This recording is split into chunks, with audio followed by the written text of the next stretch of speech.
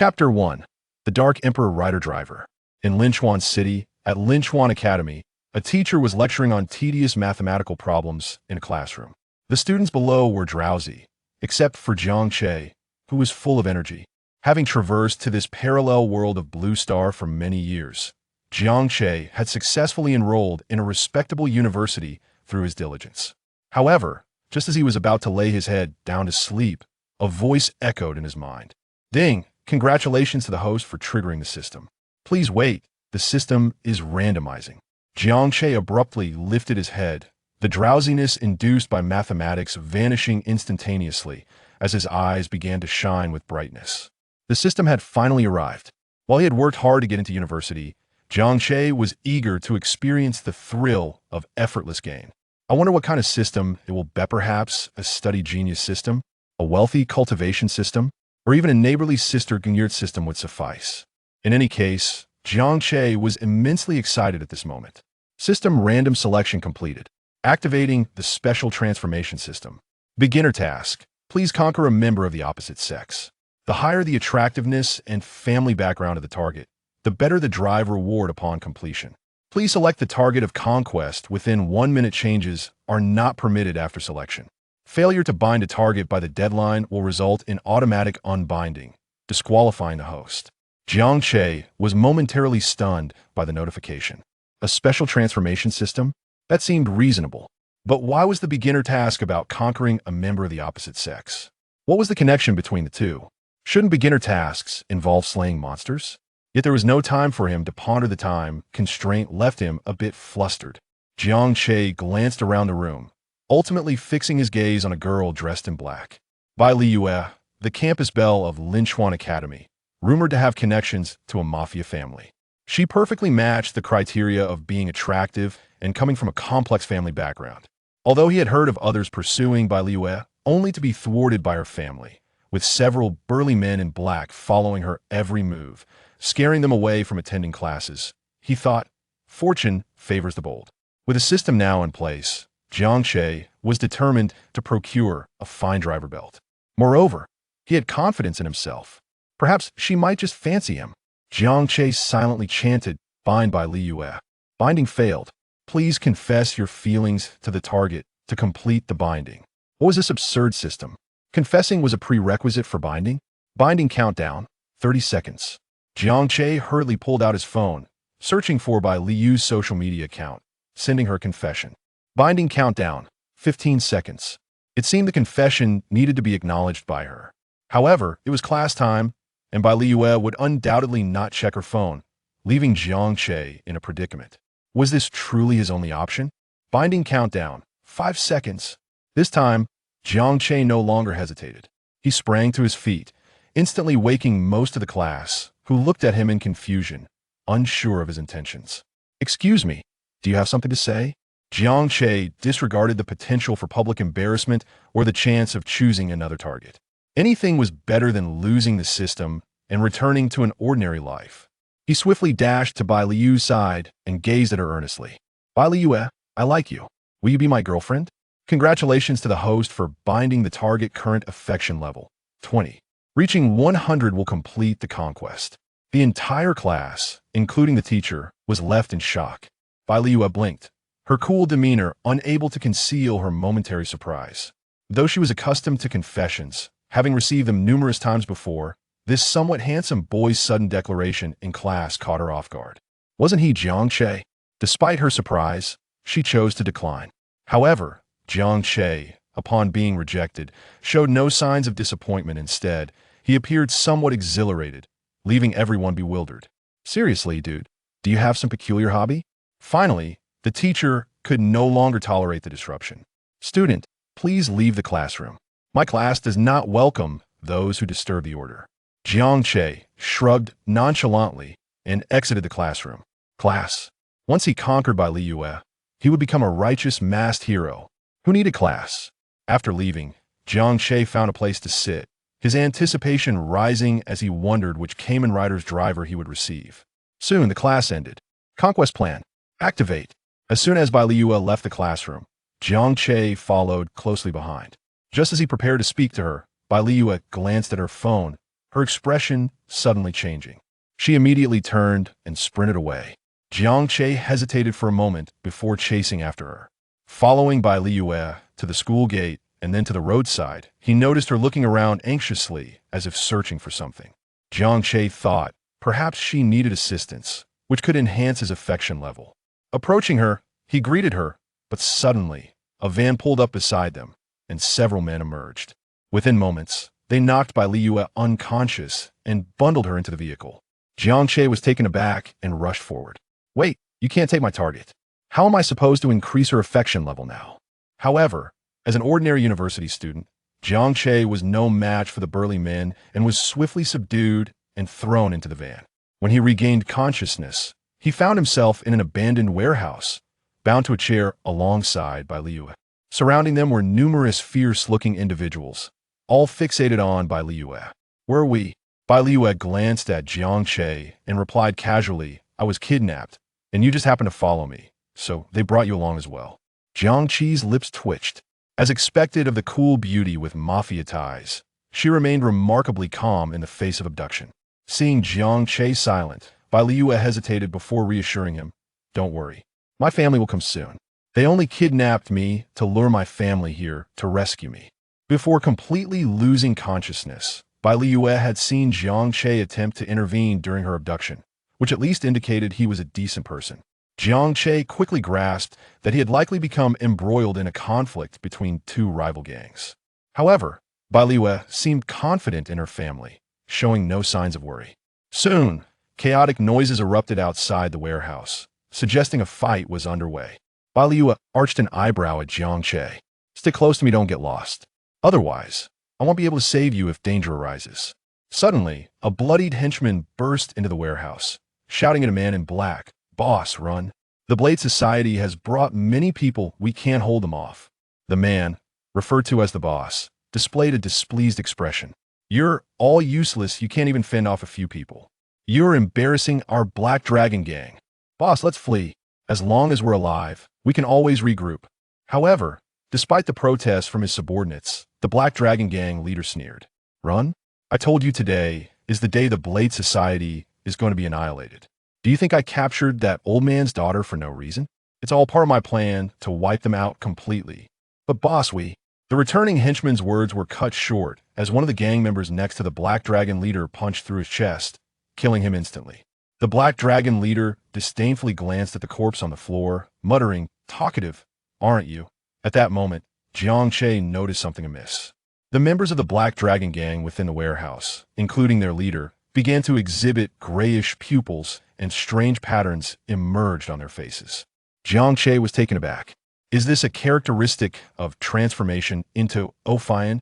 In the next instant, all the members of the Black Dragon gang underwent a transformation, assuming the appearance of Offinor, thereby confirming Jiang Che's suspicions.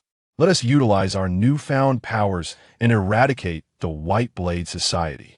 Once we do, the Black Dragon gang will reign as the most powerful gang in Linchuan City. The leader of the Black Dragon gang, now resembling a crocodile Offinor, shouted, instantly receiving the enthusiastic agreement of his Offinor subordinates. Subsequently, the crocodile Offinor turned to a spider Offinor beside him. Go and eliminate that young lady of the White Blade Society, along with her unfortunate classmate. Once we lure the members of the White Blade Society here, they will be of no use to us. Understood, boss. As the monstrous figure approached her, a flicker of fear finally appeared in the eyes of the gang's young lady. It was supposed to be a mere gang skirmish. How could there be monsters involved? Jiang Che surveyed the spider Offinor, realizing that he was utterly incapable of self-rescue with his current strength, and thus placed his hopes on the confession mission. If he could obtain a powerful belt, he would have nothing to fear from these inferior Offinors. However, observing the trembling Bai Liyue, who was clearly overwhelmed with panic, Jiang Che understood that any word from him would likely fall on deaf ears. Therefore, he leaned down, raised a chair beside him, and promptly kissed Bai Liyue, silencing her cries for help. Bai Liyue was momentarily stunned by the unexpected kiss, gazing at Jiang Che in shock. How could he think of such a thing at a time like this? Although she knew the timing was far from ideal, her heart raced at Jiang Che's boldness. It was better than losing her first kiss after death. Binding object by Liu's affection for the host has reached 100. Mission accomplished. Commencing reward determination based on binding object information. Determination complete. Reward. 1 Dark Emperor driver. 1 basic driving card for Dark Emperor. Chapter 2. The emergence of Kamen Rider Dark Emperor. The Dark Emperor? Jiang Che paused briefly. Then a smile slowly crept upon his lips. He had not anticipated that the reward for courting by Liu would be such a remarkable belt the Dark Emperor driver. The Dark Emperor driver bore little difference from the ordinary Emperor driver, however. In terms of intimidation, the Dark Emperor far surpassed its flamboyant counterpart. Moreover, the most significant aspect was that the Emperor could utilize driving cards to transform into other riders. In essence, acquiring the Emperor belt meant gaining the ability to transform into all Kamen Riders. As he observed the approaching Spider Offinor, Jiang Che exerted his arm, effortlessly breaking the ropes that bound him. Upon receiving the Dark Emperor driver from the system, Jiang Che felt a substantial enhancement in his physical capabilities as a human. Breaking free from such bindings was now a trivial task for him. After Jiang Che's bold kiss, Bai Liu quickly regained her composure, preparing to scold him, only to realize they were still in grave danger. She looked at Jiang Che anxiously, wanting to say something. To her surprise, Jiang Che abruptly broke free from his restraints. What? How did you do that? Bai Liu's face was filled with disbelief. Was this something an ordinary person could accomplish? Yet this was inconsequential. The important part was that Jiang Che had untied himself, which meant they had a chance of survival. Jiang Che, quickly help me get free too.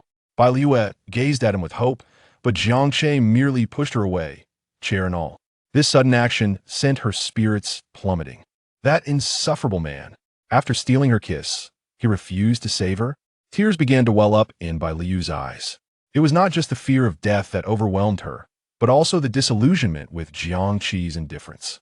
When Jiang Che pushed her away, she suddenly felt that death was not so frightening after all. She never expected that the man who had taken her first kiss would turn out to be such a person. Bai Liu had thought Jiang Che would offer her some warmth in their final moments. At that moment, Jiang Che was not concerned with Bai Liu's emotional turmoil. Or rather, he was entirely oblivious to the changes in her expression. With the belt in hand, who had time to focus on women? A man's ultimate dreams encompass many aspirations, and women, alongside armor, are merely part of the equation.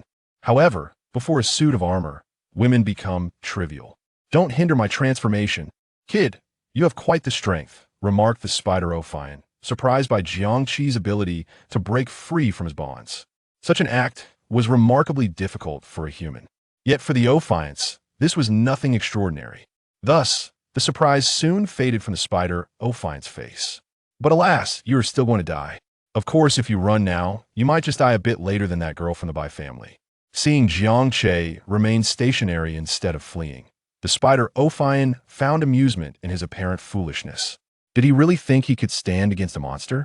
Clearly, he had never faced the harsh realities of life. Such naive blossoms of the homeland would be better off dead. HM? Upon hearing the Spider Offinor's words, Bai Liu raised her head to look at Jiang Che, her tears giving her an even more pitiable appearance. Why wasn't he running? Could it be? A bold thought flashed through her mind. Jiang Che intended to fight that monster. Run, you fool. I know you're strong, but that's still a monster. Bai Liu was suddenly filled with exasperation. Her earlier grievances evaporated in an instant. How could anyone think they could take on a monster? No ordinary person, regardless of strength, could hope to rival such creatures. Bai Liu felt utterly bemused, lamenting how her first kiss had been given to such a fool as Jiang Che. I understand your urgency, but please remain calm for a moment. Jiang Che replied leisurely, glancing at the anxious Bai Liu. Please, I beg you, stop being so dramatic. If nothing else, just untie me first, and I can run while you cover me. In response to Bai Liu's plea, Jiang Che shook his head gently, revealing a bright, boyish smile. Of course not. Bai, the campus belle. How could you only think of escaping for yourself? Isn't that a bit selfish? What? Me, selfish? Bai Liu was momentarily taken aback, nearly laughing in disbelief. Were it not for her current restraints, she would have happily punched Jiang Che. As the daughter of a powerful underworld family, she was no pushover. You might want to consider how to repay me later. Jiang Che chuckled before turning his attention back to the spider Offinor, his demeanor shifting from playful to serious. I think offering yourself in gratitude wouldn't be out of the question. You, be careful. Just as Bai Liue prepared to retort Jiang Che, she suddenly saw an unknown white, web-like object hurtling toward him and promptly shouted a warning. You're flirting when death is imminent. The spider Offinor observed as Jiang Che and Bai Liue completely ignored its presence, and with its leader, the crocodile Offinor, urging it to act quickly, it grew increasingly irritated and spat a mass of webbing at Jiang Che. Breaking free from ropes is one thing. Let's see if you can escape my grasp. As he watched the white web converge toward him, Jiang Che sneered. A flash of black light surged forth, coalescing at his waist to form a driver that bore an identical appearance to the white and magenta emperor drivers. The appearance of the driver is predominantly black, with a deep blue elliptical mirror at its center. The Dark Emperor Rider Driver. Jiang Che casually tugged at the accessory on the side of the Dark Emperor Rider Driver, causing the main body of the driver to rotate and rise, aligning the slot upward. Though it was his inaugural transformation, Jiang Che felt an extraordinary affinity with the Dark Emperor Rider Driver. The sensation was truly exhilarating. He swiftly retrieved the basic transformation card for Dark Emperor Rider from the slot at his waist. As he beheld the approaching strands of silk, Jiang Che nonchalantly tossed the basic transformation card downwards, where it perfectly slotted into the driver's card holder. And Shin, Jiang Che's hands moved in an X formation, pushing inward on either side of the Dark Emperor Rider Driver. Kamen Ride Decade Dark. Kamen Rider Dark Emperor. As the sound effects echoed, grayish-black pixelated phantoms emerged on either side of Jiang Che's body, converging towards him. With a flash of spectacular light, Kamen Rider Dark Emperor made his grand entrance. Watch closely, he declared, for this is my moment to shine. Chapter 3. The Tradition of First Kills. Spider Offinor. Jiang Che's transformation was swift. Before the web could descend upon him, he had already completed his metamorphosis. Upon witnessing the swirling white silk, Jiang Che merely tilted his head slightly and deftly evaded it with a maneuver reminiscent of Andy, loud dodging bullets. Bai Liue was utterly dumbfounded, left speechless by the shock. Just moments ago, she had deemed Jiang Che audacious for daring to confront a monster. Yet, in the blink of an eye, he had transformed. The way he shook his head to dodge the spider's web was simply magnificent. Perhaps, just perhaps, Jiang Che truly possessed the ability to vanquish the creature. Bai Liue was acutely aware that these monsters sought to capture her, intending to lure her father and eradicate his criminal organization to expand their own territory and influence. If Jiang Che could indeed defeat the monster, her father would not have to face the creature to rescue her. Are you also a monster? Spider Offinor regarded the Dark Emperor Rider before him with a peculiar expression. This was the first time he had encountered something so distinct since being granted Offinor's power by his boss. In the past, he would have scoffed at the idea, but now he felt a twinge of trepidation regarding the opponent's strength. Spider, what are you hesitating for? Hurry and eliminate them. As Spider Offinor hesitated, Crocodile Offinor, seated quietly by the doorway, spoke up. He had witnessed Jiang Che's transformation into a Kamen Rider and decided it was prudent to let his subordinates test the waters. Meanwhile, he intended to savor the thrill of dispatching the members of the Blade Society. Previously, the Black Dragon Society had reigned as the most formidable dark force in Linchuan City, wielding immense power. However, a new organization called the Blade Society emerged. Though modest in scale, its members were exceptionally skilled fighters. Most notably, the Blade Society seemed intent on opposing them at every turn, disrupting their business endeavors.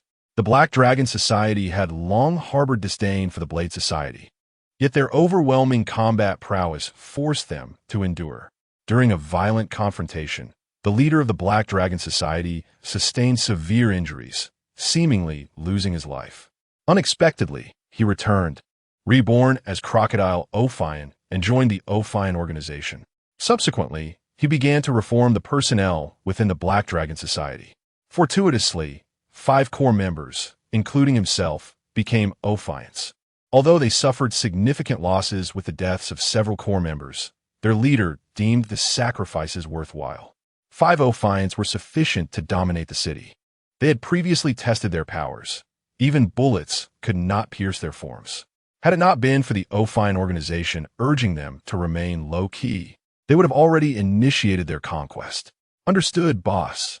Spider Ophion, upon hearing the command, ceased his hesitations and resolved to swiftly deal with the 2 students before him. After all, the wrath of their leader was a fearsome thing.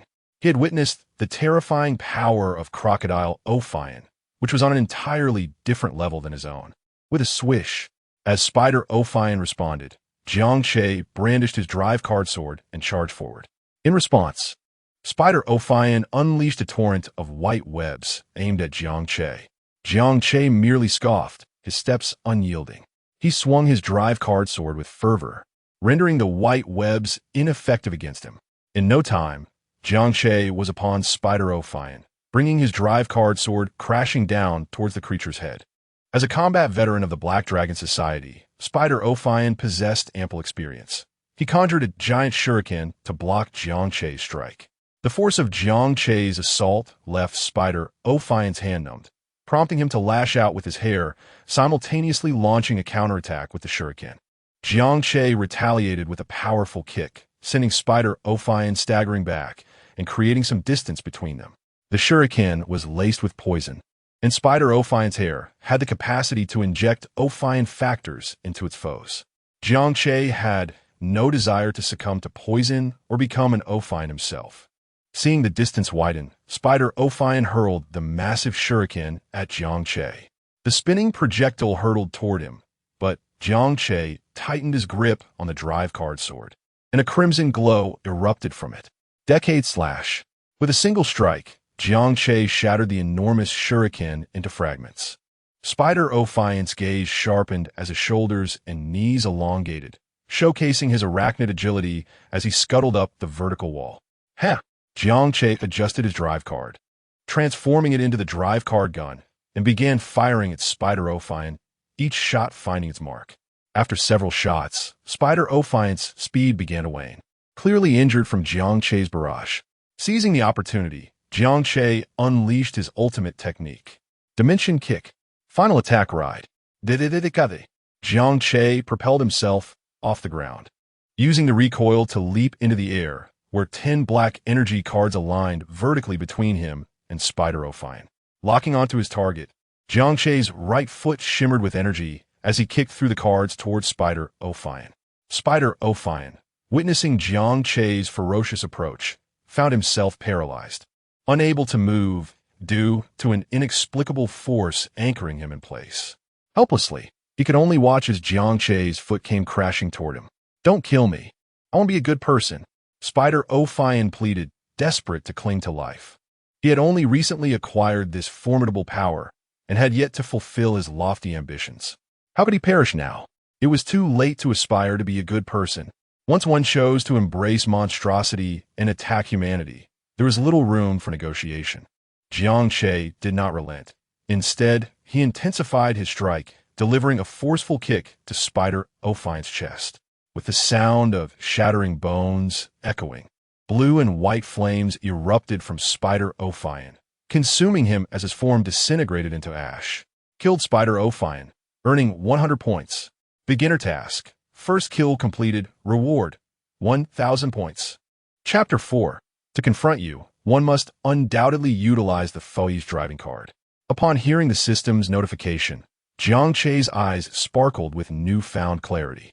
It was crucial to note that during his lottery draw for the driving cards, he had only unearthed the base driving card of the Dark Kamen Rider.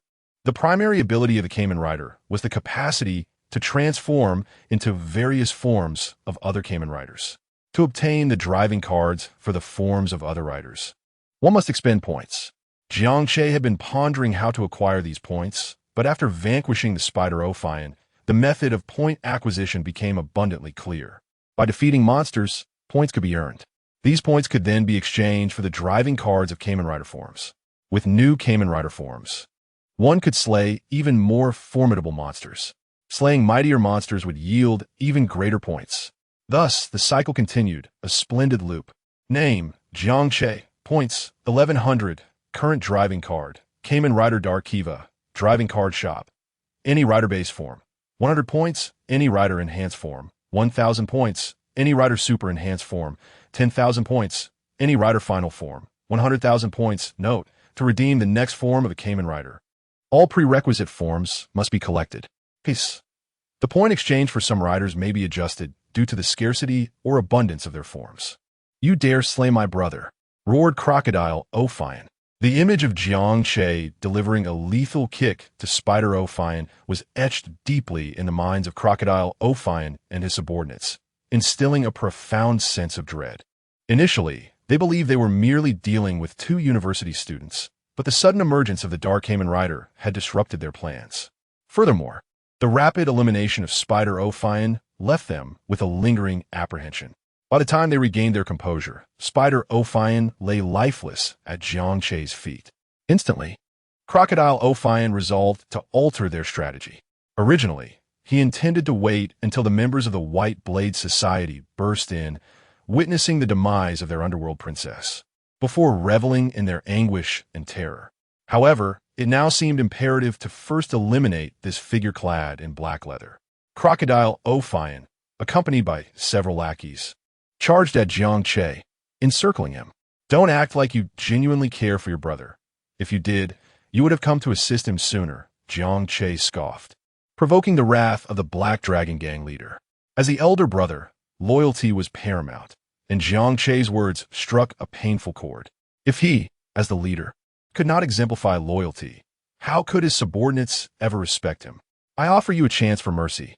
Join our Black Dragon Gang as our enforcer, and I shall overlook your previous transgressions. Crocodile Offinor sneered at Jiang Che, as if regarding a mere corpse. Although Jiang Che appeared formidable when dispatching Spider Offinor, it was well known that Spider Offinor was the weakest among them. Crocodile Offinor himself possessed 3 lives, growing stronger with each death. How could a mere university student contend with him? Upon witnessing Crocodile Offinor's condescending demeanor, Jiang Che could not help but chuckle. He raised his head defiantly, meeting Crocodile Offinor's gaze. What a pathetic gang. Do you truly believe that success in this world relies solely on connections and power? Can you even fight?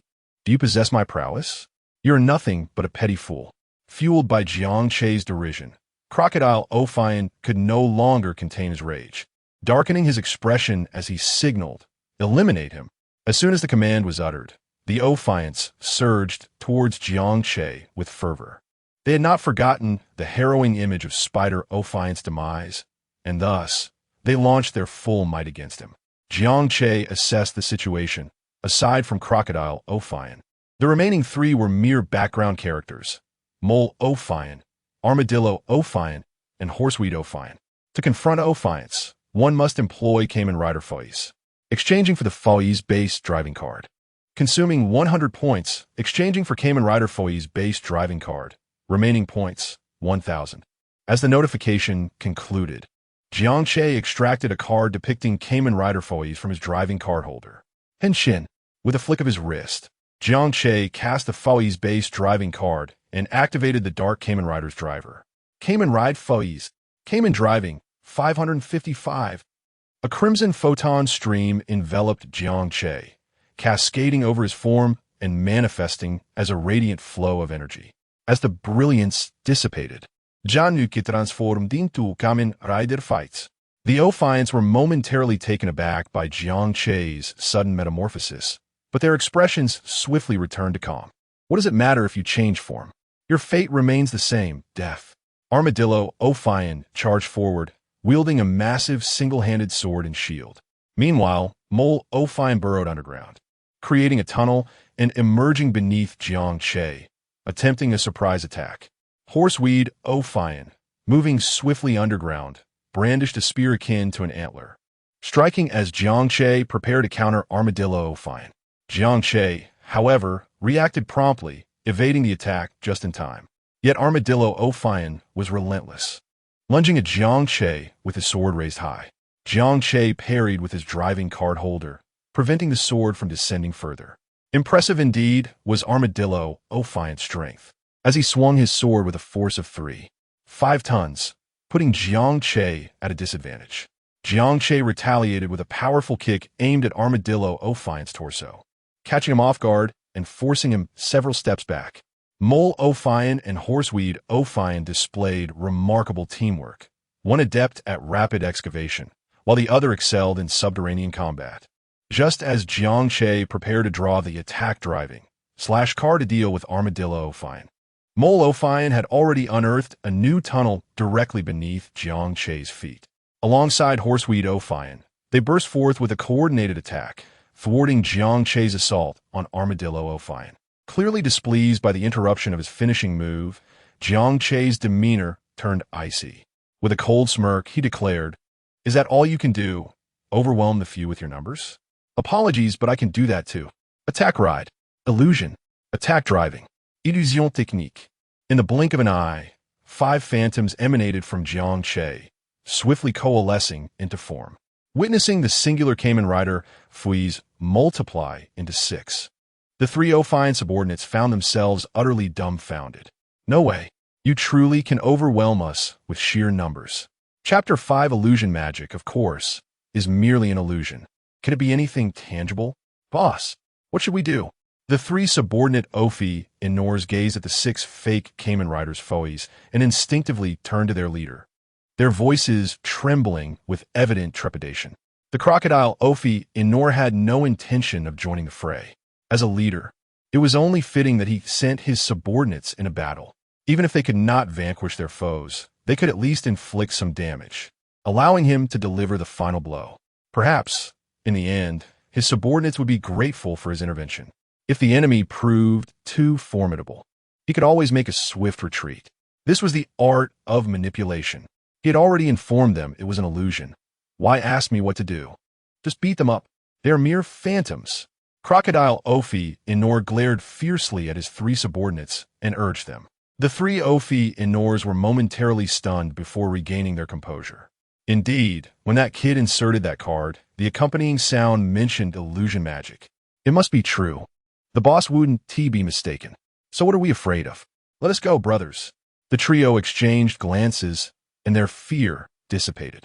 Illusions are inherently designed to deceive the enemy, lacking any corporeal form. If that is the case, what do we have to fear? They charged once more towards Jiang Che. Although they were uncertain which of the 6 Kamen Riders' foes was genuine, with 3 of them together, they would undoubtedly identify the real one soon. Observing the trio's aggressive advance, Jiang Che casually crouched down, his movements languid and nonchalant.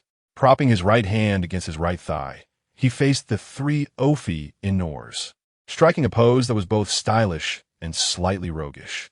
With his waist twisted and his elbow propped up, he tilted his head back while allowing the other arm to hang naturally, shifting his weight to his right leg. A rogue's posture, an act of bravado. How audacious, trying to outshine me. Let us take him down. The 3 Offinors launched their attacks against the nearest fake Kamen Rider foes, attempting to shatter the illusion.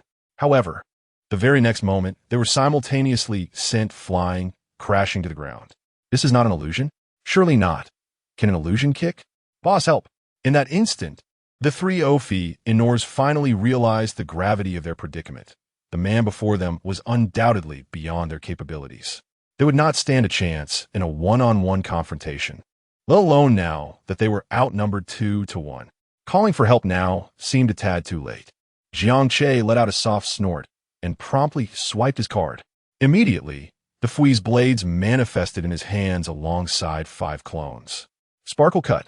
Jiang Che raised the Fui's blade high, photon blood coursing through the blade's body, forming a rich crimson energy aura around it. Once he locked onto his targets, all 6 Fui's simultaneously exerted their strength, directing their blades toward the Mole Offinor, Armadillo Offinor, and with Louse Offinor. In an instant, 6 waves of red energy surged forth like wild stallions, enveloping the 3 Offinors in a massive crimson energy dome, binding them firmly in place. The 3 Offinors, now in a state of panic, struggled desperately within the energy dome, but found themselves utterly immobilized. The 6 Fui's figures flickered and transformed into 6 streaks of light, charging toward the ensnared Offinor subordinates. In the blink of an eye, they were upon them, the photon blood-filled Fui's blades descending mercilessly upon their targets. As the blades made contact with the bodies of the Offinors, a brilliant red light erupted from them, followed by the vivid appearance of a striking red emblem. The Offinors howled in agony, their bodies trembling under the immense force of the assault. The next moment, blue and white flames erupted from their bodies, reducing them to ashes. Kill Mole Offinor, gain 100 points.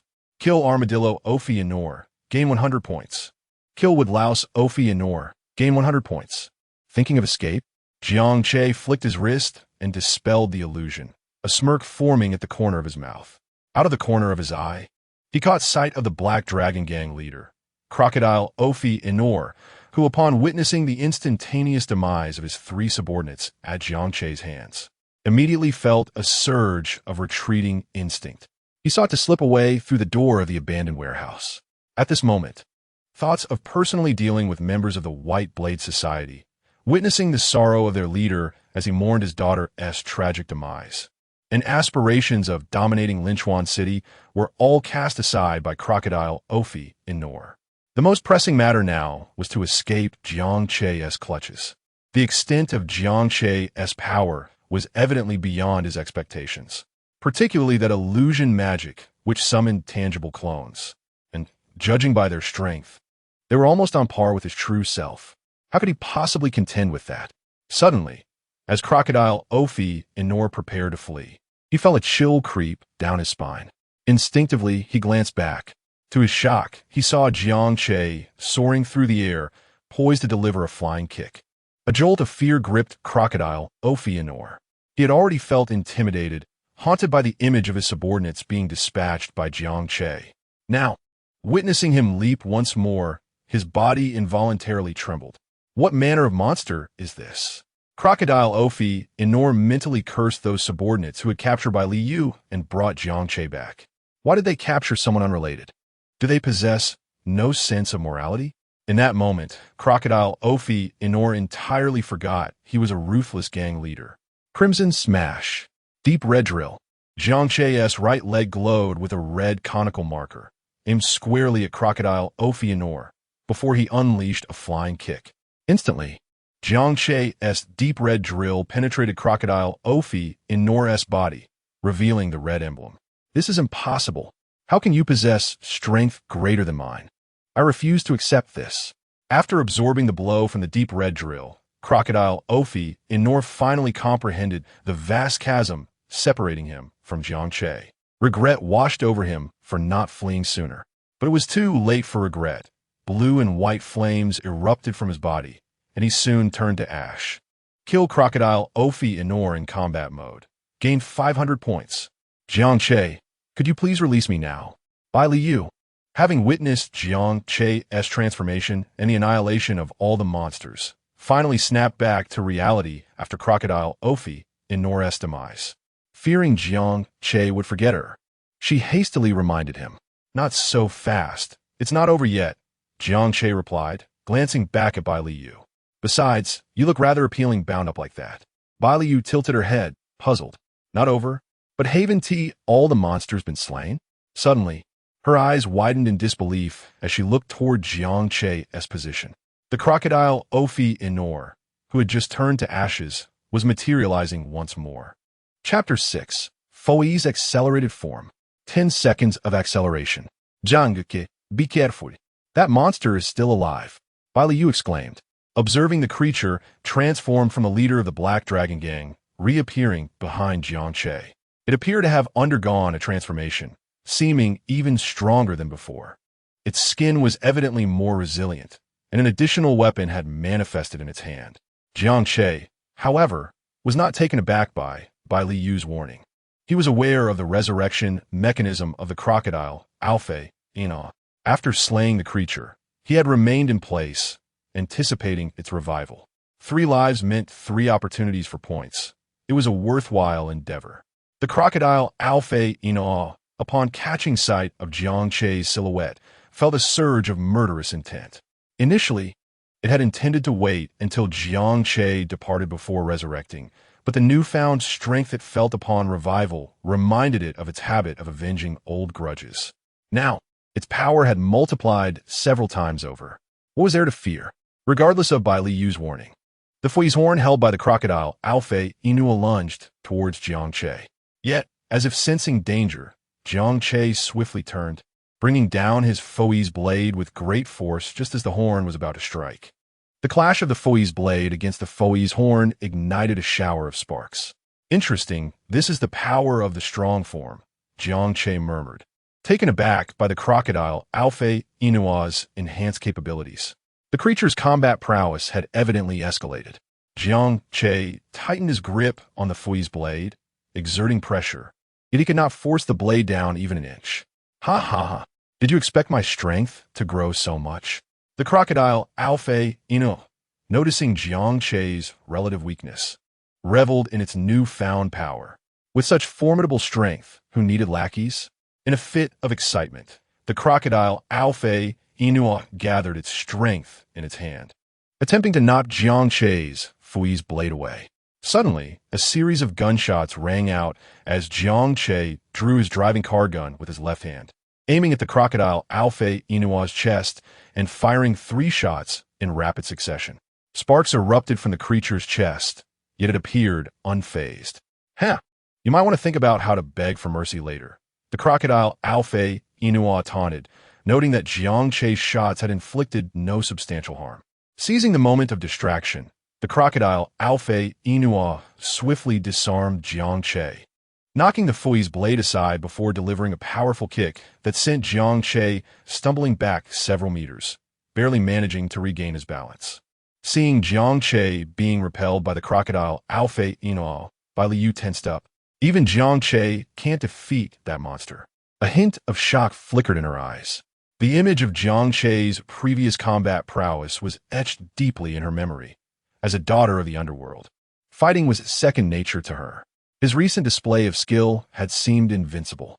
Yet now, the taunts of the Black Dragon Gang leader, coupled with Jiang Che's retreat, instilled a sense of impending doom within her. Jiang Che's weapon, capable of inflicting damage at such close range, had failed to leave a mark on the crocodile Alfei Inua. Its defenses were astonishing. Could it be that even Jiang Che could not conquer this beast? Yu, father is here to rescue you. At that moment, a frantic voice echoed from the entrance of the warehouse, accompanied by the sound of hurried footsteps. Upon hearing the familiar voice, Bai Liyu could no longer contain her emotions, tears streaming down her face as she called out, "Father, I'm here." Upon hearing Bai Liyu's voice, the leader at the door sighed in relief before bellowing, "Zhubo, get out here. How dare you harm my daughter?" The crocodile Alfei Inua, initially poised to attack Jiang Che, burst into laughter at this unexpected turn of events. "Ha, Bai Yang, are you looking for me?" Bai Yang, Bai Liyu's father, was also the leader of the rival gang, the White Blade Society, which had long been a thorn in the side of the Black Dragon Gang. The sight of Bai Yang filled the crocodile Alfei Inua with a sense of delight, envisioning the imminent demise of Bai Yang and his core members. Upon hearing Zhu Bo's voice, Bai Yang signaled to his companions and quickened his pace, rushing into the warehouse. However, the anticipated scene of a warehouse filled with Black Dragon Gang members waiting to ambush them did not materialize. The warehouse was eerily empty, save for Bai Liyu, bound to a chair and weeping, and the ominous figures of the crocodile Alfei Inua and another entity in gray and white. "A monster!" Bai Yang exclaimed in sulk. "You scared me to death."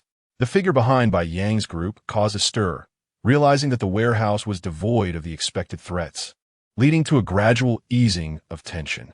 It seemed the Black Dragon Gang had fled, leaving only these 2 pawns.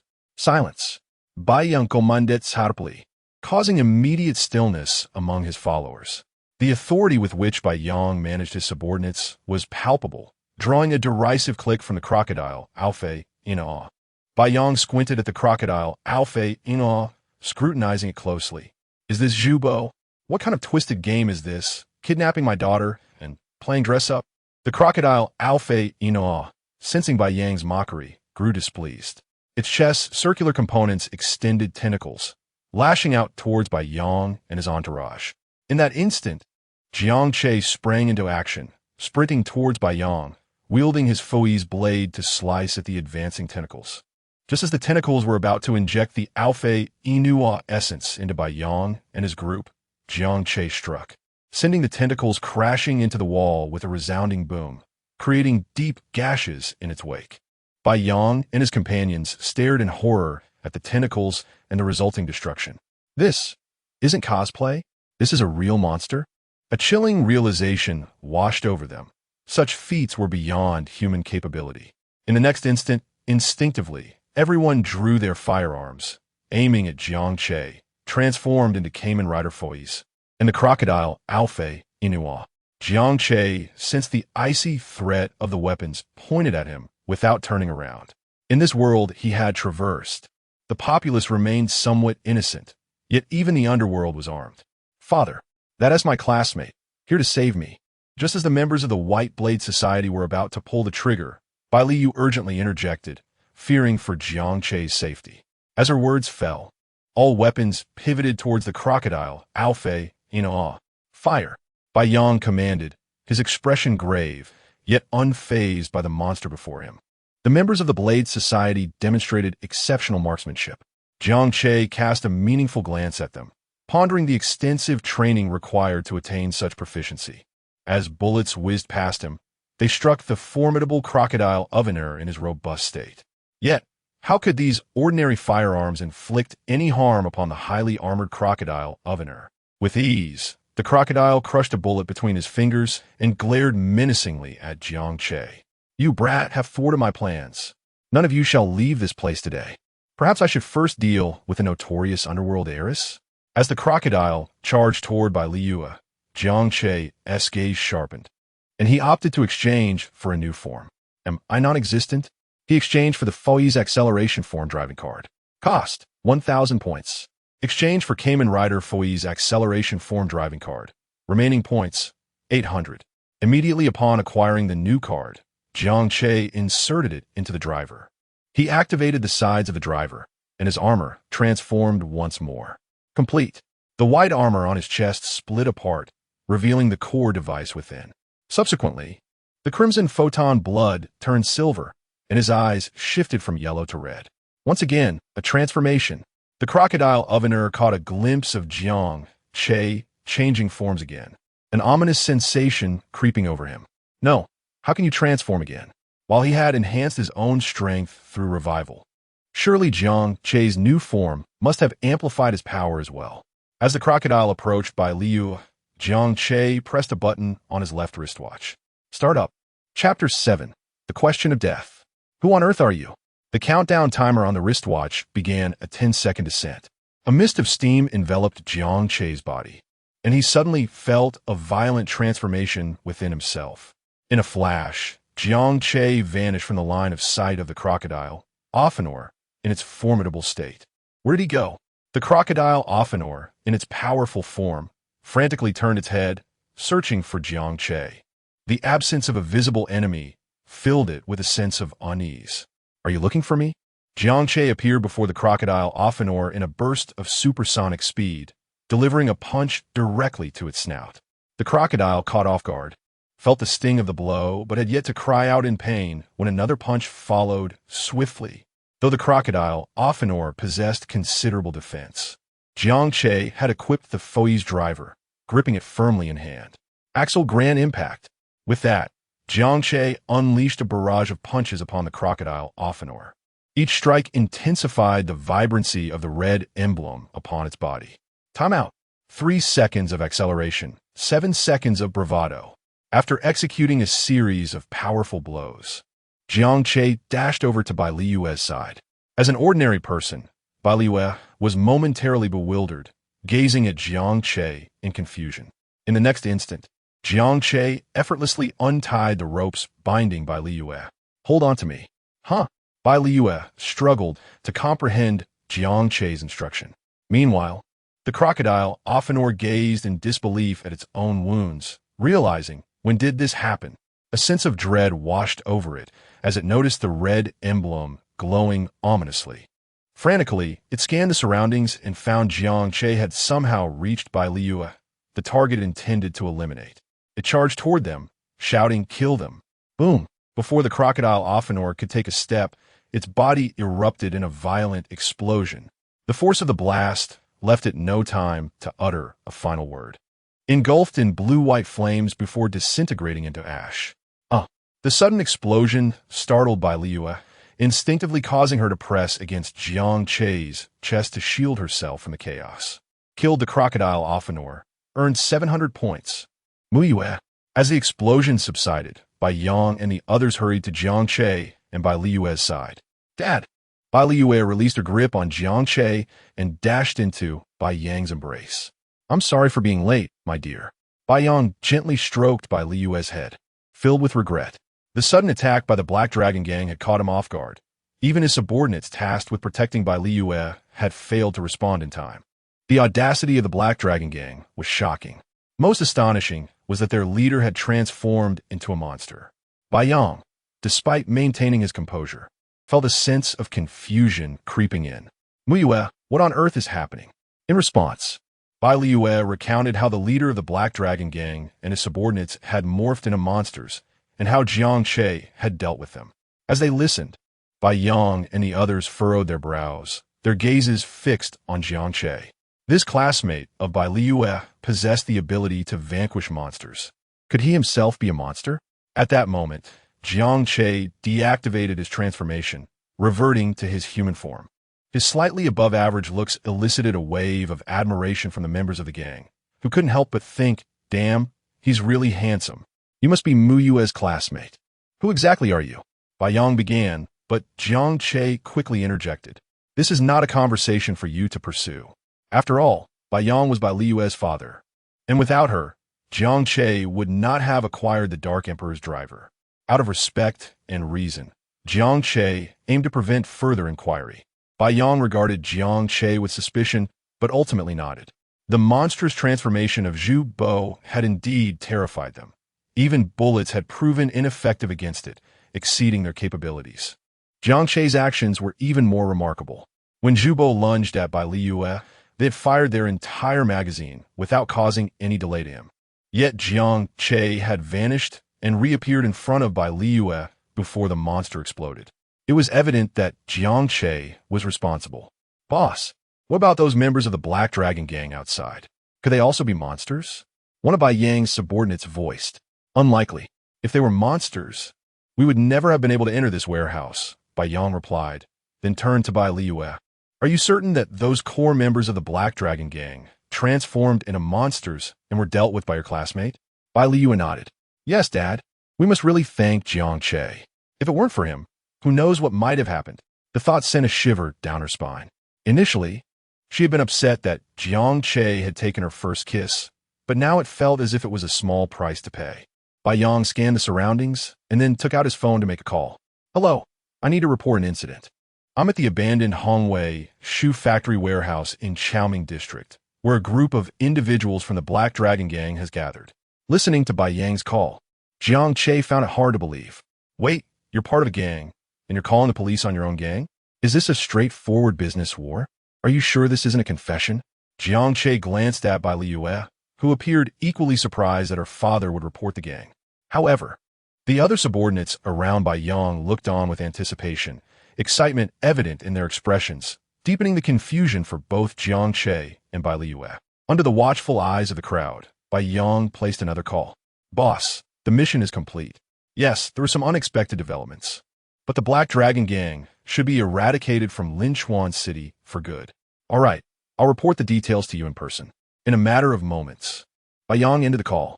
Immediately, his subordinates crowded around him, asking Boss, can we reclaim our identities now?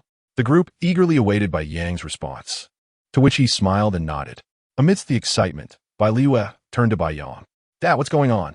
Bai Yang looked at her with a hint of remorse, unsure of how to explain. In simple terms, all the core members of our organization are undercover agents, including myself. Jiang Che regarded Bai Yang doubtfully, sensing that he was beginning to grasp the situation. Yet it felt rather absurd. Were they akin to special forces in the underworld? No wonder they seemed so well-trained with firearms and didn't resemble typical gang members. Bai Liue's mouth fell open in shock, though her father spoke in Chinese. She couldn't quite piece together the meaning. Let's discuss the specifics once I report back to the leadership, all right? Bai Yang said, looking at Bai Liyue with a heart full of regret. It was evident that Bai Liyue was bewildered.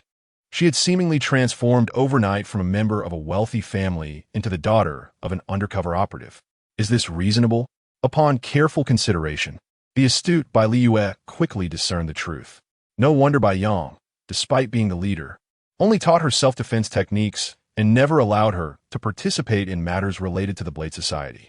Moreover, the reasons behind the Blade Society's persistent targeting of the Black Dragon Society became crystal clear.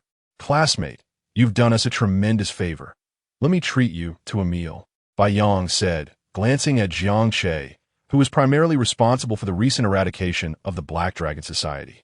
Moreover, the power Jiang Che exhibited was indeed formidable, completely surpassing the comprehension of an ordinary individual. The matter concerning the monster must be reported to the authorities, and Bai Yang, aware that he and the others were no match for Jiang Che, could only find an excuse to keep him around. Bai Liyue gazed at Jiang Che with hope. After a moment of contemplation, Jiang Che nodded, sure. Seeing this, Bai Yang's face lit up with joy. Let's go. It will be difficult to leave once the police arrive.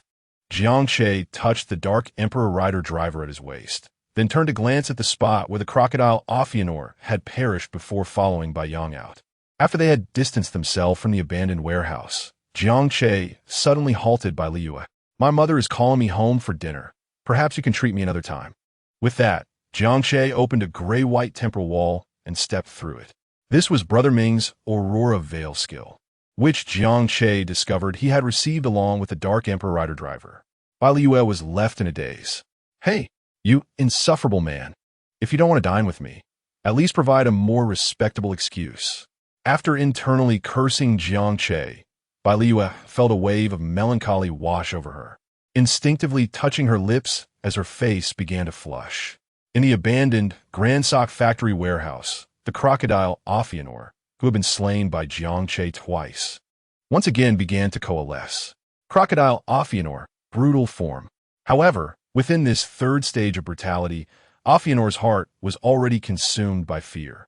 He had truly been frightened by Jiang Che, even though his strength had multiplied several times upon entering the third stage.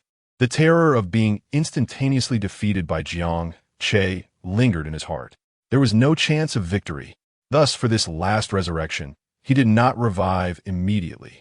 Only after confirming that Jiang Che had truly departed did he dare to resurrect. Thankfully, he was unaware that he could revive again. Otherwise, he would have met his end here. With a sigh of relief, Offinor felt an overwhelming urge to escape this abandoned warehouse and flee the city. Suddenly, a displeased voice echoed in Offinor's ears. Do you know how long I've been waiting for you? You finally revived. The mere sound caused Offinor's body to tremble, and fear rendered him momentarily immobile. It was that voice. Jiang Che stepped out, holding the Fui's Accelerate Form driver card, and observed the freshly resurrected crocodile Offinor, brutal form, with a hint of disdain on his face. Offinor's expression was now filled with terror. How could you have returned? Who are you? Jiang Che tossed the Fui's Accelerate Form driver card into the Dark Emperor rider driver. Remember this well. I am merely a passing Cayman rider. Chapter 8. We await your resurrection. Crimson 12. Enshin. The masked rider Fui's, in its acceleration form, makes its entrance. No, please don't kill me. I swear I'll never do it again. Gator Ophion, overwhelmed by fear, found himself unable to summon the courage to fight against the accelerated Fui's. He had only recently become Ophion and had mostly used his powers to intimidate disobedient underlings. He had never fought against any monsters outside of the Black Dragon Gang, nor had he encountered any masked riders. What was intended as a simple resolution of a rivalry had turned into a deadly encounter with a university student who had taken 2 lives from him. How could this not instill terror in Gator Ophion? Thud, thud, thud. Jiang Che's footsteps echoed like a countdown to death, reverberating in his heart. As Jiang Che approached him in silence, Gator Ophion could no longer bear the pressure and fell to his knees. I truly understand my mistakes. I will be a good person from now on. The sound of his prostration filled the air, but Jiang Che merely scoffed at him. You understand your mistakes? You certainly won. Dare again. When Jiang Che's footsteps suddenly ceased, Gator Ophion thought he had found a glimmer of hope. However, Jiang Che's next words plunged his heart into despair. You do not understand your mistakes. You only realize that you are about to die. Jiang Che's voice was cold and detached. Gator Ophion, aware that Jiang Che would not spare him, ceased his pleas. Must monsters be condemned to death? He thought, feeling a sense of indignation. He glared at Jiang Che, his eyes filled with resentment. Jiang Che regarded Gator Ophion as if he were a fool. Has being a leader for too long rendered you dim-witted? Of course, if you don't die, then I must. Gator Ophion esse absurdity amused de Jiang Che. Just moments ago, he had been clamoring to kill him, and now he was lamenting the fate of monsters? At that moment, Jiang Che's patience waned. It wouldn't be long before the police arrived to apprehend the members of the gang outside the warehouse. If a conflict arose at that time, it could be troublesome. I have no desire to reason with you. You are unworthy of my words. Jiang Che recalled the famous saying of the righteous yet malevolent idol, General Dunmu. There is no need for discourse with those unworthy. Today you are Ophion, and for eternity you shall remain Ophion. Aya, I'll fight you. Gator Ophion screamed. You can't possibly think I'm still within your control. With a swift motion, he summoned a massive sword and charged at Jiang Che. Today, it would be either Jiang Che's demise or his own. Gator Ophion had no choice but to wager that his twice-enhanced power through death would allow him to overcome Jiang Che. Observing this, Jiang Che reached into his driver card box and extracted a golden card emblazoned with the Foe's logo. 10 seconds to 7 seconds, if you can withstand my Crimson 12. He threw the card. Violent single push. Start up. Final attack ride. Fa dark fights. Axel Crimson smash. As the sound effects concluded, Jiang Che leaped above Gator Ophion, and 12 conical, dark red energy constructs resembling drills materialized from thin air, all pointing menacingly at him. Crimson 12. Seeing the 12 dark red drills, Gator Ophion felt his heart sink. Soda. I didn't mean to raise my voice. In a desperate attempt, he conjured a shield with jagged protrusions to defend against Jiang Che's lethal assault. Ha! Jiang Che exclaimed lightly. The 12 dark red drills shot forth towards Gator Ophion. Boom! X12 timeout. Target Gator Ophion brutal form eliminated. Earned 1,000 points. As the explosion resonated, Jiang Che landed gracefully, performing his signature rogue squat.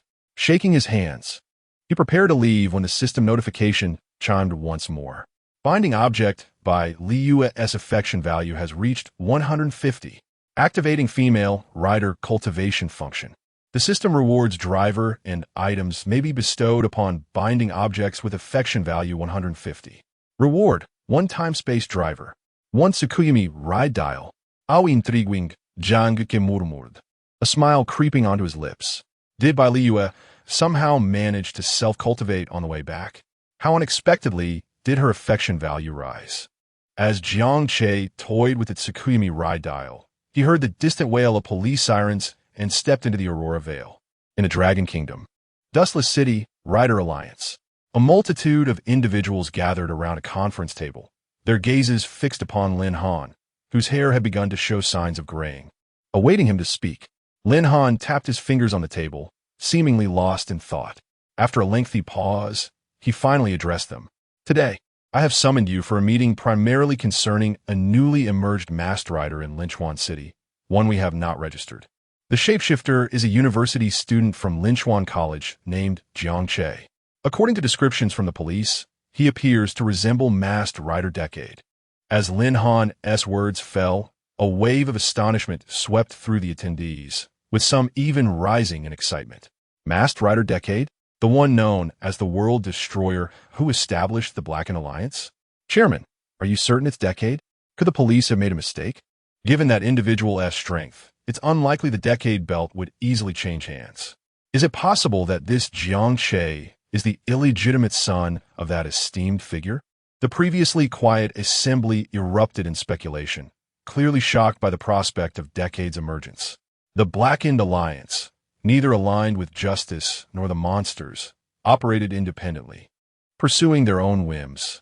The Rider Alliance had repeatedly attempted to eradicate the Blackened Alliance, but had never succeeded in fully dismantling it, nor could they even locate its headquarters. The existence of the Blackened Alliance was a continual source of frustration for the Rider Alliance, leaving them no option but to intervene whenever a Blackened Rider appeared. The founder of the Blackened Alliance was none other than Masked Rider Decade. Thus, the revelation that a university student had transformed into Decade was nothing short of shocking.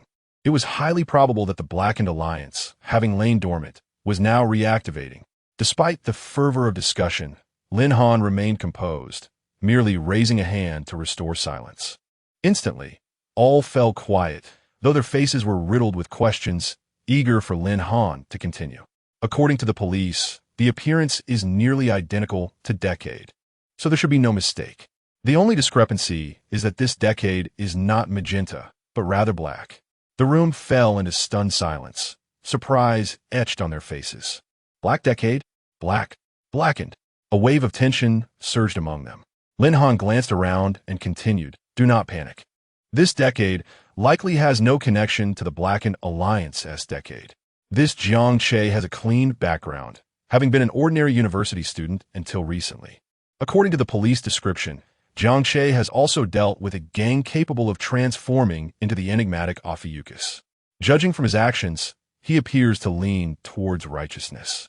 At this moment, I hope someone can find the time to visit Linchuan City and engage with this university student named Jiang Che. If it is confirmed that he has no ties to the Dark Alliance, it would be preferable to recruit him into our Knights Alliance. Who among you is willing to undertake this task?" After Lin Han's statement, silence enveloped the room. No one dared to respond. They were acutely aware of the power of the Dark Knight. In a past battle, it was the Dark Knight alone who had swept away countless knights from their alliance, only retreating when Lin Han intervened, thus averting a tragic outcome. Now, as Lin Han proposes they approach this suspected Dark Knight, who knows whether this shadowy figure possesses abilities akin to the Dark Knight, or perhaps even surpasses them. Even if Jiang Che has merely recently acquired the power of the Dark Knight, he should not be underestimated. The room was filled with hesitant glances, and no one stepped forward to accept this daunting task.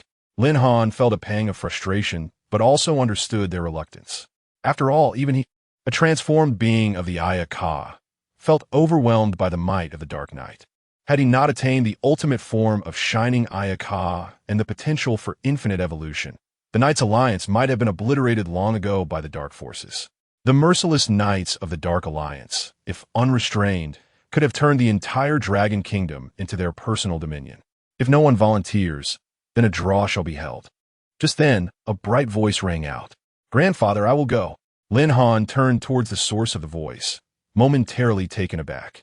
The speaker was none other than his granddaughter, Lin Xiao. Lin Han frowned slightly. Xiao, you have only just awakened your powers as a Kamen Rider. Is this not too much of a strain?" Lin Xiao tossed her high ponytail defiantly. "Grandfather, do not underestimate me.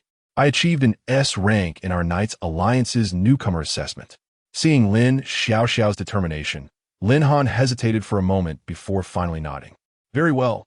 I will send you the information regarding Jiang Che shortly. Remember to approach him cautiously and withdraw at the first sign of danger." While Lin Han felt a sense of pride at his granddaughter embarking on a mission for the Knights Alliance, indicating her growth and maturity, he was still aware of the risks involved in confronting a figure associated with the Dark Knight. Thus, he felt compelled to offer additional warnings. Lin Xiao's face lit up with joy, and she secretly clenched her fist. This was her first mission after joining the Knights Alliance and completing various special training tasks. She was determined to excel. "Then let us conclude this meeting." After advising Lin Xiao, Lin Han's tone grew increasingly frosty, clearly displeased. Most of the individuals present were seasoned members of the Knights Alliance, yet they hesitated to accept even such a simple task of liaison. They were outdone by a newcomer. After casting a disapproving glare at the assembly, Lin Han promptly exited the conference room. At that moment, a bespectacled man adjusted his glasses and pulled out his phone to send a message. Suspected individual has acquired the same transformation abilities as the boss. The Knights Alliance is already preparing for contact. Chapter 9. What is it like to be drawn into the grove by a strange insect? Jiang Che, I have liked you for a long time. Will you be with me? The next day, as Jiang Che was preparing to head to class, he planned to find Bai Li Yu and hand over the time-space driver and the moon reading dial to her, thus commencing his plan to cultivate a female knight. However, while walking, a young lady unexpectedly blocked his path, boldly declaring her feelings for him in front of passing classmates. Jiang Che furrowed his brow, regarding the girl before him with a mix of confusion and intrigue. If he were to rate Bai Li Yu a perfect 10, this girl would surely earn an 8. Yet her abrupt confession left him at a loss for words. "Excuse me, but it seems we do not know each other," Jiang Che stated. And as soon as the words left his mouth, the girl leaned closer, her large, captivating eyes sparkling as she replied, "Then if we were together, we would know each other, wouldn't we?" Jiang Che remarked with a light scoff. "Your logic is quite compelling. Then will you be with me, Jiang Che?" She pressed on, noticing his hesitation. Undeterred, she leaned in even closer, whispering softly in his ear, "If we were together, we could skip class and go to that grove over there." Jiang Che's eyes widened at the mention of the grove, a well-known rendezvous for couples at Linchuan Academy. He glanced at the girl again, noticing her cheeks flush crimson under his gaze. The grove was indeed a sacred battleground for young lovers. Onlookers nearby eavesdropped on their conversation, filled with envy upon hearing the girl's boldness. Xiao Chun Nan felt a twinge of jealousy. Jiang Che's expression shifted slightly, and the girl caught a hint of triumph in his demeanor. Seizing the moment, she grasped his hand, declaring, "Hesitation leads to defeat, Jiang Che." With that, she eagerly pulled him toward the grove. Soon, they arrived at the secluded area. The grove was nearly deserted during the day, only coming alive with couples in the evenings. "What do you think of this place, Jiang Che?" the girl inquired, surveying the area as if ensuring they were alone. "Sujinli, Jianguke spoke up. I still don't know your name." She playfully placed her finger on his lips. "That's not important. What matters is what unfolds next." Jiang Che smiled silently as she traced circles on his chest with her finger, whispering, "Promise to be with me forever, Jiang Che?" He responded, noticing her retreat slightly. "Why are you stepping back?" Her expression darkened as she watched him withdraw. "Enough of the charade. There's no one here, so stop pretending. The scent of the strange insect on you is making me nauseous." Feigning innocence, Jiang Che waved his hand in front of his nose, as if truly detecting an unpleasant odor. "What?" The girl was taken aback, her eyes widening in disbelief. "He recognized my identity? How does he know I am an insect? Will you transform? If you don't, then I shall." Jiang Che grew impatient as he observed her confusion. In truth, the foul odor was a mere fabrication of Jiang Che's imagination. After activating his system, he discovered that his senses regarding monsters had been greatly heightened. He had discerned her true identity after their brief encounter. Reflecting on his thoughts, Jiang Che realized that those insects masquerading as humans usually went unnoticed unless they revealed themselves. Had it been yesterday, he might have fallen victim to one of them, losing his memories and identity in the process. "Since you've uncovered my identity, why not join us?" The girl quickly regained her composure, her gaze turning cruel. As an insect, she had been lurking among humans, seeking to aid other larvae in becoming part of the human world. Jiang Che was simply her next target. Her motivation stemmed from Jiang Che's recent classroom incident, which had become the talk of the academy. She anticipated that he would be furious, making him a prime candidate for their ranks. Thus, she had lured him to the grove under the pretense of a romantic rendezvous. As she spoke, 3 green figures emerged within Jiang Che's line of sight. Grotesque creatures, dark green and bloated, the larvae of the Kabuto monsters. "Even if you deduce my identity, you shall join us in another form." The girl chuckled menacingly, and the 3 larvae lunged toward Jiang Che. With a sigh, Jiang Che observed that this insect, despite her disguise, seemed lacking in intelligence. She had failed to grasp the severity of the situation, even as he recognized her true nature. Time to transform. With a flourish, Jiang Che activated his transformation card, becoming Kamen Rider Dark Emperor. The dark figure left the girl, and the larvae momentarily stunned, unsure of how to respond to his transformation. While they were bewildered, Jiang Che made his move. The 3 larvae opened their massive jaws, emitting piercing shrieks as they charged at him. With a cold smile, Jiang Che drew his card-armed sword and dashed toward the nearest larva. Raising his weapon high, he struck down with force. The larva instinctively raised its arms in defense, only to have them severed with a sickening sound. With a swift motion, Jiang Che split the creature in two. Larva killed, 50 points awarded. Meanwhile, the other two larvae flanked him, claws outstretched. Jiang Che spun around, his sword carving a dark arc that struck one of them directly. Boom! The creature, unable to evade, was sent flying into a tree, breaking it upon impact. Larva killed, 50 points awarded. Not bothering with a follow-up strike, Jiang Che focused on the remaining larva, which, seeing its comrades fall, did not flee but rather charged at him in a frenzy. Jiang Che raised his left arm to deflect its claws while thrusting his sword toward its body. The larva attempted to dodge, but Jiang Che was swifter. His sword pierced through it, and the creature struggled momentarily before falling still. Larva killed, 50 points awarded. Regrettably, none of the larvae had metamorphosed into their adult forms. Jiang Che sighed. 50 points for a single larva felt rather paltry. Now, only one remained. He hoped it would yield more points for him. With a flourish of his sword, he turned to face the girl who had confessed to him. To his surprise, she did not attempt to assist her fallen companions, nor did she transform into a monster. Perhaps it was simply that Jiang Che had dispatched the three larvae too swiftly for her to react. As the bodies of the larvae ignited in green flames, rapidly incinerating, Jiang Che prepared to confront the girl. Suddenly, a voice echoed from a distance. "I have found you." The enigmatic black came in Rider D end. "By the way, what brings you to transform at school?" Jiang Che was momentarily taken aback, surprised that someone was actually searching for him. Just as Jiang Che was lost in thought, the peculiar insect girl suddenly turned and fled, simultaneously exclaiming, "Help! Jiang Che is trying to assault me." Jiang Che's expression darkened instantly. One audacious case of the villain crying foul first. Chapter 10. The Signal of War. Are you also a wicked woman? Upon hearing the commotion, Lin Xiaoxiao was instantly jolted to attention. As she scrutinized the scene, she noticed the dark figure of the masked rider, Emperor, pursuing a girl who had called out in distress. A sense of justice ignited within Lin Xiaoxiao as she recalled the speculations from the meeting regarding Jiang Che, who was suspected of being a corrupted knight. The evidence was now before her, solidifying their suspicions. The Dark Knight, Emperor, was attempting to harm a female college student.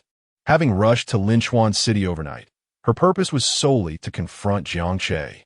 Early that morning, she had headed straight to Linchuan Academy and, after inquiring around, discovered that Jiang Che had entered a grove with a girl. Initially, Lin Xiaoxiao was taken aback, regardless of whether they were a couple. Was it not rather audacious to venture into the woods during daylight? However, upon arriving at the grove and hearing the girl cry out in distress, Lin Xiaoxiao understood the gravity of the situation. Jiang Che must have coerced her. This man must be dealt with. Without hesitation, Lin Xiaoxiao drew her sword, the holy sword. Yinrui's sword, smoke signal. As a righteous masked rider, she could not abide by anyone misusing extraordinary powers for nefarious deeds, especially Jiang Che, who dared to exploit the powers of a masked knight for such vile intentions. Having achieved a high score in the Knight Alliance's training assessment, she had longed to test the extent of her own strength. Gazing at the Dark Emperor, excitement surged within her as she prepared to transform and engage in battle. Little did she know that her first adversary would be such a formidable opponent. Lin Xiaoxiao murmured to herself, examining the Yinrui sword, her eyes gleaming with anticipation. Before transforming, she had already informed the Knight Alliance about Jiang Che's transformation into the Dark Emperor and his mistreatment of the girl. Though confident in her abilities, she recalled her grandfather's warnings and deemed it prudent to keep them informed. Having made all necessary preparations, Lin Xiaoxiao approached the bewildered Jiang Che. "Stop right there," she commanded, brandishing a book titled Encyclopedia of Insects, Fantastical Mastery. Jiang Che glanced at Lin Xiaoxiao and immediately recognized the transformation device in her hand. Was she the masked rider Sibila? Observing her imposing demeanor, he smirked. "Are you really going to interrupt my hunt for the aberrant insect? What a wicked woman you are," Lin Xiaoxiao retorted.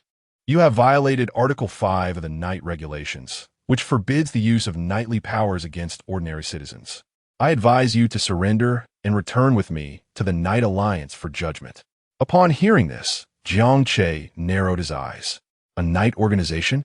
It seemed there was indeed a collective dedicated to combating the monsters plaguing this world. However, what was this talk of judgment? Looking around, he noted that the 3 larvae had perished, consumed entirely by green flames, leaving no trace. There must be some misunderstanding. Ignoring Lin Xiaoxiao, he turned to pursue the girl who had transformed into an aberrant insect, wishing to avoid any conflict with the Knight Alliance, provided they did not provoke him. He merely sought to eliminate a monster and gain points to maintain peace in the world. Suddenly, a figure darted in front of him. The wicked woman had positioned herself in his path, the tip of her Yinrui sword aimed directly at him. Jiang Che furrowed his brow. "Step aside. That woman was an aberrant insect. Just because you say so, does that make it true? What reason do I have to believe you?" Lin Xiaoxiao scoffed, raising the Encyclopedia of Insects, fantastical mastery to her lips and blowing gently. The pages flipped open with a whoosh. Encyclopedia of Insects. Chapter on the illusory dance of the fragile. Lin Xiaoxiao vigorously rubbed the sword's blade with the open book. With a resonant hum, she infused the Yinrui sword with the essence of the encyclopedia. A magnified phantom of the encyclopedia materialized behind her, its pages fluttering. Henshin, a cloud of orange smoke enveloped Lin Xiaoxiao, revealing her striking figure. War of the smoke signal. Flying. Smog. Sting. Steam. As countless butterflies flitted through her form, the masked rider Sabila emerged. Seeing Lin Xiaoxiao transformed into Sabila, Jiang Che merely snorted and dashed past her, continuing his pursuit of the aberrant insect. Lin Xiaoxiao, having just completed her transformation, was momentarily taken aback. "Wait, I've transformed. You don't even glance my way? Don't follow me. If you do, I might just have to resort to ruthless measures." Jiang Che's voice was cold as he continued towards the fleeing insect. "Stop. Come back." Lin Xiaoxiao lunged at Jiang Che, thrusting her Yinrui sword at his back. Sensing the sharp intent behind him, Jiang Che swiftly sidestepped, evading her strike with ease. He countered with a rapid horizontal slash using the driving card sword. Lin Xiaoxiao raised her sword in defense, the blades clashing with a sharp metallic ring, sparks flying. Clearly, Jiang Che possessed greater strength. As Lin Xiaoxiao felt a tingling in her arm, she gazed at him in astonishment. Although she was merely a novice knight, many seasoned knights would struggle against him. Yet, Jiang Che was merely a freshman. He must have acquired his transformation abilities recently. How could he wield such power? Was this the strength of the emperor? Seizing the moment, Lin Xiaoxiao recoiled. Jiang Che swiftly transformed his driving card sword into a gun form and fired a volley of bullets at her. Lin Xiaoxiao's expression sharpened as she rapidly swung her Yinrui sword, creating an impenetrable barrier that deflected the bullets. Each bullet that struck her blade ignited sparks, producing a cacophony of sounds. Jiang Che reverted to sword form and charged at Lin Xiaoxiao, executing a cunning diagonal slash. Lin Xiaoxiao sidestepped while attempting to push him back with a horizontal sweep of her Yinrui sword. Noticing her move, Jiang Che lunged forward, crouching slightly to evade her attack, while his sword arced upward, targeting Lin Xiaoxiao's lower body. With quick reflexes, Lin Xiaoxiao propelled herself into the air, executing a flip to dodge Jiang Che's strike. Upon landing, she immediately spun around, lunging her Yinrui sword towards Jiang Che's back. Detecting the impending attack, Jiang Che pivoted swiftly, parrying her sword with his own, before raising his leg to deliver a kick to her abdomen. Boom! In an instant, Lin Xiaoxiao was sent flying, crashing into a tree and snapping in half. Coincidentally, the tree fell beside another that had been toppled by the larvae. Dazed from the impact, Lin Xiaoxiao reverted from her transformation, her mind echoing only 2 words, so strong. "Don't follow me again. If you do, I may truly unleash my wrath." Jiang Che's voice was icy as he strode off in pursuit of the aberrant insect. "Please, let me catch up," Lin Xiaoxiao pleaded, desperation in her tone. Upon witnessing Jiang Che's departure, Lin Xiaoxiao immediately felt a surge of anxiety. Groggily, she attempted to prop herself up with her hands to rise. What is this sticky substance? Suddenly, Lin Xiao let out an exclamation, shaking her hand vigorously. To her astonishment, she discovered a clump of green, viscous material clinging to her fingers. Chapter 11. Is saving the world less important than attending class? Where is everyone? Upon bursting out of the thicket, Jiang Che surveyed his surroundings and promptly reverted to his original form to avoid drawing attention from others. The recent incident, where 2 trees had been uprooted, had likely caught the eyes of passersby. Thus, lingering here was ill-advised. After emerging, he noticed the absence of the aberrant insect, which did not surprise him. After all, that wicked woman possessed some degree of strength and had managed to delay him briefly. If one were to describe his feelings, anger was not the prevailing emotion. Though he had missed out on capturing a point for the aberrant insect, he had nonetheless earned points by defeating the masked rider, Sabila. Defeated the masked rider Sabila, earned 650 points. The system's prompt resonated in his mind, instantly uplifting his spirits. Regrettably, he was oblivious to the human identity of that aberrant insect. Jiang Che felt a twinge of frustration. The girl he had questioned earlier had not divulged her name. If only he had that piece of information, he could have sought her out. Now, he felt completely in the dark. Oh well, I should head to class first. Jiang Che shook his head and made his way towards the classroom, needing to deliver some props. Upon entering, he was immediately approached by 2 boys. Jiang Che, you're amazing. You confessed to our campus beauty by Liu yesterday, and this morning another girl has proclaimed her affections for you. Not just a confession. I heard from a friend that the girl who confessed to Jiang Che directly pulled him into the thicket. After sharing these tidbits, the 2 exchanged knowing glances with Jiang Che, scrutinizing his expression in search of the truth. Jiang Che cast a glance at them, but remained silent, heading straight to the back row of the classroom. Noticing Jiang Che's disregard, one boy called out to his retreating figure, Jiang Che, be careful. I've heard that girl has good relations with quite a few boys. Clearly irked by Jiang Che's indifference, they felt compelled to divulge information about the girl who had confessed to him, almost implying that she was promiscuous. At this, Jiang Che halted. The boys smirked, sensing his eagerness. Do either of you know that girl? What is her name? Jiang Che gazed at them, curiosity alight in his eyes. He hoped these classmates could furnish him with valuable intel. If he could ascertain her class and name, perhaps he could track her down. They exchanged perplexed looks. Having anticipated Jiang Che would be anxious, yet he was merely inquiring about the girl's name. Wait, you both went into the thicket, and you couldn't even get a name? Finally, after persistent questioning from Jiang Che, they relented and provided him with the girl's information. Hey, aren't you skipping class? One of the boys remarked as Jiang Che prepared to exit the classroom. Jan du Kichakud, class. What does that matter? Is saving the world less important than attending class? What a bunch of simps. Yesterday, I was confessing to Bai Liu, and today, I'm just another one of their admirers. TSK, Bai Liu, did you see that? That SA simp, switching partners like a daily routine. Suddenly, one of the boys glanced towards Bai Liu, who had been watching Jiang Che since he entered. Upon hearing the boy's comments, she halted her intention to greet him. Jiang Che went into the thicket with someone else? What does that make me? Bai Liu bit her lip, feeling a pang of injustice. After witnessing Jiang Che inquire about the girl, she decided to leave the classroom. Bai Liu, feeling vexed, shot a glare at the boy who had called Jiang Che a simp, then hastily left her seat to pursue him. Her departure left the onlookers in the classroom dumbfounded. What is Bai Liu up to? Could she really be chasing after Jiang Che? Surely not. Perhaps she just went to the restroom. Of course, I never believed Bai Liu would take an interest in Jiang Che. The crowd remained skeptical about Bai Liu pursuing Jiang Che. Suddenly, a girl who had been sitting beside Bai Liu spoke up softly, her voice tinged with uncertainty. Actually, when Jiang Che walked in, Bai Liu was staring at him intently. It was almost palpable. As her words settled, the classroom fell into an eerie silence. Is this real? When did Jiang Che become so charming?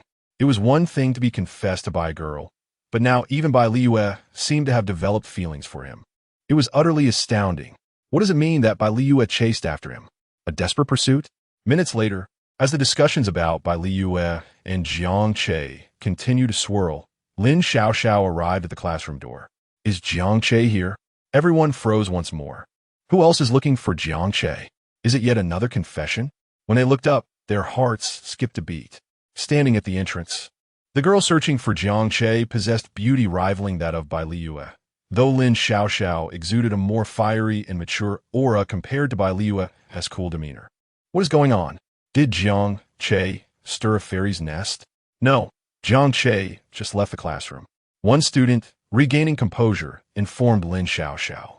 Disappointment clouded Lin Xiaoxiao's eyes as she turned to leave. Very well. Jiang Che, stop right there. Bai Liyue caught up with Jiang Che, grasping his arm. Jiang Che turned. Confusion etched across his face as he regarded Bai Liyue. In that moment, Bai Liyue recalled how Jiang Che had kissed her before transforming, and her demeanor softened slightly. Does your confession from yesterday still stand? Jiang Che, observing the stark contrast in Bai Liyue's current demeanor from her previous image as a notorious figure, nodded quietly. It should still count, right? To be honest, he had not anticipated that Bai Liyue would be so easy to win over. Then why are you seeking out that girl? Why are you asking about her? And what exactly transpired in the thicket? Bai Liyue, on the verge of tears, glared at Jiang Che, her frustration palpable. Seeing her almost in tears, Jiang Che pulled her aside and quietly explained, "What are you thinking? That girl is a monster. She is not worth it." Bai Liyue, amidst her tears, suddenly realized something was amiss. She blinked at Jiang Che. "Did you just say that the girl who confessed to you is a monster?" Jiang Che nodded. Instantly, Bai Liyue's sorrow transformed into excitement. They encountered a monster again. Ever since her first encounter with one yesterday, her curiosity about this world had blossomed. Now that Jiang Che was searching for a monster, she eagerly urged him to take her along. As the campus belle, Bai Liyue naturally had a significant network within the school. Soon, she gathered even more information about that girl. What are you waiting for?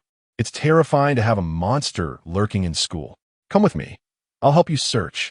Chapter 12 Grandmother once said that a man must never make a girl cry or waste food. If there are no leads in a classroom dormitory, it is highly likely they are here. Bai Liyue glanced at her phone and then spoke to Jiang Che. Jiang Che surveyed the gymnasium before nodding. The pair had searched several locations without finding any trace of the aberrant insect. Jiang Che was not surprised. It would be foolish for such a creature to reappear at school after its identity had been uncovered. However, he believed there were undoubtedly more aberrant insects lurking within the school, possessing a system that enabled him to sense those mimicking human forms.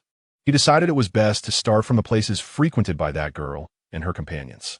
Yet, after wandering around, he found no sign of any aberrant insects, which left him somewhat disheartened. The gymnasium was the location where Bai Liyue had received her information. The girl was a member of the basketball club, which regularly held activities within the gymnasium. "Let us go in and see," Jiang Che suggested. Just as he was about to step forward, a soft little hand grasped his. He turned to see Bai Liyue, who was shrinking back, saying, "I'm scared." "All right, woman, you win," Jiang Che thought, dismissing Bai Liyue's words. As a former mafia heiress, she had encountered far worse situations. Even when she was kidnapped yesterday, she remained composed, only slightly flustered by the aberrant insects. There was no way she was truly frightened now. "If you want to hold my hand, just say so." Entering the indoor gymnasium, Jiang Che led Bai Liyue toward the basketball court area. As they walked, still no sign of the aberrant insects appeared.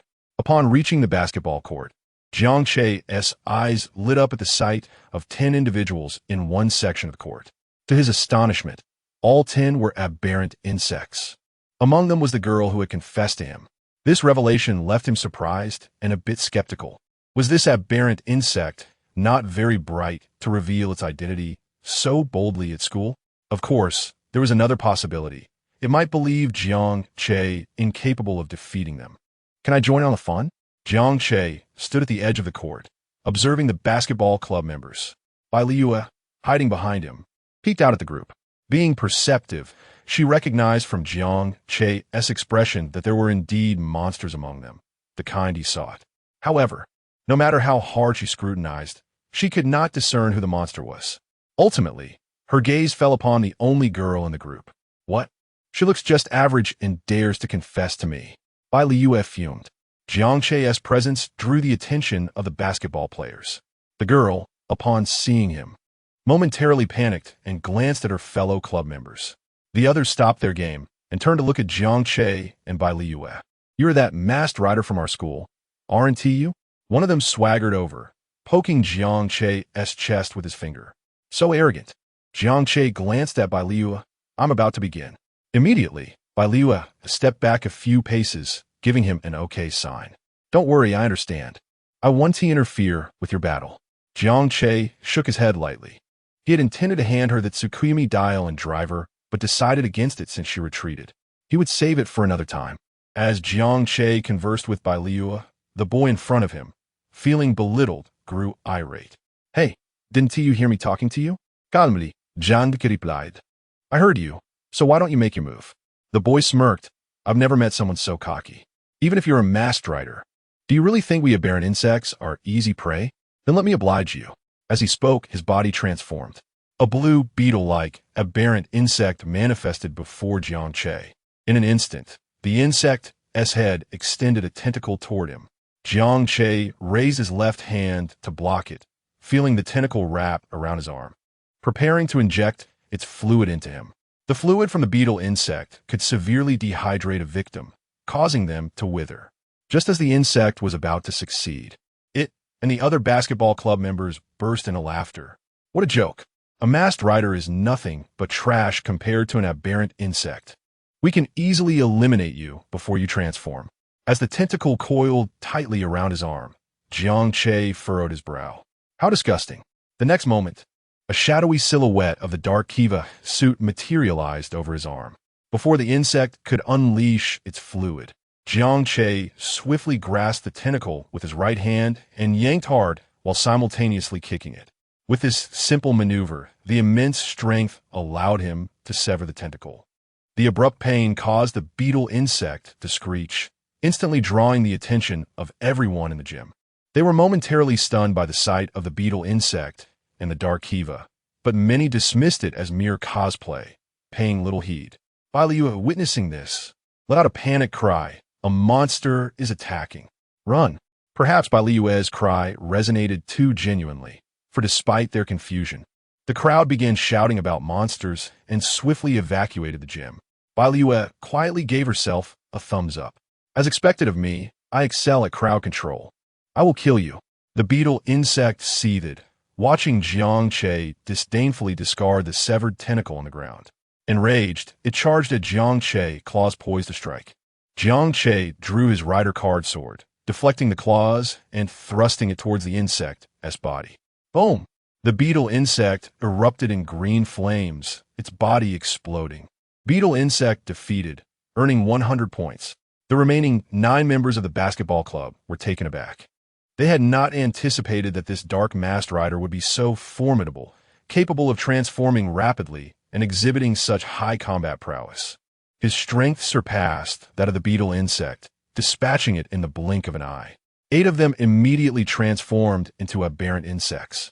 Only one, a burly boy holding a basketball, stood still, quietly observing the unfolding chaos. Jiang Che remained silent, merely exchanging his cards.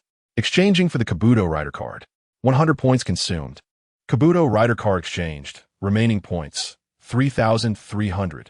Holding the Kabuto rider card, Jiang Che uttered, "Grandmother once said that a man must never make a girl cry or waste food. Thus, you shall face my retribution." Hearing Jiang Che's words, Bai Liue felt a mix of emotion, but displayed a perplexed expression. Jiang Che, was he really crying just now? Chapter 13. The Way of Heaven, Master of All. Kamen Rider Kabuto, in masked form, makes his entrance. Janduke transforms into Kabuto. However, being in his first form, the heavy arm mode, he feels somewhat cumbersome. A Kamen Rider that can actually change forms. Do you think this will alter the outcome? You are merely one individual, and together, we can easily defeat you. The 8 monstrous insects are exceedingly arrogant, completely disregarding Jiang Che, even after he had just annihilated one of their kind. Enough with the chatter. Let us eliminate him. The boy holding the basketball, who had been silent until now, finally spoke. Upon hearing his words, the 8 monstrous insects immediately sprang into action. launching their attack on Jiang Che. Three spider-like insects moved swiftly, unleashing corrosive slime towards him. Relying on the formidable defense of his kabuto masked form, Jiang Che allowed the slime to splatter against his armor without flinching. As anticipated, the slime merely left faint traces on his armor, failing to inflict any substantial damage. The grasshopper insect seized the moment, rapidly flapping its wings to attempt to maneuver behind Jiang Che, intending to control him with sound waves generated from the friction of its feathers. Jiang Che, however, saw through the grasshopper's intentions. With Belle still behind him, he could not allow the grasshopper to breach his defenses. Yet, in his masked form, he found himself somewhat slow, struggling to close the distance swiftly. Unperturbed, Jiang Che retrieved Kabuto's weapon, the Kabuto Shuriken. Switching to gun mode, he aimed at the grasshopper insect and began firing. Despite the grasshopper's agility and its ability to dodge some of the high-energy ion beams, under Jiang Che's relentless barrage, it was forced to alter its flight path, temporarily abandoning its sound wave control technique. Seeing the grasshopper insect under pressure, the flea insect hurriedly lunged at Jiang Che to provide assistance. The flea insect's leaping ability was remarkable, and it quickly vaulted in front of Jiang Che, launching its poison stinger towards him. Clang! Jiang Che raised his arm to block, the stinger striking his armor with a sharp sound, yet failing to penetrate. Seizing the opportunity, Jiang Che swung the Kabuto Shuriken down upon the flea insect with tremendous force. The impact sent the flea insect hurtling away, crashing into the basketball hoop's pole, deforming it upon collision. The last three termite insects, sensing the tide turning against them, swiftly scattered and charged at Jiang Che. Clearly, they had not anticipated Jiang Che's overwhelming strength. The combined assault of the five had barely inflicted any damage on him, while they themselves had sustained considerable injuries. Joining the fray, the termites opened their mandibles and spewed formic acid in an attempt to corrode Jiang Che's armor. Jiang Che glanced at the three termites, assessed the damage caused by the acid, and decided to disregard it. As long as he maintained his evasive maneuvers, being struck once or twice would not be an issue. After a series of exchanges, Jiang Che grew impatient and decided to eliminate a few of the monstrous insects. He quickly set his sights on the unfortunate grasshopper insect, which was attempting to approach once more. Jiang Che began charging the Kabuto Shuriken. Avalanche shoot. The ion beam struck the grasshopper insect like a bolt of lightning, engulfing it in an explosion of powerful energy, leaving behind a shower of green sparks. Grasshopper insect killed, 200 points earned. With the grasshopper insect dispatched, Jiang Che immediately scanned the battlefield, setting his sights on the nearest flea insect. Despite being repelled moments ago, the flea insect foolishly leaped towards him again. Without hesitation, Jiang Che adjusted his grip on the Kabuto Shuriken, switching to axe mode. Observing the unwise flea insect, Jiang Che raised the Kabuto Shuriken in axe mode and began charging it once more. The weapon glowed with intense heat. Avalanche break. Boom! With a resounding crash, the Kabuto Shuriken in axe mode descended with cataclysmic force, cleaving the flea insect in two. The flea insect perished instantly. Flea insect killed, 200 points earned. The deaths of the grasshopper and flea insects were almost simultaneous.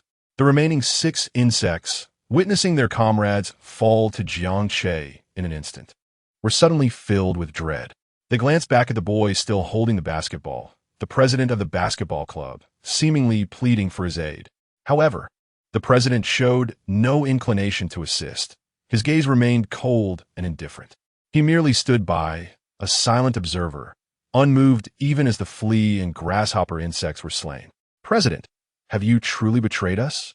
Seeing the president's lack of response, the remaining 3 spider and termite insects had no choice but to rely on their own abilities.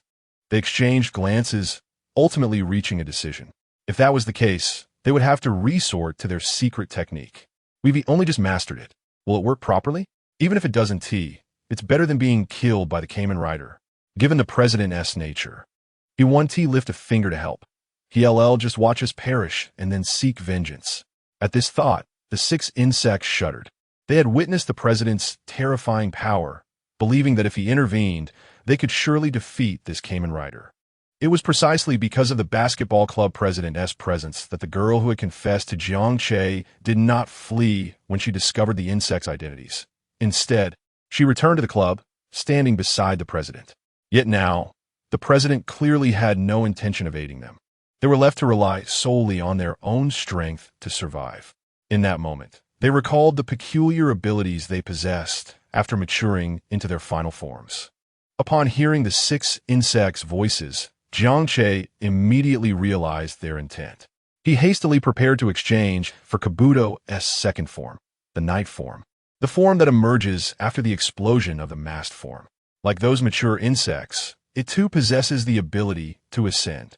Although Jiang Che already had Fui's acceleration form, it only allowed for a brief 10 seconds of speed, far inferior to the ascension. He exchanged for the Kabuto Night form card. 1,000 points deducted, 2,700 points remaining. Draw card. Jiang Che retrieved the Kabuto Night form card and confidently tossed it into the driver. Then, pointing one hand skyward, he boldly gazed at the insects about to ascend. The way of heaven, master of all. Chapter 14. Clock up. Transformation. Spin kick. With a cold smirk, Jiang Che remarked, they run quite swiftly. Kamen ride. Kabuto. Cast off. In an instant, Jiang Che's heavy silver armor shattered. The 6 insectoids, now in their accelerated transformation state, charged at him, unable to contain their exhilaration. The thrill of their transformation brought them an unusual high. Bang! As they advanced, Jiang Che activated his armor. The tremendous force repelled the approaching insectoids. The masked warrior Kabuto, in his night form, made his appearance. The insectoids momentarily froze upon seeing the crimson figure, then hastily accelerated toward him again. Go ahead and explode again. Jiang Che withdrew the attack ride card from his driver and inserted it into the Dark Emperor's device. Attack ride. Clock up. As Jiang Che entered the transformation state, the once rapid movements of the 6 insectoids appeared agonizingly slow to him, as though he had pressed the slow-motion button. Competing with me in speed? You are still too inexperienced. Easily dodging an attack from a termite insectoid, Jiang Che brushed past it. Thrusting the card box, soared into the insectoid's midsection. Do termite insectoids even have midsections? Jiang Che mused curiously. The insectoids trembled in disbelief. How is this possible? He can see our movements. He seems to be in a transformation state too. This is impossible. That is our ability. How can he have it too? No. If this continues, we will be in trouble. Let us take him down together. Humph. I refuse to believe that a mere human body can withstand the pressure of transformation. Who exactly is he? The insectoids hastily concluded their discussion and charged at Jiang Che. However, he was too preoccupied with pondering whether termite insectoids had midsections. Nearby, the previously stoic president of the basketball club finally altered his expression. He regarded Jiang Che with suspicion, pondering deeply. After a moment's hesitation, he crushed the basketball in his grasp and approached the transformed figures, preparing to assist his insectoid comrades in eliminating Jiang Che, the masked warrior. Turns out they don't have midsections. Jiang Che felt a twinge of disappointment, turning to face the 5 approaching insectoids and charging toward them instead. It was evident that Jiang Che was faster. In the blink of an eye, he transformed into a streak of light, weaving between the 6 insectoids. The nearest spider insectoid was poised to unleash a stream of sticky silk to hinder Jiang Che's movements. However, Jiang Che appeared beside it like a bolt of lightning. With a swift arc of his carbach sword, he sliced through the air, producing a sound like a breaking wind. With immense force, he struck the spider insectoid's neck. The spider insectoid had no time to react before its head was severed. Its body exploded, engulfed in raging green flames. Almost simultaneously, Jiang Che took a few steps forward and charged at another termite insectoid. With a powerful downward strike, he cleaved the insectoid in half. The remaining 4 insectoids met a similar fate. Jiang Che maneuvered through the swarm of insectoids with his cardbox sword, as if traversing an uninhabited domain. Each swing of the sword extracted a burst of green liquid from the insectoids, each strike precisely targeting their vital points. 2 of the insectoids, gripped by fear, turned to flee. Yet Jiang Che would not let them escape. He accelerated, darting between the two fleeing insectoids. His sword strikes falling like a torrential downpour. The insectoids could hardly react before being struck by the blade, their bodies detonating one after another, with each resonating explosion. Plumes of green flames erupted skyward. In mere seconds, Jiang Che had annihilated all 6 transformed insectoids. Killed spider insectoid, gained 150 points. 3 killed termite insectoid, gained 150 points. 3 The basketball club president halted, a surge of fury washing over his face. To be honest, he had not anticipated this outcome. He had believed Jiang Che possessed some strength, but once the insectoids transformed, Jiang Che would surely be doomed. Yet he never expected Jiang Che could also transform, and at a speed surpassing that of the insectoids. By the time he realized it, he was too late to intervene. Their plan to transform Linchuan University into a breeding ground for their insectoids had yet to commence, and already 9 comrades were lost. "You shall pay for this." The basketball club president glared at Jiang Che, who had reverted from his transformation, posing with one hand pointed skyward at a distant girl, his back turned. This was a blatant display of disregard. Enraged, the president emitted a white light, transforming into a tidal crab insectoid, with a body adorned with spikes and massive pincers. He immediately entered his transformation state. "How dare you turn your back on me? You are truly courting death." The tidal crab insectoid swung its enormous pincers, creating a gust of wind as they sliced through the air. As the pincers drew near to Jiang Che, he exhibited no reaction whatsoever. The tidal crab insectoid chuckled. What a pathetic masked warrior. In his excitement, he cursed his 9 insectoid comrades repeatedly. So useless, lacking any combat awareness, and yet you let yourselves be wiped out. However, unbeknownst to the tidal crab insectoid, Jiang Che, with his back to it, was subtly curling his lips beneath his mask. "Here it comes. I've been waiting for you. 1, 2, 3. Rider kick."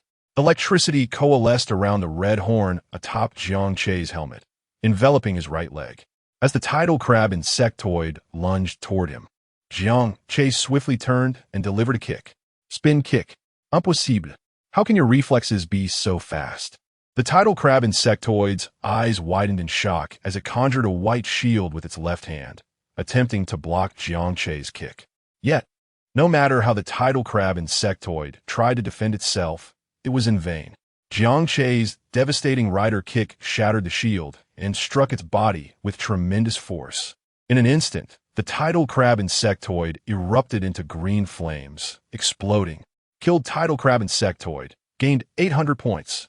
Jiang Che shook his hand, exuding an air of nonchalance. A mere tidal crab insectoid was no challenge. A basic attack was insufficient. A finishing move was necessary. Bai Liu gazed at the distant explosion, momentarily dazed. Another explosion. She stared at the dazzling green fireworks, her eyes sparkling with admiration, particularly captivated by Jiang Che at the center of the blast, pointing skyward with one hand. He was simply stunning, though she was still unclear about what had transpired. In the mere blink of an eye, those monstrous entities erupted one after another, resembling a splendid display of fireworks. However, the spectacle was somewhat monotonous, dominated entirely by hues of green. "Are you unscathed, my fellow classmate?" Upon hearing this, Jiang Che turned his head and beheld a man clad in athletic attire, sprinting towards Bai Liu. Jiang Che recognized him as a physical education teacher from Linchuan Academy, someone he had encountered during sports class, known for his amicable rapport with students. To his surprise, he was an aberrant insect as well. As the teacher approached, Jiang Che sensed the ominous aura of the creature. Observing the man's intent as he neared Bai Liu, Jiang Che was resolute in thwarting his malicious intentions. However, just as he prepared to take action, a plume of orange smoke appeared from an unknown source, hurrying towards him with great speed. Chapter 15. The Emergence of the Horseshoe Crab Bug. A vicious assault on the wicked woman. Oomph. The swirling smoke coalesced before Bai Liu, revealing the figure of Kamen Rider Sabila. Jiang Che frowned as he beheld this malevolent presence. Was this wicked woman about to cause trouble again? The memory of her previous mischief, which allowed the bugs to escape, lingered painfully in his mind. Now, seeing her reappear, a foreboding sense of calamity washed over him. The physical education teacher was a bug, yet he still presented himself in human form. Having already misunderstood this nefarious woman once, Jiang Che feared that after the battle, she might misinterpret his intentions again, believing he would harm innocent bystanders. Despite her malevolence, Jiang Che was determined to prevent any misunderstandings that could lead to Bai Liyue's harm. Just as Jiang Che prepared to activate his acceleration to confront the PE teacher, the wicked woman sprang into action. Lin Xiaoxiao, wielding the smoke sword Wanyan, suddenly fixed her sharp gaze upon the PE teacher. Ugliness incarnate. Perish. As her words fell, Lin Xiaoxiao charged towards the PE teacher, who was approaching Bai Liyue. Jiang Che paused, intrigued by Lin Xiaoxiao's determination. He dismissed the possibility of her attacking the wrong target. Upon seeing the sword aimed directly at him, the PE teacher sneered. Interesting. Have you seen through my facade so easily? The PE teacher, Shi Peng, found it peculiar that these two Kamen Riders could discern his true nature. He had revealed no characteristics of a bug, nor utilized any of their powers. As the physical education teacher of Linchuan Academy, he had nurtured the basketball club's bugs, essentially positioning himself as the leader of this bug faction within the academy. Initially, he took pride in cultivating the basketball club as president, a fiddler crab bug, and had assigned him the task of infiltrating the university with their bug organization, allowing him to remain in the shadows while enhancing his own strength. However, upon hearing of monstrous occurrences in the gym shortly after stepping away, he assumed someone had betrayed him and rushed back, only to find Jiang Che had dispatched his trusted minions. Seeing Bai Liyue beside Jiang Che, Shi Peng realized their relationship was more than ordinary. They were likely lovers. Otherwise, why would she remain while others fled? Therefore, Shi Peng sought to make Jiang Che experience the anguish of watching his beloved perish before his eyes, unable to intervene. Even if Jiang Che activated his acceleration, Shi Peng was confident he could counter it, for he possessed the same ability, albeit with greater prowess. Yet unexpectedly, another Kamen Rider appeared, silently materializing before Bai Liyue and disrupting his plans. As Lin Xiaoxiao's smoke sword lunged towards his chest, Shi Peng smirked, shedding the guise of an ordinary human. In an instant, he unleashed an astonishing reaction speed. He sidestepped the fatal blow with ease and retaliated, delivering a powerful punch aimed at Lin Xiaoxiao's abdomen. The speed of his strike was overwhelming, and Lin Xiaoxiao, lacking combat experience, failed to react in time, taking the blow directly and being knocked back. Fortunately, she managed to stabilize herself using the smoke sword. However, the force of Shi Peng's punch left her visibly pale beneath her mask, cold sweat trickling from her forehead. As soon as Lin Xiaoxiao regained her footing, Shi Peng charged again, delivering a side kick to her abdomen. She instinctively leaped back to evade the blow. Yet, Shi Peng was relentless, furious at being interrupted. He pursued her, launching a flurry of punches that created afterimages. Lin Xiaoxiao found herself retreating under the barrage, unable to defend herself against the onslaught. The rapidity of Shi Peng's assault left her no room to breathe. As Lin Xiaoxiao's strength began to wane, Shi Peng lost interest in prolonging the fight. He advanced, seized her by the neck, and delivered several punches to her face. Her body swayed under the force of his blows. Ultimately, Lin Xiaoxiao could no longer maintain her transformation and was forced to revert to her original form. Shi Peng regarded her with a chilling gaze, devoid of mercy. You really are fragile. If that is the case, then you shall perish. With that, he prepared to deliver a final strike to end her life. Watching from the sidelines, Jiang Che could no longer remain a mere spectator. Despite their misunderstandings, Lin Xiaoxiao did not deserve death. After all, she was a Kamen Rider, and he could not stand idly by as she was brutally killed. He had initially intended to gauge her true combat abilities and teach her a lesson about recklessness. Yet, he wondered if Lin Xiaoxiao was simply too fragile or if Shi Peng was too formidable, for she had come perilously close to death without even revealing her bug form. Jiang Che shook his head. Lin Xiaoxiao seemed dazed by the physical education teacher's onslaught, Otherwise, she would have utilized her abilities to transform into smoke, preventing such a near-fatal encounter. Acceleration. Jiang Che surged forward, launching himself at Shi Peng's back. Sensing the chill approaching, Shi Peng abandoned his intent to kill Lin Xiaoxiao and turned to defend against Jiang Che. As he pivoted, his expression shifted, and his body transformed into a purple bug. The horseshoe crab bug. Jiang Che was not particularly surprised to witness Shi Peng's true identity. After all, the earlier scene of him striking Lin Xiaoxiao was all too iconic. A horseshoe crab bug? Jiang Che assessed the creature before him. If it was indeed a horseshoe crab bug, he knew he must treat this encounter with utmost seriousness. This was not a mere trash bug. It was a boss-level entity among bugs. In addition to its formidable combat prowess, it possessed 3 distinct forms, each with unique abilities.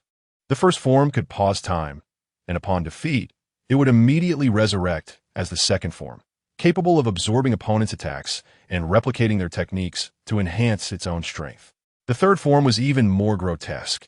Even if the horseshoe crab bug was vanquished, it could split into 2 entities and revive itself.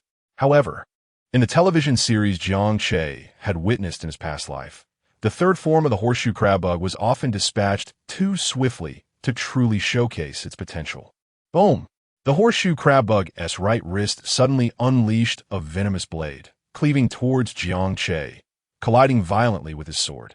However, Jiang Che's focus was not on the horseshoe crab bug, but rather on Lin Xiaoxiao. Seizing the moment after their blades clashed, he grasped Lin Xiaoxiao's body and swiftly retreated to Bai Liyue's side. Fascinating. When did Linchuan City acquire such a formidable Kamen Rider? Observing Jiang Che rescue Lin Xiaoxiao, the horseshoe crab bug displayed not anger, but a keen interest, akin to that of a predator surveying its prey. No wonder it could slay his trusted minion. Indeed, Jiang Che possessed remarkable skills. Chapter 16. You are 1,000 years too early to stop time. Jiang Che, y apologise, Lin Xiaoxiao murmured weakly, gazing at the figure of Jia Do, who held her close. As the granddaughter of the Knight Alliance's president, she was well aware of some abilities possessed by the Imperial Riders, including the power to transform into the likeness of other Kamen Riders. Thus, upon seeing Jia Do, she immediately recognized that it was Jiang Che in disguise. For the real Jia Do was currently engaged in a special mission and could not possibly be present in Linchuan City. Her apologies stemmed from the misunderstanding that had arisen earlier when Jiang Che had been forced to dismantle her after she had inadvertently touched some remnants of an alien insect in the woods, leading her to realize that Jiang Che had indeed been fighting monsters. Had she not helped the alien insect escape? The thought caused her face to flush with embarrassment. How could she not discern between an alien insect and an ordinary person? Had she encountered a more volatile Kamen Rider, she might have been treated as an enemy herself. Yet, Jiang Che merely disciplined her. Afterward, when she continued her search for Jiang Che and heard news of monsters, she hastened to the scene. Initially, she failed to recognize that the physical education teacher was an alien insect. However, upon witnessing Jiang Che attempting to attack the teacher while he approached Bai Liyue, she made a swift judgment and chose to trust Jiang Che. The teacher was indeed an alien insect. Thus, events unfolded as they did. Yet, the situation was far more complicated than she had anticipated. As a promising new knight of the Knight Alliance, she had not expected that the alien insect, disguised as a human, could defeat her so effortlessly without revealing its true form. Lin Xiaoxiao suddenly questioned her own competence. Within a mere half-day, she had been dismantled twice. She had traveled tirelessly only to be beaten. After being rescued by Jiang Che, her immediate reaction was to apologize. After all, he had just saved her life. This unexpected apology took Jiang Che by surprise. Just as he was about to respond, he noticed Lin Xiaoxiao's eyes roll back, and she fainted. Jiang Che clicked his tongue. This unfortunate woman had indeed been quite badly beaten. Thankfully, the knight helmet protected her face. Otherwise, she would have sustained severe injuries. Leave the rest to me, Jiang Che said, glancing at Lin Xiaoxiao before handing her over to Bai Liyue, who supported her while casting a peculiar look at Jiang Che. To be honest, She was also astonished to see Lin Xiaoxiao, another individual capable of transformation like Jiang Che, and a rather beautiful girl at that. Instantly, a sense of rivalry stirred within by Liyue. Jiang Che, bikaoshus, by Liyue urged. Her voice laced with concern as she recalled witnessing the physical education teacher effortlessly dismantling Lin Xiaoxiao with mere punches. Who would have thought our streetwise lady would show concern for others? You were rather indifferent in class yesterday, Jiang Che teased, referring to her earlier rejection of his confession. Suddenly, Bai Liyue's heart raced in alarm. Watch out. As Bai Liyue's warning echoed, Jiang Che had already sprung into action. You dare to flirt in my presence? It seems you truly wish for your demise. The Scylla insect, infuriated by their banter, unleashed its venomous sword towards Jiang Che. With a dismissive snort, Jiang Che gestured for Bai Liyue to step back before swiftly dodging the Scylla insect's attack, countering with his drive card sword to force the creature back. The Scylla insect charged forward, confidently swinging its venomous sword to meet Jiang Che's weapon. The resounding clang of metal echoed throughout the gymnasium as Jiang Che charged at the Scylla insect, his drive card sword descending with force. The insect, unfazed, adeptly evaded the blow, while simultaneously thrusting its venomous sword towards Jiang Che's arm. Reacting quickly, Jiang Che withdrew his sword to use it as a shield. After several exchanges, neither combatant had inflicted damage upon the other. Locking eyes, Jiang Che and the Scylla insect both recognized that they were not ordinary foes.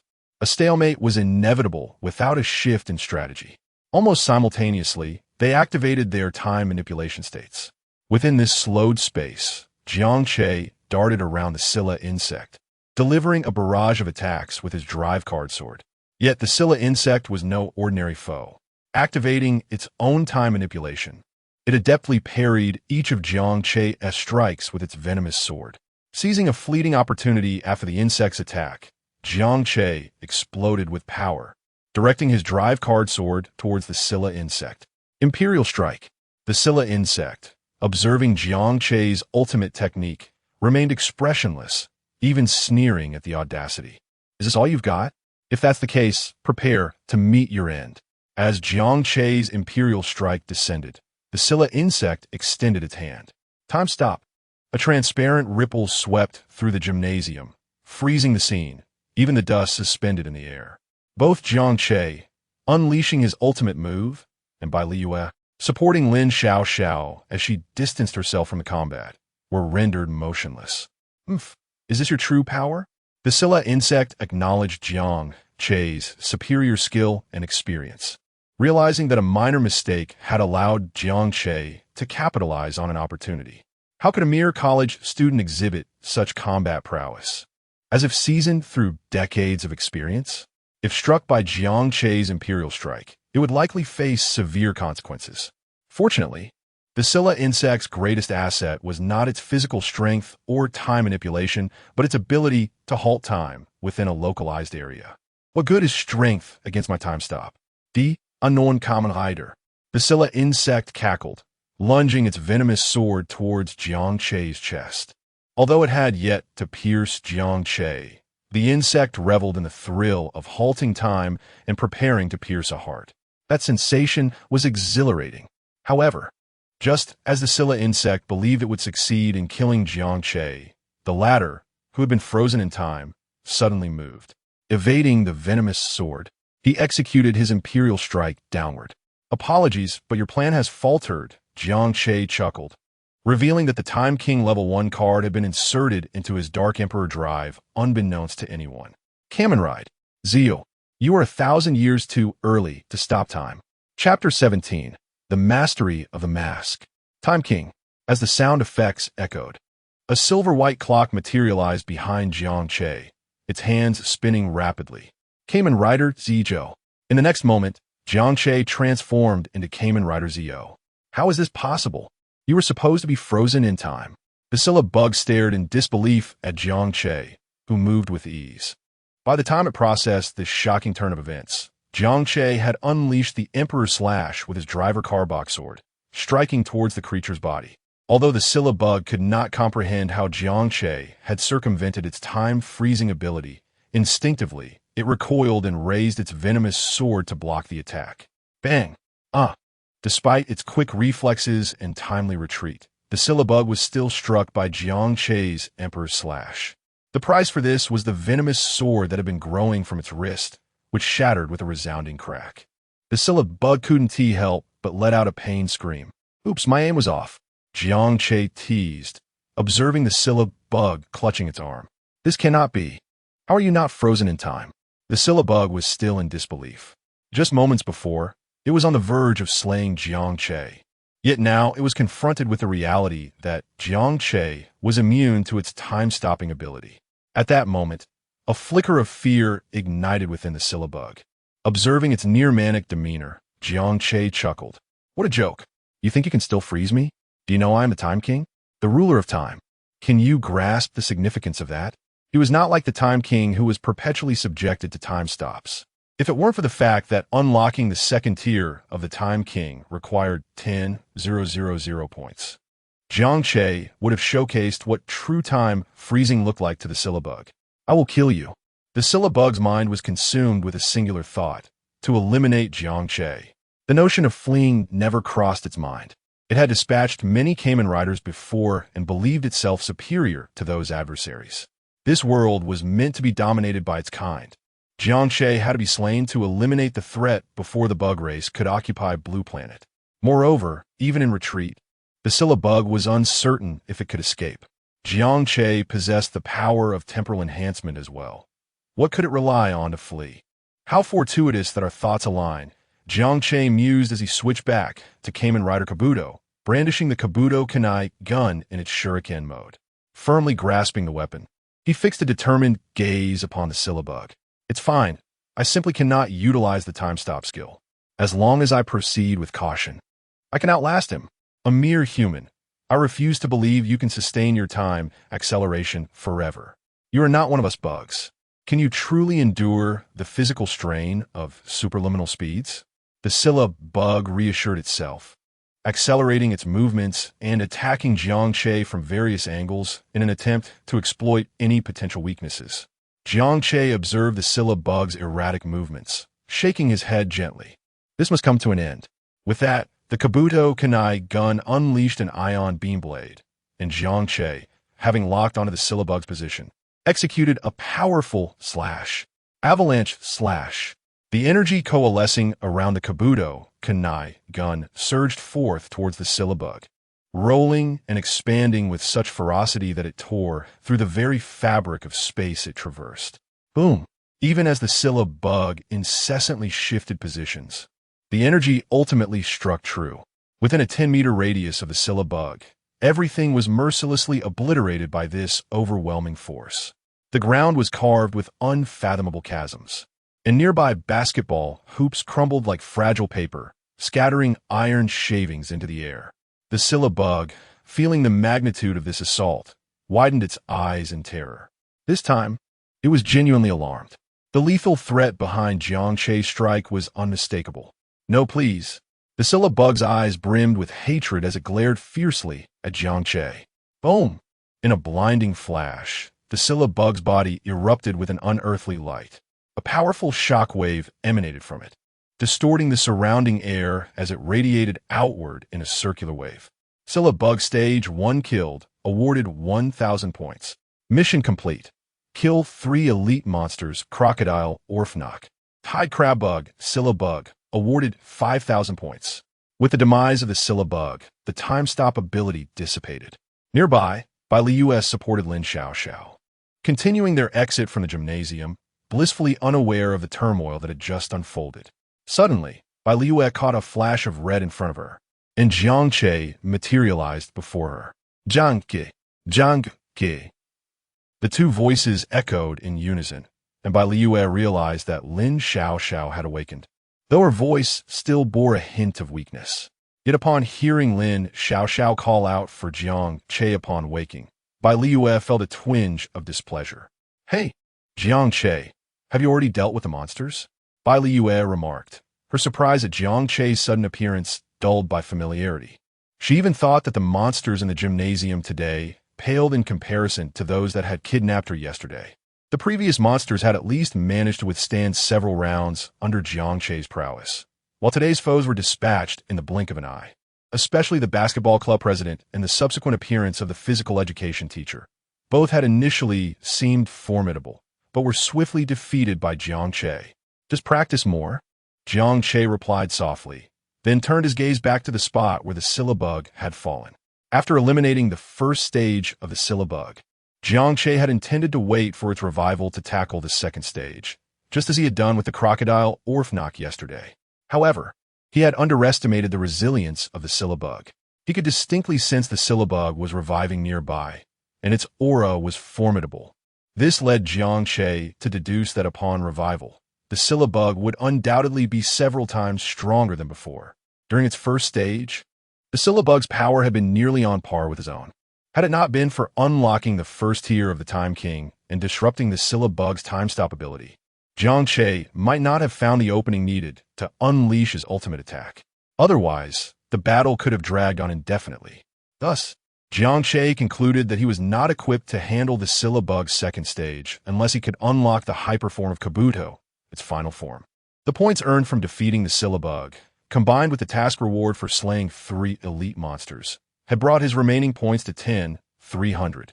Given that Kabuto had only 3 forms and unlocking the night form required 1,000 points, Jiang Che had contemplated unlocking the next form in sequence, the hyper form, as he had just enough points.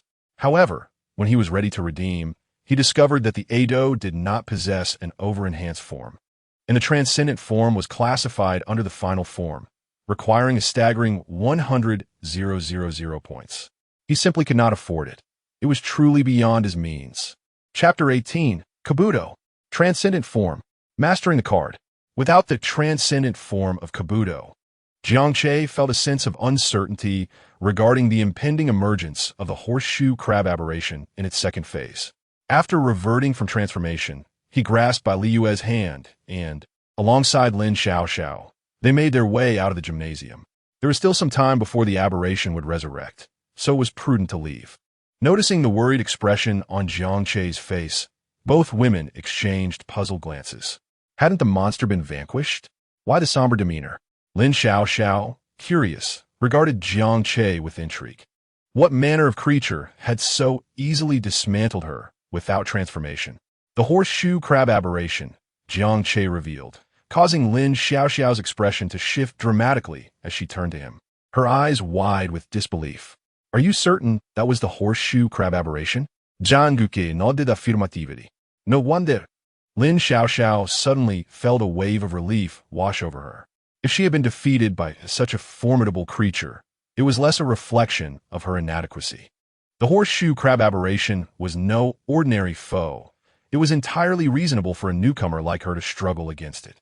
The Night Alliance had encountered this aberration previously, expending considerable effort to subdue it. Recalling the records of the horseshoe crab aberration from the Night Alliance, Lin Xiaoxiao urged, "We must leave. The horseshoe crab aberration can resurrect. I will contact the Night Alliance for assistance." Jiang Che glanced at the Ling Xiaoxiao, somewhat surprised. It appeared that this so-called Night Alliance possessed significant resources, even information on creatures like the horseshoe crab aberration. Very well, let us depart. As they exited the gymnasium, Jiang Che noted the eerie absence of any onlookers. Strange. Where is everyone? Lin Xiaoxiao explained. Upon hearing reports of a monster in the gym, I contacted the Night Alliance to facilitate an evacuation and restrict access. Jiang Che looked into the distance and observed a cordon set up around the area. Had it not been for the enhancements afforded by the driver, he might not have noticed at all. This realization brought him some relief. He had been pondering how to disperse the crowd, only to find that Lin Xiaoxiao's Night Alliance had already taken care of it. Then let us proceed. Jiang Che called to the 2 women, prepare to leave. With the crowd evacuated and Lin Xiaoxiao poised to summon help from the Night Alliance, he felt no obligation to linger. In a situation where he lacked the strength to confront the aberration, Jiang Che had no intention of remaining. Moreover, if they left, the horseshoe crab aberration might also withdraw in their absence. You both should go. I will stay behind. Once the horseshoe crab aberration revives, it may indiscriminately harm the innocent. Someone must deter it until the knights from the Alliance arrive. Lin Xiaoxiao broke free from Bai Liyue's support, gripping her sword, the Ember Sword, and turned resolutely toward the gymnasium. Jiang Che, are you going to help her? Bai Liyue looked at Lin Xiaoxiao's determined figure, turning her gaze to Jiang Che. While she felt a twinge of irritation toward Lin Xiaoxiao, fostering a sense of rivalry, the reality was that Jiang Che had deemed the creature far too powerful to confront. Sending Lin Xiaoxiao to face it seemed like a reckless endeavor. Understanding the gravity of the situation, Jiang Che frowned, wanting to voice his concerns when suddenly his expression hardened. His gaze fixed on the entrance of the gymnasium. I give you the chance to flee, yet you remain so ineffectual. The voice of the horseshoe crab aberration echoed ominously as a violet figure materialized at the entrance. The previously severed poisonous stinger had now transformed into a weapon reminiscent of a cleaver. It seemed escape was no longer an option. Jiang Che sighed, pushing Bai Liyue behind him. I will hold it off. You must run. Get as far away as possible. Bai Liyue's eyes brimmed with tears as she heard Jiang Che's words, resembling a farewell. No, Jiang Che, you mustn't die. Jiang Che, his expression darkened, replied, who said anything about dying? I merely worry that if a battle ensues, I won't be able to protect you. Wiping her tears, Jiang Che reassured her gently, do not fret. I am aware of my limits. While I may not be able to defeat it, I can certainly delay it for a time. Besides, that woman mentioned reinforcements would arrive shortly. Ultimately, after Jiang Che's coaxing, Bai Liyue reluctantly agreed to distance herself. Before departing, she waved her phone at Jiang Che, the screen displaying his previous declaration of affection from class. You promised to be with me. No backing out. Though Jiang Che spoke casually, Bai Liyue understood the gravity of the impending battle. It was evident that this confrontation would not be trivial, or else he would not have urged her to leave. Jiang Che nodded, affirming her words. Meanwhile, the horseshoe crab aberration regarded Lin Xiaoxiao, who was bravely approaching with her sacred sword. I wondered who it was. Is this not the same weakling I dismantled moments ago? Did you think I would be feeble in my resurrection? Silent yet resolute, Lin Xiaoxiao focused intently on the aberration. Henshin. As the orange mist dissipated, Kamen Rider Sabila emerged, ready for battle. Go, Lin Xiaoxiao, you can do this. Just hold it off until the senior knights from the Alliance arrive. As she bolstered her confidence, the horseshoe crab aberration continued to mock her. What is this? Has the Kamen Rider abandoned you? It seems your kind lacks unity. Would you like me to eliminate that cowardly boy who left you behind? At the mention of Jiang Che, Lin Xiaoxiao's expression dimmed momentarily. The memory of her earlier defeat at the hands of the aberration and Jiang Che's timely rescue flooded her mind. She felt a pang of guilt for misunderstanding him and striking at him, only for him to still come to her aid. While she understood Jiang Che's decision to leave, as no one would choose to face certain death, her role as the granddaughter of the Knight Alliance's president compelled her to prioritize the protection of humanity. Jiang Che's actions left her feeling discontented. She wished he could stay by her side. Shaking her head, Lin Xiaoxiao's resolve solidified, and she charged toward the horseshoe crab aberration. Humans are truly fond of courting death, aren't they? Knowing full well you cannot win, you still choose to fight. The aberration sneered as it lifted its scythe, poised to strike Lin Xiaoxiao down. With a defiant smile, Lin Xiaoxiao retorted, Indeed, I have a penchant for courting danger. A menace like you cannot remain in human society. It must be eradicated. Lin Xiaoxiao was acutely aware of her limitations, yet she was willing to sacrifice herself to ensure the aberration was thoroughly vanquished, thus removing a ticking time bomb from humanity's midst. You overestimate yourself. The horseshoe crab aberration swung its scythe with force, shattering Lin Xiaoxiao's defenses in an instant. A surge of alarm coursed through Lin Xiaoxiao as she realized just how formidable the second phase of the aberration was. How could she not withstand even a single blow? A wave of sorrow washed over her as she lamented her lack of strength. Transform, Ember Sword. Foolish woman. Suddenly, a voice pierced her thoughts, and Lin Xiaoxiao snapped back to reality. How could I forget I possessed this skill? In an instant, Lin Xiaoxiao transformed into a swirling mass of orange smoke, evading the lethal strike of the Scylla mutant. After drifting several meters, she rematerialized as Lin Xiaoxiao once more. Coughing, she exclaimed, "Run? Do you think you can escape?" The Scylla mutant relentlessly pursued her, intent on extinguishing her life. Suddenly, a shadowy figure appeared before Lin Xiaoxiao. The Scylla mutant halted, its icy gaze fixed upon the masked knight who had cost it dearly. Jiang Che, I thought you had departed. Leave now. You cannot defeat him. You are not a knight of our alliance, nor are you obligated to sacrifice your life for humanity's sake. Lin Xiaoxiao shouted, urging him to flee. Jiang Che turned his head to glance at the kneeling Lin Xiaoxiao. You foolish, wicked woman, tend to your own injuries. With me here, he cannot stir up any tempest. The Scylla mutant laughed derisively. Is that so? If you truly fear me, why did you run when I resurrected? It was clear to the Scylla mutant that Jiang Che was not fearless. After their previous encounter, it understood the disparity in their strengths. The second stage of the Scylla mutant could undoubtedly overpower Jiang Che. With a thunderous roar, as Jiang Che shifted into his Kabuto knight form, both combatants entered a heightened state simultaneously and clashed fiercely. In the next moment, they emerged from this state, and Jiang Che was sent flying by a side strike. Bent over, he touched his chest, wincing in pain. Indeed, he realized he had pushed himself too far, letting out a sigh. The Scylla mutant approached, wielding its long scythe. Now that you comprehend the gap in our strength, prepare to meet your demise. Jiang Che reached into his driver card holder and extracted a card, albeit one that was riddled with cracks, appearing as though it might shatter at any moment. The Scylla mutant's gaze fell upon the card depicting the transcendent form of Kamen Rider Kabuto, and an unsettling premonition surged within it. Chapter 19, Hyper Kabuto, the initial experience of the transcendent form. Do you really think you can defeat me with a broken card? Spare me the theatrics. The Scylla parasite felt a tremor in its heart, but quickly regained its composure. During its encounters with Jiang Che, it had discerned that all of Jiang Che's abilities stemmed from the card in his hand. Although the card he presented now evoked a sense of wariness. It was evident that the card was marred with cracks. Merely a discarded card, nothing to be concerned about. A broken card, you say? Perhaps you are correct, but soon you shall pay the price for your presumption. Jiang Che chuckled at the words of the Scylla parasite.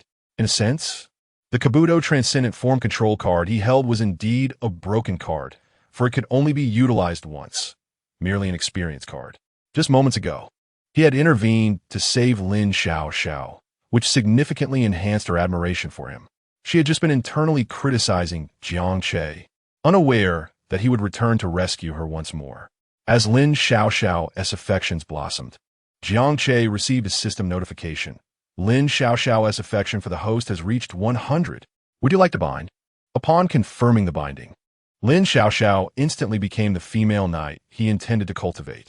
Simultaneously, a new feature emerged within the system, the experience card functionality, allowing the exchange of unlockable form experience cards for just 1/10 of the points.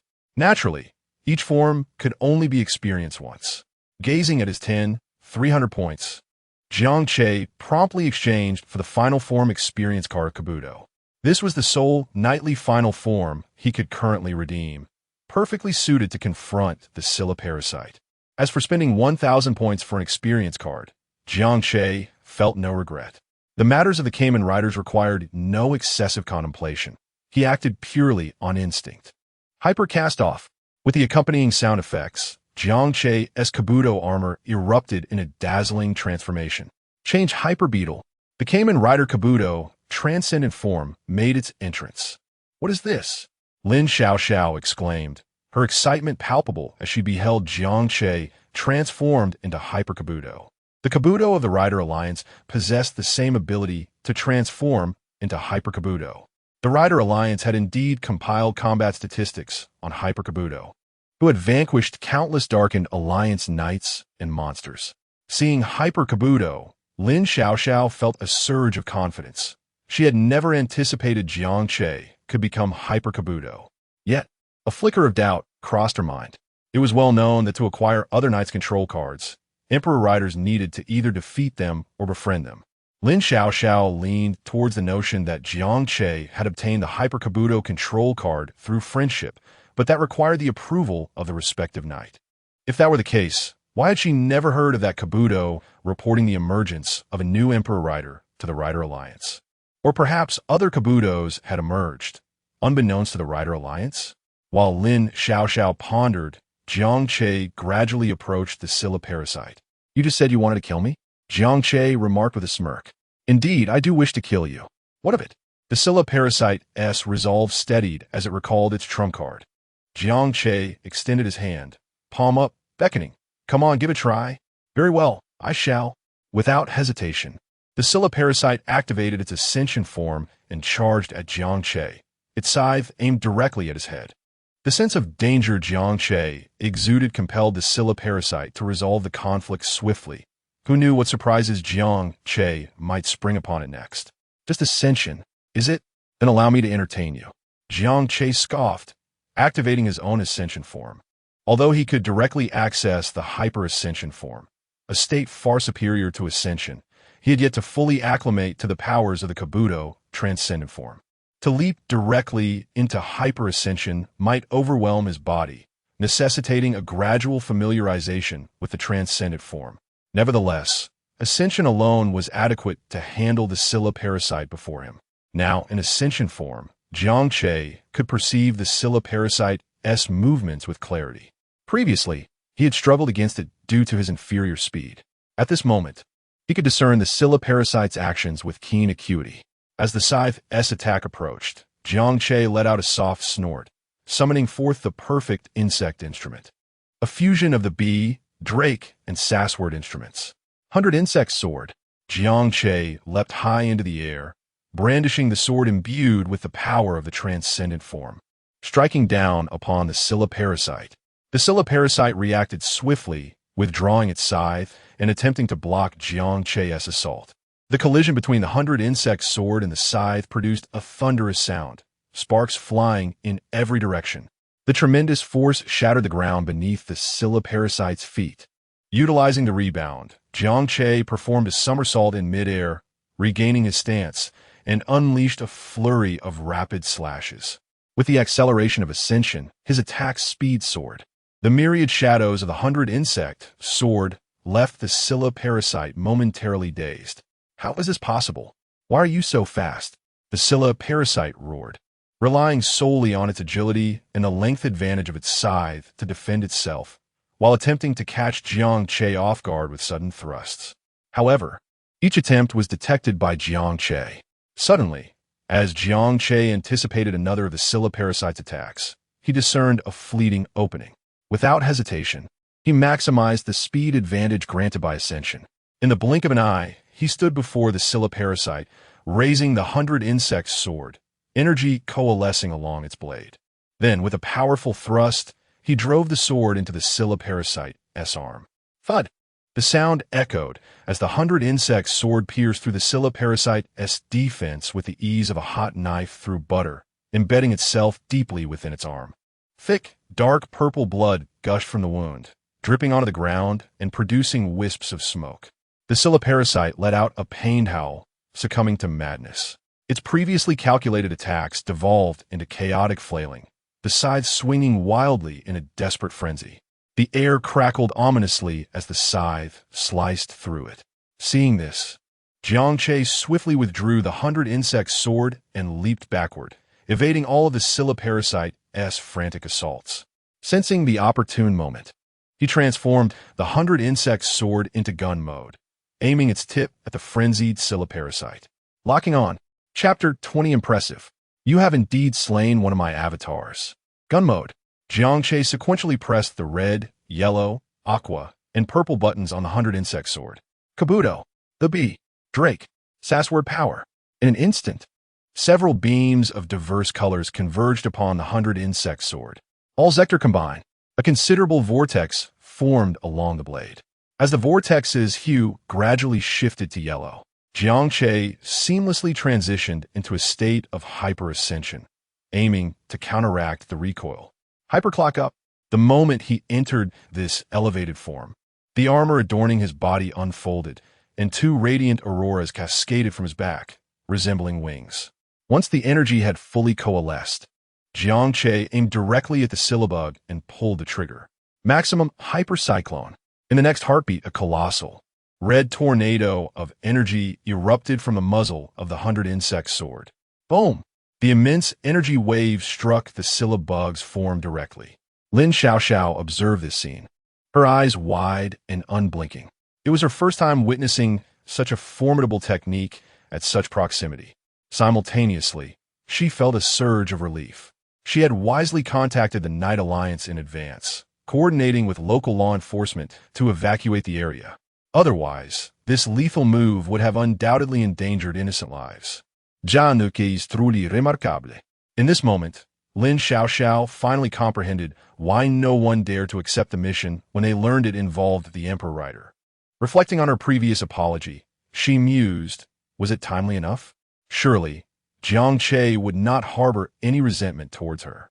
Gazing at the hyper-kabuto, she began contemplating how to forge a positive relationship with Jiang Che. She even entertained the idea of becoming his disciple. Despite the Emperor Rider's formidable reputation, every battle she had witnessed Jiang Che engage and revealed his exceptional combat skills and acute battle awareness, qualities she currently lacked. Suddenly, Lin Xiaoxiao's gaze involuntarily shifted towards the syllabug, which had just been struck by the maximum hypercyclone. Impossible. She could not suppress a gasp. Jiang Che's ultimate technique had landed on the syllabug, yet caused it no harm whatsoever. The syllabug could withstand such a powerful attack. Lin Xiaoxiao was utterly shocked. No, wait. This was the skill from the syllabug's second phase. In an instant, realization dawned upon her. It was not that the syllabug could endure Jiang Che's ultimate move. Rather, it had acquired a new skill upon reviving in its second phase. Jiang Che, be cautious. The syllabug can absorb your skills and replicate them. As Lin Xiaoxiao warned Jiang Che, the syllabug underwent a transformation of its own. A green energy beam emerged from its exoskeleton, voraciously absorbing the energy waves unleashed by the maximum hypercyclone, ultimately converting into green light that vanished into the syllabug's body. Not good. Jiang Che, run. It's preparing to retaliate. However, Lin Xiaoxiao's warning came too late. The syllabug's chest began to glow with green light. You're quite the interesting woman, knowing my skills. But is it not a tad late to inform that boy? The syllabug cast a disdainful glance at Lin Xiaoxiao, utterly indifferent to her warning. It had fully absorbed Jiang Che's potent ultimate technique. Now, it was time for Jiang Che to experience the agony of his own technique. Perish. Dying by your own ultimate move will surely be excruciating. Whoosh, as the syllabug's words faded, the absorbed maximum hypercyclone was replicated and shot directly towards Jiang Che. He had no time to react, and was engulfed by the tornado of energy released from his own technique. No! Lin Xiaoxiao's face contorted with rage as she rose, disregarding her injuries, stumbling towards Jiang Che's position. She was frantic, ignoring the ongoing maximum hypercyclone. To her, Jiang Che's demise would weigh heavily on her conscience. Had she not insisted on staying, Jiang Che might have escaped by now. If only she had remembered the syllabug's information sooner. Perhaps Jiang Che would not have fallen victim to its treachery. Ultimately, it was all her fault that Jiang Che perished. Why did you save me when we had only just met? Lin Xiaoxiao's mind was consumed by the image of Jiang Che's face. Before long, she reached Jiang Che's side. Despite the ongoing maximum hypercyclone, she charged recklessly toward his lifeless form. Yet, each step was agonizingly difficult. The energy waves from the maximum hypercyclone made approach nearly impossible. With every stride, she could feel the terrifying power emanating from it. She could barely withstand the energy's impact, let alone Jiang Che, who was at the center of it all. Overwhelmed by despair, Lin Xiaoxiao was engulfed in regret. If only I had not been so headstrong. Just as she felt she could no longer endure the energy of the maximum hypercyclone, the technique suddenly dissipated. It seemed the energy absorbed by the syllabug had been exhausted, leading to the technique's dissolution. Jiang Che, Lin Xiaoxiao felt a wave of relief wash over her, hastily calling out as she moved closer to Jiang Che. However, as the tornado's energy subsided, she beheld the grim reality. Lying motionless on the ground, Jiang Che was adorned in the hyper-kabuto armor, marred by deep scratches and significant damage. Huh, what is a masked rider worth? I thought you were formidable. Yet here you lie, slain by my hand. The Scylla bug could no longer contain its laughter. Ever since encountering Jiang Che, its emotions had swung wildly. Jiang Che had always held the upper hand, but now he lay defeated. With Jiang Che's death, the Scylla bug finally felt a sense of relief. Clutching Jiang Che's lifeless body, Lin Xiaoxiao caressed the cold armor of the Hyperkabuto, feeling an overwhelming chill. No matter how she called out, Jiang Che remained unresponsive. Hearing the Scylla bug's triumphant taunts only fueled her fury. She loathed her own powerlessness. Suddenly, Lin Xiaoxiao blinked in disbelief, convinced she had misseen. The body of Jiang Che she held began to dissolve into a multitude of glowing particles, vanishing into thin air. Was the technique's power so immense that it shattered even his remains? No remains left. Jiang Che, your demise is so tragic. I shall join you soon. Attempting to grasp the particles, Lin Xiaoxiao found nothing to hold on to and slowly rose, directing her gaze towards the Scylla bug not far away. In her eyes, only two words resonated: fury. Suddenly, a voice, all too familiar, echoed through the air. Wow, you are truly impressive, having killed one of my avatars. Chapter 21, Ascension. The instant kill of the infinite-splitting horseshoe worm come forth. The horseshoe worm was initially reveling in its triumph over Jiang Che, its laughter echoing with glee. However, Jiang Che's voice suddenly pierced through the air, silencing its mirth. How is this possible? After enduring that lethal technique, how could Jiang Che still be alive? Yet, after the horseshoe worm shouted for him to come forth, that voice fell silent once more. Hallucination. It must be a mere figment of my imagination. The horseshoe worm laughed maniacally again, convinced that it had developed a psychological trauma after being killed by Jiang Che once. That detestable Jiang Che. 100 deaths would not suffice. In the next moment, the grin on the horseshoe worm's face vanished. Jiang Che had somehow appeared before it, seemingly out of thin air. Weren't you looking for me? Why do you seem a bit displeased upon seeing me? Jiang Che's teasing voice reached the horseshoe worm's ears, dripping with mockery. The horseshoe worm stared at Jiang Che, rendered speechless, but internally, it was in utter shock. He survived. It's true. There are indeed ghosts in this world. Suddenly, Lin Xiaoxiao gazed at Jiang Che's figure, lost in contemplation.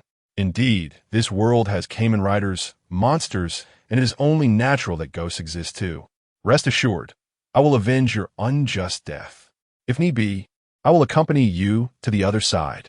Watching Lin Xiaoxiao prepare for her demise, Jiang Che instinctively wanted to cover his face. I don't even know this foolish woman. Have you ever seen a ghost as handsome as I? He quickly grasped Lin Xiaoxiao's arm, who looked at him with confusion. You were handsome before you died, and it's only normal to remain so as a ghost, right? Suddenly, realization dawned on Lin Xiaoxiao. Because Jiang Che had made physical contact with her, she exclaimed, "You're not dead? You're not a ghost?" Jiang Che promptly flicked her forehead. Of course not. Lin Xiaoxiao winced, clutching her head, but her face was alight with joy. Januki is alive. That is the best news. Why didn't you tell me you were faking your death? If you had, I wouldn't have been so foolish as to inform the horseshoe worm. At this moment, the horseshoe worm regained its composure, eyeing Jiang Che while brandishing its scythe. Hey, aren't you a bit too dismissive of my presence? Don't think that surviving by luck means you can defeat me. I can absorb your lethal techniques. You can never kill me. Though it was uncertain how Jiang Che had survived the previous lethal attack, the horseshoe worm was confident in its ability to absorb techniques, placing it in an invulnerable position. No matter how many lethal techniques Jiang Che unleashed, it could absorb them all, unless Jiang Che could unleash several such techniques simultaneously. However, one must understand that executing such powerful techniques comes at a significant cost. Ordinary riders could not continuously unleash such formidable attacks. Observing the arrogant horseshoe worm, Jiang Che merely smiled softly before pushing aside Lin Xiaoxiao, who was poking him to confirm whether he was a spirit. Yes, my friend, indeed.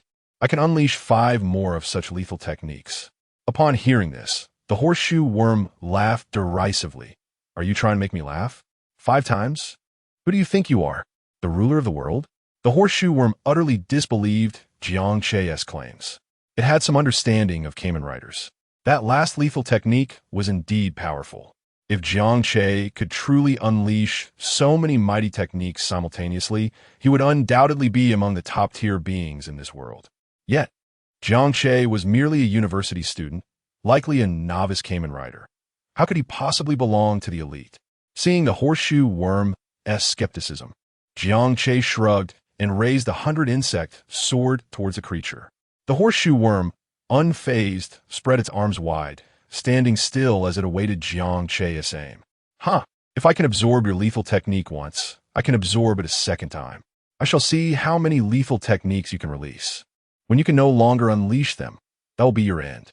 Ling Xiaoxiao interjected, urging Jiang Che. Why don't we conserve our energy and wait for the seniors from our Rider Alliance to arrive? We have data on the horseshoe worm. Our seniors will surely have strategies to counter it.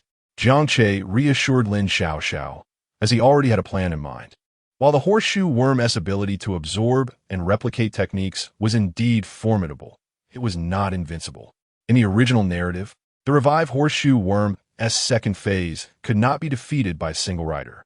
After being forced into a corner by the King's insight, it was ultimately defeated by Kabuto, Gatak, and Kickhopper working together. Lin Xiaoxiao was certainly unreliable in this situation. The Tsukumi dial and time driver had yet to be entrusted to Bai Liyue. Fortunately, he still possessed the art of illusion. He could create 5 of his own clones. Indeed, Jiang Che was frightened by the lethal technique he had unleashed himself. He also harbored another idea regarding the horseshoe worm's absorption and replication skill. What if he could transform into Omagatoki and use the final moment technique against the horseshoe worm? Would it be able to withstand the energy contained within? Naturally, Jiang Che leaned towards the belief that the horseshoe worm would not be able to endure it. If it could absorb even the Omagatoki technique, then the horseshoe worm would undeniably be a boss-level entity. Regrettably, he lacked the Omagatoki transformation card, rendering him unable to verify his hypothesis. Unlocking the Omagatoki form was also a distant prospect. The Time King series had too many forms to unlock. One must first unlock all Rider Armor forms before progressing to the second-tier Time King, then the third-tier Time King, the Supreme Time King, and finally the ultimate Omagatoki. The most powerful Omagatoki required a staggering 1 million points in the system's exchange shop.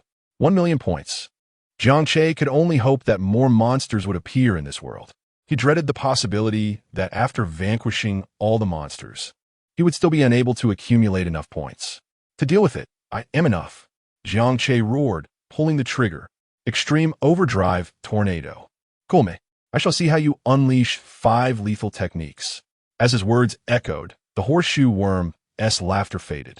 Jiang Che's form began to shimmer, and 4 figures emerged from his body, standing at his sides. Despite having lost 1 clone to the horseshoe worm, Jiang Che still had 4 remaining. Boom, boom, boom, boom. In an instant, 5 extreme overdrive tornado blasts erupted simultaneously from the muzzle of the 100-insect sword, hurtling towards the horseshoe worm. Each extreme overdrive tornado tore through the air, producing a piercing, deafening roar. Damn it, I'll fight you to the end, the horseshoe worm shouted loudly. However, its voice was drowned out by the deafening wail of the extreme overdrive tornado, sounding like the cries of an ant, swiftly suppressed. The sound could not penetrate the terrifying energy shockwave, failing to reach Jiang Che's ears in the slightest. In an instant, the horseshoe crab-like creature erupted with a dazzling green radiance, exerting all its might to absorb the lethal energy shockwaves. Each strand of green light surged wildly, greedily consuming the approaching energy. However, the might of the ultimate overcoming whirlwind far exceeded expectations. The creature could barely absorb a single wave of the ultimate overcoming whirlwind energy, while the remaining 4, imbued with apocalyptic power, crashed mercilessly before it. In that moment, energy spilled forth, and the tremendous impact shattered the ground around the creature, sending stones flying like cannonballs. With 4 deafening booms, the ultimate overcoming whirlwind ruthlessly tore the creature's body asunder. Its limbs and exoskeleton disintegrated under the terrifying force of Jiang Che's lethal techniques, scattering like fragments of paper. Blood mingled with shredded bodily tissues formed a gruesome curtain of rain in midair. Kill the horseshoe crab-like creature stage 2. Earned 5,000 points. Jiang Che. That creature still has a third stage. Lin Xiaoxiao gazed at the horrifying demise of the creature, her heart filled with unadulterated joy. Yet, she quickly recalled the creature's data, which included the third stage. Remembering her earlier regrets, she prepared to warn Jiang Che that the creature would resurrect. Before she could utter a word, Jiang Che patted her shoulder. Foolish woman, I am well aware that the creature possesses a third stage and can even split itself. Lin Xiaoxiao was momentarily taken aback, her attention fixated on the latter part of Jiang Che's remark, completely oblivious to his earlier insult. How did Jiang Che know about the creature? Could he possibly belong to an organization, granting him access to information about monsters? Furthermore, did he also possess the powers of a Kamen Rider? This thought led Lin Xiaoxiao to consider the Darken Alliance. After all, a Darken Knight's armor could also turn black. However, she quickly dismissed this notion. Jiang Che could never be a member of the Darken Alliance. Had he been, he would not have rescued her just moments ago. Which organization do you belong to? After pondering for a long while, Lin Xiaoxiao found herself utterly perplexed and decided to look directly at Jiang Che. He shook his head. I am merely an ordinary university student. Hyperclock up. With that, Jiang Che activated his hyper-transformation state and, in the blink of an eye, appeared at the creature's location. Observing the blood mist gradually coalescing to reform, Jiang Che clicked his tongue. Truly, as a mechanized creature, to endure such a barrage of ultimate overcoming whirlwind and still resurrect was remarkable. It's fortunate it can revive. Otherwise, I would have lost out. Jiang Che murmured to himself. The experience card was a one-time use, requiring 10,000 points, depleting all the points he had accrued over the past 2 days. Now having defeated the creature's second stage, he had only earned 5,000 points. He hoped the third stage would grant him more points. Soon, under Jiang Che's watchful gaze, the creature's bodily tissues reassembled, resulting in the formation of 2 identical entities. I admit, you are formidable, but do not underestimate me. The 2 creatures spoke in unison, launching an immediate attack. Jiang Che chuckled. In his hyper-transformation state, there was no way the creatures could surpass him, even in tandem. Before long, he dispatched the 2 creatures effortlessly.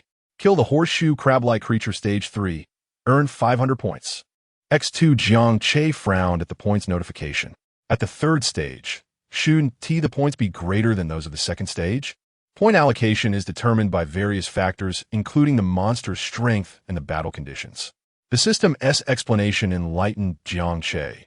If a monster is defeated too easily, the points awarded would decrease accordingly. He soon reconciled with this revelation. With a system not to impose such restrictions, he could simply find a powerful knight and continuously spar to amass points, swiftly achieving invincibility. Surprise! I am immortal. The creature laughed boisterously at Jiang Che.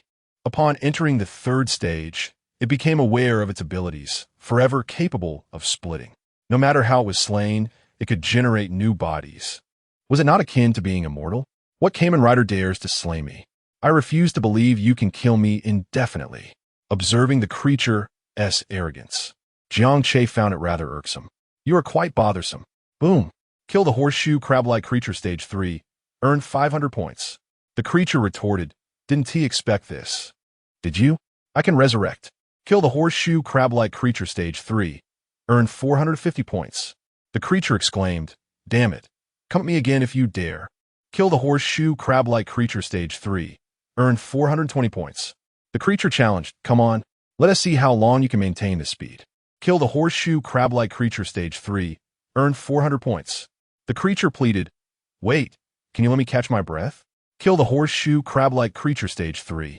Earn 360 points. The creature added, hold on. Is it too late for me to apologize now? Kill the horseshoe crab-like creature stage 3. Earn 270 points. Once Jiang Che activated his hyper-transformation state, he swiftly dispatched the creature each time it resurrected. as he continued to slay it. Jiang Che found himself growing increasingly adept. Practice makes perfect, after all. Soon, the creature recognized the deadliest flaw of its splitting ability. With each new entity it formed, its strength diminished. Initially, it had not sensed this decline and paid it little heed. However, after being defeated by Jiang Che in his hyper-transformation state for the 999th time, its strength had dwindled to a level weaker than that of a mere larva. In fact, one could say that any random human could squash it as easily as crushing an ant. The creature had grown somewhat numb to its own demise. Watching Jiang Che, who was brimming with vitality and relished in the slaughter, the creature fell into silence. Is this truly a human? Has he derived pleasure from killing me? Where is his humanity? In broad daylight, he savagely slaughters such a weak and pitiful creature. Where's the justice? The creature resolved that it could not allow Jiang Che to continue his sadistic enjoyment. After being killed once more, the creature refrained from activating its splitting ability. The thought of Jiang Che's smile, fading upon its final death, made it feel justified. If it must perish, then perish it shall. Kill the horseshoe crab-like creature stage 3. Earn 1 point. Chapter 22, The Dark Alliance. Kamen Rider Meteor. Huh, it fled? Jiang Che waited for a few moments, realizing that the horseshoe crab monster had not revived again, and he displayed an odd expression. After repeated confirmations, he finally ascertained that the horseshoe crab monster had given up on healing, opting not to resurrect. What a pity! It had only died a few times, yet it chose to abandon life. Jiang Che sighed as he glanced at the kill notification. After slaying the horseshoe crab monster over 1,000 times, he had earned a total of 200 points. Coupled with the remaining 300 points from before, his score had once again surpassed 10,000. Not a bad deal. Just as Jiang Che was about to turn and leave, Lin Xiaoxiao hurried over. What's wrong? I guess you must be distressed about why the horseshoe crab monster can't be killed in its 3rd stage. Jiang Che uttered a sound of surprise, instinctively glancing back at the spot where the horseshoe crab monster had fallen. Regret welled up within him again.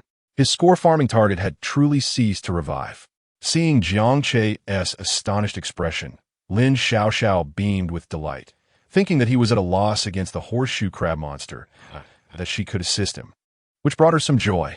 Before Jiang Che could speak, Lin Xiaoxiao continued, I just called my grandfather and inquired. The horseshoe crab monster's 3rd stage will continue to revive, but it is not impossible to defeat it. Our Rider Alliance has a method to counter it. A way to kill the horseshoe crab monster? No need for that. It's already dead. Jiang Che waved his hand dismissively. Lin Xiaoxiao was taken aback. But it will revive after dying. At this point, she suddenly looked behind Jiang Che, noticing that the horseshoe crab monster had vanished. Wait, did you let the horseshoe crab monster escape? Jiang Che rolled his eyes. I'm a paragon of justice. I would never let a monster get away. Then why hasn't it revived? Jiang Che raised his chin proudly. I beat it into submission, convincing it that death is a form of liberation. Is that true? Lin Xiaoxiao gasped. How despairing must one be to consider death as a release? Believe it or not. Lin Xiaoxiao nodded. I believe you. If it were someone else, I might not. However, after spending a day with Jiang Che, she had gained some understanding of his abilities. Perhaps it was indeed possible. By the way, what should we do now? Jiang Che brushed off the dust from his hands, surveying the chaotic surroundings. Since Lin Xiaoxiao claimed to be part of the Rider Alliance, and given the circumstances, it seemed they had official backing. Otherwise, they would not have been able to disperse the crowd so swiftly. Don't worry, we have dedicated personnel in the Rider Alliance to handle the aftermath. Riders only need to complete their missions. That is good to hear. With someone taking care of the aftermath, Jiang Che felt relieved. Previously, he had been concerned about potential damage to the school gymnasium and surrounding areas, fearing he might be held accountable for it. Thankfully, there were people to manage the aftermath. Lin Xiaoxiao watched Jiang Che as he prepared to leave. Hey, where are you going? Jiang Che paused, turning back to look at Lin Xiaoxiao. You're not going to make me compensate, are you? Compensate for what? Lin Xiaoxiao asked, puzzled, then scrutinized Jiang Che. The battle is over. Why haven't you de-transformed yet? Jiang Che without explanation. The experience card could only be used once, and its energy was limited. He had no intention of wasting the experience card he had exchanged for 10,000 points. Naturally, he intended to maintain his transformation until it ended. Lin Xiaoxiao gathered her thoughts, preparing to discuss serious matters with Jiang Che. The appearance of the horseshoe crab monster had nearly made her forget the task she had come for today. Just as she was about to ask Jiang Che if he wanted to join the Rider Alliance to help protect the world, a figure suddenly appeared in her line of sight. "Is it a member of your Rider Alliance?" Jiang Che inquired, noticing the individual as well. "Should be." Lin Xiaoxiao nodded, her expression turning slightly displeased. "They're quite slow. You've already dealt with that horseshoe crab monster." Clearly, Lin Xiaoxiao was unhappy with the tardiness of the Rider Alliance's personnel. Once back, she would definitely have a word with her grandfather. Jiang Che glanced at Lin Xiaoxiao and sighed, feeling a pang of sympathy for the arriving rider. In truth, the battle had not consumed much time. During most of it, he had been in his enhanced form. However, Lin Xiaoxiao had remained on the receiving end, thus it felt prolonged to her. "You must be Jiang Che, the Black Emperor Rider?" The newcomer scrutinized Jiang Che as he approached. Although Jiang Che was currently in his Kamen Rider form, the individual recognized his identity through the driver at Jiang Che's waist. He knew a bit about the Emperor Rider's abilities, but not much. Only that the Emperor Rider could transform into other Kamen Riders. Moreover, the Emperor Rider was very powerful. Zhang nodded. "Hello, Yilin. What rider are you currently transformed into? I've never seen it before." Yilin regarded Jiang Che with a somewhat greedy gaze, which was quickly suppressed. Jiang Che raised an eyebrow, puzzled. Yilin's fleeting desire did not escape Jiang Che's notice, yet he chose not to comment. It was a natural human reaction. After all, had he seen the Emperor Rider driver before, he might have felt a similar greed. What puzzled Jiang Che was that Yilin seemed not to recognize the Kamen Rider. Was Kamen Rider Kakudo so obscure in this world? Yet, it was clear from Lin Xiaoxiao's dialogue that she was familiar with Kakudo. "Let us go. Ride with me, and I'll take you back to the Rider Alliance headquarters." Yilin withdrew his gaze and addressed Jiang Che and Lin Xiaoxiao. He then turned to lead the way. Jiang Che was about to say something, as he hadn't expressed any intention of returning to the Rider Alliance headquarters with them. However, he noticed Lin Xiaoxiao's odd expression as she stared at Yilin. "You're not one of us from the Rider Alliance. Who exactly are you? How dare you impersonate a member of our Rider Alliance?" Yilin was momentarily taken aback, maintaining a calm demeanor as he looked at Lin Xiaoxiao. "After all, you're the president's granddaughter. It's normal that you don't recognize a minor figure like me from the Rider Alliance. However, I am indeed here on a mission for the Alliance." Lin Xiaoxiao scoffed. "Stop pretending. You're from the Dark Alliance, aren't you? I can't believe the news of the Black Emperor Rider spread so quickly to your Dark Alliance." Yilin attempted to persist, yet Lin Xiaoxiao continued, clearly, "I was the only one negotiating with the Black Emperor Rider this time, so the Alliance wouldn't have sent anyone else. I initially thought you were here to assist us in slaying the horseshoe crab monster, yet you arrived knowing nothing. Most importantly, Kamen Rider Kakudo is a leading figure in our Rider Alliance. Although he has been focused on exterminating monsters for years and rarely makes appearances, we, the Rider Alliance, cannot be unaware of Kamen Rider Kakudo. Not knowing the final form of Kamen Rider Kakudo is sufficient proof that you are not only not one of us from the Rider Alliance, but also not from a legitimate organization." After analyzing, Lin Xiaoxiao gazed at Yilin, her grip on the holy sword tightening. "Am I right, Dark Knight?" Jiang Che looked at Lin Xiaoxiao in astonishment. "Wait, when did your analytical skills become so sharp? Did the horseshoe crab monster awaken something in you?" With no way to maintain his facade, Yilin abandoned his pretense, his previously cheerful demeanor darkening. He had not anticipated the multitude of flaws within himself. After news of the Dark Emperor Rider's appearance reached the corrupted Alliance last night, many members harbored malicious intentions. They sought to locate Jiang Che and seize his driver, hoping to transform into an Emperor Rider themselves.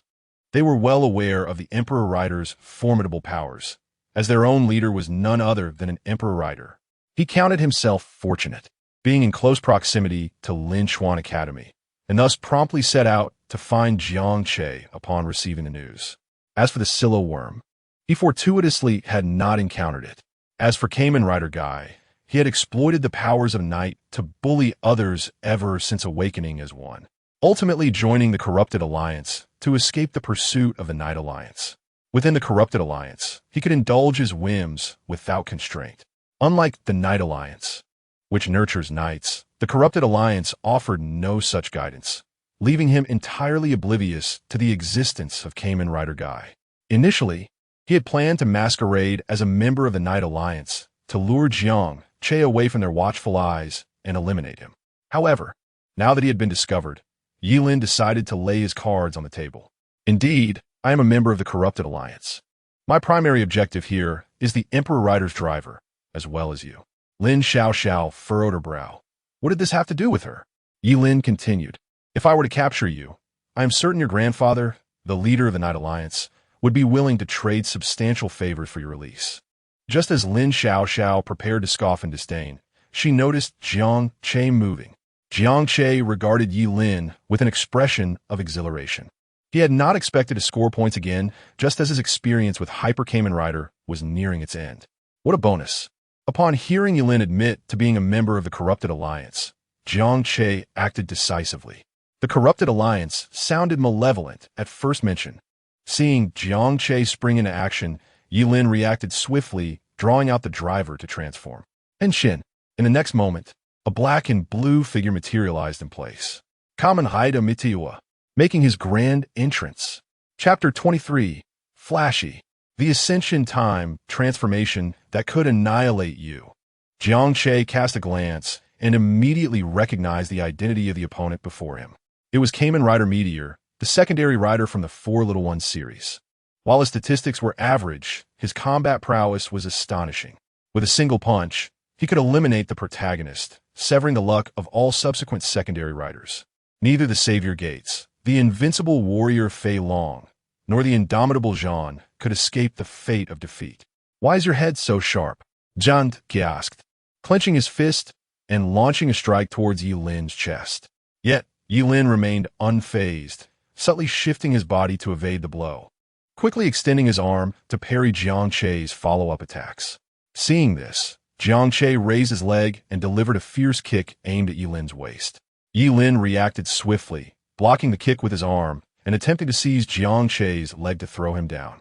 Fortunately, Jiang Che, with his exceptional physical instincts, managed to maintain his balance, twisting in midair to escape Yilin's grasp. He then unleashed a series of kicks, creating a flurry of leg strikes. However, each kick was effortlessly dodged by Yilin, who moved with an uncanny grace, making it challenging for Jiang Che to predict his movements. Subsequently, Yilin launched a barrage of punches, each delivered with remarkable speed and power, forcing Jiang Che to defend himself with his arms. I'm hitting you, Jiang Che exclaimed. The angles of Yilin's attacks were exceptionally crafty, and, as the barrage continued, Jiang Che found himself increasingly on the defensive, sustaining blows that pushed him back until he stood beside Lin Xiaoxiao. Jiang Che, be careful. I just checked the Night Alliance's database, and this Yilin is indeed recorded as a member of the Dark Alliance. His destructive capabilities are average, but his fighting skills are formidable. We once dispatched 5 members to capture him, and 3 were killed in the process. Upon hearing Lin Xiaoxiao's words, Yilin nodded slightly, his heart swelling with pride. Indeed, that is me. Jiang Che glanced at Lin Xiaoxiao in disbelief. So you're just going to stand by and watch? Lin Xiaoxiao nodded vigorously, her expression peculiar. I don't want to get beaten today. Jiang Che raised an eyebrow. So you watch as I take the hits? Is this what a righteous Kamen Rider does? It must be said, Yilin's combat skills were indeed impressive. Although Jiang Che had acquired fighting techniques and combat awareness after obtaining the Dark Emperor Rider, he still found himself lacking compared to Yilin. It is well known that in battles between riders, data plays a significant role in determining victory, but the finesse of execution is equally critical. Such skills can only be honed through continuous training and combat. Of course, if one's statistics were overwhelmingly superior, even the strongest combat awareness would be of little use. Had it not been for the diminishing energy from the experience card, Jiang Che would have almost unleashed his ultimate move to finish Yilin off. Regrettably, the remaining energy was insufficient for such a feat. Observing Jiang Che in silence, Lin Xiaoxiao cautiously suggested, "It seems a bit tricky. Should we run?" Run? Absolutely not. Jiang Che retorted, charging once more at Yi Lin, and the two engaged in combat again. As Jiang Che defended against Yi Lin's strikes, he felt he was learning a great deal. After yet another successful pushback, Yi Lin beckoned Jiang Che with a finger. Come, hand over your Emperor Rider driver, and I shall spare your life. Jiang Che replied, You are truly ugly and yet have lofty aspirations. Yi Lin, unperturbed, assumed a fighting stance. You can't even touch me, and yet you still wish to continue fighting. Do you enjoy being humiliated? Jiang Che chuckled. I indeed do not enjoy that, so this battle must come to an end. Yi Lin retracted his fists. It's good that you recognize the gap between us. A wise man knows when to yield. You have potential. Hyperclock up. Suddenly, Yi Lin sensed something amiss, but just as a sense of crisis arose in his heart, a drive card sword pierced through his heart. How is this possible? Why couldn't I even see your movements? Jiang Che gently withdrew the drive card sword, and Yi Lin instantaneously disintegrated, blood pouring from his chest. Did you not know? In the world of martial arts, speed is the ultimate truth. Yi Lin, in disbelief, clutched his chest, gazing at Jiang Che, wanting to say something, but only managing to open his mouth in vain. Kill Kamen Rider Meteor, gain 1,000 points. Complete the Mission Knight's first kill, reward 5,000 points. Observing Yi Lin's lifeless body, Jiang Che turned to Lin Xiaoxiao. This should count as self-defense, right? The Knight Alliance should be able to handle this? Lin Xiaoxiao nodded, allowing Jiang Che to breathe a sigh of relief. It seemed his suspicions were correct. The Dark Alliance was notorious for its misdeeds, and dealing with them was justified. At that moment, the energy of the drive card for the Hyper Kamen Rider form finally depleted, shattering into dust. Jiang Che reverted back to his normal state. Lin Xiaoxiao watched this unfold, her mind racing with thoughts. It appeared that transforming into Hyper Kamen Rider was a one-time event. The Knight Alliance's database had no records regarding the Emperor Rider's abilities. Jiang Che sighed. The capabilities of Hyper Kamen Rider were indeed formidable. During his confrontation with Yi Lin, he had taken advantage of his time as Hyper Kamen Rider to absorb various techniques, enhancing his battle experience. Just before his energy ran out, he had activated the Hyper Clock Up. Though the duration was fleeting, it had sufficed to eliminate Yi Lin. Jiang Che felt fortunate that he had activated Hyper Clock Up directly rather than standard form. Given Yi Lin's reaction time and combat awareness, had he activated the ordinary transformation, Yi Lin would likely have sensed his movements. I suppose I should also take the time to learn more combat techniques. They are invaluable in battle, Jiang Che murmured. Feeling a vibration in his pocket, Jiang Che retrieved his phone to find a call from Bai Liyue. Answering, he was immediately met with her anxious voice. Jiang Che, my father has been captured. The ones who took him said they would only release him if he came. Upon hearing this, Jiang Che furrowed his brow.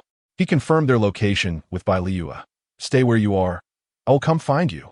After hanging up, Lin Xiaoxiao inquired, what happened? She had faintly heard the voice of the girl with Jiang Che, and there was a sense of urgency in her tone. Jiang Che explained that Bai Liyue's father had been taken and that they demanded his presence. Such a direct demand likely indicates that they are targeting your Emperor Rider driver. Just like Yi Lin, it must be the work of the Dark Alliance, Lin Xiaoxiao remarked, her gaze falling on Yi Lin's corpse, her expression turning contemplative. Yesterday, they had received information from the police regarding the Dark Emperor Rider, and today, members of the Dark Alliance had promptly targeted Jiang Che, even going after those close to him. This clearly aligned with the intelligence held by the Knight Alliance.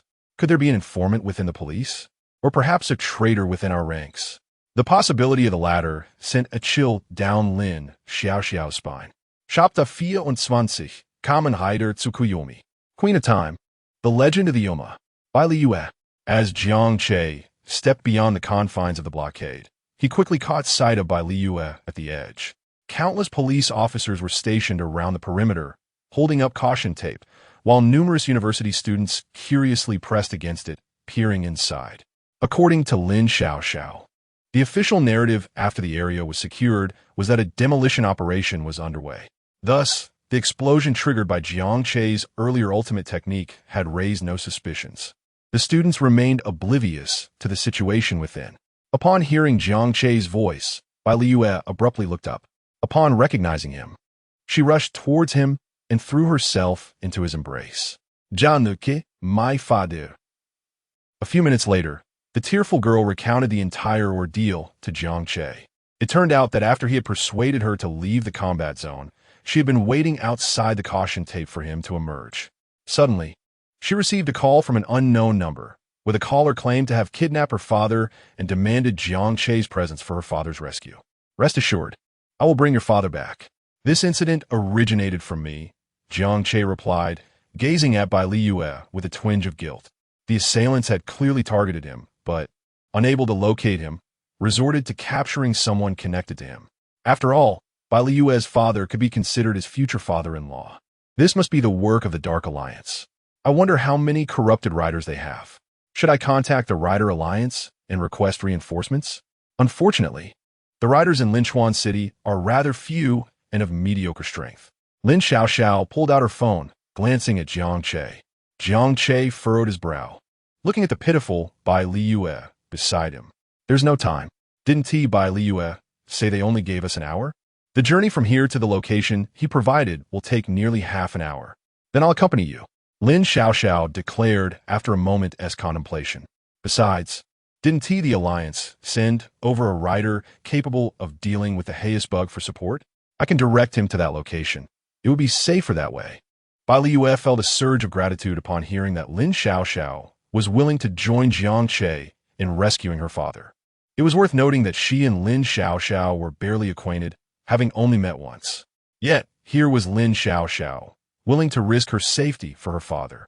Thank you, Bai Liyue stammered. Don't mention it. Protecting ordinary people is the duty of Cayman riders. Lin Xiaoxiao waved her hand dismissively. Let us go, she added, turning to Jiang Che. Bai Liyue felt an inexplicable sadness wash over her at Lin Xiaoxiao's words. Her gaze flitted back and forth between the two. Yes, they were both Cayman riders, while she was merely an ordinary person. It seemed that Jiang Che and she would only grow further apart. Although she knew it was inappropriate to dwell on such thoughts at a moment like this, the feeling of sadness lingered. Never mind, as long as my father is safe, she resolved, casting aside her unwarranted emotions and summoning her courage to face Jiang Che and Lin Xiaoxiao. I want to go with you. Jiang Che and Lin Xiaoxiao were both willing to risk danger to rescue her father, and she certainly wished to contribute in any way she could. It's too dangerous. You should wait for our good news, Lin Xiaoxiao frowned, not out of concern that Bai Liyue would be a hindrance, but rather worried that she might get hurt in the process. She didn't want to rescue the father only to have the daughter encounter trouble. Bai Liyue waved her arms excitedly. My dad has a stash of weapons from when he was a gang leader. I know where they are hidden, and I've learned some combat skills and firearm knowledge. I could be of help. Lin Xiaoxiao paused, her expression turning bizarre as she stared at Bai Liyue. Wait, your dad is a gang leader? Should I be saving him or not? The Dark Alliance is akin to what ordinary people perceive as a gang. Seeing Lin Xiaoxiao's reaction, Jiang Che quickly clarified, her father is an undercover agent in the underworld, working to eliminate rival gang factions. Upon hearing Jiang Che's explanation, Lin Xiaoxiao finally let out a sigh of relief. However, regular firearms hold little value for us Cayman riders, unless they are exceptionally powerful weapons, which I doubt even your father could procure. Bai Liyue's expression fell at this revelation. Then Jiang Che spoke up, let us go together. Lin Xiaoxiao frowned again. It's too dangerous for an ordinary person like her to join. Jiang Che waved his hand dismissively. It's fine.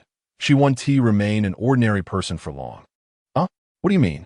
Lin Xiaoxiao and Bai Liyue exclaimed in unison, momentarily baffled by Jiang Che's line of thought. Are you saying you can perform some sort of transformation surgery? Lin Xiaoxiao gasped, astonished by Jiang Che's suggestion. In an instant, vivid images flooded her mind. Jiang Che was an evil scientist who had transferred his soul into the body of a university student, thus acquiring immense power and combat experience. Moreover, he possessed the unprecedented Dark Emperor Rider Driver. Noticing Lin Xiaoxiao's wide-eyed stare and the way she scrutinized him, Jiang Che felt she was entertaining some peculiar ideas. He promptly gave her a playful flick on the forehead. What are you thinking? I'm just an ordinary university student. Jiang Che retrieved the time-space driver and the Tsukuyumi belt from his system rewards and handed them to Bai Liyue. Here, this is for you. With it, you can rescue your father using your own strength. Bai Liyue stared in disbelief as she received the transformation device. Is this really for me? Am I going to become a Kamen Rider? Her excitement was palpable. Having witnessed Jiang Che's powers, she had often fantasized about obtaining the strength of a Kamen Rider herself. With such power, she could draw closer to Jiang Che. Upon receiving the time-space driver and the Tsukuyumi belt, the two items emitted a radiant light, binding to Bai Liyue. She could now summon the driver from the dimensional space at will to transform. Originally, these items were rewards meant to cultivate a female rider for Jiang Che, and only Bai Liyue could utilize them. Not even Jiang Che could. Otherwise, Jiang Che might have appropriated the time-space driver for himself, perhaps even transforming into a Grand Emperor in the future. Female rider Bai Liyue, binding successful. Binding as a female rider enables the host to earn points by defeating monsters or Kamen Riders. The power of the bound female rider cannot harm a host. Upon seeing the system notification, Jiang Che was not taken aback. It was evident that binding a female rider was essentially a scoring tool for him, which was quite advantageous. Is this the time-space driver? Lin Xiaoxiao, observing the device in Bai Liyue's hands, was taken aback. As the granddaughter of the Rider Alliance's president, she was well acquainted with the significance of the time-space driver. However, knowing that it was indeed a time-space driver only amplified her astonishment. It was a driver from the Time King series. Upon spotting the Tsukuyumi belt, Lin Xiaoxiao felt somewhat reassured. Thankfully, it wasn't T the Time King. Otherwise, she truly would have been envious. Nevertheless, even as a Kamen Rider Tsukuyumi, it was still an immensely powerful presence. Although Kamen Rider Tsukuyumi lacked a reinforced form, it possessed remarkable stats and an exceptionally formidable time-stop ability. This realization caused Lin Xiaoxiao to regard Jiang Che with newfound respect. Is Jiang Che truly devoid of malevolence, merely a scientist? How is it that he possesses a temporal drive, and furthermore, bestows it upon another with such nonchalance? According to the clandestine annals of the Knights Alliance, a legend persists concerning Zio. It is said that those who acquire the mantle of Zio, under certain circumstances, are destined to transform into a demon king. However, this remains but a legend. Throughout history, numerous individuals have assumed the mantle of Zio, yet none have ever manifested as a demon king. Chapter 25. Whoever acquires the Dicky driver shall ascend above all. So, will I be able to fight alongside you in the future? Moreover, you must teach me the art of combat. Bai Liyue clutched the Tsukuyumi dial, her excitement palpable as she gazed at Jiang Che. The hands-on kind, perhaps? Jiang teased. Bai Liyue lowered her head, murmuring an affirmative, her cheeks flushed. Could you also impart some knowledge to me? Lin Xiaoxiao leaned in, genuinely eager to learn. You two desire a hands-on tutorial? Lin Xiaoxiao comprehended the underlying implication in Jiang Che's words, lifting her chin defiantly as she fixed her gaze on him. A hands-on approach it is, who is afraid? Shall we commence our studies tonight? Foolish woman, are you truly unafraid that I might consume you entirely? Enough, enough. Saving lives is of utmost importance. A sudden look of perplexity crossed Jiang Che's face. Huh? Why can't we go? He had intended to use the Aurora Veil to transport the two women directly to their destination. However, he discovered that his Aurora Veil could only transport him to places he had previously visited, since he had never been to the location where Bai Liyue's father was kidnapped. He could not utilize the Aurora Veil to reach it.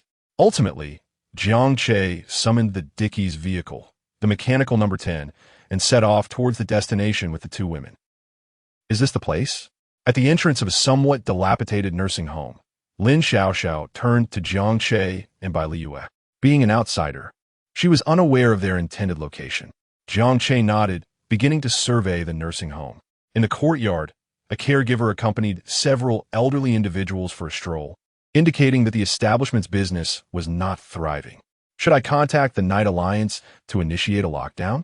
The Knight Alliance could swiftly delegate the task of securing the area to the local police, making it quite convenient.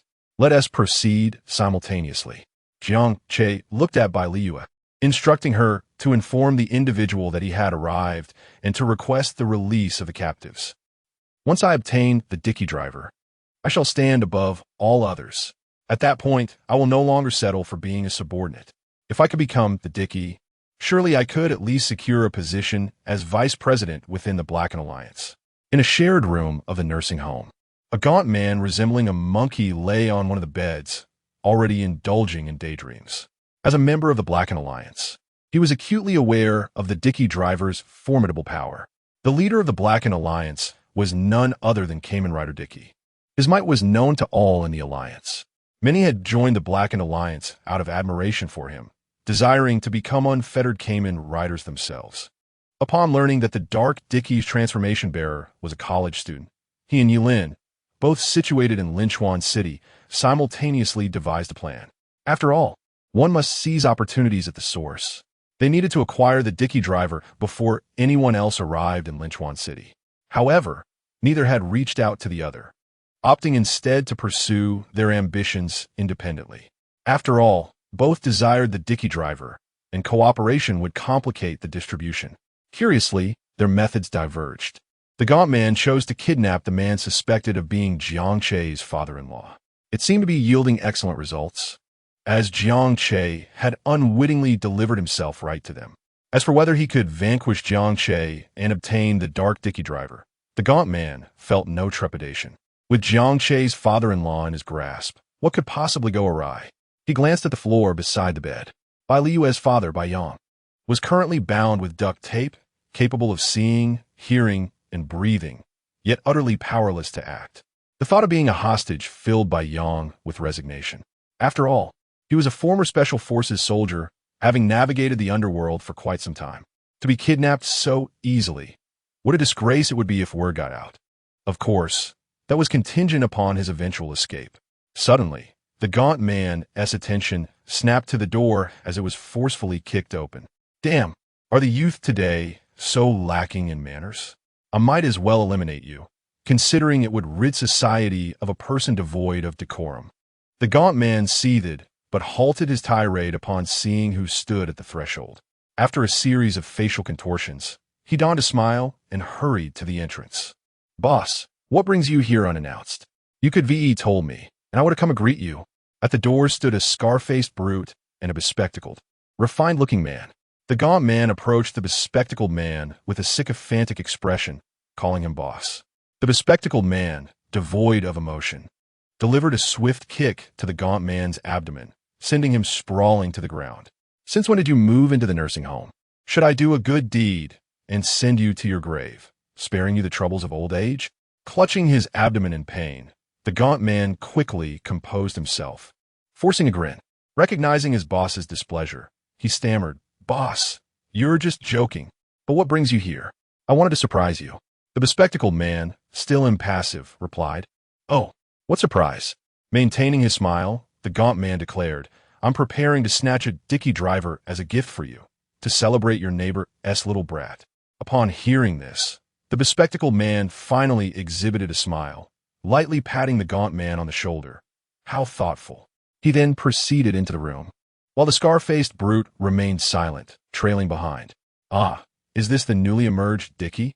The bespectacled man gazed at Bai Yang, bound like a rice dumpling, a flicker of excitement crossing his features. The dicky driver is finally within my grasp. However, the gaunt man's remarks doused the bespectacled man's enthusiasm. That's just an ordinary person. Ordinary person? The bespectacled man froze, feeling as though he had been mocked. He contemplated delivering another kick to Bai Yang. Why did you kidnap an ordinary person? Do you expect the dicky driver to simply present itself? Of course, boss. This is the father-in-law of the dicky driver's bearer. Once we threaten him, he'll undoubtedly hand over the dicky driver. The gaunt man continued, Besides, if I calculate correctly, that fellow should have arrived at the nursing home by now. The bespectacled man adjusted his glasses, regarding the gaunt man, as if he were a fool. You're saying you kidnapped an ordinary person, intending to use him to coerce the new Dicky into surrendering his transformation device? And this ordinary person isn't even closely related to the Dark Dicky?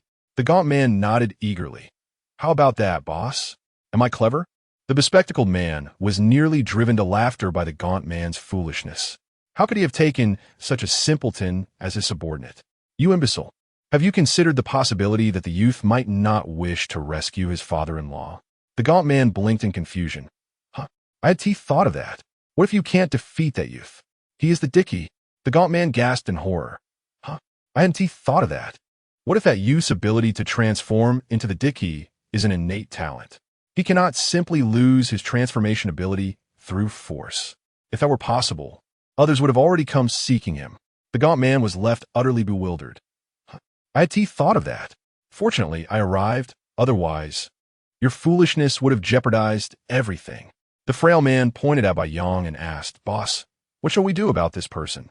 The bespectacled man nonchalantly replied, Kill him, unless you wish to provide him with a comfortable retirement. Oh, understood, the frail man acknowledged, preparing to dispose of Bai Yang. Just as he stood before Bai Yang, a wicked grin on his face, eager to relish the thrill of murder, a ripple surged through the room. Time stopped. Chapter 26. The Unstoppable Night of Bai Liyue. The Arrival of Xianggui. Awakening? Jiang Che, hiding in the corridor, looked at Lin Xiaoxiao with confusion. Just as they had located the whereabouts of the person who kidnapped Bai Liyue's father, they intended to deal with the scrawny man directly. Suddenly, two more individuals appeared, heading straight towards them. Jiang Che and his companions decisively chose to observe the situation first. During this time, he overheard a discussion about an awakening, prompting his question.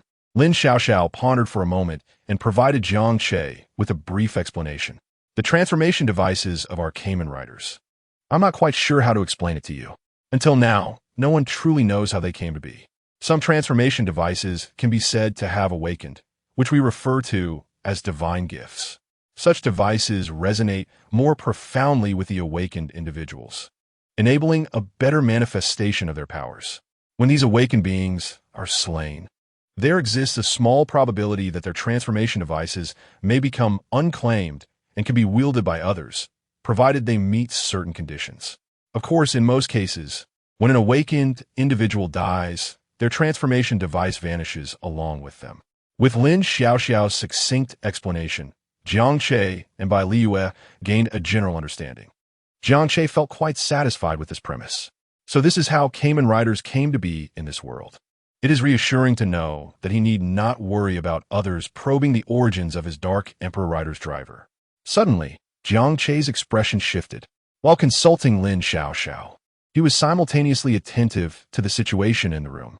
Upon hearing the bespectacled man inside say, to kill Bai Yang directly, Jiang Che immediately shouted towards Bai Liyue. Yeah. Quickly use time stop. The time stop ability proved to be quite useful. Had it not been for Jiang Che's inability to unlock the second tier of Time King, and thus unable to utilize the time stop, he would not have called out to Bai Liyue. Bai Liyue dashed into the room, inserting the Tsukuyomi dial into her temporal driver. A brilliant light flashed. Kamen Rider Tsukuyomi, make your entrance. Upon transforming into Kamen Rider Tsukuyomi, relevant information flooded Bai Liyue's mind, including the time stop ability. Instantly, upon entering the room, she activated the time stop skill. The timing was impeccable. Just as the scrawny man was about to strike Bai Yang with a dagger, he was halted, frozen in place. What close call! The trio who burst into the room sighed in relief at the sight of the time stop. Especially Bai Liyue, now transformed into Kamen Rider Tsukuyomi. Reflecting on how she had just used the time stop to save her father from the scrawny man, she felt a sense of accomplishment. Just as Bai Liyue prepared to approach Bai Yang, Jiang Che suddenly grasped her arm and rushed forward. Kamen Ride, Dark Emperor. In an instant, Jiang Che completed his transformation. Just then, the bespectacled man, who had been frozen in time, suddenly smirked. Interesting, he thought. So he has willingly come to me for his father-in-law. But do you really think this half-hearted time stop can hold me? The bespectacled man produced a golden tuning fork. With a clang, the golden fork emitted a continuous ringing sound. Jiang Che squinted. The transformation tuning fork, sound horn, the transformation device of Xianggui. This was his first encounter with a main rider, and unexpectedly, he found himself facing an opponent. The bespectacled man slowly raised the tuning fork above his head. In the next moment, the man's body began to glow red, yet he felt no pain. As the warmth intensified, his body ignited in purple flames. Enveloped in the violet flames, the bespectacled man underwent a transformation. With a wave of his hand, the purple flames dissipated, revealing the figure of Kamen Rider Xiangwei. Faced with the Dark Emperor, the bespectacled man lunged forward, delivering a punch to Jiang Che's chest. However, Jiang Che had anticipated this and retaliated with a punch of his own. During Bai Liu's time stop, he had realized that the bespectacled man was not constrained by the effect. This prompted him to transform and engage. The Black Emperor Rider was indeed intriguing. After exchanging blows, the excitement was evident on the masked face of the bespectacled man.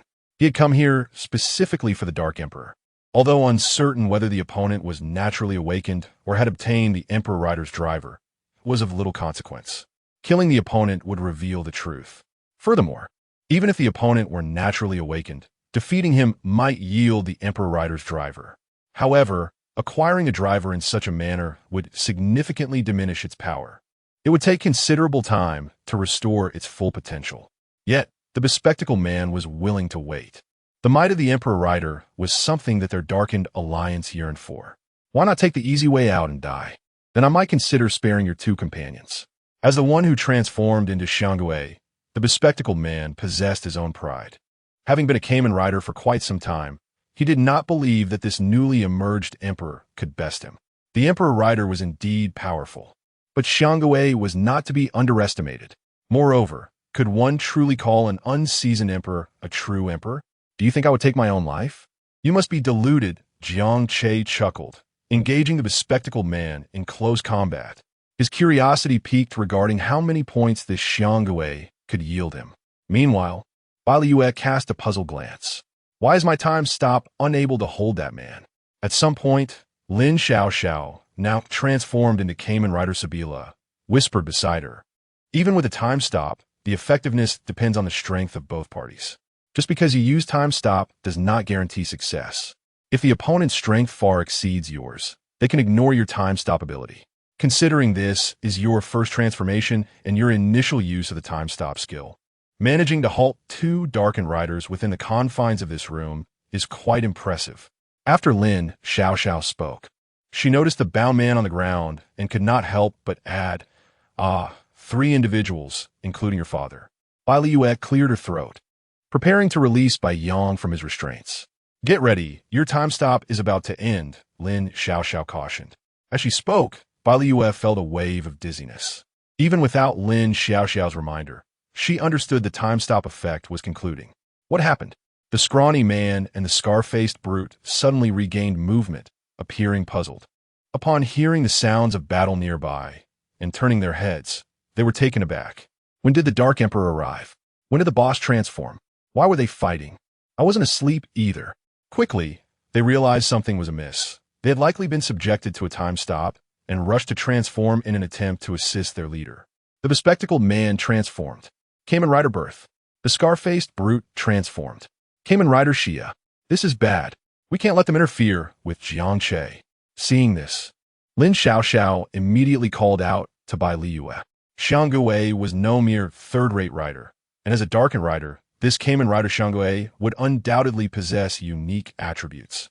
Uncertain if Jiang Che could handle it, she decided to shield him from these two first. In a flash, Lin Xiaoxiao morphed into smoke, swiftly reaching Bai Yang's position. Just as the scrawny man was about to strike Bai Yang, she swept him away. With a swift motion, the tape binding Bai Yang was effortlessly torn apart. You foul woman, you seek death. The slender monkey-like man paused momentarily, his gaze filled with fury as he stared at the billowing smoke. He loaded the cellular coins into the birth destruction gun and frantically pulled the trigger towards the smoke. However, the cellular coins vanished as they plunged into the haze. Xiao, thank you. After expressing her gratitude to Lin Xiaoxiao, Bai Liu immediately turned her attention to Bai Yang at the doorway. Dad, you must leave this place at once. Upon hearing that familiar voice, Bai Yang was momentarily taken aback. The masked rider clad in white and a cape. Could it be my daughter? While time was suspended moments earlier, Bai Yang had not witnessed the transformation of Yudu. He had only caught a fleeting glimpse of Jiang Che transforming into the masked rider before him. along with two other riders. He could hardly believe that one of them was his own daughter. Yeah, how? Observing the bewildered expression on her father's face, Bai Liyue quickly shed her obedient demeanor. It's a power given to me by Jiang Che. Enough with the chatter. Hurry and leave. I don't have the time to protect you. No sooner had the words left her lips than the masked rider Snake Fong lunged at Bai Liyue. With a serpent-shaped flute in hand, he thrust a long red pole towards her. Bai Yang's expression sharpened, and he urgently cautioned, Yeah, be careful. Fortunately, after transforming into the masked rider Bai Liyue felt her abilities significantly enhanced, particularly her perceptive senses. Even without her father's warning, she sensed the impending ambush from the masked rider Snake Fong. A realization dawned upon her. No wonder Jiang Che, who usually showed no remarkable prowess and seldom engaged in physical training, became so formidable after his transformation. With a swift motion, Bai Liyue extended her right hand, gathering concentrated biological energy in her palm, which coalesced into a radiant white energy sword. Shattering light. Chapter 27. Do you think you alone possess a reinforced form? Resonance Demon. Unlock. With a swift strike, she cleaved through the serpent's fangs and launched an attack. As the daughter of a powerful underworld figure, she had trained in swordsmanship for some time. Observing the battle involving the masked rider Tsukuyami, Bai Yang felt an overwhelming wave of emotion. He never anticipated that Bai Liyu, whom he had always protected so diligently, would turn around and protect him today. How dare they bully my daughter? You. Just wait. I shall summon the special forces and bring in heavy weaponry to assist you. Bai Yang understood that by remaining, he would only distract his daughter and Jiang Che, who would need to divide their attention to care for him. Since ordinary bullets proved ineffective, it was time to deploy heavy artillery. I refuse to believe we cannot pierce through your armor. Meanwhile, Jiang Che found himself locked in an intense struggle with the bespectacled man. The sheer strength was astounding. After exchanging several blows with the glasses wearer, Jiang Che reached a crucial conclusion. Each strike from the Resonance Demon's sound impact rod ignited a tingling sensation in his wrist. Moreover, the opponent occasionally unleashed flames to ambush him. Seizing an opportunity, Jiang Che delivered a powerful kick to the glasses wearer's body, propelling him against the wall with a shoulder charge. Boom! After shattering the wall, Jiang Che continued to press forward against the bespectacled foe. The two plummeted from the air, crashing onto the open ground outside. Jiang Che harbored concerns that their fierce skirmish might inadvertently set the nursing home ablaze. A grave injustice, as the establishment was evidently older than he was. His apprehension stemmed primarily from a desire to transform into the Resonance Demon himself. Exchange. Basic Resonance Demon Driver Card. Cost. 100 points. Exchange for the basic Resonance Demon Driver Card. Remaining points. 17,400. Kid, you must have only recently become a masked rider. You're still rather inexperienced. The glasses wearer regarded Jiang Che with a hint of disdain. After their brief engagement, he had begun to see through Jiang Che's capabilities. Slightly formidable, but not by much. With a bit of time, he could easily dispatch Jiang Che. According to intelligence, Jiang Che was supposed to be capable of transforming into Kamen Rider Fui's and activating his acceleration form. However, in the face of absolute strength, all speed becomes meaningless. Jiang Che perceived the glasses wearer's thoughts and promptly withdrew the basic Resonance Demon Driver card. It may be somewhat challenging to contend with you, but have you underestimated me?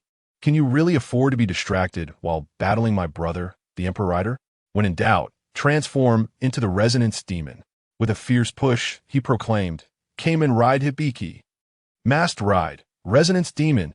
Before Jiang Che, purple flames erupted, and his suit morphed into that of the Resonance Demon. When did this happen? Upon witnessing Jiang Che's transformation, the glasses wearer finally sharpened his focus. He was puzzled about when Jiang Che had acquired the powers of the Resonance Demon. If he had possessed such abilities prior, it would be one thing. However, if he had just gained them in the midst of their battle, that would be alarming. To obtain an opponent's powers during combat. Was this the ability of the Dark Emperor Rider? With this realization, the glasses wearer's desire for Jiang Che's Emperor Rider driver intensified. Today, I must seize that device. If my suspicions hold true, this Dark Emperor rider can acquire the abilities of his opponents mid-battle and transform accordingly. Wouldn't he that imply greater potential than even the Dark Alliance leader's Emperor rider driver? The glasses wearer wiped his mouth, eyes gleaming with avarice. I can only hope that when I slay you, your Emperor rider driver will fall away intact. Awakens to Jiang Che. The glasses wearer's rising aura signaled that he was about to get serious. Without hesitation, Jiang Che charged at him, wielding the sound impact rod. Boom! The glasses wearer raised his weapon to parry. Yet, after unlocking the basic form of the resonance demon, Jiang Che's strength surged significantly. The glasses wearer, who had previously found it easy to toy with Jiang Che, suddenly felt the pressure mount. Jiang Che's strike sent the glasses wearer's legs sinking into the earth. Finish him, the glasses wearer commanded, his voice chilling. Jiang Che paused, instinctively scanning his surroundings. Calling for help? Who would he summon? Those two underlings? Surely Bai Li Yu and Lin Xiao couldn't have already reached their limits? How long had they been fighting? If it were Bai Li Yu, Jiang Che could understand. It was her first transformation, and her combat experience was lacking. After all, not everyone possessed the memories of a past life filled with knowledge of rider skills, enabling them to execute finishing moves effortlessly. But what was Lin Xiao's excuse? How could she falter yet again? Jiang Che couldn't help but harbor doubts about this rider alliance. Were they truly that inept? It seemed he would need to provide some hands-on instruction tonight.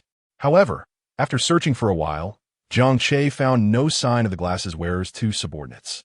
Suddenly, a furious roar echoed in his ear. Jiang Che instinctively tilted his head. There, he beheld a massive figure charging toward him. With a single glance, he couldn't help but exclaim in shock.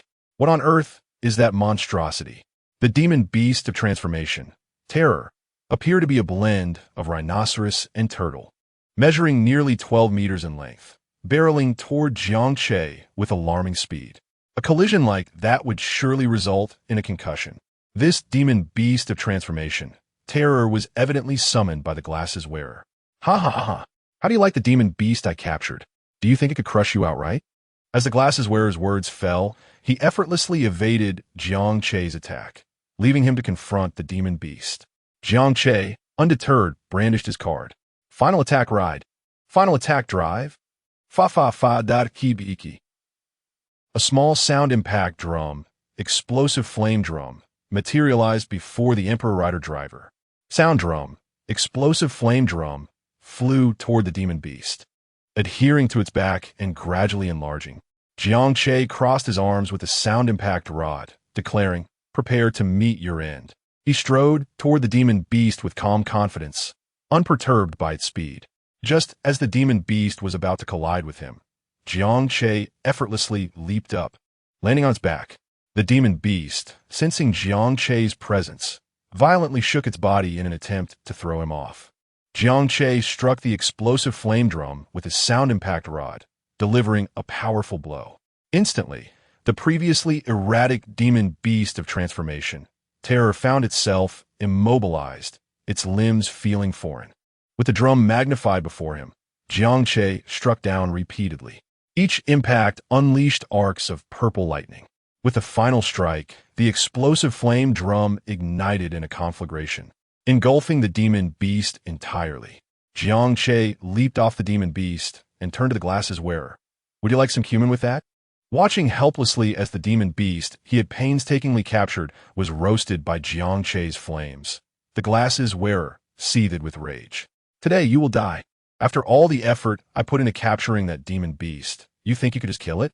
Jiang Che let out a cold sneer. We are still within Linchuan City. What is wrong with me slaying monsters? If you're dissatisfied, feel free to report me. He added, very well. I hope you can still find amusement later. The bespectacled man tightened his grip on the sound impact baton blaze. As Jiang Che sensed the temperature around him beginning to soar, he gestured towards the bespectacled man. You don't truly believe that you are the only one with an enhanced form, do you? Exchange. Sound Demon Red Riding Card. Consuming 1,000 points to exchange for the Masked Rider Hibiki Red Riding Card. Remaining points, 17 for 100. Unlocking the final form experience card exchange for Hibiki. Armored Hibiki Riding Card. Experience card 10,000 points. Chapter 28. The Demonized Monster. The Serpent Phenomenon. Flames erupted from the bespectacled man, engulfing his body in a fiery aura. As the intensity of the flames escalated, he began to contemplate how to mercilessly overpower Jiang Che, who remained in his basic form as the Resonance Demon. However, when he turned his gaze towards Jiang Che, he was taken aback. What the hell? Why can he enhance himself too? Could it be that the power of the Dark Emperor Rider was to absorb his opponent's current strength? It simply did not make sense otherwise. He enhanced, and so did his opponent. It seemed to be an even match, a battle of skill. In an instant, both combatants were enveloped in flames, their temperatures rising steadily as they entered a state of incandescent red. As the flames reached their zenith, both figures were dyed a vibrant crimson. At this point, the bespectacled man finally acknowledged Jiang Che's prowess. The Resonance Demon Red was his ultimate trump card, a state he had painstakingly worked to achieve. The agony he endured while being engulfed by flames was immense, only for his adversary to transform at will. Gazing at the crimson Resonance Demon mirroring his own, he seethed with indignation, eager to unleash his fury. With a sudden thrust of his legs, he propelled himself forward, raising his resonant stick, Flame, high above his head, the wind swirling around him as he aimed a powerful strike at Jiang Che's head. The air crackled with energy as the flames rolled beneath the path of the stick. Unfazed, Jiang Che swiftly adjusted his stance, positioning his resonant stick, Flame, horizontally above his head to precisely block the bespectacled man's attack. The two resonance sticks collided, producing a resounding boom. Seizing the moment of impact, the bespectacled man flicked his wrist, redirecting his resonant stick, Flame, towards Jiang Che's ribs. Since we are both in the Resonance Demon Red form, let us see whose skills prevail. A cold smile graced his lips, confident that his years of experience as a Kamen Rider would grant him superiority over this Dark Emperor. Jiang Che, witnessing the renewed assault on his ribs, swiftly sidestepped and swung his resonant stick, Flame, in a sweeping arc towards the bespectacled man's thigh. The latter leaped backward, landing in a spin, his resonance stick, Flame, whirling like a wheel as he charged at Jiang Che. Flames erupted from the bespectacled man's weapon, creating walls of fire that encased Jiang Che. Jiang Che regarded the bespectacled man with incredulity. Did he truly believe these walls of fire could restrain him?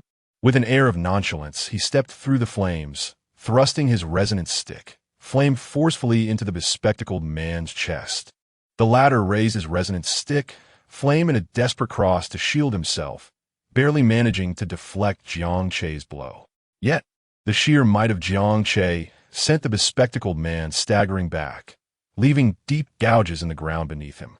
Regaining his footing, the bespectacled man prepared to retaliate. But Jiang Che was already upon him, delivering another crushing strike that sent the resonant stick, Flame, flying from his grasp. The overwhelming force knocked the bespectacled man to the ground. Gazing down at him, Jiang Che unleashed his finishing move. Final attack ride. Fa-fa-fa-dar ki-biki. Resonant strike, scorching crimson form. Januke steadied himself, gripping his resonance stick, Flame, tightly. The searing flames surged along the stick, forming a swirling wall of fire around him. With a deafening roar, he swung the resonant stick, Flame, horizontally, summoning a fiery drum from the air. This was the unique ability of the Resonance Demon Red.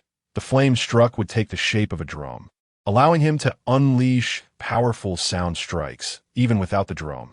Next, Jiang Che channeled his strength downward, striking the fiery drum with his resonant stick, Flame. In an instant, a wave of fiery sound surged towards the bespectacled man, carrying with it a terrifying energy. The air ignited in its wake, sizzling as the ground beneath them cracked from the intense heat. This is impossible. I have trained for so long to master this technique, yet you execute it so effortlessly. The bespectacled man's disbelief was palpable as he witnessed Jiang Che's ultimate move. This very technique had eluded him for ages, leaving him in a state of surreal astonishment at Jiang Che's apparent mastery. If only Jiang Che could hear the bespectacled man's thoughts, he would scoff at his lamentations.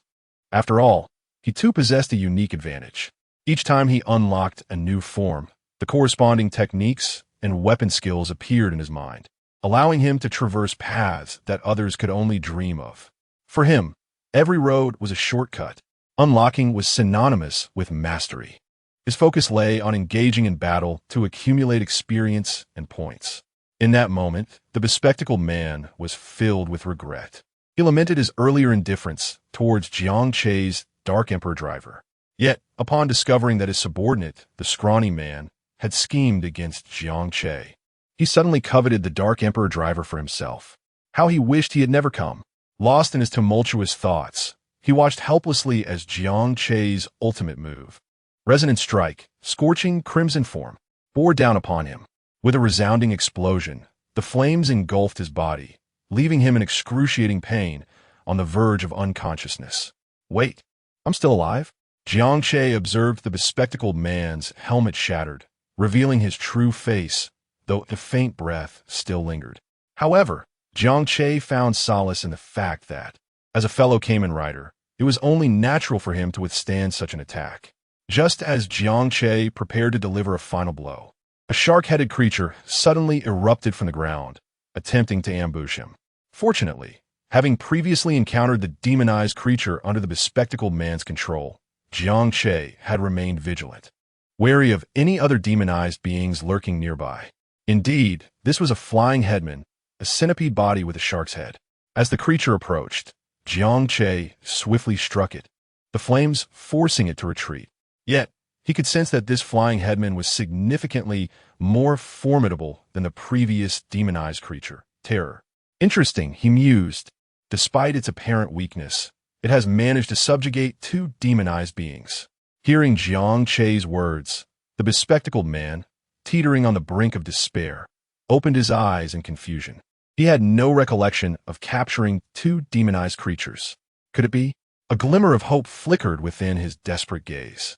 Master, save me. The bespectacled man's cry took Jiang Che by surprise. Master? Suddenly, he turned abruptly. Before him, in the direction where the flying headman had just been repelled, a figure emerged. It was a middle-aged man, somewhat portly in stature. Yet, Jiang Che sensed a chill in the air. Beside the man stood not only a flying headman, but also a massive serpent, a colossal, dragon-like demon. Most notably, the serpent followed the middle-aged man with an obedient demeanor. Recalling the glasses-wearing man's earlier call of master, Jiang Che quickly deduced the truth. It seemed that this serpent had been subdued by the middle-aged man, much like how he had commanded the flying headman to attack Jiang Che, while the glasses-wearing man had warned of a sneak attack. Jiang Che was indeed intrigued. How remarkable it was that someone could tame a demon and compel it to obey. Release my disciple, the middle-aged man called out, slowly advancing towards Jiang Che while striking the transformation sound fork. Kamen Rider Stronger, make your entrance. Upon witnessing Kamen Rider Stronger, Jiang Che couldn't help but twitch at the corners of his mouth. The tables had turned, indeed. He recalled that in his previous life's tokusatsu series, Kamen Rider Stronger was the disciple of Kamen Rider Hibiki. How curious that the roles were reversed in this world. However, Jiang Che soon found solace in the sight of the massive serpent behind Kamen Rider Stronger. The serpent exuded an overwhelming pressure. Even a mere glance exchanged between them sent a shiver through him. It was only natural that the glasses-wearing man was a disciple of such a formidable being. You want to release him? What can you do about it? Jiang Che scolded coldly. He had an aversion to threats. With a swift motion, Jiang Che brandished his sound strike rod, Flame, unleashing a torrent of flames toward the severely injured glasses-wearing man. The man, unable to evade the onslaught, was consumed by the rising heat, reduced to ashes. Killing Kamen Rider Hibiki Red grants 2,000 points. After the flames subsided, Jiang Che took a moment to gaze at the remains of the glasses-wearing man, only to find no sign of the Hibiki transformation sound fork. Disappointment washed over him. How dare you? The middle-aged man glared at Jiang Che, his fury palpable as he witnessed the execution of his disciple right before his eyes. Anger surged within him. Each word he spat seemed to be laced with venom. Even though Jiang Che could not see his face, he could easily imagine the man's teeth grinding in rage. You have provoked me. And now I shall unleash the serpent phenomenon. You will learn what true despair means. Chapter 29, Ultimate Technique. Sonic Strike, Explosive Crimson Form. The serpent phenomenon? Jiang Che narrowed his eyes, observing the demonic serpent lurking behind the formidable ghost before him. In the previous cinematic adaptation, the serpent referred specifically to the very creature standing there. However, within the television series, the serpent phenomenon denoted a collective uprising of demonic entities. The emergence of such a phenomenon would unleash wave after wave of these malevolent beings. If Jiang Che's suspicions were indeed correct, then trouble loomed on the horizon. Although the nursing home was situated in a remote area on the outskirts of Linchuan City, nestled against a forested mountain, it remained within the city limits. Should a true uprising of these demonic entities occur, the ensuing chaos would undoubtedly lead to significant casualties within Linchuan City. Nevertheless, if he acted swiftly, these demonic beings could translate into a bountiful array of points for him. The middle-aged man stroked the serpent's head, seemingly conveying some form of communication. His gaze was icy, regarding Jiang Che as if he were already deceased. By a stroke of fortune, he had tamed a serpent, greatly augmenting his combat prowess. With his serpent, his reputation within the Dark Alliance had soared. Moreover, he had taken on a disciple, a transformation user of the masked rider Hibiki, who had joined the Dark Alliance. Yet, his true intention was not merely to mentor a disciple. In his esteemed position within the Dark Alliance, he had stumbled upon a clandestine secret. The stronger the masked rider, the greater the likelihood that their driver would remain behind after their demise. As a ghost, he was naturally intrigued by Hibiki's driver among the Ghost series. Thus, he began to cultivate his disciple, even imparting the secrets of subduing demonic entities, all to ensure that his prodigy could thrive and not perish prematurely. Unfortunately, his disciple, the bespectacled man, was lacking in talent. Despite having been a masked rider for many years, he had stagnated at the basic level of Hibiki Red. Not only had he failed to advance, but he had also not mastered Hibiki Red's finishing move. Now, upon hearing his disciple's intention to seize the Black Emperor's driver, the middle-aged man was instantly alarmed. He was acutely aware of his disciple's capabilities. With his mediocre skills, the disciple had only gained a modicum of fame within the Dark Alliance due to Hibiki's inherent advantages. Yet, instead of focusing on honing his abilities, he seemed preoccupied with causing trouble and acting foolishly. After hastily arriving at this location, the middle-aged man found himself helplessly watching his disciple face imminent death, with the most pressing concern being that Hibiki's transformation device had yet to be revealed. How could this not incite his anger? During the standoff, Lin Xiao and Bai Liue joined forces, finally dispatching the bespectacled man's two lackeys. Although it was Bai Liue's first battle, her exceptional attributes as the masked rider Tsukuyami, combined with her time-stopping ability, rendered the fight relatively safe. "Is this truly your first transformation?" Lin Xiao inquired, her curiosity piqued as she observed Bai Liue. Bai Liue nodded. "Yes, and I only learned about the existence of masked riders and monsters yesterday." "Indeed, you possess talent. Given that it is your first transformation, it can be attributed to your innate abilities. The time-stopping skill is not an ordinary one. Mastering it is quite challenging. Yet, Bai Liue managed to employ it immediately upon her first transformation. This might be linked to the surge of power stemming from her desire to save her father. However, shortly thereafter, she could use the time-stopping skill again, indicating a profound affinity with her role as the masked rider Tsukuyami. Where is Jiang Che? After basking in Lin Xiao's praise, Bai Liue, eager to showcase her achievements to Jiang Che, was dismayed to find his absence. Lin Xiao pointed at a large hole in the wall. He probably stepped outside to prevent the nursing home from being destroyed. Bai Liue responded with a soft utterance. The two peered through the hole, gazing down at the open ground below. Bai Liue exclaimed, Xiao, what masked rider is that? The bespectacled man didn't transform like that just now, and why are there two monsters beside him? Before Lin Xiao could respond, Bai Liue felt her wrist grasped by Lin Xiao, who leaped down with her. Wait, Xiao, I'm not ready. Bai Liue's excited cries echoed throughout the nursing home. Initially, Lin Xiao had assumed Bai Liue was merely afraid of heights, But as her voice escalated, it became clear that it was not fear, but rather exhilaration. Enough noise. You shall accompany my disciple to the afterlife.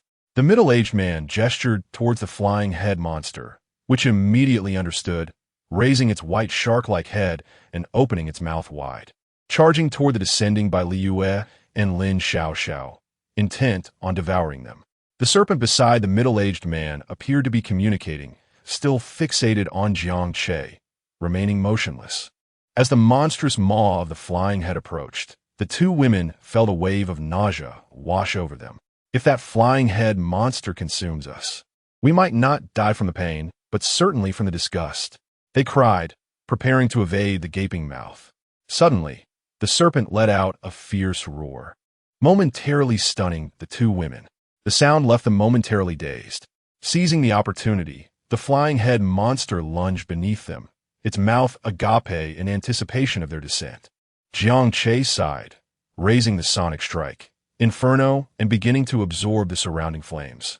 Instantly, his aura surged with ferocity. As he activated the Emperor Rider Driver, the sonic drum, explosive flame drum manifested before him.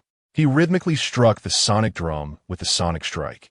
Inferno, each strike unleashing a powerful sonic explosion, sending countless sparks flying from the drum surface. The sound of the explosions jolted by Liu and Lin Xiaoxiao back to reality. Lin Xiaoxiao transformed into smoke, enveloping by Liu as they rushed toward Jiang Che. The flying head monster, enraged at the fleeing snack, scurried toward Jiang Che with its many centipede-like legs. Eating indiscriminately will only lead to your demise. As Jiang Che continued to strike the drum, a colossal flame sonic wave erupted from its surface, akin to a volcanic eruption.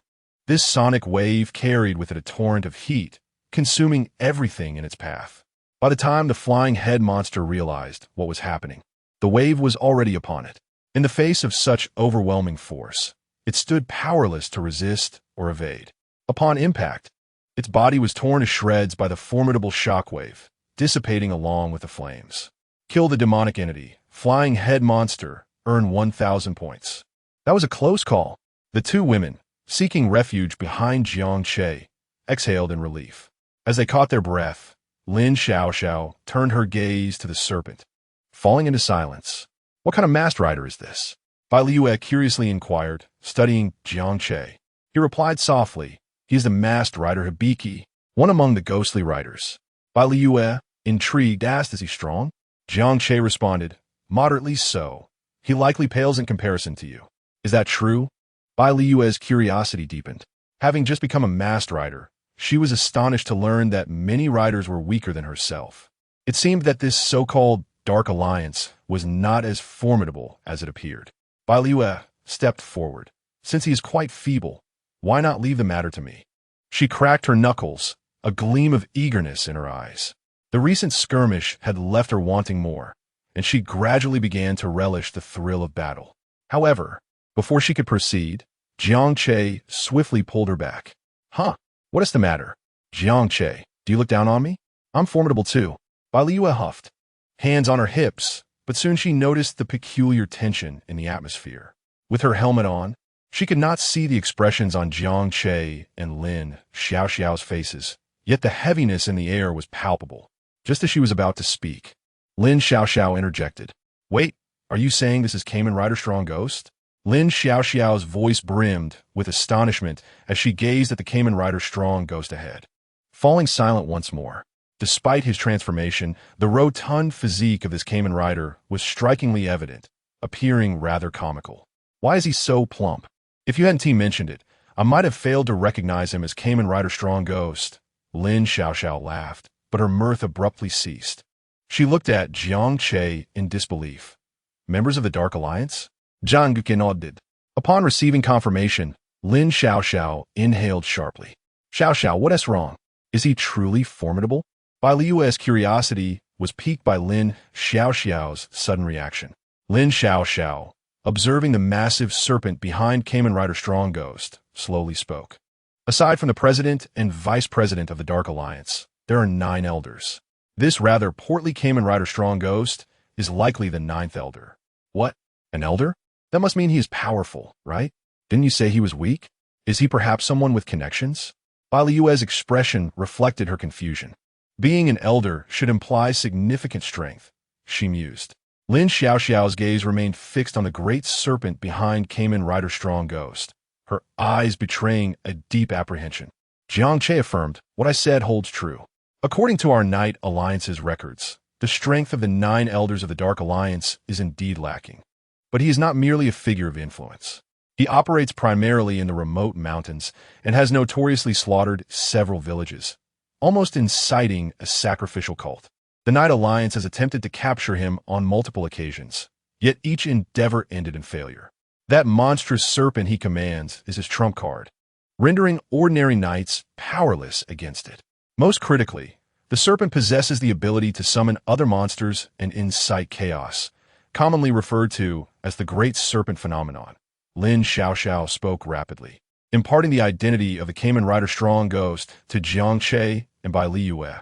As her words concluded, the 3 of them simultaneously changed expressions. They distinctly felt tremors beneath their feet, accompanied by the ominous roars of approaching creatures. Chapter 30. The Moonlit Fatal Technique. The White Death under the Crescent Moon. What should I do? Listening to the strange noises, Bai Liyue felt a twinge of fear. Is the profession of Kamen Rider truly this perilous? On my very first day of operation, I am already faced with such dire trouble? Lin Xiaoxiao glanced at Jiang Che, who stood there impassively, devoid of any emotional fluctuation. Running away seems futile now. As for calling for help, I doubt the pace at which those demonic creatures consume me would be slower than that of the Rider Alliance. Bai Liyue suddenly interjected, "But Xiaoxiao, didn't you mention that a formidable rider from the Alliance has come to our aid?" "Forget it," Lin Xiaoxiao sighed. "I don't think we can rely on that person anymore." Yet, despite their conversation, Lin Xiaoxiao and Bai Liyue remained remarkably calm. Jiang Che's presence beside them granted them immense courage. He had no intention of fleeing either. The giant serpent was the adversary's trump card, but he too possessed his own hidden strengths. "You two will handle the evacuation. Those police officers alone won't suffice," Jiang Che stated, having sensed the growing number of demonic creatures approaching their location. "What about that giant serpent?" Lin Xiaoxiao's focus remained on the looming threat. "If we can't deal with it, all our efforts would be in vain." While they had not engaged the demonic serpent in battle, and the Rider Alliance lacked a precise assessment of its combat capabilities, anyone who could attain the position of 9th Elder must possess both ruthlessness and significant strength. "Leave it to me," Jiang Che stepped forward. Lin Xiaoxiao remained apprehensive, "But your Transcendent Form S armor card was shattered, wasn't it?" She recalled that after Jiang Che had slain Kamen Rider Meteor, the card had ejected from the drive and shattered into fragments. Single-use items weren't uncommon. She remembered a certain individual with a scarlet abdomen whose transformation required a disposable item, only to be replenished by consuming ice cream afterward. Can you still transform into the Transcendent form? The Transcendent armor was indeed powerful. Lin Xiaoxiao understood that if Jiang Che could become the hyper armor, the giant serpent would surely meet its demise without causing any upheaval. Jiang Che shook his head. "Not for now, but I have other methods to deal with it. You need not worry about me. Also, when you evacuate the crowd, if you encounter any demonic creatures, try to lead them toward me. I will handle them." With that, Jiang Che dashed towards Kamen Rider's strong ghost. Can he really manage? Lin Xiaoxiao watched Jiang Che's retreating figure, unease gnawing at her. After all, that was a giant serpent, a true boss-level monster, unlike the elite-level creature they had faced before. The serpent's sheer physical strength was enough to disregard many formidable mechanisms. For instance, Bai Liyue's time-stopping skill. Regardless of whether it could halt the serpent, even if it could, she doubted she could breach its defenses. "Hey, aren't you worried about Jiang Che?" Lin Xiaoxiao suddenly noticed Bai Liyue heading in the opposite direction, puzzled. Bai Liyue paused and turned to Lin Xiaoxiao. "If Jiang Che says he can do it, then he certainly can. I just need to believe in him." Lin Xiaoxiao was momentarily taken aback. She hadn't anticipated Bai Liyue's unwavering faith in Jiang Che. But it made sense.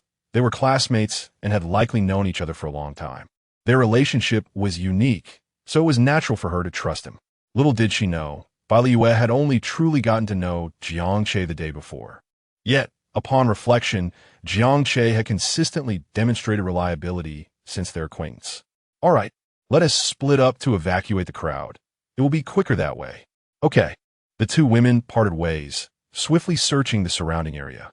Fortunately, the location was secluded with few people around. Moreover, Lin Xiaoxiao had previously contacted the police under the guise of the Rider Alliance to facilitate the evacuation. Roar! As the sounds of the demonic creatures grew louder, Lin Xiaoxiao and Bai Liyue began to catch glimpses of them. From a nearby forest, various demonic creatures emerged in droves. Watch out! Bai Liyue, navigating near the nursing home, spotted an elderly man wielding a hoe, his face etched with terror as he stumbled backward, brandishing the tool as if to fend off an unseen threat. Before him stood a towering Yamabiko, nearly 7 meters tall, mimicking the old man's cries for help. The massive creature was covered in fur and had a tail. A glimmer sparked in Bai Liyue's eyes as she summoned the shattering light, charging towards the Yamabiko without hesitation. Though the size difference was stark, she pressed on, her mind suddenly flooded with thoughts of Bai Yang. Perhaps it was Bai Yang's undercover efforts against the dark forces in Linchuan City that inspired her to act bravely. Time stopped. As she observed the old man and the Yamabiko frozen in time, Bai Liyue's face lit up with joy. It worked. She thrust the shattering light directly into the Yamabiko's body. With a satisfying puncture, relief washed over her at the sight of her attack breaching its defenses. However, her relief was short-lived. The time-stopping effect faded. Confronted by such a colossal demonic creature, her mastery of the time-stop skill was still lacking. She could only freeze the Yamabiko for a few brief seconds. The moment it felt the sting of her blade on its thigh, the Yamabiko let out a terrible scream, turning its fury towards Bai Liyue. Though its eyes were obscured by fur, the rage was unmistakable. Boom! The Yamabiko stamped its foot, causing the ground to tremble. The elderly man lost his balance and fell, barely managing to brace himself with his hoe to avoid a disastrous fall. Meanwhile, the shockwave hit Bai Liyue harder, leaving her dazed as if struck by a vehicle. By the time she regained her senses, the Yamabiko's massive hand was reaching for her, capturing her with formidable strength. Bai Liyue struggled, but found herself unable to break free. She chastised herself for being so careless. With a sigh, she cleared her throat, preparing to call for Jiang Che. Help! Suddenly, a barrage of bullets and shells erupted from an unknown source, striking the Yamabiko in the chest. The creature, in pain, released its grip on Bai Liyue. Bai Liyue blinked in surprise, turning to the direction from which the projectiles had come. Dead, Uncle Yang, Uncle Long. Brother Zhang she spotted Bai Yang accompanied by a group clad in tactical gear, each wielding a variety of advanced weaponry. Almost instantly, Bai Liyue recognized many familiar faces among them, those who had infiltrated the underworld alongside her father, Bai Yang. Don't be afraid. Yeah, we're here. Bai Yang's heart raced with anxiety as he saw his daughter in peril. He was relieved to have arrived in time. Otherwise, she could have been in grave danger. Filled with rage, Bai Yang aimed at the colossal Yamabiko and pulled the trigger, unleashing a torrent of bullets as if they were of no consequence.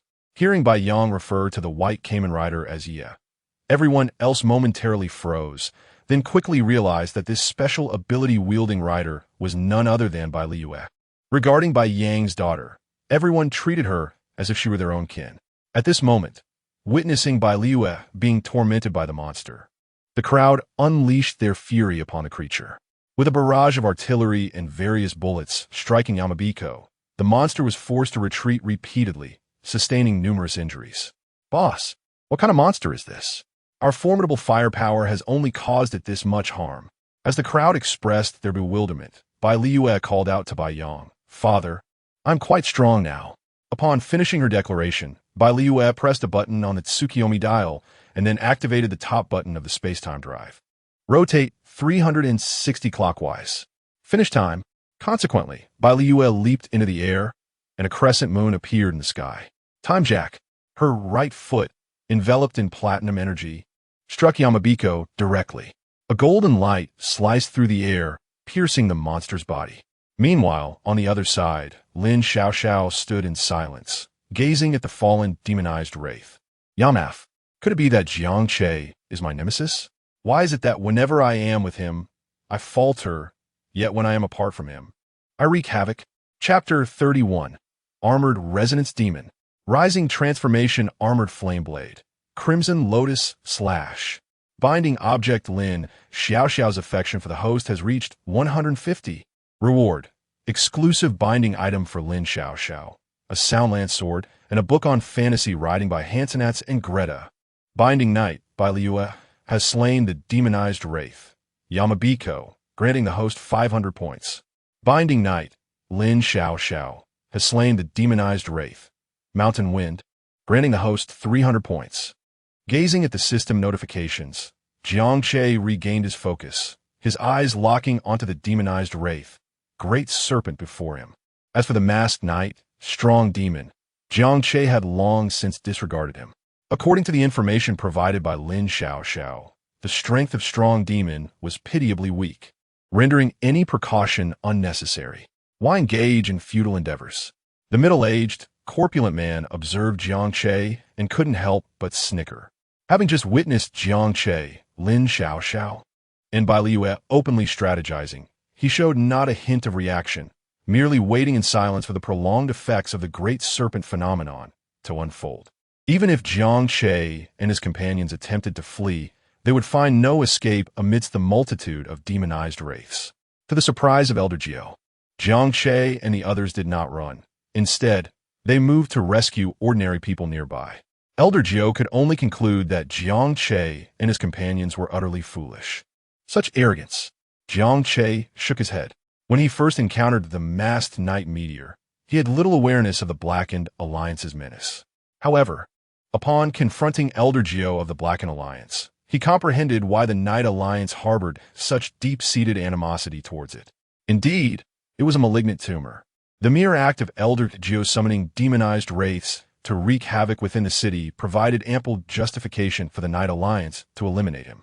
I hope you leave behind the Imperial Rider Driver after your demise. Elder Jiao's gaze lingered on the Imperial Rider Driver at Jiang Che's waist, revealing a glimmer of fervor. Since the transformation sound fork of Strong Demon had not been left behind, he could only set his sights on the Imperial Rider Driver. This device far surpassed the transformation sound fork. However, opportunity and risk were intertwined.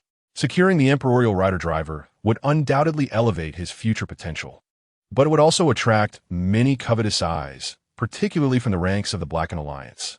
As a member of the Blackened Alliance himself, and one of high standing as Elder Jiao, he understood the vile nature of those within.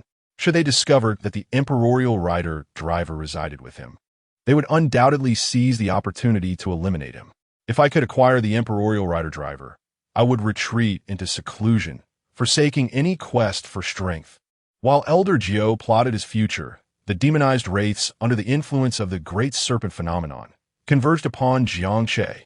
As the demonized wraiths emerged around him, Jiang Che began to exchange points.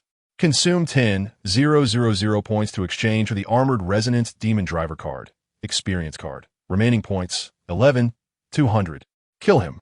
Remember, first torment him, piece by piece consuming his body. When he reaches the pinnacle of suffering, then strike him down. Elder Jiao gazed at Jiang Che with a maniacal expression. He vaguely recalled a web novel he had read a few days prior, authored by a certain San. According to the narrative, slaying the creatures within would yield an item known as soul bone.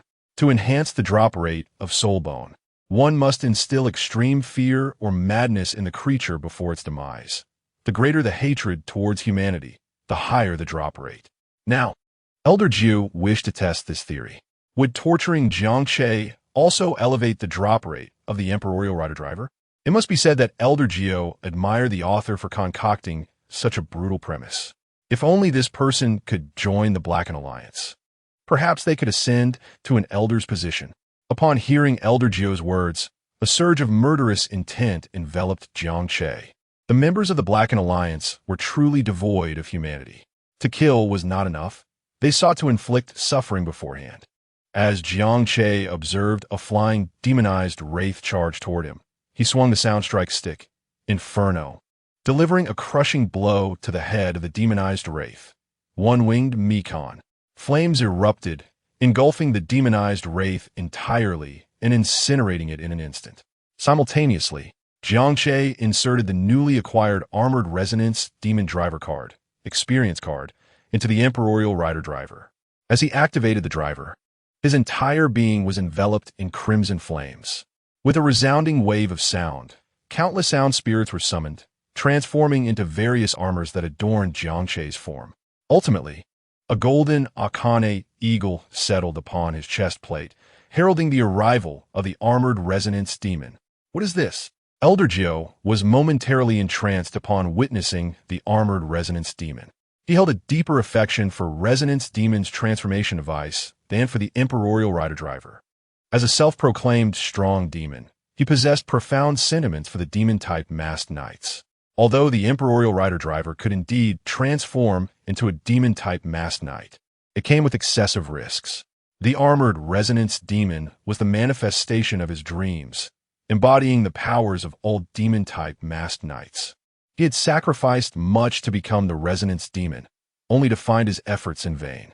Especially painful was the realization that his own disciple, whom he had painstakingly nurtured, remained stuck in the form of Resonance Demon Red, unable to progress further. The appearance of the Armored Resonance Demon before him only deepened his inner turmoil. With the emergence of the Armored Resonance Demon, the demonized wraiths obeyed the Great Serpent's command, rushing toward Jiang Che in a frenzy. Jiang Che wielded the Sound Strike Amplification Sword, Armored Sound Blade in one hand and the Soundstrike Stick, Inferno in the other.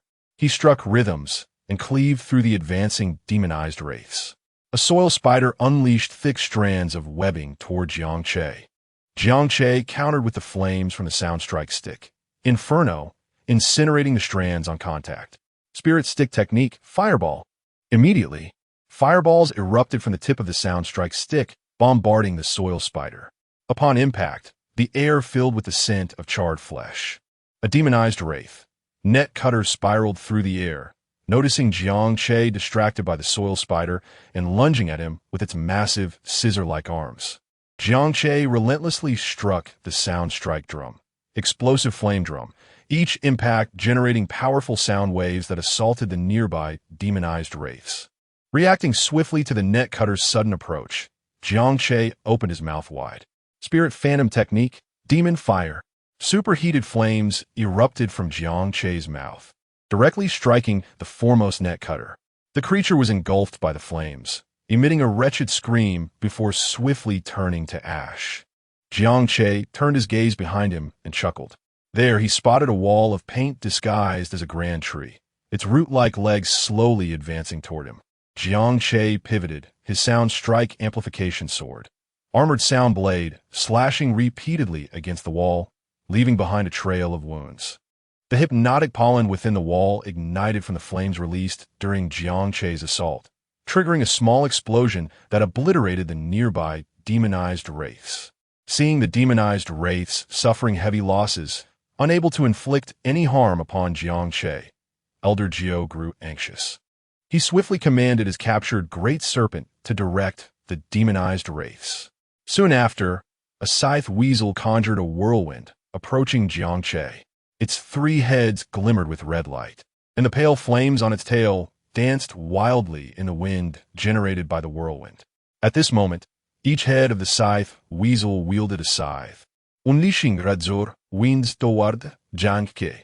As Jiang Che sensed the imminent danger, he raised the sound amplification sword, Armored Sound Blade, to defend against the oncoming wind blades. Sparks erupted from the clash of metal.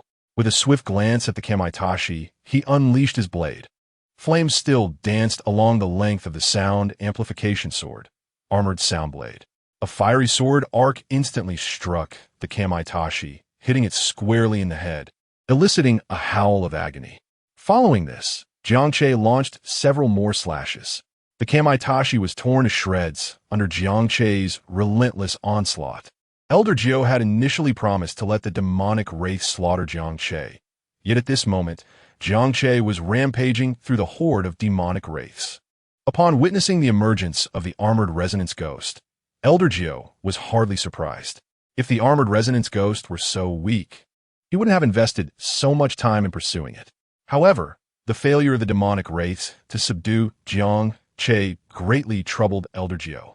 It seemed the burden now fell upon you, old friend. Elder Gio stroked the lowered head of the great serpent and issued commands. It appeared that the demonic wraiths gathered by the great serpent phenomenon posed no real threat to Jiang Che. Conversely, every strike from Jiang Che seemed to diminish the great serpent phenomenon, reducing the frequency of the wraith's assaults. The demonic wraith, great serpent, let out a roar and finally moved. It swiftly charged, scattering the wraiths in its path. Soon, Jiang Che noticed an unsettling shift in the weather. Thick, heavy clouds enveloped the sky entirely. This was soon followed by a deafening clap of thunder, as a bolt of lightning cleaved through the heavens, while fierce winds whipped up sand and debris towards Jiang Che's position. The ground beneath him began to tremble violently, cracks spreading across the terrain. Observing the immense form of the demonic wraith, great serpent, its eyes glinting with malevolence, Jiang Che snorted coldly. After dispatching a nearby wraith, he turned to face the great serpent, the demonic wraith. Great serpent was no trivial foe. He needed to muster every ounce of his focus to confront it. The great serpent opened its massive maw, unleashing a cloud of toxic mist directed at Jiang Che. The wraiths caught in the mist collapsed instantly upon contact. With a swift movement, Jiang Che evaded, flames erupting from his body to disperse the encroaching poison. Simultaneously, the sound amplification stick in his hand unleashed a barrage of fiery projectiles. Each fiery orb pierced through the toxic cloud, soaring like meteors towards the demonic wraith, great serpent. They detonated upon its hardened scales. Although they inflicted minor injuries, the great serpent merely writhed a few times, its formidable regenerative abilities swiftly mending its wounds. The great serpent advanced rapidly towards Jiang Che, sweeping its tail in his direction. The wind roared around the tail's arc as Jiang Che raised the sound amplification sword, armored sound blade, and struck forcefully at the serpent's tail. However, the great serpent's strength seemed to surpass his own. The force exerted by its thick tail overwhelmed Jiang Che, sending him staggering back. Before he could regain his footing, the great serpent unleashed a powerful surge of electricity towards him. Jiang Che was unable to evade in time. The current struck him, causing his body to seize momentarily as he stumbled backward. In the ensuing exchanges, the great serpent, leveraging its massive size, diverse attack patterns, and rapid healing capabilities, gradually gained the upper hand against Jiang Che. For a time, the demonic wraith, great serpent, had him pinned down. Jiang Che found himself increasingly ensnared in a defensive predicament. This demonic wraith, great serpent, was indeed extraordinary. Even in his transformation into the armored resonance ghost, he nearly faltered against it. It seemed he would need to resort to some trickery. Jiang Che produced 2 final attack rider cards, inserting them into the driver with remarkable speed and activating them in succession. Final attack ride, ultimate attack drive, ascend and transform, armored flame blade, crimson lotus scythe, chapter 32, lousy, the world destroyer. Can I even kill you? Accept your fate. Even if you transform into an armored phantom, you cannot surpass my great serpent. The 9th elder watched as his tamed serpent subdued Jiang Che, and a smile involuntarily crept upon his lips. He had expended untold effort to subdue this serpent, and even discovered a secret method that allowed him to establish a connection with the demonized serpent. Should the demonized serpent perish, he would suffer a backlash, rendering him nearly incapacitated. Fortunately, through continuous sacrifices, the bond between the demonized serpent and himself deepened, and its power grew, solidifying his position as the 9th elder of the Dark Alliance. Hence, even if Jiang Che transformed into an armored phantom, he remained unfazed. The Emperor Rider, after all, is still the Emperor Rider, possessing the ability to transform into other knights, but lacking the profound understanding of their ultimate forms. Mastery of multiple disciplines is a different concept from specialization in one. Jiang Che, at present, was too preoccupied to heed the ninth elder's taunts. Had he known the elder's thoughts, he would have scoffed. While others might require time to comprehend the intricacies and strengths of various knights upon acquiring the Emperor Rider's driver and riding cards, for Jiang Che, a fervent fan of tokusatsu, it was a trivial matter. He had committed the information of all knights to memory. Moreover, the Emperor Rider was far from the simplicity the ninth elder imagined. Its true strength lay in the ability to wield the powers of other knights and to combine them at will. Just then, as Jiang Che faced the menacing demonized serpent, he activated Ascendant Transformation. To the eyes of other monsters, Jiang Che instantly transformed into a red blur, his speed so rapid that the surrounding air emitted a sharp whistling sound, and even the dust in the air seemed to freeze in place. Entering a state of ultra-high speed movement, the sound-augmented sword, armored blade, began to gather the power of flames, forming a massive fiery blade. Armored flame blade, crimson lotus slash. Jiang Che leaped forward, directly confronting the demonized serpent, swinging the 40-meter flame blade toward its head with great force. Just as he envisioned the scene of severing the serpent's head, the demonized serpent seemed to sense the impending danger, its colossal body trembling slightly. Despite Jiang Che's remarkable speed, the serpent evaded his lethal strike by moving its body with deliberate slowness, responding to the threat. Jiang Che narrowed his eyes, finding little surprise in this. Given the strength of the demonized serpent, it was entirely normal for it to react instinctively to danger. But how many times could it evade? With a cold smirk, Jiang Che's body moved like lightning. He swung the sound-augmented sword, unleashing the lethal technique, armored flame blade, crimson lotus slash repeatedly. Each fiery sword wave bore a devastating aura, cleaving toward the demonized serpent. Each armored flame blade, crimson lotus slash, effortlessly carved cracks several feet long into the ground, distorting the very air under the pressure of the fiery energy. Yet, the demonized serpent managed to sense the danger with each of Jiang Che's attacks, instinctively reacting to evade his lethal strikes. To Jiang Che, though the serpent's movements seemed slow, it perfectly avoided his assaults time and again. From the serpent's perspective, it could only perceive Jiang Che as a flickering shadow as he relentlessly assaulted it from various angles. With each attack, Jiang Che swiftly adjusted his approach, the red phantom surrounding him darting around, unleashing a torrential rain of red sword energy upon the demonized serpent. Although the serpent could not pinpoint Jiang Che's exact movements, it could feel the intensity of each of his strikes. It was perplexed by the sudden surge in Jiang Che's power, which seemed absurdly formidable. Unbeknownst to the serpent, Jiang Che had entirely forsaken standard attacks, opting to unleash his lethal technique, armored flame blade, crimson lotus slash, in place of his ordinary strikes. Jiang Che had attempted standard slashes before, yet they inflicted minimal damage upon the demonized serpent, even in the Ascendant Transformation state. The damage from his multiple slashes healed faster than the serpent could sustain. However, as Jiang Che relentlessly unleashed his lethal techniques without concern for cooldowns, the tide began to turn. The serpent's evasion speed dwindled, and it struggled to respond, suffering several strikes from Jiang Che. Seizing the moment, Jiang Che hastened his movements. As the demonized serpent attempted to evade, he maximized the flames, igniting the sound-augmented sword in a blaze. A colossal, searing sword energy surged forth at high speed toward the serpent's body. This time, the demonized serpent could not react in time, helplessly watching the flaming phantom approach. The fiery sword energy sliced through the serpent's form, cleaving it in two. With a roar, the demonized serpent collapsed to the ground. The tempest it had unleashed quieted instantly, and the lightning and thunder gradually faded. Demonized Serpent Slain earned 8,000 points. After vanquishing the demonized serpent, Jiang Che deactivated the Ascendant Transformation state. The relentless barrage of lethal techniques had taken a toll on his body, leaving him on the brink of exhaustion. However, he was relieved that the demonized serpent had been dealt with. This is impossible. The ninth elder collapsed to the ground. His head tilted as he stared at Jiang Che and the severed remains of the demonized serpent, despair etched upon his face. Upon the serpent's demise, he experienced the backlash.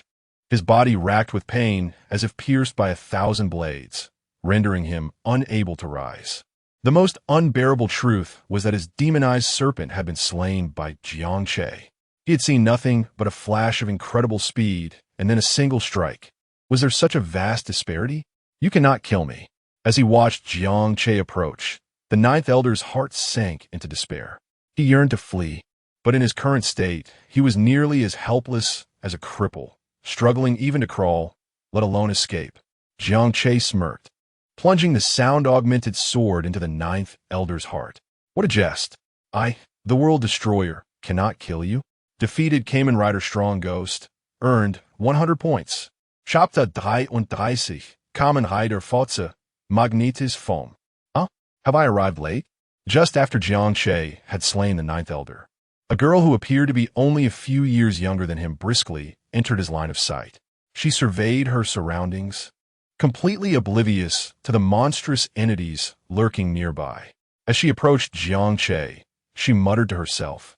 The girl was strikingly beautiful, with willow-like eyebrows framing a pair of enchanting peach blossom eyes. Below her delicate, sculpted nose, her lips resembled ripe cherries, vivid and alluring.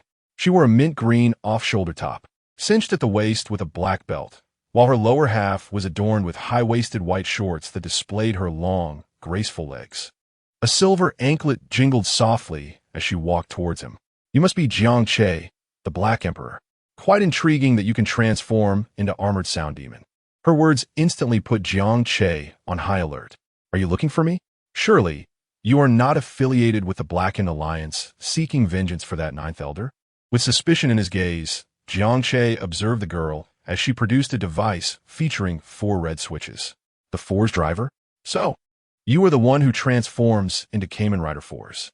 Jiang Che frowned, aiming his sound-enhancing sword, Armored Sound Blade, at her, ready to strike should anything seem amiss. Just as tensions escalated, the girl inserted a switch into the Force driver and declared, Henshin. Upon transforming into Kamen Rider Force, she promptly pressed the switches button. Medical on. A yellow medical box materialized on her left arm. She retrieved a vial from the box and tossed it to Jiang Che, who caught it, momentarily stunned and perplexed. Is this a healing switch? Could it be she is not part of the Blackened Alliance? Have I misunderstood her? This is a concentrated cosmic energy serum that can swiftly replenish your internal energy, she explained. Her gaze turned icy as she surveyed the monstrous fiends around them. But when her eyes returned to Jiang Che, the coldness morphed into a blank stare.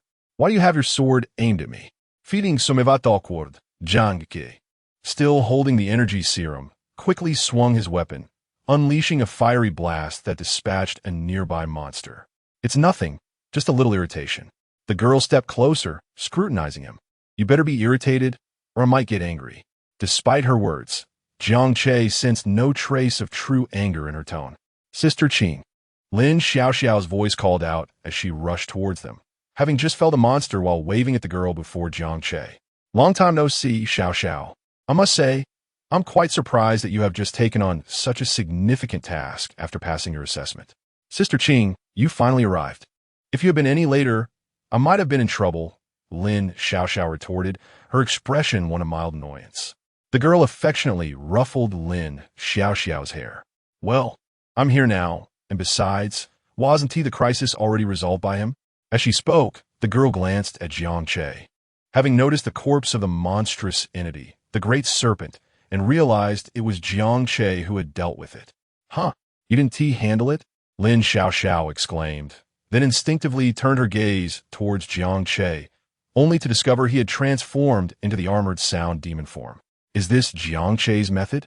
Transforming into the ultimate form of sound demon? Impressive. Not quite. I encountered a celestial apostle along the way, which delayed me a bit. Otherwise, I would have arrived sooner. Oh, that explains it. After hearing the girl's explanation, Lin Xiaoxiao ceased her inquiries and began introducing them. This is Su Yuqing, the one who transforms into Kamen Rider Force. Sister Qing is exceptionally powerful.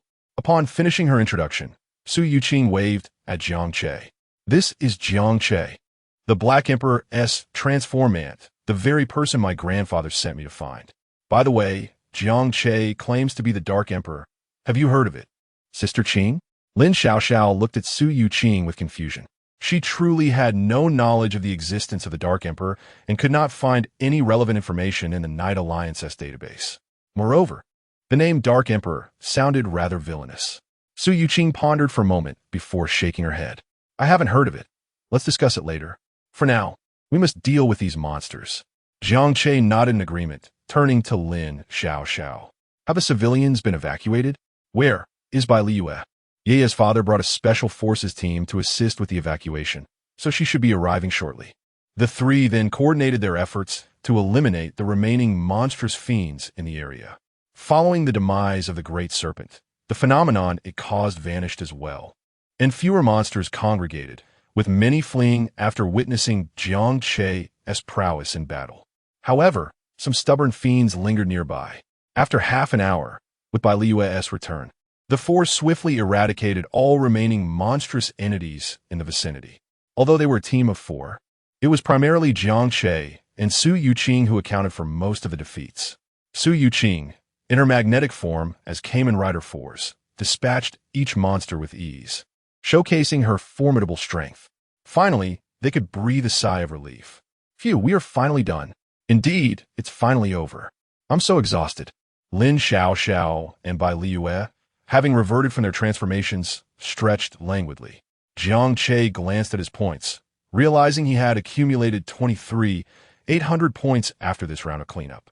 However, he remained undecided on which Rider's driving card to exchange for, contemplating whether to save until he could reach 100,000 points to obtain an advanced driving card for the Kamen Rider. Upon reverting back from his transformation, Jiang Che suddenly felt his legs weaken, and his body involuntarily began to collapse. Fortunately, both Bai Liyue and Lin Xiaoxiao caught him in time. Jiang Che, are you all right? The two girls, concerned, asked in unison. Jiang Che shook his head, signaling that he was fine. He had already exhausted a significant amount of energy during the battle with the Great Serpent, and his combat style, which relied on his ultimate attack as a regular move, had placed his body in a state of overload. Had it not been for the cosmic energy serum provided by Su Yuqing, he would have likely reverted to his original form before finishing off the remaining monsters. Now that he had reverted, feeling slightly weak was only to be expected.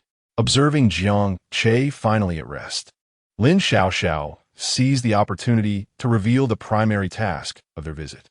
Previously, Jiang Che had been occupied with battle, leaving no room for her to discuss important matters. Jiang Che, do you wish to join our Night Alliance? Chapter 34. The Extermination Mission. Eliminate Offinor. Jiang Che glanced at Lin Xiaoxiao, feeling a stir of emotions within. Noticing Jiang Che's silence, Lin Xiaoxiao assumed he held little interest in the Night Alliance, and quickly added, we have many knights in the Night Alliance. I recall that if the Emperor Knight befriends other knights, there is a possibility of acquiring corresponding riding cards. Jiang Che, however, was indifferent to such benefits. His Dark Emperor Knight driver was granted by the system, not a natural awakening from this world. He had previously inquired with the system about obtaining other knights' riding cards, and the only means was through point redemption. His primary desire to join the Night Alliance stemmed from the organization's mastery of intelligence. As a righteous official body, it should possess a wealth of monster-related information, which would facilitate his rapid accumulation of points. Surely, your Night Alliance has a plethora of monster intelligence, right? I may lack many virtues, but I despise evil. If I don't slay some monsters, I feel restless. Upon hearing this, Lin Xiaoxiao brightened. So, does that mean you are willing to join, Jiang Che? Su Yuqing remained silent for a moment, casting a peculiar glance at Jiang Che. Completing monster extermination tasks in the Night Alliance felt akin to labor, endless, dirty, and exhausting, with little reward. Who would eagerly rush to undertake such tasks? Was he born to be a laborer? Sister Qing, why do I sense a hint of mockery in your gaze? Jiang Che, having grown somewhat familiar with Su Yuqing, decided to address her as Sister Qing, much like Lin Xiaoxiao. Ahem, I am not mocking you. Su Yuqing cleared her throat, quickly diverting her gaze. By the way, when I came to provide support, the president assigned me another task, conveniently related to monsters. It was mentioned that if Xiao Xiao successfully invites Jiang Che to join our Night Alliance, we should take him along. Jiang Che's curiosity piqued at this coincidence. Is that so? What task is it? A serious expression appeared in Su Youqing's eyes as she spoke deliberately. Exterminate the Offinor lair. As her words fell, two of the three individuals present displayed astonishment, while another wore a face of confusion. What is Offinor? Bai Liu inquired, looking at Jiang Che. Jiang Che explained, those monsters that kidnapped you yesterday belong to the Offinor series.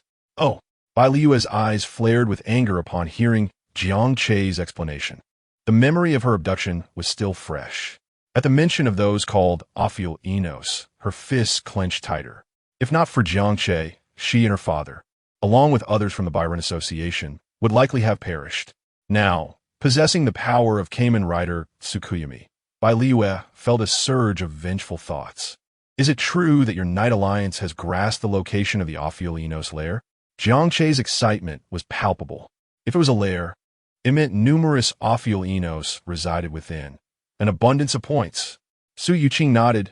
Your efforts contributed to this. After word reached us in the Night Alliance about your dispatching those several Offinor yesterday, we immediately initiated an investigation. After screening all suspicious individuals who had contact with the leader of the so-called Black Dragon Gang and considering other clues, we could roughly ascertain that the Offinor in Linchuan City likely originated from a company called Tianyi Technology. However, we currently lack concrete evidence, so the Night Alliance hopes we can confirm this at the company. If it indeed serves as the Offinor lair, we will proceed with extermination. Count me in. Jiang Che agreed without hesitation. Upon hearing Jiang Che's affirmation, Lin Xiaoxiao expressed her willingness as well. Sister Qing, I will go too. Su Youqing glanced at Lin Xiaoxiao, reassuring her, don't worry, you won't be left behind. The president stated that if Jiang Che declines, it's fine, but you must accompany me. Lin Xiaoxiao clicked her tongue. All right then, let's go, it's getting late. Tonight, I will scout the company, and tomorrow we will take action. After the two agreed, Su Youqing signaled to them to proceed. As they prepared to depart, Bai Liu pointed to herself. What about me? Exterminating the Offinor is a task for the Night Alliance, and I hold a grudge against them. However, I am not a member of the Night Alliance. Today, I am merely following Jiang Che, so it is fine. But tomorrow, when Jiang Che and the others act under the name of the Night Alliance, I, as an outsider, would be unable to participate. By the way, I have been curious. Who is she? Is she also part of our Night Alliance? Su Youqing looked at Bai Liu, intrigued. During the recent extermination of the corrupted spirits, Bai Liu was present and was, in fact, Kamen Rider Tsukuyami.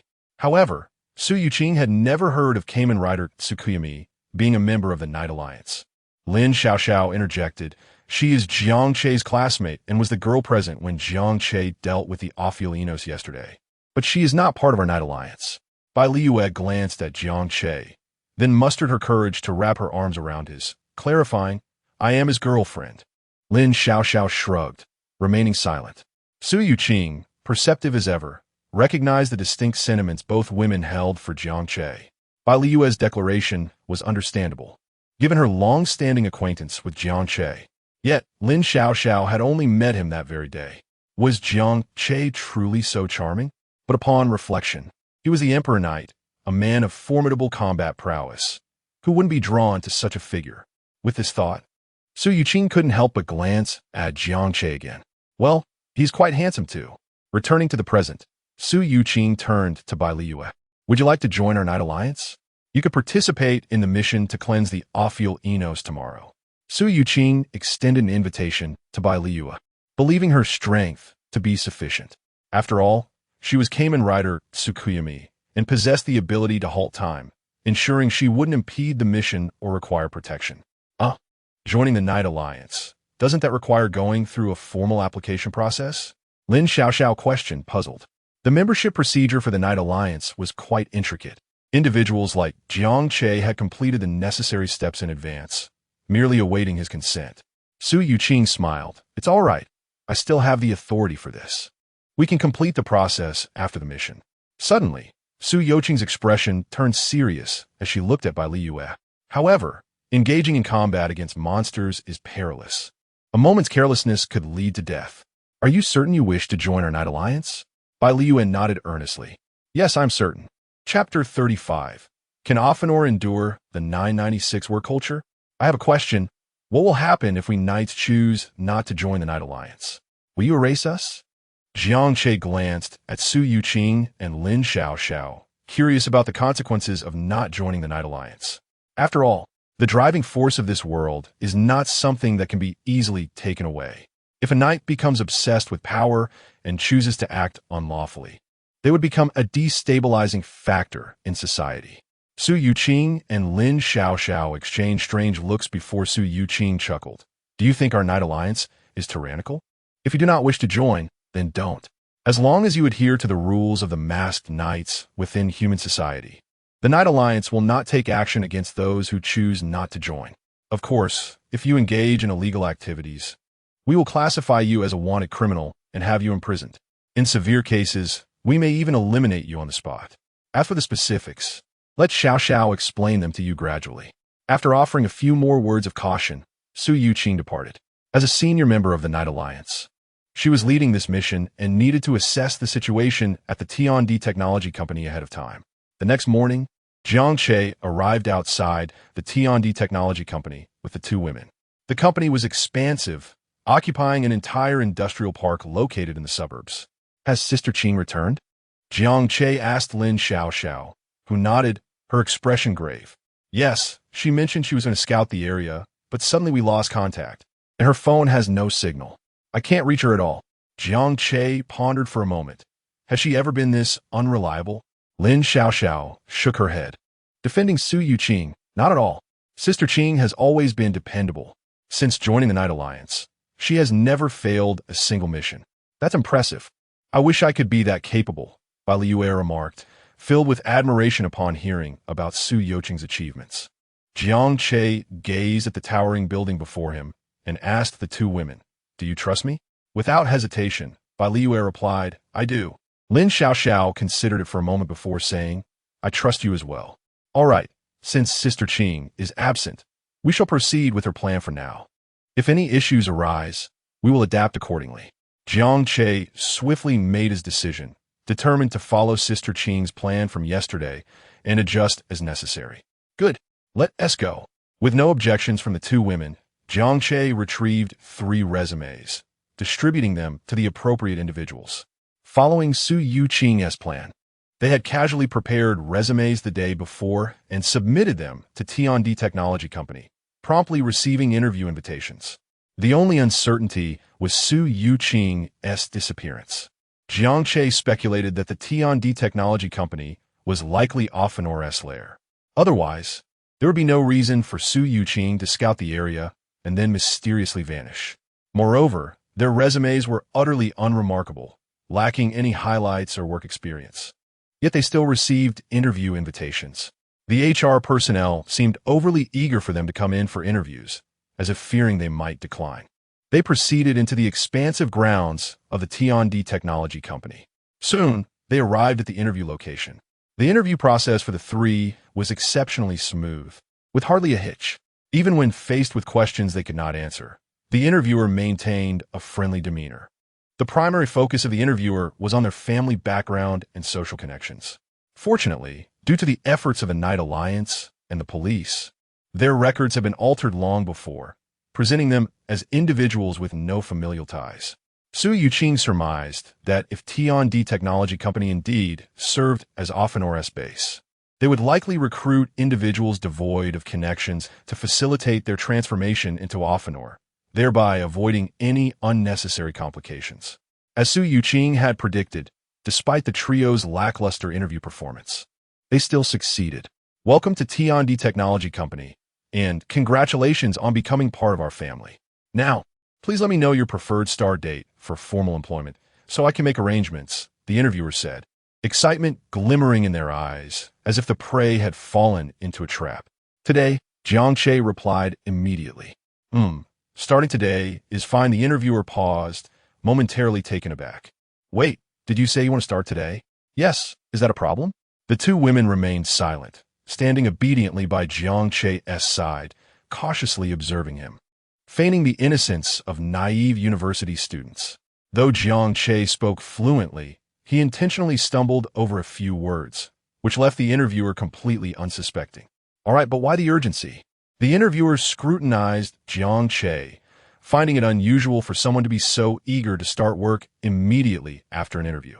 Jiang Che quickly explained, if we start now, will that count as a full day's attendance? We're a bit short on cash. Upon hearing that it was a financial matter, the interviewer's confusion dissipated instantly. Of course, that counts. Since you 3 won't start today, our company has no objections. Subsequently, the interviewer led them through various departments to several vacant positions. Just a moment. A supervisor will come by shortly to familiarize you with the workflow. After the interviewer departed, the trio exchanged glances, remaining silent. The department they were in was bustling, and even a quiet conversation could be overheard. You must be the new hire starting today. A robust man approached them, his sharp gaze fixed on the trio with a serious tone.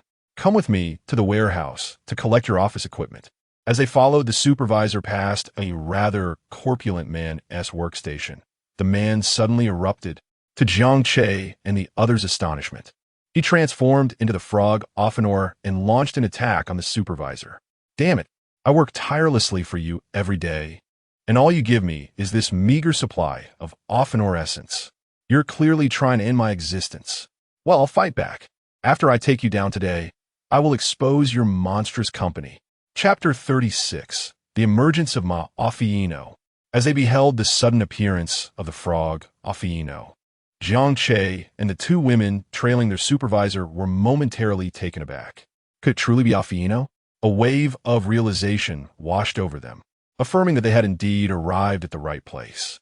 Just as the 2 women prepared to retrieve their devices for transformation, Jiang Che discreetly grasped their hands, signaling them to refrain from transforming for the time being. Understanding his cue, the women halted their movements. Jiang Che observed the frog Offinor lunging toward the supervisor, a peculiar expression crossing his face.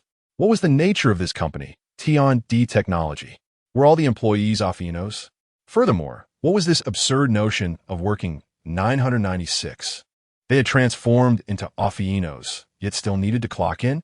The frog Offinor even mentioned the Ophi factor. If the Ophi factor within a normal Offinor were to vanish, so too would its life. Were they laboring to accumulate Ophi factors? It was working hours. Such a violation of company policy warranted dismissal. The supervisor, walking ahead of Jiang Che and the others, displayed little emotional disturbance in response to the frog Offinor's abrupt outburst. He merely stated a violation of regulations in a flat tone before redirecting his gaze forward. In the next moment, several employees from other stations rose in unison, seizing the frog Offinor and escorting it out of the office area. Silence reclaimed the workspace almost instantaneously. Jiang Che scanned his surroundings, noting the calm demeanor of the other employees, who exhibited no shock at the frog Offinor's appearance. It seemed they had grown accustomed to such occurrences. Jiang Che's intuition confirmed that they had not erred in their arrival. This T&D Technology company was likely composed entirely of Offinors. The former leader of the Black Dragon Gang had probably come into contact with this company, which explained his transformation into an Offinor. Jiang Che mused. It was unfortunate that his perceptive abilities seemed diminished at this moment. Previously, when faced with the emergence of the anomalous insects, he had been keenly aware of their abnormalities. Perhaps it was because those insects had mimicked human forms while retaining their true nature as insects, allowing him to sense the discord. However, these Offinors had mutated from humans and possessed the ability to transform into Offinors. Thus, Jiang Che's discernment faltered. It was also plausible that the scarcity of Ophi factors within them rendered his detection ineffective. Suddenly, the leading supervisor turned to face Jiang Che and the 2 women. Before he could utter a word, Jiang Che, with a serious demeanor, interjected, "This is outrageous. Engaging in cosplay during work hours? Such individuals ought to be terminated."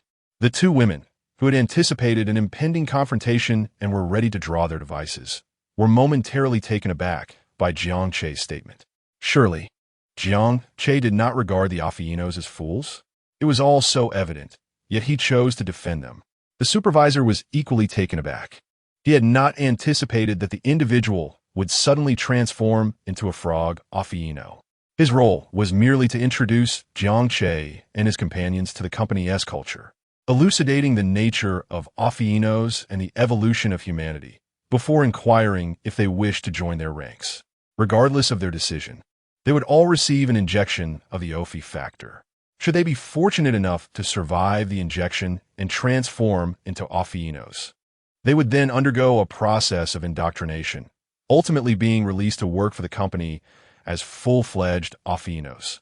The appearance of the frog Offinor ignited a murderous intent within the supervisor, who contemplated administering the Ophi factor injection to Jiang Che and his companions right then and there. However, he recognized the complications this would entail, particularly concerning the subsequent cleanup of the office.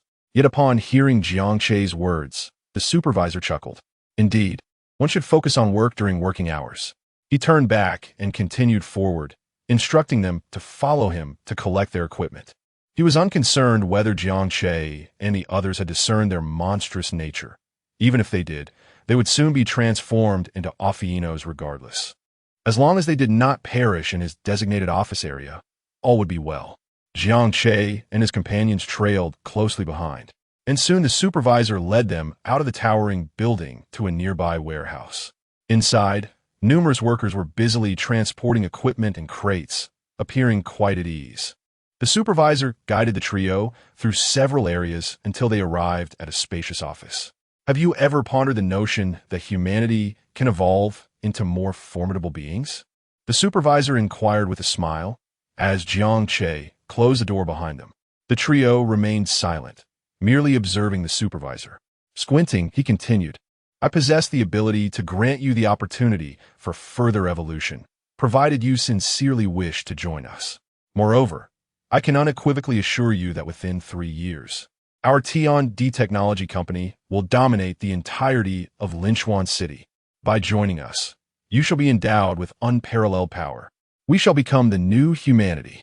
As his words lingered in the air, the supervisor transformed into a rhinoceros beetle Offinor, gazing at Jiang Che and the others with closed eyes and outstretched arms, ready to relish the fear typically evoked in ordinary humans upon encountering a monster. He reveled in this aspect of his job, relishing the reactions of ordinary individuals upon witnessing his transformation. Were it not for the company's strict regulations against indiscriminate actions, he might have already taken to the streets, seeking out hapless passers-by for slaughter. However, the anticipated screams never materialized. Upon opening his eyes, he found Jiang Che and his companions staring at him, as if he were a simpleton. Could it be that these three were genuinely dim-witted enough to think he was merely engaging in cosplay? Seeing their unperturbed demeanor, the supervisor recalled Jiang Che's prior remark about the frog Offinor's cosplay, quickly realizing that they did not regard him as a monster. Resignedly, he thought, perhaps it would be best to take direct action. With a sigh, he lamented the loss of today's anticipated thrill. At that moment, Azmirk graced Jiang Che's lips. From the supervisor's earlier statements, it became abundantly clear that the employees of this company were indeed Offinors. Moreover, the supervisor's claim of controlling Linchuan City within 3 years revealed an insidious plan. They intended to prey upon ordinary humans? Not if he had anything to say about it. Just as the rhinoceros beetle Offinor brandished its horn-like blade, ready to inject Jiang Che and his companions with the Ophi factor, a furious voice erupted from a cabinet in the corner of the office. In the next instant, the cabinet door swung open, and a figure clad in armor lunged forth, charging at the rhinoceros beetle Offinor. It was Ma Offinor. Jiang Che narrowed his eyes upon recognizing the figure. Chapter 37. A Day as an Offinor. A Lifetime as. Bang! The beetle Offinor was caught off guard as it was slammed against the wall of the office by the horse Offinor. Fortunately, this office was specially constructed by T&D Technology Company, making it exceptionally sturdy. The impact left a significant dent in the wall, but did not breach it. Where are you from? How dare you ambush me? Do you have any idea that I am the department head? Despite the beetle Offinor's furious outcry, it did not lower its guard. Rather, Its expression grew grave. The recent collision had indeed caused it some pain. In Tianyi Technology Company, strength is paramount. With sufficient Offinor particles, one could not only extend their life, but also enhance their power. Increased power would lead to higher positions within the company. Yet, the beetle Offinor could not recall any horse Offinor possessing greater authority than itself. Was it not an employee of Tianyi Technology Company? As this thought crossed its mind, the beetle Offinor recalled a previous incident. There was an Offinor who, upon awakening, became remarkably powerful but refused to join the company. For those who defy orders, the company intended to eliminate them directly, but unfortunately, that particular Offinor managed to escape. Subsequently, there were instances of employees falling victim to mysterious attacks, leading to speculation that it was the escaped Offinor seeking vengeance against the company. That same fugitive Offinor seemed to be the horse Offinor. "You are an Offinor hunter?" The beetle Offinor suddenly realized, pointing an accusatory finger at the horse Offinor. The horse Offinor flicked its hand and brandished the galloping sword. "Offinor hunter, you say? That title has a nice ring to it. I like it." With that, the horse Offinor charged forward, delivering a kick that sent the beetle Offinor sprawling to the ground, then placed its right foot on the beetle's face. With a swift motion, the horse Offinor thrust the galloping sword into the beetle Offinor's chest. "Ah, you cannot kill me. We are both new humans. We are companions. How could you kill me for the sake of humanity?" The beetle Offinor, pinned underfoot, felt the sword pierce its chest, rendering it immobile, grasping desperately at the blade. "Not only will I kill you, but I will eradicate all Offinors." The horse Offinor's voice brimmed with rage, its grip on the sword tightening, twisting it deeper into the beetle Offinor's chest. The beetle let out a pitiful scream, realizing the futility of its situation. It was clear that the horse Offinor would not relent. "You cannot possibly kill us all. You have no idea how strong the upper echelons of the company truly are. And even if you did manage to eliminate us, you would not survive. Without the Offinor particles, you too would meet your demise." The beetle Offinor's voice grew faint, its body igniting in blue and white flames before turning to ash. The horse Offinor withdrew the galloping sword from the ground, murmuring, "If death is what awaits, so be it. I do not wish to become a monster." Regaining composure, the horse Offinor turned to the three onlookers, Jiang Che and his companions. "You three must be utterly stunned. I suppose my monstrous appearance would terrify any ordinary person."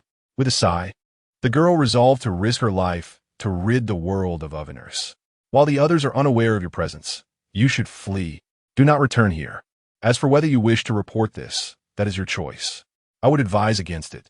The police may not believe you, and involving them will only ensnare you further, leading to either death or transformation into a monster." After delivering this warning, the girl made her way toward the office door. Prepared to leave, she felt she had given them ample warning and had even saved their lives. Any rational individual should comprehend that this company harbors monsters that can escape. At that moment, the three moved in unison, blocking the girl's path. The girl assumed they wished for her to guide them to safety and grew increasingly impatient. Her voice tinged with irritation. "I do not have time to escort you. If you wish to live, then go." Jiang Che gazed at the girl. "Actually, we are here to..." Before he could finish, Bai Liu stepped forward. "We are here to eliminate you Offinors. Henshin, Kamen Rider Tsukuyami. Transformation complete." The girl, astonished by the sight of one of her saviors transforming with a belt, gasped. "You are a Kamen Rider?" Clearly taken aback, Bai Liu smirked. "Glad you finally realized. Surrender now." Just as Bai Liu finished transforming and dashed forward, Jiang Che seized her shoulder and pulled her back with an exasperated expression. "Save that for later." Bai Liu, confused by Jiang Che's remark, looked at him questioningly. "You need not worry, Jiang Che. I believe I can handle her." Meanwhile, Lin Xiao was in shock, having witnessed Jiang Che's remarkable feat of halting a rampaging Kamen Rider with mere human strength. Awakening as a Kamen Rider significantly enhances one's abilities, yet Jiang Che had managed to stop Kamen Rider Tsukuyami in her tracks. Was this even reasonable? Are you on some sort of enhancement? Tsukuyami, can you not see that this Offinor just saved us? Perhaps she is a benevolent Offinor. Jiang Che questioned by Li Yu, recalling their previous encounter. It was evident that the horse Offinor was aligned with humanity, seeking to eliminate all Offinors to live as a human. This reminded Jiang Che of Xiao Magu, a character who left him feeling unsettled. After pondering for a moment, Bai Liu nodded. I can tell. Jiang Che's voice rose in intensity. You can tell and still transform? Bai Liu appeared somewhat aggrieved. Did you not say yourself, a day as an Offinor, a lifetime as an Offinor? Chapter 38. The experience of Feng Ninyao. Jiang Che was left speechless. One day as an Offian, a lifetime as an Offian. Those words, indeed, were undeniably correct. Yet, one must possess the ability to adapt. Upon realizing her misunderstanding, Bai Liu hastily reverted to her original form and stuck her tongue out at Jiang Che. Got it. The girl who could transform into the Offian mare found herself in a rather amusing predicament. Although Bai Liu had suddenly transformed to attack her, that line, one day as an Offian, a lifetime as an Offian, was quite striking. She found it rather appealing. So, are you all masked riders? The girl pondered and posed her query once more. Jiang Che merely acknowledged her with a nod. Indeed, I am Feng Ninyao, a monster. Despite Feng Ninyao's seemingly generous introduction, Jiang Che and the others perceived the melancholy in her eyes. Clearly, she was deeply troubled by her identity as a monster. Yes, we all witnessed it, the Offian mare, to be precise. Subsequently, Jiang Che and his companions introduced themselves to Feng Ninyao. After a brief exchange of introductions, Jiang Che turned to Feng Ninyao. So, how much do you know about this company? Noticing Feng Ninyao's earlier demeanor towards the unicorn Offian, Jiang Che surmised that she might possess some knowledge about the company, certainly more than they did. It would be prudent to inquire about the Offian nest. However, Feng Ninyao did not respond to Jiang Che's question. Why should I tell you? Since her transformation from human to monster, her demeanor had shifted significantly. She had begun to distrust others. Observing her reluctance, Jiang Che decided to let it go. Xiao Xiao, please continue trying to contact Sister Qing and see if you can reach her. We should take our leave. After addressing Lin Xiao Xiao, Jiang Che gestured for her and Bai Liu to prepare for departure. They had yet to establish contact with Su Yuqing and needed to take the initiative. Moreover, they had lingered in the office for quite some time. Jiang Che feared that if the unicorn Offian remained within and someone outside took notice, it would raise alarms. Their intention was to head directly to the office building adjacent to the warehouse to apprehend a leadership-level Offian for interrogation. After all, from a unicorn Offian's prior words, it was evident that the higher the rank within the company, the greater the strength and knowledge possessed. Just as the trio prepared to leave, Feng Ninyao called out to them. Wait a moment. The Sister Qing you just mentioned, is she also a masked rider? Hearing her words, Jiang Che and his companions halted and turned back. Jiang Che eventually nodded in affirmation. Feng Ninyao instantly became animated. Is her name Su Yuqing? Jiang Che narrowed his eyes, puzzled but remained silent. How did Feng Ninyao know Su Yuqing? Why hadn't she mentioned the presence of an Offian hunter earlier? Noticing Jiang Che's silence, Feng Ninyao brushed it off. After all, she had not answered his question either. It was only reasonable for him to harbor reservations. After all, she was a monster. They were righteous masked riders. Why should they trust her? Feng Ninyao smiled. It seems you truly know Su Yuqing. I must apologize for my earlier rudeness. Allow me to share all the information you seek. With Feng Ninyao's candidness, Jiang Che and his companions felt a surge of joy and wasted no time in their eagerness. Jiang Che looked at Feng Ninyao and urged, please, divulge all the intelligence you possess, including how you know Sister Qing. I came here looking for a job, and after the interview, I was hired immediately. At that time, I thought my luck was quite favorable to have landed such a good position. What transpired next? You are likely aware, just like your current predicament, I was brought into this office by a supervisor who intended to transform me into an Offian. However, my experience was somewhat different. As she spoke, Feng Ninyao covered her face, seemingly embarrassed. When I realized something was amiss, I immediately fled. In my escape, I collided with an Offian, and the equipment it was carrying fell on my head, knocking me unconscious. When I awoke, I found myself buried underground. I was initially filled with despair, only to discover that I had transformed into a monster, and I managed to escape from the earth. Hearing this, Jiang Che interrupted Feng Nianyao's reminiscence. At that moment, you weren't merely unconscious. You were likely killed by the impact, which is why you later awakened as a primordial Offinor. So I was already dead? Feng Nianyao murmured in response to Jiang Che's statement. In truth, she had long suspected this. She must have perished to become a monster. Lin Xiaoxiao, catching the nuances in Jiang Che's words, inquired with curiosity. Primordial Offinor? What does that mean? Are there different types of Offinors? Jiang Che nodded. Offinors are categorized into 3 types: primordial, awakened, and synthetic.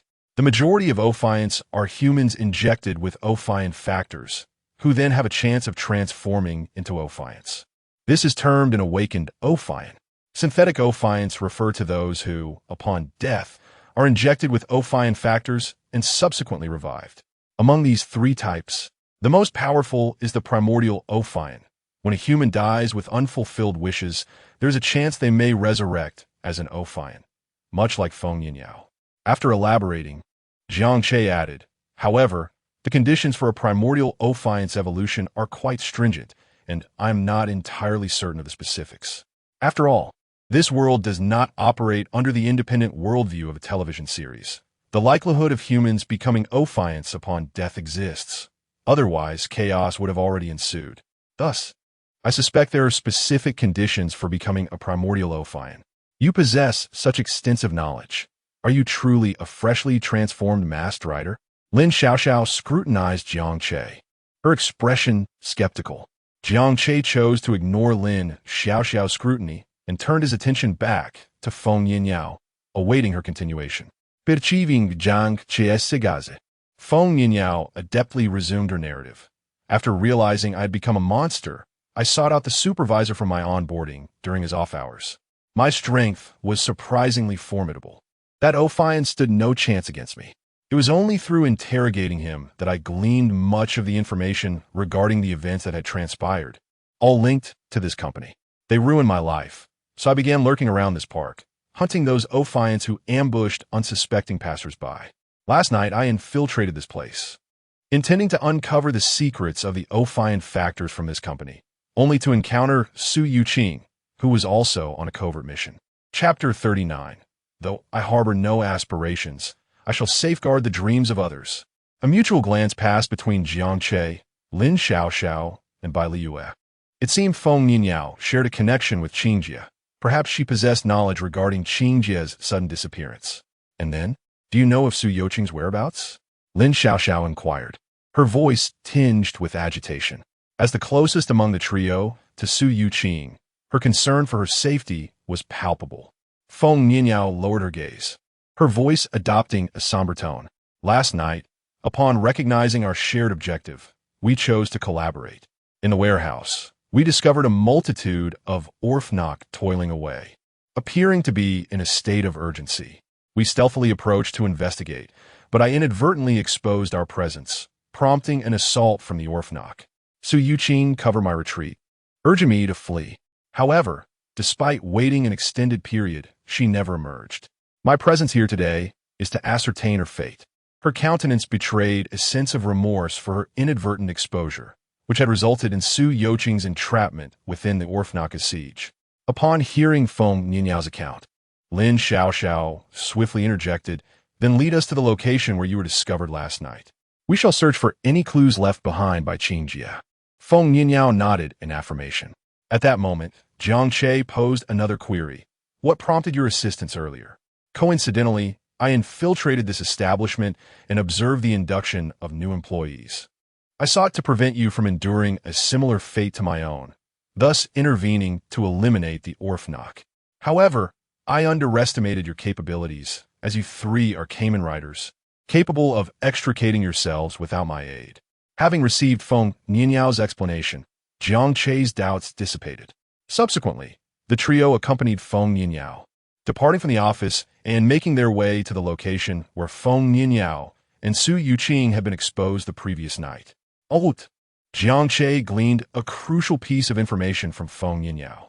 The individuals transformed into Offinor willingly remained employed by this corporation due to dire circumstances. in addition to their infatuation with power. As the Offinor factor gradually diminished, the Offinor's lifespan would inevitably draw to a close. However, the Tianyi Technology Corporation possessed the capability to bestow the Offinor factor. Thus, these Offinor toiled for the company in exchange for the Offinor factor as their monthly remuneration.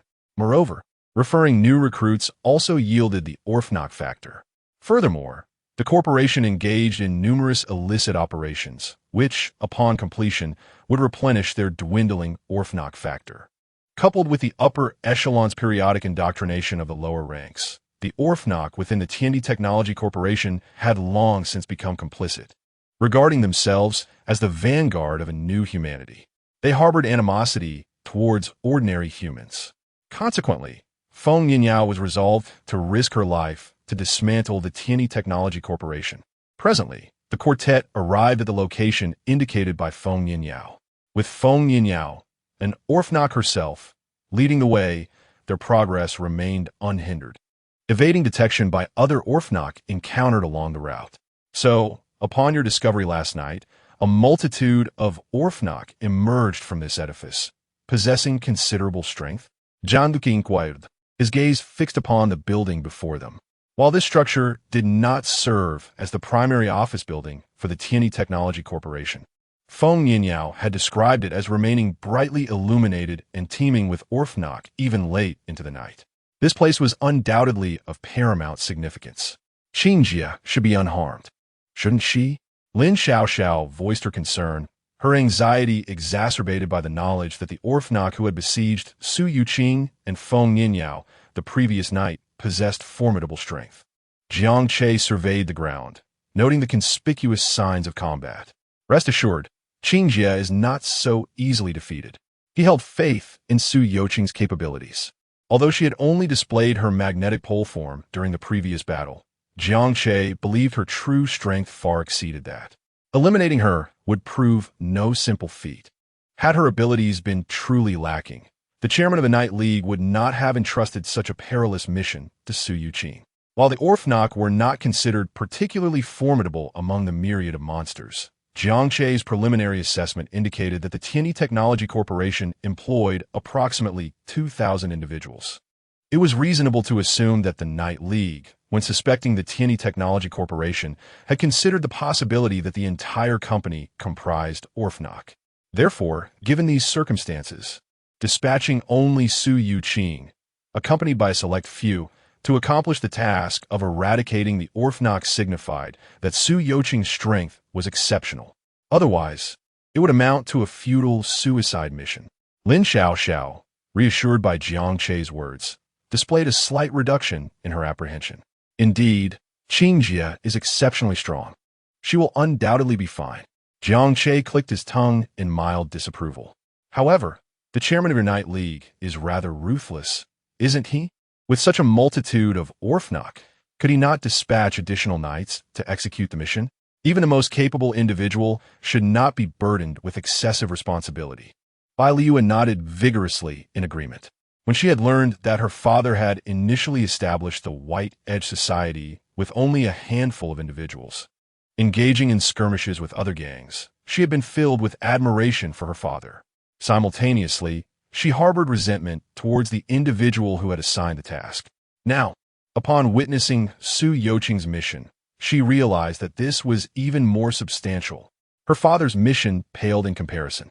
Lin Xiaoxiao promptly corrected Jiang Che. It is our Night League. Do not forget that you two have now joined the Night League.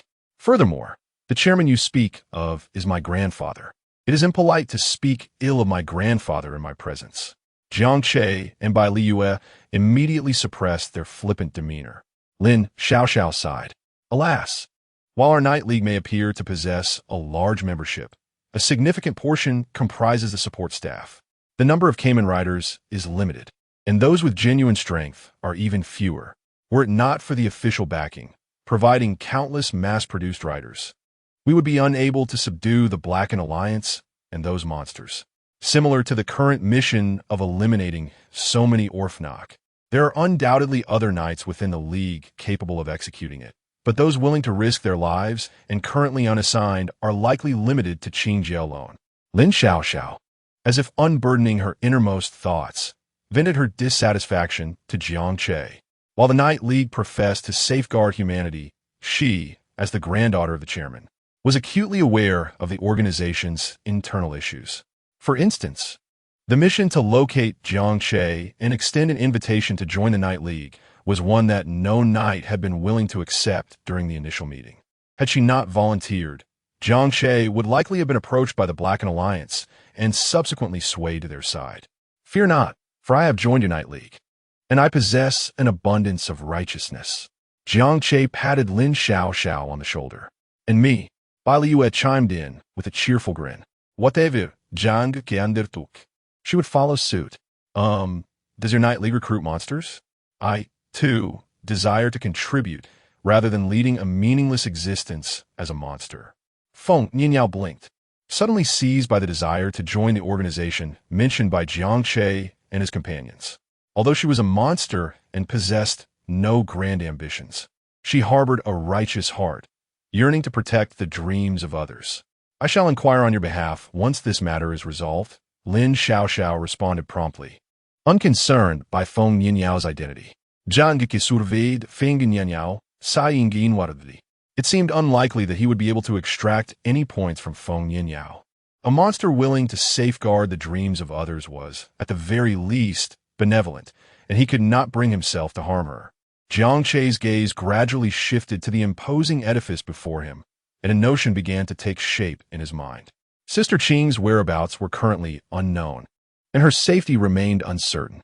To err on the side of caution, perhaps we should detonate this building, thereby drawing out those Offinor beings, which would also facilitate our search for Sister Qing's location.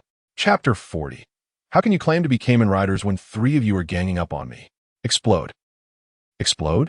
The 3 women were momentarily taken aback by Jiang Che's words. They had not anticipated that he would be so audacious, suggesting to blow up the building.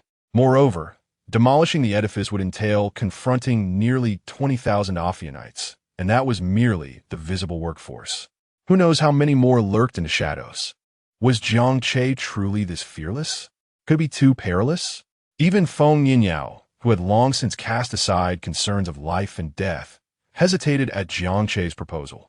Was there truly a distinction between this and courting death? Yet, it did sound rather exhilarating. Rest assured, I am here, Jiang Che replied with unwavering calm. Since Feng Nianyao asserted that positions within this T&D technology company were based on strength, and given that the earlier stag Offinite, whom Jiang Che did not perceive as particularly formidable, had attained a managerial role, it was evident that the majority of Offinite's capabilities likely were not exceptional.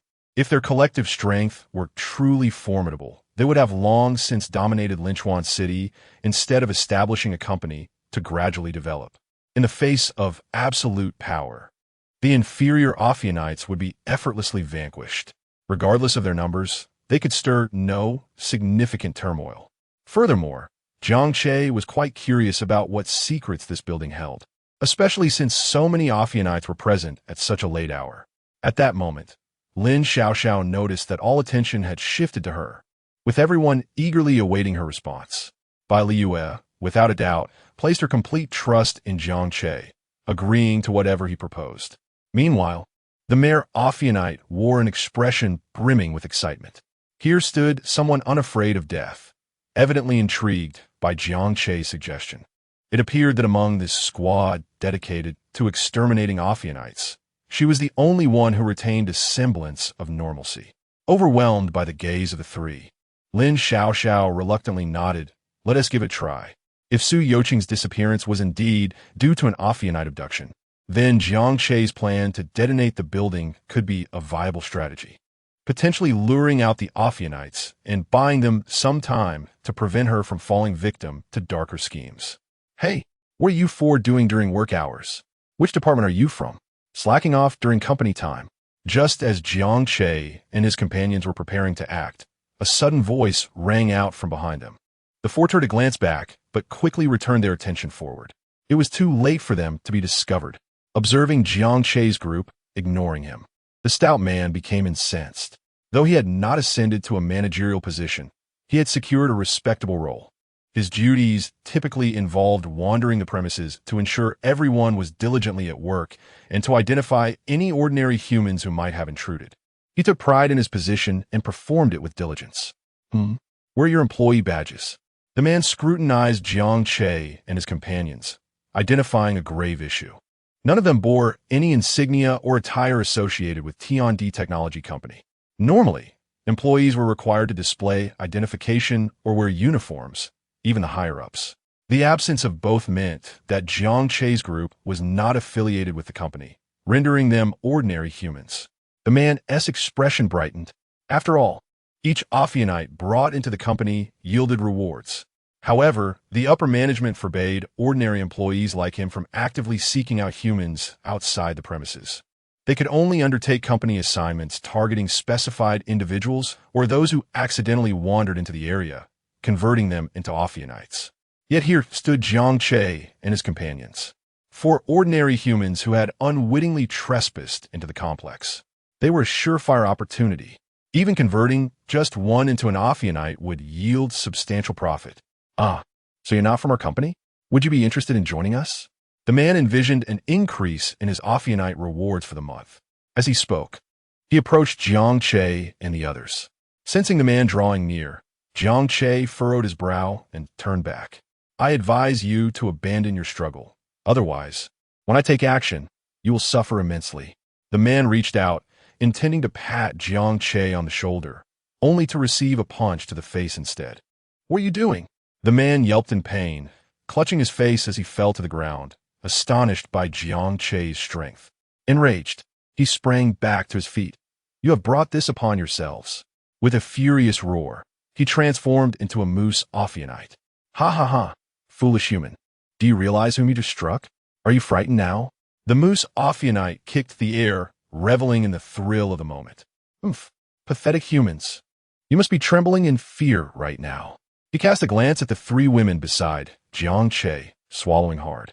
Despite his transformation, his human aesthetic remained, leaving him unable to resist the allure of human beauty. He hoped that after slaying these 3 maidens, they would awaken as Offinites, allowing him to guide them through their new roles. He pondered whether Offinites could reproduce, producing more Offinites. However, the images that danced in his mind did not materialize before his eyes. Jiang Che and his companions remained expressionless, observing him as one would a jester. Why are they not afraid of me? The moose Offinite was taken aback. The narrative was not meant to unfold this way. Soon you will comprehend the meaning of fear. The moose Offinite sneered, raising his leg to deliver a powerful kick at Jiang Che. Henshin, as the words of transformation echoed, Jiang Che, Bai Liu, and Lin Xiaoxiao simultaneously transformed. Feng Yinyao gazed enviously at their figures, silently mimicking Jiang Che's words. Henshin. Lin Xiaoxiao struck the moose Offinite's leg with her sword, sending it reeling back. At that moment, the moose Offinite was too preoccupied to question why a mare Offinite was among the opposing team. His face turned pale as he beheld Jiang Che and his allies transformed into Kamen Riders. Doubt washed over him. Is this what Kamen Riders are? They seem incredibly powerful. Are you Kamen Riders not supposed to be heroes? He shouted. Why are 3 of you ganging up on me? Jiang Che scoffed. Heroes? I only care about results. He wielded his card box sword with force, delivering a decisive blow that felled the moose Offinite. Moose Offinite slain, earning 50 points. So weak, Jiang Che remarked, unable to suppress a chuckle at the points notification. Lin Xiaoxiao rolled her eyes. You're simply too strong. Bai Liu, feeling somewhat dejected, chimed in, Jiang Che. Weren't you supposed to handle such weak monsters for me? Jiang Che glanced at Bai Liu. If you want to take care of it, perhaps you should come back and ask me later tonight. Paying no mind to whether Bai Liu grasped his meaning, he turned back to face the imposing building. As he inserted the final attack card into the driver, Dimension Slash, final attack ride. The Emperor of the Dark Empire. Chapter 41. Dragon Ophion. Enos in dragon form. As a series of card-like light walls affixed themselves to the towering edifice before him, Jiang Che brandished his card box sword, its blade coalescing with immense energy, and struck fiercely at the structure. In an instant, a flash of sword light severed the building in twain, causing it to collapse with a thunderous roar. Kill the Stingray Offion, gain 10 points. Kill the Cactus Offion, gain 10 points. A total of 30 points acquired. Amidst the ruins, a multitude of various Ophions emerged, bewildered and disoriented. A peculiar expression adorned Jiang Che's face. He was indeed taken aback. The base-level Ophions of this company evidently possessed far less strength than he had anticipated. The collapse of the edifice had claimed the lives of over 100 of them. Truly pathetic. In truth, it was not unfounded for Jiang Che to harbor such thoughts. Most ordinary Ophions appeared to have evolved into a new breed of humanity. Yet, to obtain the Ophion factor, they were forced to labor incessantly for the tech company of heaven and earth, earning but a meager reward. Surviving was already a blessing. How could they possibly grow powerful? What has transpired? What has transpired? What has transpired? Confusion was etched on the faces of all the Ophions. Who among their kin could comprehend this? They were merely working when the building suddenly collapsed. Before long, the attention of all was drawn to the 3 masked riders and a dragon Ophion at the center of the debris. Masked riders. The masked riders have invaded. Run. Will this month's wages be withheld? Wages? I transformed 2 humans into Ophions yesterday and referred them to our company. My bonus hasn't even arrived yet. Just as the multitude of Ophions buzzed with chatter, contemplating a retreat upon seeing the masked riders, one dragon Ophion stepped forward. With his appearance, silence fell upon the crowd, and the others regarded him with evident reverence. Run? There are merely 3 masked riders. Why should we fear them? Attack! Whoever manages to slay a masked rider shall be rewarded with the title of Deputy General Manager. The dragon Ophion brandished the massive claw-like weapon on his arm, pointing it at Jiang Che and his companions. In the next moment, the horde of Ophions surged toward Jiang Che and his allies. Retreat was out of the question. Even if they fled, the higher-ups of the company would surely execute them. It was better to take a chance and see if they could claim a few heads and ascend to the position of Deputy General Manager. A few agile Ophions were the first to reach Jiang Che and his companions. With a cold snort, Jiang Che stepped forward, sweeping his card box sword horizontally. A wave of dark sword energy surged forth, striking the approaching Ophions. With a swift whoosh, the bodies of the Ophions were cleaved in half, collapsing lifelessly to the ground. Januque is unexpectedly formidable. Wen Yinyao gasped, astonished. She knew the masked riders were powerful, but she had not anticipated such overwhelming strength. This knowledge eased her mind. Surely, last night's backup by Su Yuqing had not been in vain.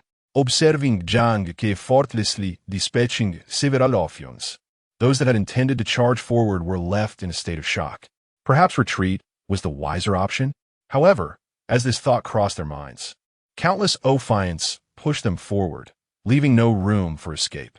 Beyond the fallen building, many other Ophions in the vicinity took note of the situation.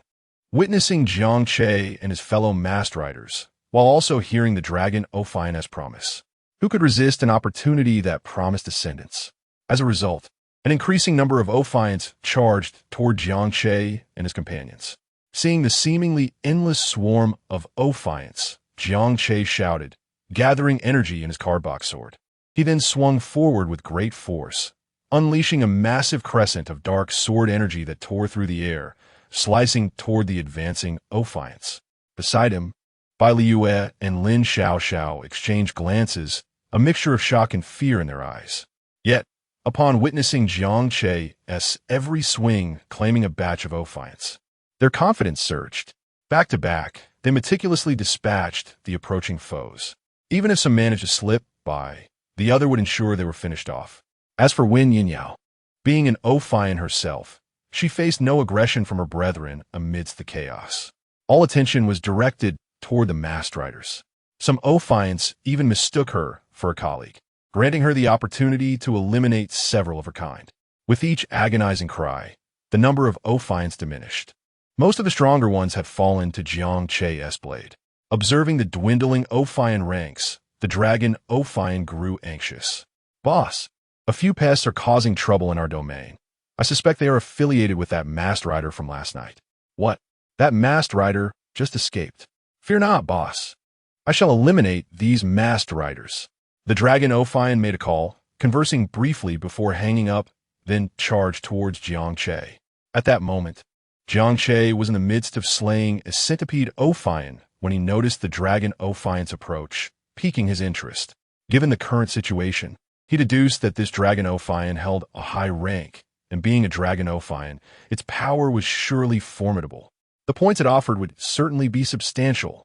Even if it did not come seeking him, Jiang Che would have pursued it nonetheless. The dragon Offinor regarded Jiang Che with indifference, unconcerned about the Offinors it had lost. These useless Offinors are expendable, it mused. Once Jiang Che concluded his actions, the dragon Offinor spoke. My boss has decreed that none of you masked riders shall escape today. Jiang Che tightened his grip on the carbach sword, replying softly, come and try. But do inform me of your boss's identity before you perish. No sooner had Jiang Che spoken than the dragon Offinor unleashed several destruction energy orbs, targeting him with fierce intent. Jiang Che swung his sword, releasing a wave of sword energy that collided with the orbs, resulting in a violent explosion. A thick cloud of smoke enveloped the area around them. As the smoke began to dissipate, Jiang Che took a step back, only to see the dragon Offinor diving down from above, striking at his previous position. Upon realizing the attack had missed, the dragon Offinor emitted a surge of electricity from its massive horns, unleashing a barrage of chaos without distinction. Jiang Che, quick to react, distanced himself in time. Yet the surrounding Offinors that sought to capitalize on the moment fared poorly. Those struck by the dragon Offinor's electric discharge instantly turned to ash. Jiang Che watched in fury as the Offinors perished, enraged at the loss of potential points. You fool, seeking your own demise. With a furious roar, Jiang Che charged at the dragon Offinor. The dragon Offinor paused, momentarily bewildered. Aren't those my employees? Why are you so angry over their deaths? Unable to comprehend, the dragon Offinor dismissed the thought and focused on the oncoming Jiang Che, swinging its massive claw downwards. Jiang Che deftly sidestepped, causing his cardbox sword to slice through the dragon Offinor's flesh. Feeling the sting of injury, the dragon Offinor was taken aback. Its defenses were formidable. Yet Jiang Che's strike had wounded it. Let him feel the pain. How exhilarating. As Jiang Che launched yet another strike, Long Alfei Inua's body erupted in a cloud of smoke, shedding its outer shell and transforming into a more slender figure. Long Alfei Inua in dragon form. Quite intriguing. Your response is commendable, but I hope your reactions can keep pace with my speed from here on out. Chapter 42. The Fear Etched Deep in Memory. The Crimson Drill. Transformed into his draconic form, Long Offinor initiated a rapid assault, encircling Jiang Che with blinding speed, delivering punch after punch upon him. It must be acknowledged that in his dragon-human state, Long Offinor's prowess had surged significantly. After just a few rounds, Jiang Che was acutely aware of the pain coursing through his body. Witnessing the relentless movements of Long Offinor, Feng Yinyao was taken aback. She had initially aimed to eliminate Offinor, unaware of the formidable presence that lay within. Without a second thought, Feng Yinyao's form began to shift, her lower half transforming into that of a horse, half human, half horse. This was the galloping form of horse Offinor. Armed with a sword in one hand and a shield in the other, she prepared to charge forward to assist Jiang Che. At that moment, Lin Xiaoxiao and Bai Liyue instinctively positioned themselves in front of Feng Yinyao. They were both astonished by her galloping transformation. Don't go, Lin Xiaoxiao urged urgently. Feng Yinyao paused, a flicker of anger crossing her face. Have you betrayed me? She questioned incredulously. With Long Offinor's incredible speed in dragon form, Jiang Che's reactions were utterly insufficient. Her desire to aid him was thwarted by these two masked knights. Was this not betrayal? The prowess of the Tianyi Technology Company was indeed remarkable, to even turn righteous knights against one another. Recalling how Su Yuqing had assisted her escape the previous night, she resolved to be the one to cover Jiang Che's retreat this time, even if it meant sacrificing herself. Betrayal? Bai Liyue and Lin Xiaoxiao looked at the enraged Feng Yinyao, bewildered. What have we done to warrant such accusations? They exclaimed. although they were perplexed by her drastic assumptions. Lin Xiaoxiao continued to clarify, "It's not what you think. Jiang Che dislikes others taking his monsters." Bai Liu added, "If you rush in now, I fear Jiang Che might strike out in a frenzy, and you could get caught in the crossfire." Skeptical of their explanations, Feng Nianyao scoffed at the notion of being in danger. Did Jiang Che truly harbor such disdain for monsters? Suddenly, a phrase flashed through her mind. For a day, Offinor. For a lifetime, Offinor. According to Bai Liu, this phrase had originally been uttered by Jiang Che. It dawned upon her that he indeed loathed monsters. A wave of despondency washed over her as she recalled Jiang Che's invincible presence within Offinor, now deeply engraved in her memory. This only intensified her disdain for her own Offinor form. Yet, if they chose not to intervene, would Jiang Che truly be safe? That dragon Offinor was undeniably powerful. As an Offinor, Feng Nianyao could sense its might, feeling a twinge of fear even when gazing directly at it. She worried that Lin Xiaoxiao and Bai Liu were unaware of the dragon Offinor's strength, and thus emphasized, "Rest assured, that dragon Offinor is merely swift. Jiang Che can handle it." Yes, he is far faster. Their unwavering trust in Jiang Che reassured her.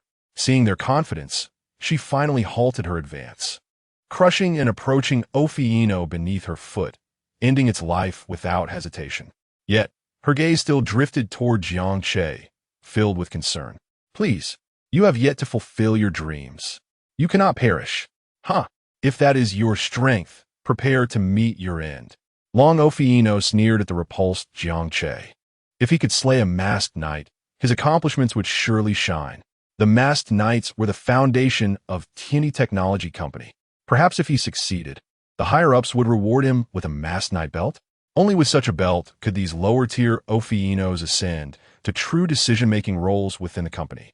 However, Long Offinor was oblivious to the fact that the masked knight belt was not as easily granted as he envisioned. "Since you seek death, I shall oblige," Jiang Che remarked, producing the Foi's acceleration form card. After inserting it into the driver, he unleashed a violent charge. Long Offinor froze in shock upon seeing Jiang Che transform. "How can you become the masked knight voice?" Yet, Jiang Che had no intention of explaining. "Start up." With a swift acceleration, Jiang Che dashed beside Long Offinor, delivering a powerful punch. After taking a heavy blow from Jiang Che, Long Offinor staggered backward, crashing into the ruins behind him, shaking his angular head. Confusion and fury intertwined in his gaze, ultimately giving way to a sinister glare. At that moment, he ceased to ponder how Jiang Che had become voice. With a deep growl, he rapidly entered high-speed movement once more. In the blink of an eye, Long Offinor became a blur, closing in on Jiang Che. However, Jiang Che evaded with astonishing agility. Long Offinor's fist whizzed past Jiang Che's shoulder, only for him to spin around and strike again. Jiang Che raised his arm to block, their fists colliding with a resounding thud. The tremendous force left both combatants momentarily stunned. Yet the assault continued, each blow striking with brutal impact. In the intervals of their exchanges, Long Offinor unleashed energy blasts, accompanied by electrical strikes aimed at Jiang Che. Utilizing the speed of his acceleration form, Jiang Che navigated through the onslaught of light and electricity. Each explosion and bolt left scorched craters in their wake as time ticked away. No longer hesitating, Jiang Che unleashed his ultimate technique, Crimson Drill. Upon witnessing the deep crimson drill, Long Offinor faltered, a flicker of fear flashing in his eyes. This was the terror that lurked in the depths of his memory. The man before him wielded the crimson drill. How could he possibly contend with that? Paralyzed by fear, Long Offinor's spirit plummeted. Boom! After enduring a direct hit from the crimson drill, Long Offinor collapsed lifelessly to the ground. Kill the dragon Offinor in dragon form. Earned 2,000 points. Timeout. As Jiang Che triumphed over Long Offinor, his acceleration came to an end, reverting him to the basic form of masked knight voice. At the moment Long Offinor fell, every Offinor present was left in shock. The formidable dragon Offinor had been defeated by this masked knight, Did they still have any hope of victory? Just as they contemplated fleeing, a booming voice erupted from the outskirts of the ruins. After scattering numerous debris, another Offinor rushed to Long Offinor's corpse. Who dares to flee? I shall slay anyone who tries. Chapter 43. Kamen Rider Foi's explosive form. Light blade slash. Upon the sudden appearance of the tiger Ophiuchus, Jiang Che paused momentarily. However, there was no trace of anxiety on his face. Instead, he felt an exhilarating thrill.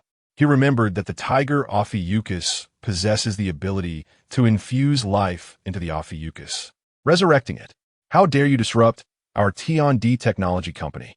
The tiger Ophiuchus scoffed at Jiang Che, yet refrained from directly engaging him in battle.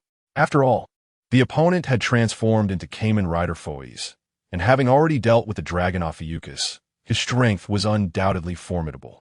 Fortunately, Kamen Rider Foi's acceleration form could only be maintained for 10 seconds. Knowing this, the tiger Ophiuchus breathed a sigh of relief before daring to confront Jiang Che.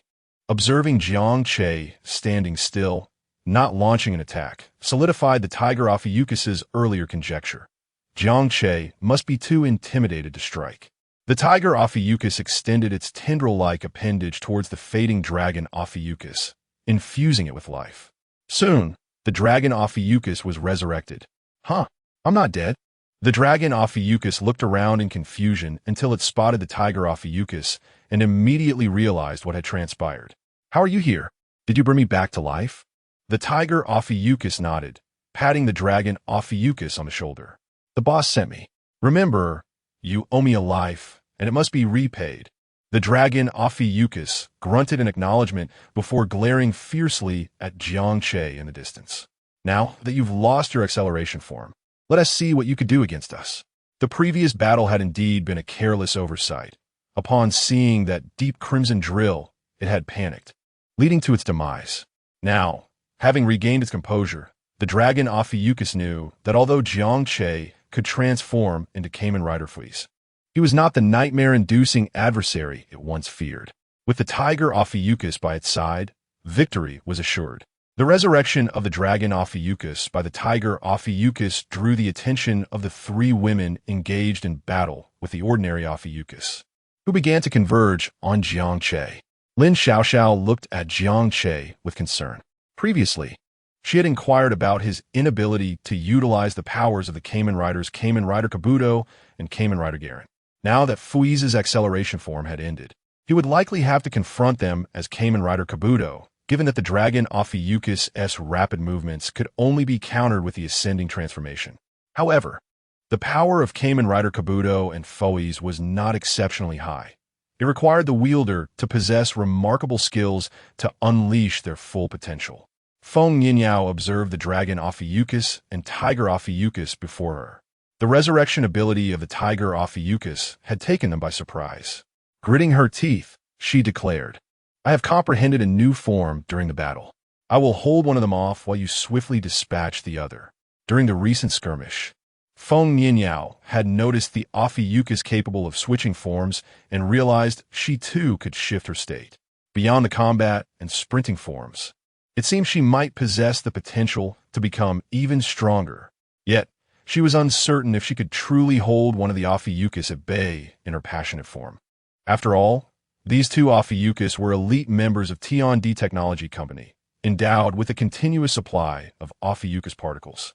Meanwhile, her own supply had dwindled due to her refusal to join their ranks. What if I try to stop time to immobilize them, and you take advantage of that window to deliver a finishing blow? Bai Liue suggested eagerly, her enthusiasm for the time-stopping ability palpable. She relished the feeling of manipulating time and had already resolved to practice this skill diligently, hoping to one day freeze Jiang Che in time. Jiang Che, observing the concerned expressions of the three women, felt no anxiety within himself. After all, he had come prepared. Otherwise, the points he had accumulated over the past few days would have been in vain. Just two Ophiuchus? There was no need for such trepidation. Even if the king of Ophiuchus appeared, he would remain unfazed. With a light-hearted tone, Jiang Che spoke, but the dragon Ophiuchus, tiger Ophiuchus, and the ordinary Ophiuchus surrounding them all laughed. The king of Ophiuchus was their leader, the one who granted them a second life. How dare you disrespect the king of Ophiuchus? After their laughter subsided, the dragon Ophiuchus and tiger Ophiuchus ceased their banter and charged at Jiang Che. Exchange. Consume 10,000 points to exchange for Kamen Rider Fui's explosive form control card. Remaining points, 24,500. Jiang Che grasped the Kamen Rider Fui's explosive form control card and inserted it into the driver, causing his body to undergo a transformation. If I cannot utilize my acceleration form against you, then I shall resort to the more powerful explosive form. Awakening. Standing by. As the compound eyes on his mask flickered with radiant light, Jiang Che's photonic blood began to change color, and his body glowed a brilliant red. The dragon and tiger Ophiuchus, who had rushed forward, were momentarily stunned by Jiang Che's transformation into Fui's, but retreating was now too late. The fists of the two Ophiuchus struck Jiang Che, yet he felt no harm whatsoever. With a firm stance, he retaliated, delivering a punch to each of them, sending them staggering back several steps. How powerful! The two Ophiuchus exchanged glances, simultaneously recognizing Jiang Che's formidable strength. This is bad. It seems we cannot win. They were not foolish. In that initial clash, they discerned that Jiang Che's power had multiplied several times over compared to before. It was evident that he was beyond their capabilities. They exchanged a knowing look and, without further ado, turned to flee. Flee? Do you think you can escape? Jiang Che sighed in exasperation, realizing that with just one punch, he had frightened them away. What a display of cowardice. With that thought, Jiang Che produced the Fui's blaster, Photon Breaker Sword. Fui's blaster, take off. 555 blast off. Utilizing the photonic field floating device on his back, Jiang Che soared into the air and pressed the button on the Fui's blaster, Photon Breaker Sword. Exceed charge. Energy charge. As the sword's tip extended into a massive photonic blade, Jiang Che dove towards the fleeing dragon and tiger Ophiuchus. As he closed the distance, he rapidly descended to deliver a strike. In an instant, the colossal photonic blade cleaved through their bodies, sparing not even the surrounding ordinary Ophiuchus. After the strike, blue and white flames erupted around Jiang Che. Kill Tiger Ophiuchus. Gain 1,500 points. Kill Rose Ophiuchus. Gain 50 points. Kill Wild Boar Ophiuchus. Gain 25 points. Huh? Didn't he die? Jiang Che gazed at the semi-conscious figure of Long Ao Fei Inua sprawled on the ground, somewhat taken aback. It seemed he had narrowly evaded his lethal strike through swift movement. Approaching Long Ao Fei Inua, Jiang Che pressed the Fui's burst gear, photon-shattering sword against his throat. A Kamen Rider visited your park last night. Do you know her whereabouts? Long Ao Fei Inua met Jiang Che's gaze, aware that his demise was imminent. With Tiger Ao Fei Inua already slain by Jiang Che, he had no hope of resurrection. Furthermore, he doubted that compliance with Jiang Che's inquiries would spare him.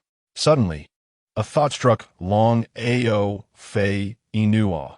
That woman you mentioned, she is currently imprisoned in the dungeon beneath us. I believe our boss is interrogating her as we speak. If you release me, I assure you I will free her. However, before Long Ao Fei Inua could finish his plea, Jiang Che swiftly severed his head from his body. Chapter 44. The Celestial Emperor and the Terrestrial Emperor Dragon Offinor never imagined that Jiang Che's actions would be so decisive. He assumed that Jiang Che's inquiry about the woman's whereabouts implied her importance to him. Although the woman had escaped, Dragon Offinor intended to deceive Jiang Che to save his own life. He planned to lure Jiang Che into a trap, where the boss and shareholders could eliminate him. However, fate had other plans. Jiang Che killed him before he could finish his sentence. Dragon Offinor eliminated. 1,000 points acquired. Oh no, did they really capture Sister Qing? Lin Xiaoxiao asked, her voice laced with worry. Bai Liue shared her concern. That Offinor mentioned torture. I hope Sister Qing hasn't suffered terribly. Horrific images flashed through their minds, sending shivers down their spines. Don't fret too much. Have faith in Sister Qing's abilities. Jiang Duque remained unfazed. After all, Su Yuqing was Kamen Rider Force. Even if overwhelmed, she could escape using the rocket module. Moreover, Jiang Che sensed a hint of conspiracy when Dragon Offinor conveyed the information. He didn't entirely trust the Offinor's words. However, one piece of information seemed credible. There was another area beneath their feet. Jiang Che doubted that the company's true strength was limited to what they had seen. The real power players were yet to emerge. What about these Offinors? Should we continue eliminating them? Feng Yinyao, now intoxicated with battle, glared menacingly at the terrified Offinors. Closer to my dream, step by step. Lin Xiao, comforted by Jiang Che, shifted her gaze around. She still found it incredible that they had survived the onslaught of tens of thousands of Offinors unscathed. She knew it was all thanks to Jiang Che. He had specifically targeted the powerful Offinors, including Dragon Offinor and Tiger Offinor, the elites among them.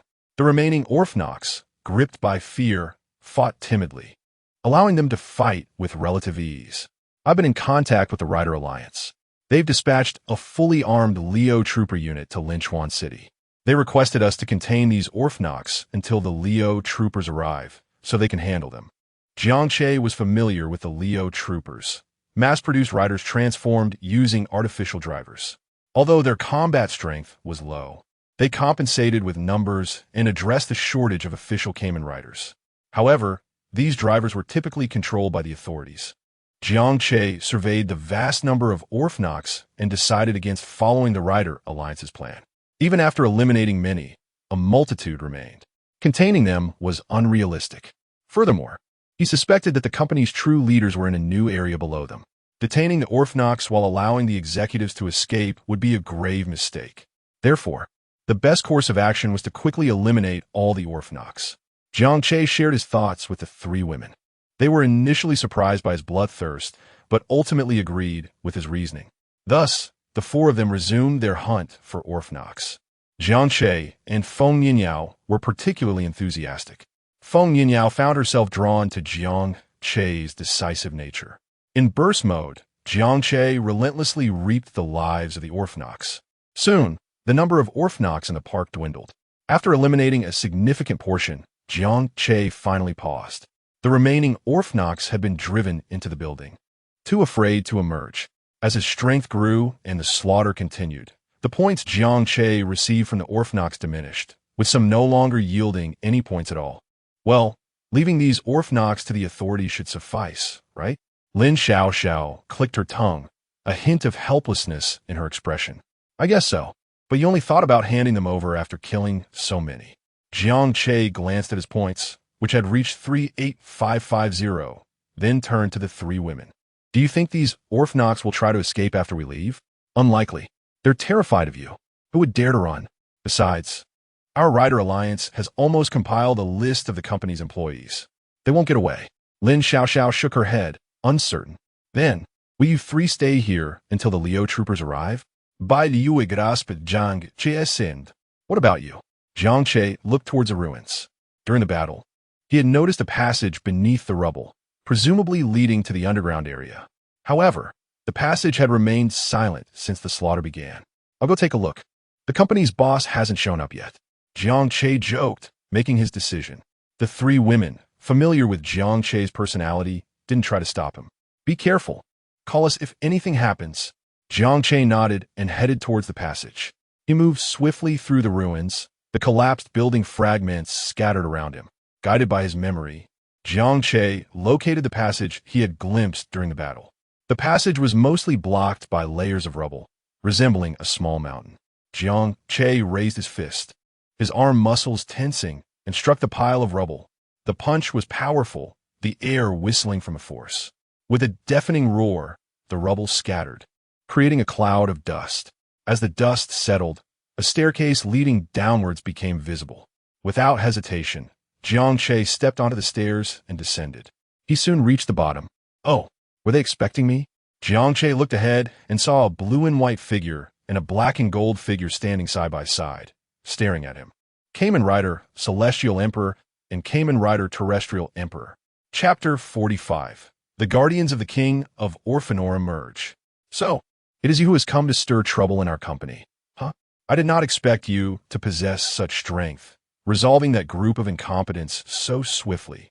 The Heavenly Emperor and the Earthly Emperor scrutinized Jiang Che, occasionally clicking their tongues in surprise. Upon receiving word from their superior, the two shareholders immediately set aside their tasks, preparing to provide support on the surface. Though they regarded these ordinary Offinors with disdain, viewing them as mere burdens. The boss had deemed them temporarily useful and insisted on their preservation. Coupled with the previously devised Offinor Empire plan, they reluctantly made their way to the surface to assist. However, to their astonishment, Jiang Che's combat speed was so rapid that the general who could transform into the Tiger Offinor was swiftly eliminated. Upon hearing the dying words of the Dragon Offinor at the corridor, they decided to wait for Jiang Che right there. As for Jiang Che, transforming into a Kamen Rider and then into Kamen Rider Foi's, they were surprised but did not regard it with much concern. Foi's stats were not particularly high, and they had fought against the explosive form of Foi's before. It was not a cause for alarm. They believed that dealing with those Offinors would suffice, but for them, as shareholders, it could only be said that Jiang Che had kicked a steel plate. Enough with the nonsense. Let me ask you this. Did you truly capture that Kamen Rider who infiltrated last night and confine him here? Jiang Che approached the two, surveying his surroundings as he spoke. Although they were in a basement, once he descended the stairs, the view opened up considerably. Even in combat, it would not feel too cramped. The Heavenly Emperor and Earthly Emperor, watching Jiang Che close the distance, simultaneously raised their phones, switching to detonation mode aimed at him. Want to know? Defeat us and we shall tell you. Jiang Che sighed. Are you still in elementary school? You think I need to defeat you to get answers? Not wishing to waste more words, he activated the flight components on his back, propelling himself forward with scorching blue flames towards the Heavenly and Earthly Emperors.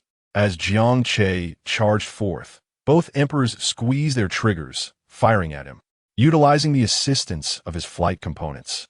Jiang Che deftly evaded their attacks, while simultaneously switching his Foi's blaster to photon destruction cannon mode. In an instant, a barrage of energy blasts surged towards the Heavenly and Earthly Emperors.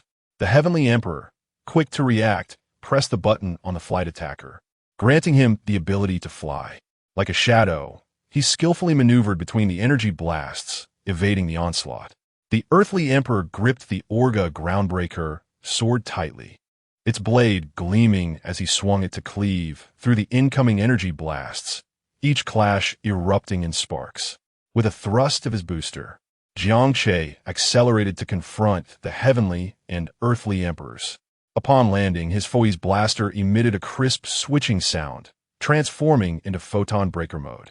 Like a fierce tiger, he launched a ferocious close-range assault on the nearest Earthly Emperor. The Earthly Emperor did not waver, retaliating with his Orga Groundbreaker sword. Their weapons clashed continuously, sending sparks flying, the metallic sounds echoing throughout the basement. Taking advantage of the struggle between Jiang Che and the Earthly Emperor, the Heavenly Emperor swiftly switched the flight attacker to blade mode, stealthily circling behind Jiang Che.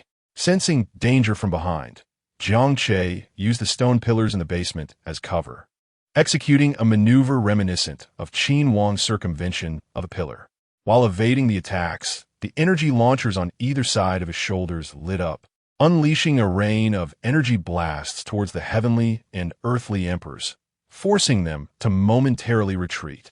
Seizing the opportunity, the Heavenly Emperor targeted Jiang Che's moment of vulnerability, switching the flight attacker to rifle mode. Beams of laser light erupted from the gun, bearing down on Jiang Che. As Jiang Che and the Heavenly Emperor exchanged fire, the Earthly Emperor hastened his steps, closing in on Jiang Che, preparing for a close assault.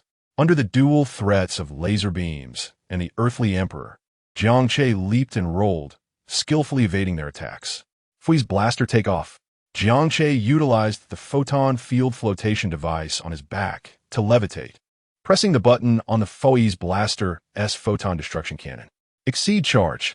The Foi's blaster resonated with a thunderous energy charging sound, its brilliance intensifying.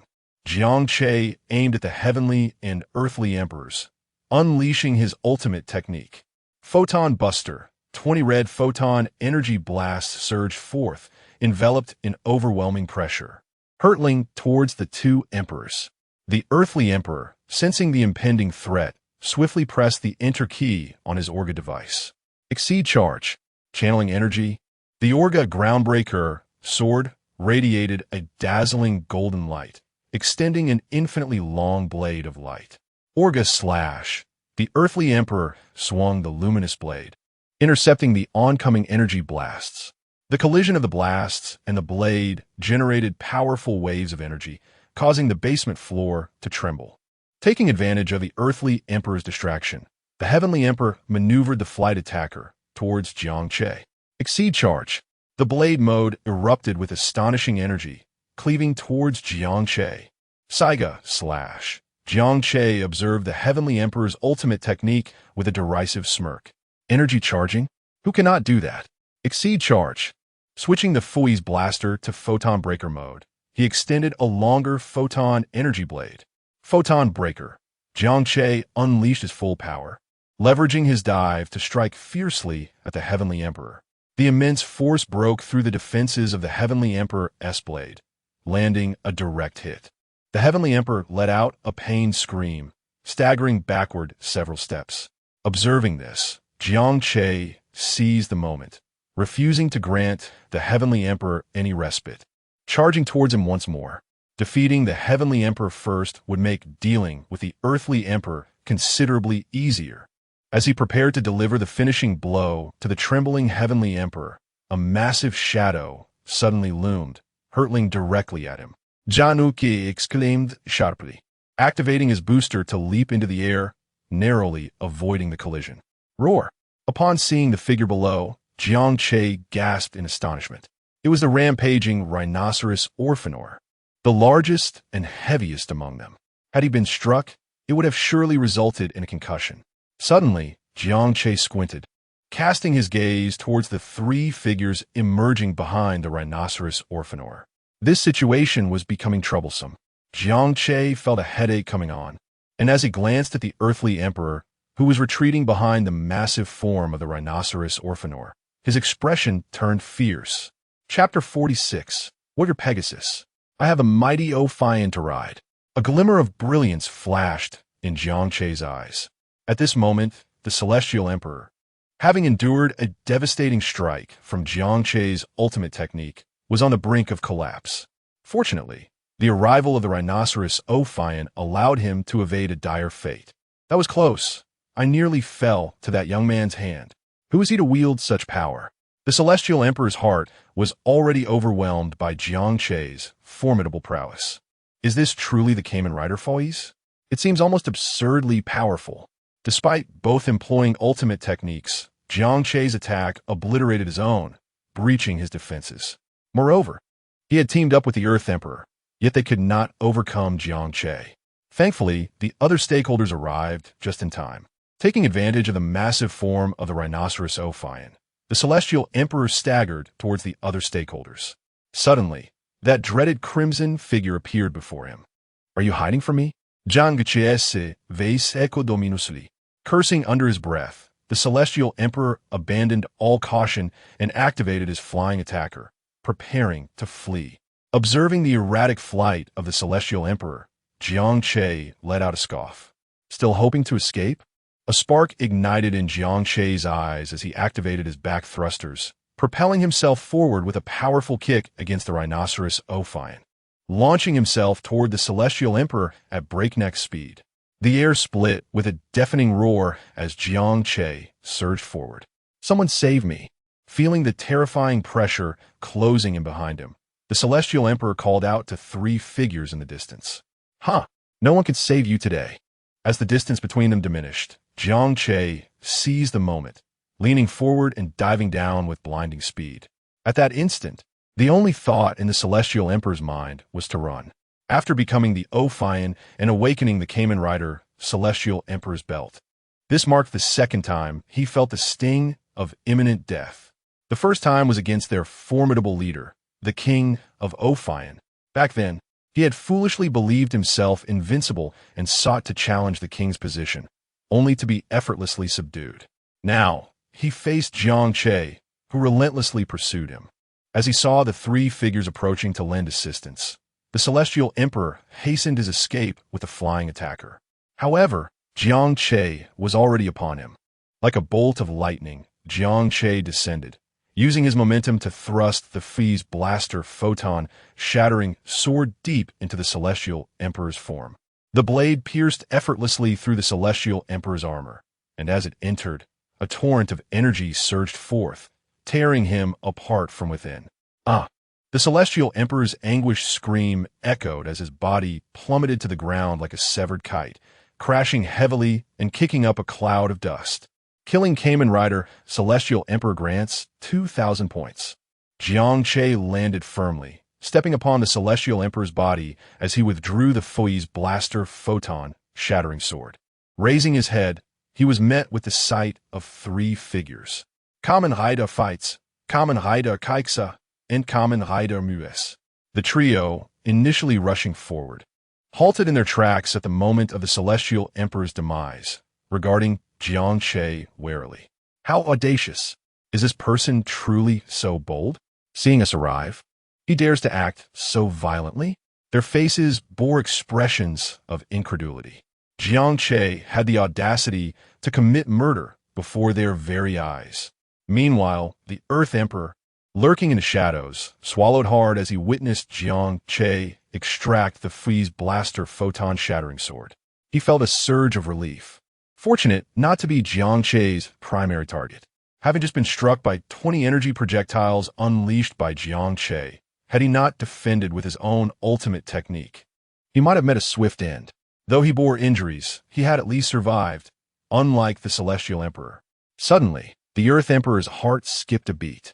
He noticed Jiang Che's head pivoting in his direction, causing him to feel as if he were prey under the gaze of a hunter. As Jiang Che waved the Fee's blaster photon, shattering sword, the Earth Emperor could no longer contain his fear and fled towards the other 3 stakeholders. Fortunately, it seemed Jiang Che had no intention of pursuing him. Upon standing beside Kamen Rider Fee's, the Earth Emperor exhaled a sigh of relief, though he remained apprehensive, whispering, "Be cautious, this Kamen Rider is rather sinister. He possesses the ability to transform into Fee's and can also shift into explosive form." Kamen Rider Fee's shot a glance at the Earth Emperor. "You aren't deliberately letting him eliminate the Celestial Emperor, are you?" Kamen Rider Kaiksa hesitated. "Did you get caught after stealing his wife?" The Earth Emperor, alarmed, replied, "How could that be? Don't spread rumors. This individual is exceptionally strong. No matter how strong, he is an explosive form. So am I. And we have numbers on our side." Kamen Rider Fight scoffed. Listening to their bickering, Kamen Rider Mues felt a headache coming on. "Enough. The king awaits us. With the Celestial Emperor dead, he is likely to be furious. If we let this young man slip away, we will all face dire consequences." At Mues' words, a shiver ran through the others in unison. "We must subdue him. The Celestial Emperor's death demands a scapegoat for the king's wrath." What? As the words fell, Kamen Rider Fee's shifted into explosive form. Although he had jested about the Earth Emperor's intentions, he chose to transform and prepare for battle. Their company had suffered tremendous losses due to this very Kamen Rider. Jiang Che glanced at the figures before him and immediately began to retreat in the opposite direction. Though the basement was spacious, it was ill-suited for combat, especially in a situation with multiple adversaries.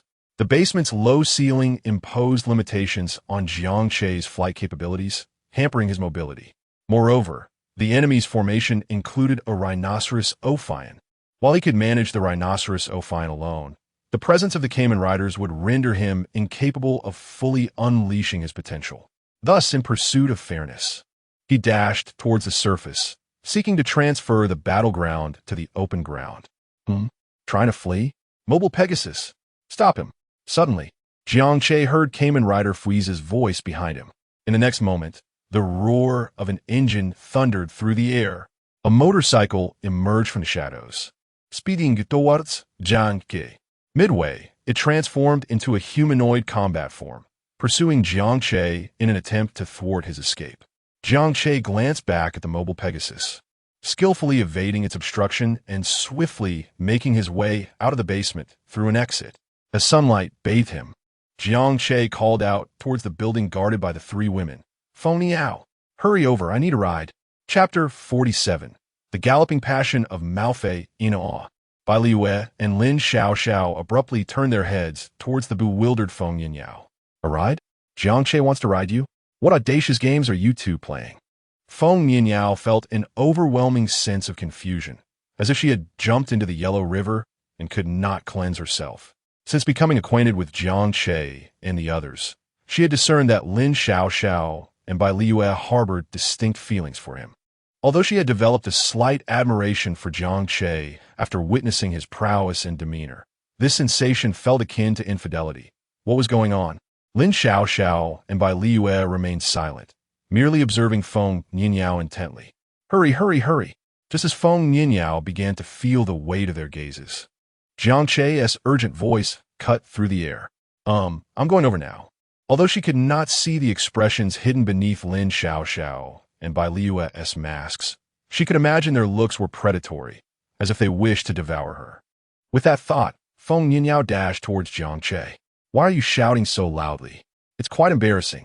Upon reaching Jiang Che, her voice held a hint of dissatisfaction, yet her eyes sparkled with anticipation. Don't be awkward. I currently have 4 Kamen Riders behind me, a giant Maofei Inual, and a combat robot. I need your assistance. What? Feng Yinyao gaped in astonishment, quickly realizing that these Kamen Riders were likely the foundation of the Tianyi Technology Company. After witnessing the might of the Kamen Riders, she understood why this company could command such a large number of Maofei Inual without inciting chaos. Those who defied authority had probably met their demise. However, it piqued her curiosity as to why, despite her relentless assaults on their employees over the past few days, she had faced no repercussions. What do you want me to do? I might not even be able to defeat them, she pondered, tilting her head in confusion. Transform into galloping mode, and leave the attacking to me. You handle the dodging. Jiang Che did not give her much time to contemplate, swiftly grabbing her shoulder and turning her away. Though Feng Yinyao, now transformed into a Maofei Inual, felt no blush, a peculiar warmth enveloped her body. This feeling is so strange. Jiang Che, are you truly not using this battle as a pretext for something indecent? Oh, with her head lowered, she uttered a soft acknowledgement before her lower body morphed into that of a horse. Without a moment's hesitation, Jiang Che mounted the Maofei Inual. Just then, the Mecha Pegasus burst forth like a silver lightning bolt from the ruins, leaving a fleeting shadow in its wake. The sound of Feng Yinyao's hooves striking the ground sent sparks flying. With powerful thrusts of her hind legs, she launched herself forward like a shooting star, hurtling towards the Mecha Pegasus. Though the Mecha Pegasus was a combat robot, it could not discern danger. It merely understood the necessity of obeying its master's commands. It adjusted its flight stance, its front wheels spinning rapidly, unleashing a torrential downpour of bullets towards Jiang Che and Feng Yinyao. Feng Yinyao summoned her weapons, one hand wielding a sword, the other a shield. The shield deftly deflected the bullets, sparks erupting from its surface. Simultaneously, she drew closer to the Mecha Pegasus. In the instant she neared it, she swung her galloping magic sword, creating a fierce gust as she struck at the Mecha Pegasus. Caught off guard, the Mecha Pegasus was struck by the tremendous force, emitting a piercing sound of metal scraping against metal as it violently shook and lost its balance, crashing heavily to the ground. Upon landing, Feng Yinyao wasted no time, raising her front legs high, muscles bulging, and kicked at the Mecha Pegasus. The massive impact dented its exterior, causing the ground to crack beneath it. The Mecha Pegasus struggled to retaliate, its front wheels firing bullets in quick succession. Yet, Feng Yinyao evaded adeptly, leaping high once more to swing her galloping magic sword with unstoppable force, aiming for the Mecha Pegasus's body. How about that, Jiang Che? Am I impressive or what? She let out a light snort, as if seeking Jiang Che's praise. Suddenly, an explosion erupted from the nearby ruins. Watch out! Something big is coming, Jiang Che warned. Something big?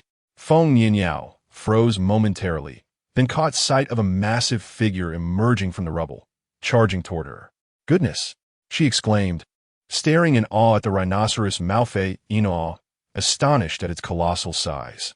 This was her first encounter with such a large Malfei in awe. Previously, she had felt her galloping mode could easily overpower other Malfei Inua, yet here was one that dwarfed her. As a rhinoceros Malfei, Inua barreled towards her. Feng Yinyao reluctantly abandoned her assault on the Mecha Pegasus. Once she and Jiang Che had successfully evaded to the side, they watched intently as the rhinoceros Malfei Inua and the 4 Cayman riders stepped forward menacingly. "How dare you destroy my Mecha Pegasus? You're courting death." The Cayman rider Foiz roared, enraged by the damage to his beloved vehicle, which served as both motorcycle and combat robot, and most importantly, could protect its master. With a cold smirk, Jiang Che summoned his mechanical 10-year model, inserting the attack drive card into the device at his waist, transforming it into a Mecha Pegasus. "You, go defeat it." Upon issuing the command, Jiang Che's Mecha Pegasus charged towards Foiz's Mecha Pegasus, launching into a frenzied attack.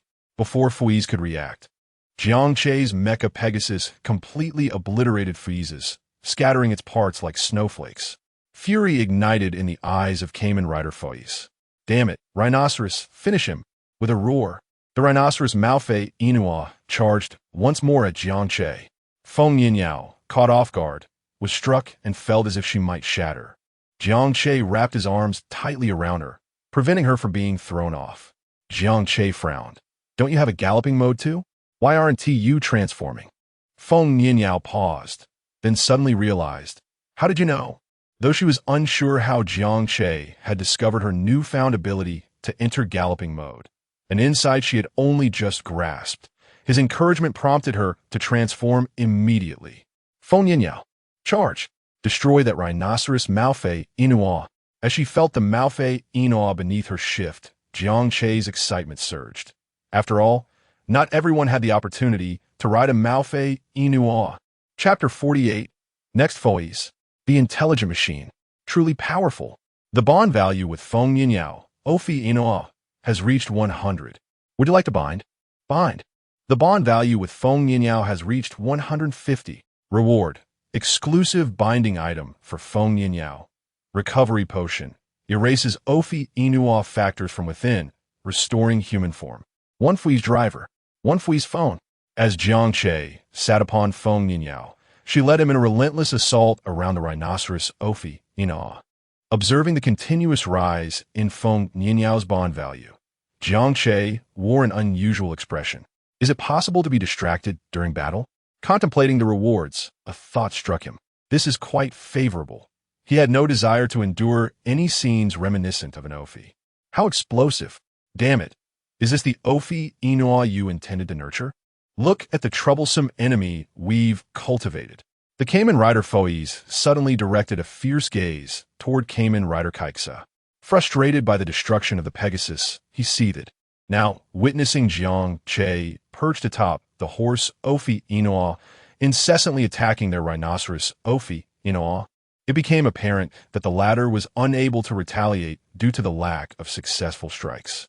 At this rate, they would be forced to witness Jiang Che eliminate the rhinoceros Ofi Inua before their very eyes. With this thought, Cayman rider Foiz unleashed his fury upon Cayman rider Kaiksa. They were all aware of the situation regarding the horse Ofi Inua. They had initially overlooked her potential, waiting for the right moment to recruit her. However, her performance now genuinely surprised them. Upon entering the passionate gallop state, the horse Ofi Inua's power had escalated significantly, to the point of being comparable to those of them who could transform into Cayman riders. Cayman rider Kaiksa, with a dark expression, tightened his grip on the Kaiksa blade gun. I acted hastily. I did not anticipate the horse Ofi Inua's immense potential. Enough with the chatter. If we do not eliminate them soon, the rhinoceros Ofi Inua will truly perish. At that moment, Cayman rider Muez's voice chimed in. The next target of attack is the rhinoceros Ofi Inua's head. If we do not act now, it will be too late. Upon hearing Cayman rider Muez's AI predicted battle trajectory, the other three ceased their idle observation and charged directly toward Jiang Che. With Feng Yinyao supporting him, Jiang Che felt significantly more at ease in battle. In his moments of leisure, he observed the 4 Cayman riders nearby. under the Earth Emperor's lamentations. The other three evidently recognized Jiang Che's strength and sought to leverage the rhinoceros Offinor's power to gauge his battle prowess. They did not expect that Jiang Che's strength would indeed be as formidable as the Earth Emperor had described. Each strike could repel the rhinoceros Offinor, and this was without utilizing any finishing moves. Feng Yinyao, it's time to accelerate, Jiang Che murmured, holding on to her. Feng Yinyao acknowledged with an "oh" and surged forward. Crashing into the rhinoceros Offinor, the steed magic sword in her grasp became exceptionally effective after he entered the passionate state, effortlessly piercing through the rhinoceros Offinor's body. As Feng Yinyao raised the steed magic sword to deliver a crushing blow to the rhinoceros Offinor's head, the four Cayman riders also sprang into action. Jiang Che, witnessing their movements, snorted coldly. He powered his legs, leveraging Feng Yinyao's body to leap high, tracing an arc through the air as he charged toward the four. The Foi's explosive device, photon breaker sword in his hand, shimmered with a crimson light under the sun, resembling a fiery serpent. The four, seeing Jiang Che rush toward them, quickly arranged themselves defensively. Be cautious. He is coming. The Earth Emperor, clearly shaken by Jiang Che, felt a sense of dread upon his approach. Cayman Rider Fui's lunged at Jiang Che, swinging the photon breaker sword. The two swords clashed violently, sparks flying. Cayman Rider Fui's gaze sharpened. Jiang Che's strength indeed exceeded his expectations. How is this possible? We are both in explosive form. How can your strength surpass mine? Confounded. He struggled to comprehend why Jiang Che was so much stronger despite their shared form. Observing Cayman Rider Fui's falter, Cayman Rider Kaiksa rushed to assist, launching energy beams from his weapon in a surprise attack. Jiang Che swiftly sidestepped, inadvertently colliding with Cayman Rider Muez on the other side. Cayman Rider Muez, utilizing AI detection, attempted to predict Jiang Che's battle trajectory and next attack location. Yet in close combat, Jiang Che's speed was blinding. Even with AI analysis, Muez struggled to react. Aware of Cayman Rider Muez's AI capabilities, Jiang Che concealed a hidden strike after each of his assaults. Were it not for the three Cayman Riders nearby, creating distractions, eliminating Cayman Rider Muez would have been swift. As Cayman Rider Muez found himself retreating under Jiang Che's relentless onslaught, the Earth Emperor sought an opening, searching for Jiang Che's vulnerabilities. Observing Jiang Che dominate Cayman Rider Muez, the Earth Emperor felt an eerie sense of familiarity. Timing his move, he thrust the Orga Earth Splitter toward Jiang Che. Simultaneously, Foi's and Kaiksa recognized the Earth Emperor's attack, seizing the opportunity to strike Jiang Che together. Three attacks converged in rapid succession, the tremendous force propelling Jiang Che backward. However, harnessing this momentum, he executed a turn mid-air, soaring back toward the rhinoceros Offinor. At that moment, the rhinoceros Offinor was distracted by Feng Yinyao, entirely unaware of Jiang Che's impending strike. Jiang Che's Fui's explosive device, photon breaker, sword blazed with brilliance. Crack! The rhinoceros Offinor's head was accurately cleaved by Jiang Che, and the colossal beast collapsed with a thunderous crash. Eliminated the rhinoceros Offinor, earning 1,000 points. Jiang Che landed steadily, brandishing the Foi's explosive device, photon breaker sword, defiantly gazing at the four Cayman riders. Damn it! Foi's said, his eyes fierce as they fixed upon Jiang Che. The rhinoceros Offinor was a creation they had invested significant effort into cultivating. It held immense importance for their future dominance over the city. This creature was undeniably a war machine, capable of wreaking havoc. Now, it had been slain by Jiang Che. As the four seethed with rage, their expressions suddenly froze. Was that just the voice of the big boss? Cayman Rider Kaiksa glanced toward Cayman Rider Foi's. Cayman Rider Foi's nodded, retrieving the Foi's phone 20+. Indeed, the big boss has lost his patience. We cannot withstand his wrath. Let's resolve this swiftly. Gazing from a distance at the smart device in Fui's hand, Jiang Che audibly clicked his tongue. Finally, they are upgrading from that antiquated device to a smart one. Chapter 49. Mastery of the Final Form. Fui's explosive cannon. Upon witnessing Fui's produce a new device, Kaixa likewise revealed his own new tool, the Kaixa Mobile XX. They had acquired these new instruments only recently and had yet to master them fully. However, with the boss in a foul mood, they had no choice but to employ their new gadgets. Complete. The Kamen Rider next Fui's made his entrance. The Kamen Rider next Kaixa followed suit. As they radiated energy from their bodies, the Earth Emperor cast an envious glance, realizing their newfound strength. How did their power suddenly escalate so dramatically? Feng Yinyao gasped, observing the transformed Fuis and Kaixa, each adorned with a large shield-like emblem on their chests, their might soaring to astonishing heights. She had intended to ask Jiang Che if they should flee, but upon reflecting on his combat capabilities, she opted for silence. This was indeed a tricky situation. She had not anticipated that they would both wield intelligent devices. Jiang Che felt a twinge of frustration. During his recent skirmish with the 4 adversaries, he had gleaned an approximate understanding of their power levels. He had considered exchanging for an experience card of Fui's ultimate form, next Fui's, to swiftly deal with the quartet. Yet, they had unveiled their intelligent devices first, and not just one, but 2. Adding to the complexity was the Earth Emperor and the Kamen Rider Ms, who also transformed using an intelligent device. Should I call for them? That way, it would be 4 against 4, alleviating some of the pressure on you. Feng Nianyao contemplated, glancing at Lin Xiao and Bai Liyue, who were occupied with preventing the escape of the Offinor within the building. Given Jiang Che's apprehension, she was inclined to assist him. Jiang Che shook his head, asserting, "No need. I have a plan to handle them. You should go help Yi. She requires assistance more than I do. We cannot leave those Offinor unattended in the building, or they will surely escape. Moreover, lurking in the shadows is the Offinor King, who is yet to reveal himself. Regardless of its ineptitude, it remains a boss-level creature. We must remain vigilant." Thus, he felt more at ease with the 3 women guarding him. "Are you really all right?" Feng Yinyao still harbored doubts and asked Jiang Che once more. Jiang Che waved his hand dismissively, encouraging her to trust him. Seeing this, Feng Yinyao turned and sprinted towards Lin Xiao and Bai Liyue.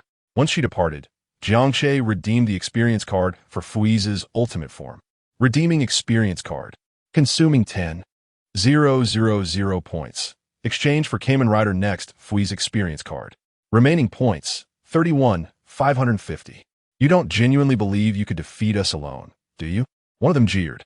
"Once we eliminate you, we'll take care of the other 2 Kamen Riders and that Offinor." The group chuckled at Jiang Che's insistence that Feng Yinyao retreat. However, their laughter abruptly ceased.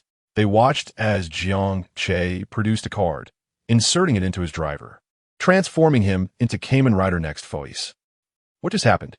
The 4 wore expressions of disbelief. Am I seeing things? How can he transform to? I see. He must be capable of stealing my form. After some contemplation, one of the Fui's concluded. The others, upon hearing this, acquiesced to the notion, as it was the only plausible explanation for Jiang Che's transformation into next Fui's, especially since they had not seen him retrieve Fui's intelligent device. "Fear not. We are 4 strong. Even if he matches my strength, he won't stir much trouble. I'll restrain him. You all attack." Fui's scoffed, confident in their numerical advantage. "Let us go. Take him down." With Fui's command, the 4 charged at Jiang Che. Jiang Che's gaze sharpened, unyielding in the face of their fierce assault. He initiated his counterattack with a decisive strike. His aura surged, and with a swift motion, he drew the Fui's blade in one hand and the Fui's explosive device, the photon-shattering sword, in the other. Exceed charge. Energy charging.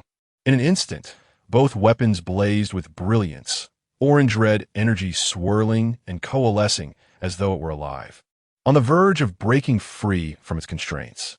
Then, Jiang Che propelled himself off the ground, launching into the air like a cannonball, tracing an arc while wielding his weapons to unleash 2 massive slashing energy waves towards the quartet.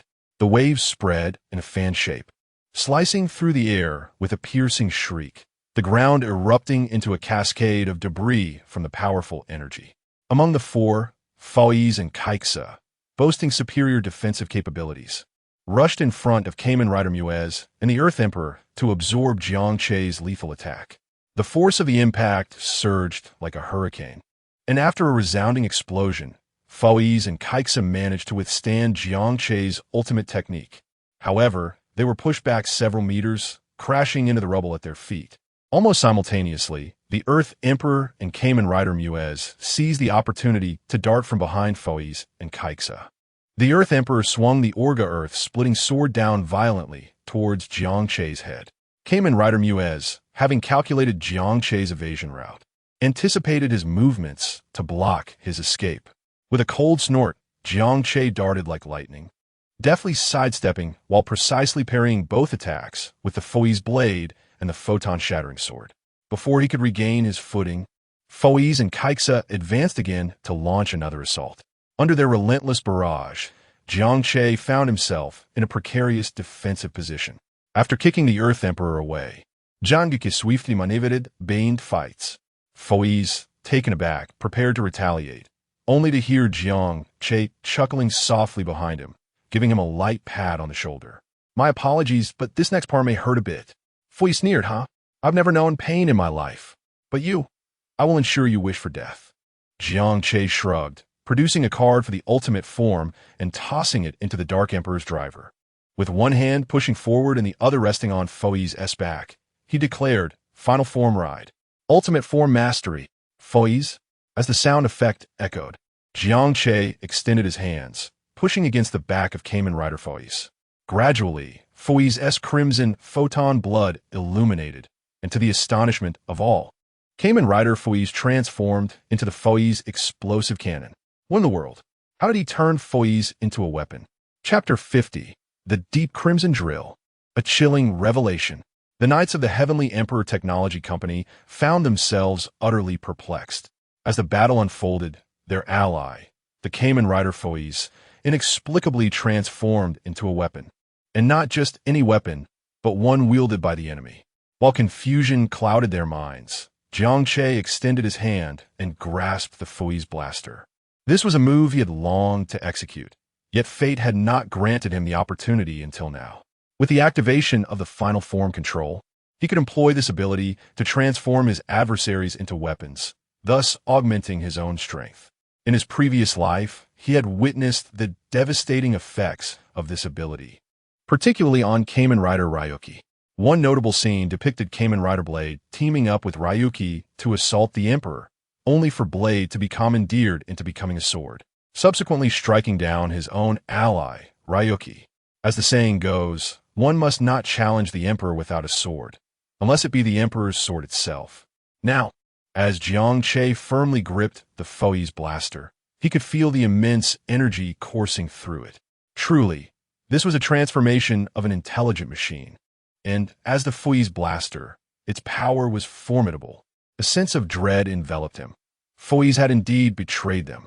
Upon witnessing Jiang Che grasp the Foi's blaster, the Earth Emperor was momentarily stunned, quickly alerting his comrades. The reality was undeniable. Foi's had become a weapon, and it was now in the hands of their foe. Focus our fire and eliminate this weapon that Foi's has become. My AI predicts its immense power, commanded Kamen Rider Muez, who, after analyzing the situation, began orchestrating their next moves. Meanwhile, Foi's, now transformed into the blaster, felt an overwhelming sense of helplessness. He was rendered immobile and could only listen to his teammates misconstrue his predicament, leaving him utterly bewildered. Suddenly, in a fit of desperation, he spotted the Earth Emperor raising the Orga Earth-splitting sword, preparing to strike him down.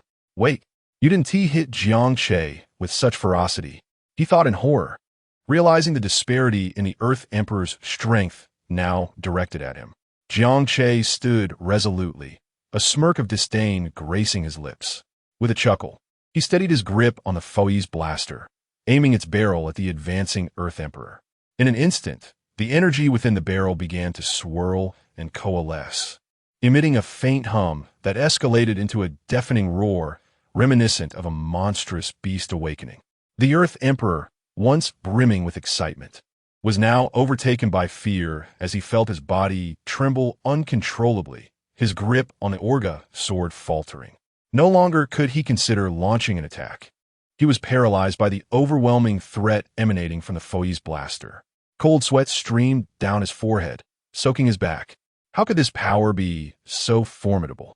It surpasses even that of Foy's. He screamed internally, his legs weakening beneath him. As he fought against the urge to flee, Jiang Che pulled the trigger. The thunderous sound reverberated in his ears as a long, blindingly brilliant deep crimson drill shot forth from the Foy's blaster, hurtling towards the Earth Emperor. "Please no. Move, legs," he cried, panicking as he realized escape was futile. Kamen Riders Kaiksa and Muez, witnessing the scene unfold, contemplated intervening but quickly reconsidered once the deep crimson drill emerged. Kamen Rider Muez attempted to calculate the Earth Emperor's chances of survival against the Foy's blaster's assault using her AI, only to be informed that the probability was 0 and that she should run. What a futile effort to save him, she thought, resigning herself to flight. As her allies chose to flee, despair enveloped the Earth Emperor. Yet, driven by instinct, he instinctively raised the Orga sword before him, gripping the hilt tightly. But the deep crimson drill approached relentlessly. Upon impact, the drill struck the Orga sword, sending shockwaves through the Earth Emperor's arms. It cleaved through the weapon effortlessly, leaving a charred gash, and continued on its path, piercing through his body. He opened his mouth to scream, but no sound emerged, only the void of despair in his eyes. Slowly, his body slumped backward, engulfed in blue-white flames, reduced to ashes. Killing Kamen Rider Earth Emperor, awarded 2,000 points. Such power! Kamen Rider Mez, sensing the overwhelming energy, glanced back to see the Earth Emperor's demise, her heart cooling with dread. Grateful for her decision to flee, she silently berated Kamen Rider Kaiksa for remaining behind. However, a sudden chill gripped her heart. Why do I feel an ominous premonition? She wondered. Looking down, she was met with the sight of the deep crimson drill protruding from her chest. As darkness enveloped her vision, she collapsed. Killing Kamen Rider Muez, awarded 2,000 points. How rude to attempt an escape without a word, Jiang Che remarked nonchalantly, having noticed Muez's retreat. After dispatching the Earth Emperor, he turned his attention to Kamen Rider Kaiksa, who, against all odds, charged forward. Such bravery, Jiang Che thought, momentarily taken aback as he aimed the barrel at Kaiksa. The latter shook his head in disbelief at Muez's fate, lamenting foolishness. If only she had dealt with him before he could fire. With that, he activated the speed mode on his Kaiksa smartphone. Chapter 51. The emergence of the king of Offinor, the masked rider next Kaiksa, pressed the acceleration application on his mobile device. And the standard pot cover device on his chest emitted a series of clicking sounds before slowly opening. Subsequently, the pot cover began to spin at an astonishing speed, generating a strong airflow that swept up the surrounding dust. The compound eyes of the masked rider next Kaiksa flickered with vibrant colors.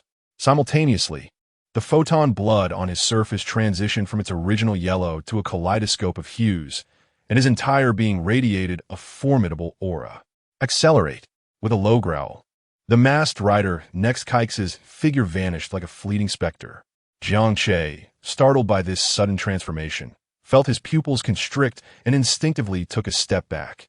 So it really is that annoying yellow-headed fly, he muttered under his breath, yet his face betrayed no signs of panic. With determination, he gripped the Foy's blaster tightly, swiftly aiming the gun towards the direction where the masked rider next Kaiksa had disappeared. Almost simultaneously, the masked rider next Kaiksa charged towards Jiang Che. Without hesitation, Jiang Che pulled the trigger. A deep crimson drill shot forth from the barrel in an instant.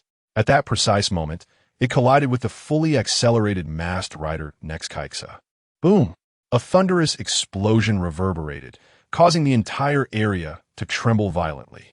The powerful shockwave radiated outward from the point of impact, wreaking havoc on the surroundings. The light from the explosion resembled a miniature sun, blinding to the eyes. Debris was hurled several meters away by the force of the blast. Jiang Che stared expressionlessly at the billowing smoke from the explosion, murmuring, "Did you not know that within 5 steps, a gun is faster and more accurate?" While the masked rider next Kaiksa accelerated, so too could Jiang Che. Thus, even in the midst of the chaos. Jiang Che was able to discern his figure and lock onto him. Kill the masked rider next Kaiksa. Earned 3,000 points. What? So I'm this powerful? Upon witnessing his teammate's demise, Jiang Che felt no sorrow for the Fui's blaster, which had transformed from the masked rider next Fui's into a weapon. Instead, he became increasingly exhilarated. He had not anticipated that the deep crimson drill he unleashed would be so terrifying, each shot akin to taking down a mere child. As for his own safety, he harbored no concern. After all, he could not pull the trigger on himself. However, having realized his potential, thoughts of usurping his boss began to form. If he could master the method of transforming himself into a weapon while retaining control over his body, he could undoubtedly replace his superior and ascend to the throne of the king of Offinor. Yet, a troubling dilemma remained. He still could not control his own body and was compelled to allow Jiang Che to pull the trigger. Did this mean he must forge an alliance with Jiang Che? Just as the masked rider next Fui's pondered this, Jiang Che had already discarded the Fui's blaster. After dealing with the 3 masked riders, he no longer required the weapon. Next, he aimed to eliminate the masked rider next Fui's. Transforming back from weapon form, he immediately examined his body, attempting to revert to the Fui's blaster, eager to discover if he could control his own transformation. However, after considerable effort, he found no method to do so. Wait, that should have been developed just now. Why can't I transform anymore? Suddenly, he caught sight of Jiang Che charging toward him and promptly realized that perhaps he could only rely on Jiang Che to become that weapon. Wait. The masked rider next Fui's abruptly gestured for Jiang Che to halt. Jiang Che looked at him in confusion, but did not stop. Dude, we are in the midst of battle. You expect me to just halt? Noticing Jiang Che's unwavering advance, the masked rider next Fui's hastily proposed, "Let us collaborate. Just teach me how to transform into a weapon, and together we can rule the world." Sorry, I have no interest in ruling the world. I prefer to destroy it. What? In the midst of the masked rider next Fui's bewilderment, Jiang Che deftly dispatched him with a swift strike. As the masked rider next Fui's was sent flying, he realized Jiang Che had no intention of sparing him. He was perplexed. If he could unleash such tremendous power as a weapon, could Jiang Che truly bring himself to kill him? Upon transforming into a weapon, the masked rider next Fui's sensed that the Fui's blaster could only be wielded by himself as the masked rider Fui's. No one else could assume that form. If he were to perish, the masked rider Fui's would cease to exist, resulting in a significant loss of combat power. Jiang Che, puzzled, wondered why this masked rider next Fui's, upon becoming his weapon, seemed almost daft. He no longer exhibited the previous rage and instead sought to collaborate, desiring to become Jiang Che's weapon. What are you doing? Don't come any closer. Are you truly willing to forsake me as your extraordinary weapon? As Jiang Che approached with a deadly resolve, the masked rider next Fui's pleaded. Jiang Che remained silent, merely wielding the Fui's blaster and photon-shattering sword. Realizing that Jiang Che would not relent, the masked rider next Fui's fury reignited. Damn it, I'm kindly offering you collaboration, and you show me no respect. Seeing that Jiang Che was impervious to reason, the masked rider next Fui's activated the acceleration feature on his mobile device and entered an accelerated state, transforming into a massive fly, charging at Jiang Che. Refusing to cooperate? Then perish. Previously, he had inadvertently allowed Jiang Che to engage with his body and become a weapon. Now, having activated acceleration, even though Jiang Che could also accelerate, he was prepared. As long as he remained cautious, it would be impossible for Jiang Che to turn him into a weapon. After all, Jiang Che had just eliminated his 3 teammates, relying on him. Observing the massive fly, Jiang Che decisively entered an accelerated state. The two flew into a fierce confrontation. Each a red-headed giant fly, engaged in a frenzied exchange of blows, releasing deep crimson drills at one another. Yet, as they shared the same form, it became increasingly challenging to break the stalemate. Soon, the 10 seconds of accelerated time elapsed. Time out. Timer terminated. The masked rider next Fui's gazed at Jiang Che, reiterating his invitation. I've said it before. Let us team up. Together we shall be invincible. Will you consider it? Jiang Che scoffed, drawing out the card of the Cayman rider. Your acceleration has ceased, but mine has not. Ascension transformation. To the astonishment of the masked rider, next phase, Jiang Che, bolstered by the ascension transformation, thrust his sword deep into the masked rider, next phase body, followed by another deep crimson drill. Kill the masked rider, next phase. Earn 5,000 points. The masked rider, next phase, could hardly fathom that he would meet his end at the hands of his opponent's acceleration. After dispatching the masked rider, next phase, Jiang Che turned to head towards the position of the three women. However, just as he pivoted, he caught sight of a figure that took him by surprise. The king of Offinor. Young man, should I express my gratitude for your assistance in dealing with Fui's and his associates? Chapter 52. The king of Offinor and his devouring power over his own kin. If you truly wish to express your gratitude, then refrain from taking your own life. Jiang Che declared. As his words echoed, his gaze abruptly shifted towards the edifice looming behind the king of Offinor. This structure was the very tower guarded by the three women, filled to the brim with Offinors. Jiang Che suddenly realized that during his fierce confrontation with the masked rider Nextries, the building had become a mere shell of its former self, its glass shattered to smithereens, while blue and white flames erupted from within, consuming the structure relentlessly. Furrowing his brow, Jiang Che began to scan the surroundings, searching for the three women. No need to look, they are right here, the king of Offinor's voice resounded once more.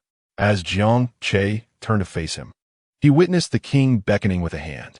Bai Liue, Lin Xiao, and Feng Yinyao were drawn towards him, ensnared by an invisible psychic force that rendered them immobile. Soon, they were positioned beside the king of Offinor, and with another wave of his hand, it appeared as though the binding spell over their mouths had been lifted. Jiang Che. This monster suddenly appeared and devoured all the Offinors within the building. Don't worry about us. This creature is formidable. You must be cautious. Bai Liue and Lin Xiao called out urgently. Feng Yinyao remained silent, gazing at Jiang Che from a distance, her face reflecting a sense of relief. Finally, I can embrace death. I wonder if Jiang Che will remember me afterward. A hint of regret flickered in her eyes. As Jiang Che beheld the three women, a surge of fury welled within him. You are compelling me to kill you. The manipulation of the three women by the king of Offinor had struck a nerve deep within him. Observing the mounting intensity of Jiang Che's wrath, the king of Offinor merely smiled, unfazed. He was the CEO of the Heavenly Technology Company and the monarch of the Offinor race. Having painstakingly built the company from the ground up, aspiring to transform humanity into his Offinor kin. However, he understood that merely augmenting the numbers of the Offinor tribe would not suffice to realize his ambitions. This world was populated not only by Offinors and humans, but also by masked riders and various other creatures. To dominate this realm, one required unparalleled strength. As the king of Offinor, he possessed the ability to devour his own kind, thereby accumulating power. This meant that the more Offinors he consumed, the closer he would come to invincibility. Thus, the inception of his company foretold a predetermined conclusion. He intended to consume those Offinors once the company reached a certain scale, thereby converting them into his own strength, ultimately orchestrating the demise of the very enterprise he had founded. Initially, everything progressed smoothly until unforeseen circumstances arose. The allure of immortality seduced many into becoming Offinors complacently. Yet, some among them awakened as masked riders. At first, he paid it no heed, but as the number of awakened Offinors grew, along with their strengthening powers, he began to feel alarmed. The might of the masked riders instilled dread within the king of Offinor. Should his intentions to consume the Offinors and enhance his own abilities be exposed, he feared that those capable of becoming masked riders would unite against him.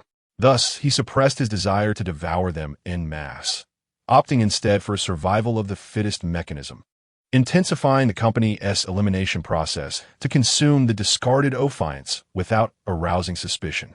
He planned to strengthen himself before enacting his ultimate scheme. However, plans often falter. The number of masked riders continued to swell, growing ever more powerful, forcing the king of Offinor to cultivate cordial relations with them. offering them stakes in his company. Just as he grappled with his predicament, Jiang Che and his companions arrived, directly aiding him in eliminating those masked riders. Consequently, the king of Offinor revealed himself, consuming all the Offiants within the building. Although the number was not as bountiful as during the company's peak, he still felt a sense of satisfaction. After devouring so many Offiants, he felt an inexhaustible surge of power. Yet, he was somewhat disheartened that Jiang Che's group had slain many Offiants, leaving him with an insatiable appetite. Indeed, I am provoking you. What will you do about it? The king of Offinor chuckled, his demeanor relaxed. Jiang Che had rid him of those masked riders, and he was genuinely pleased. Furthermore, his strength had significantly increased after consuming the remaining Offiants. Gazing at the Jiang Che, the king of Offinor felt little trepidation. He had observed Jiang Che's battles closely and had intentionally allowed him to eliminate the masked riders who had guarded him. Notably, he noted that Jiang Che's ability to defeat those masked riders was largely reliant on the Fui's burst cannon. Now that the Fui's burst cannon was absent, the king of Offinor deemed Jiang Che a negligible threat. As he watched Jiang Che's eagerness to engage, the king of Offinor suddenly extended a luminous whip, binding the three women and drawing them closer. Would you care to test whose speed is superior, yours or mine? Upon hearing the king's menacing taunt, Jiang Che furrowed his brow, clutching the card in his hand, hesitating to insert it. Although the king of Offinor had not been adequately portrayed as a formidable boss in the narrative, within the realm of Fui's, he represented the pinnacle of combat prowess.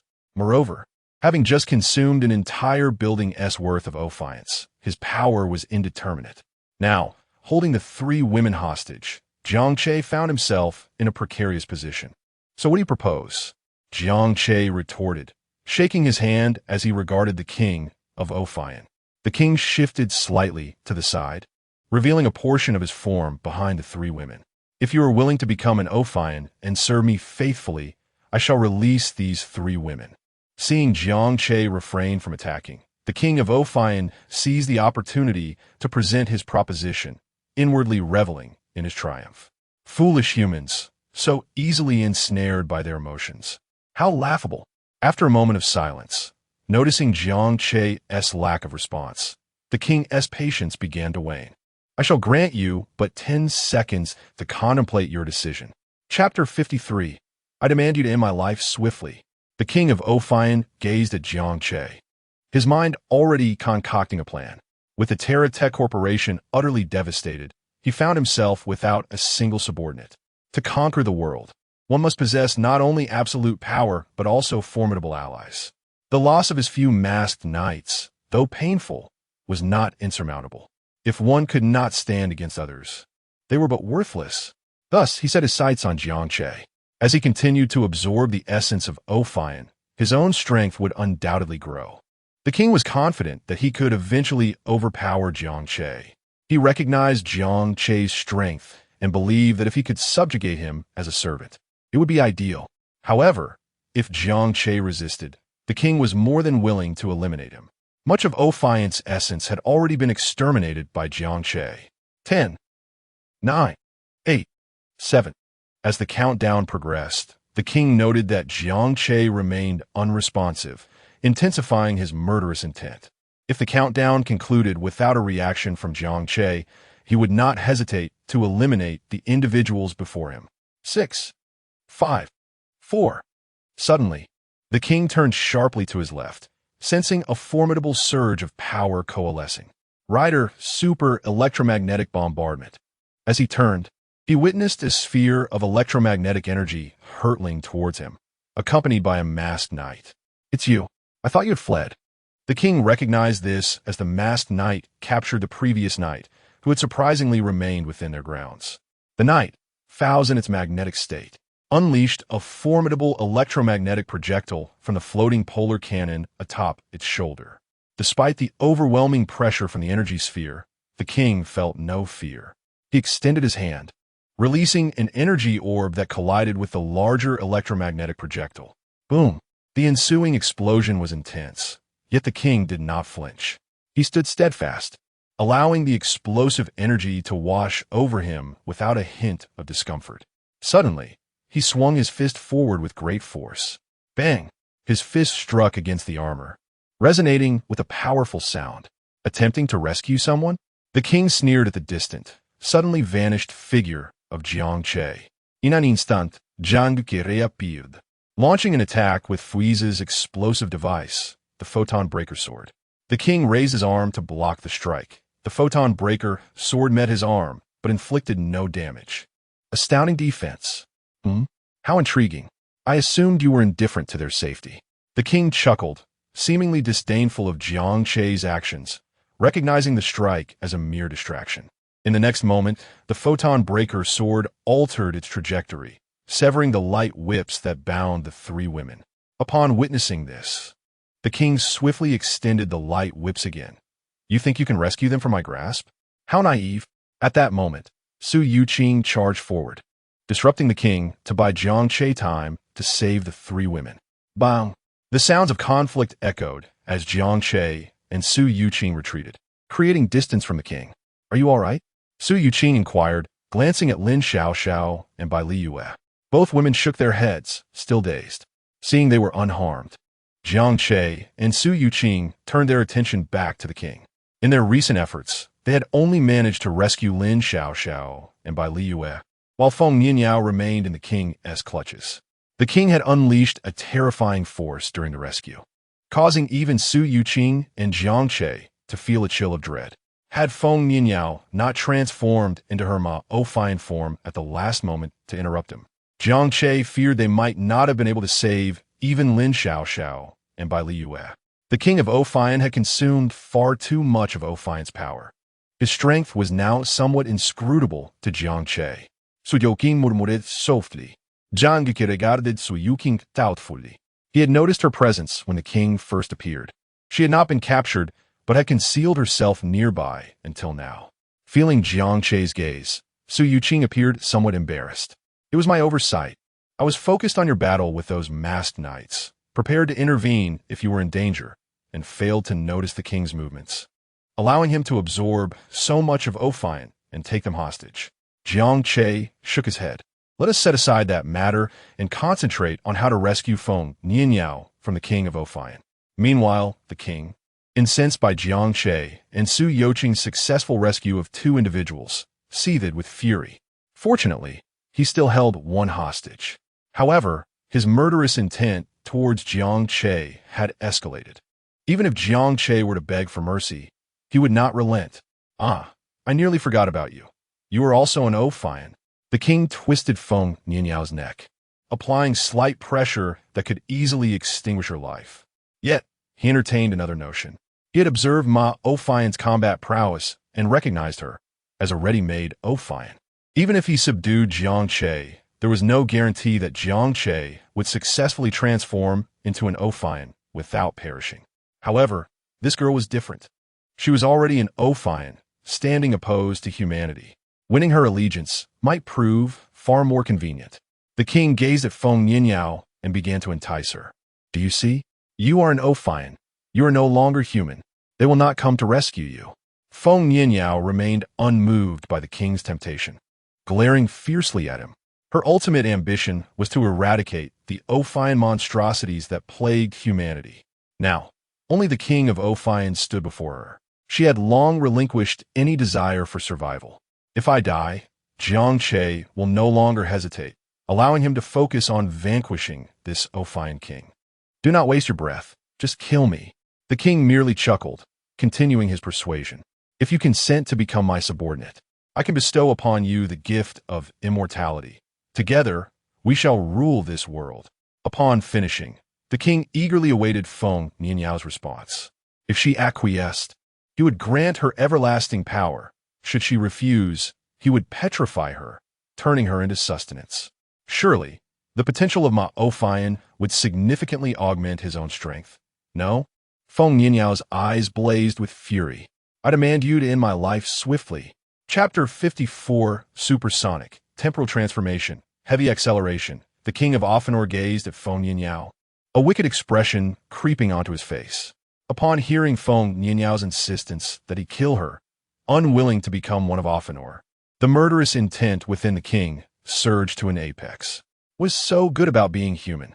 It is far better to exist as an Offinor. Since you seek death, I shall grant your wish. The king's voice resonated with a chilling coldness. As his words fell, a whip of light coalesced at his fingertips, striking towards Feng Nianyao's heart like a bolt of lightning. Feng Nianyao, grasped by the throat, showed no intention of struggle or evasion. Her eyes were fixed on the luminous whip, reflecting a mix of resignation and despair. Finally, she thought, I can embrace death. Jiang Che, Firwad. In that fleeting moment, her thoughts drifted back to her days as a human. Sun-drenched afternoons spent strolling in the park with family. Evenings gathered with friends, singing and barbecuing. Those ordinary yet beautiful moments flickered before her like a revolving lantern. Oh, how I have yet to experience a passionate romance. Suddenly, Feng Nianyao recalled her dream before becoming an Offinor, to fall deeply in love.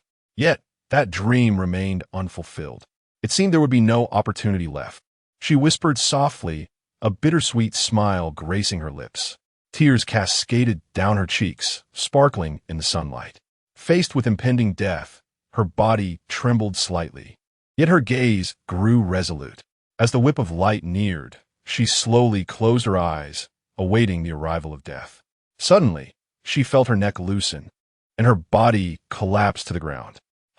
She opened her eyes to see Jiang Che standing before her, his back turned, wielding the Foe's blaster photon destruction sword to block the king of Offinor's assault. Jiang Che. For a moment, she was taken aback, not expecting him to come to her rescue.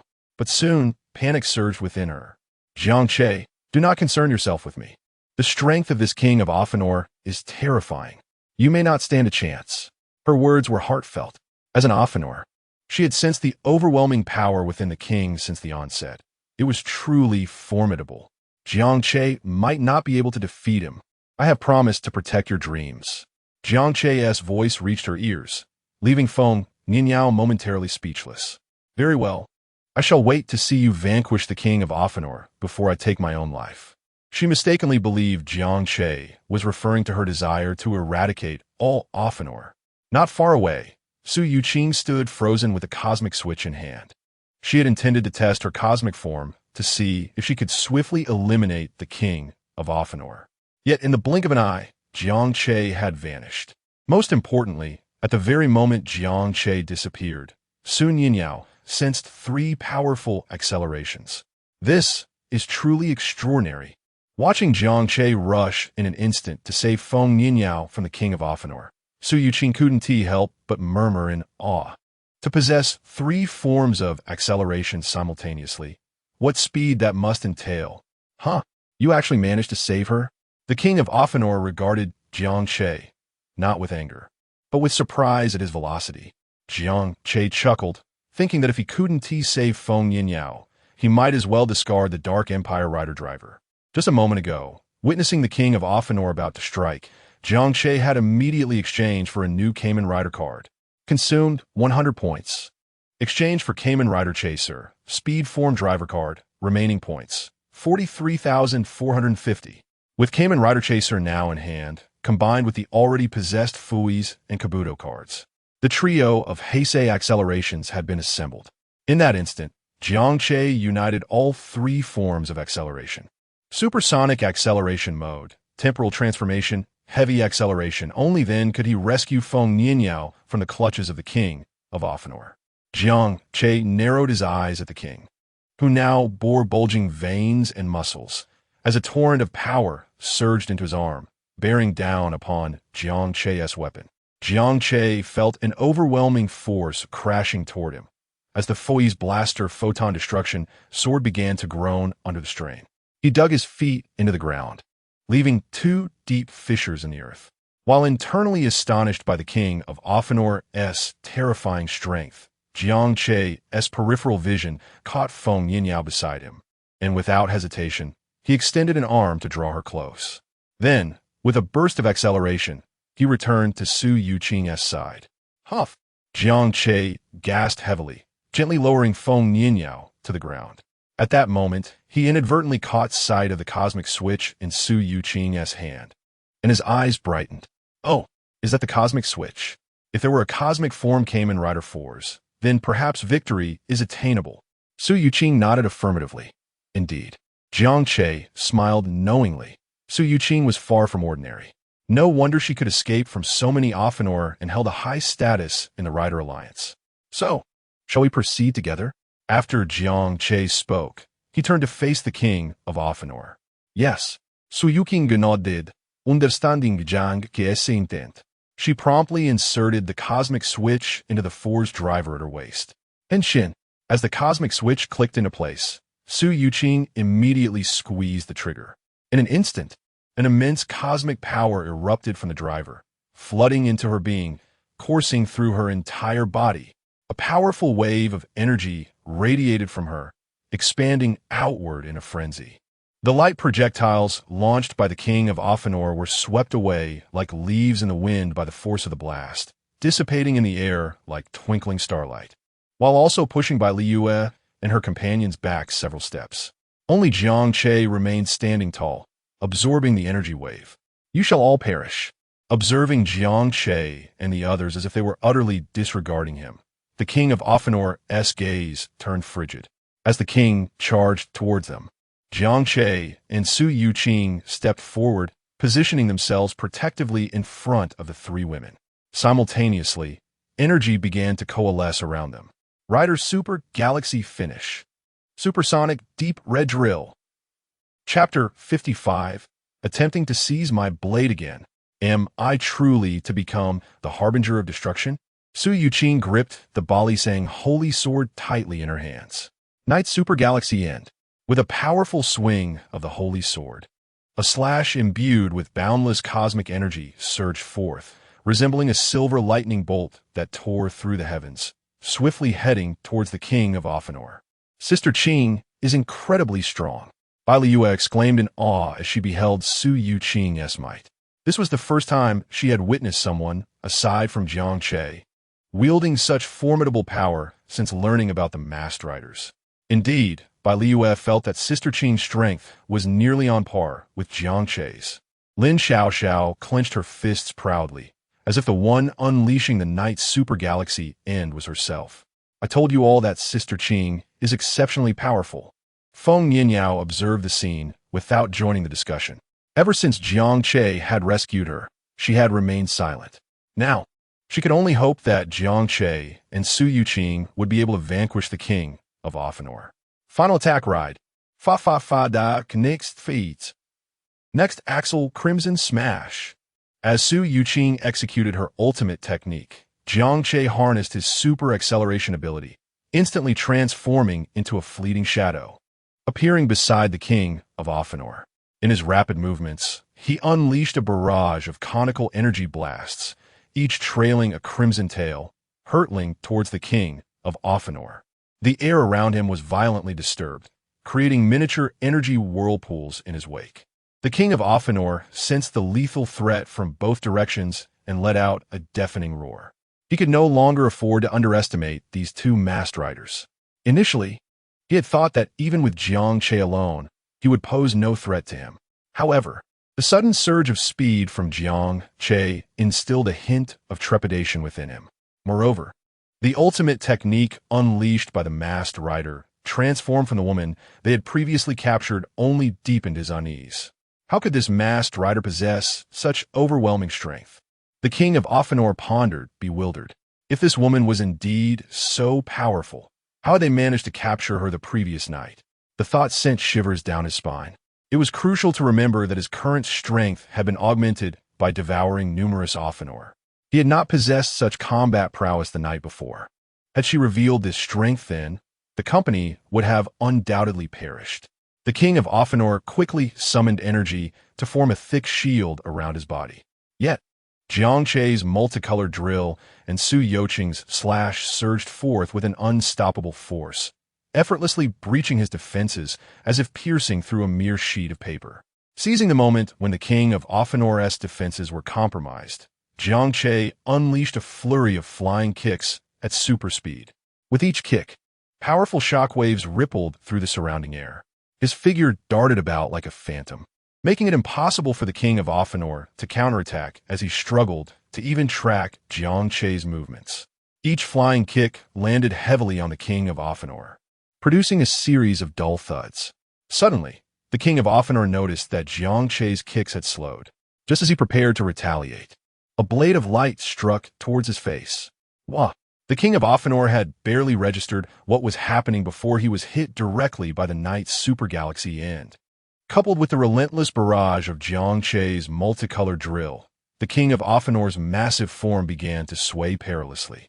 Seeing this, Su Yuqing propelled herself forward with a rocket component, joining Jiang Che in delivering a fierce assault upon the king of Offinor. After a prolonged assault, the king of Offinor lay weakened on the ground.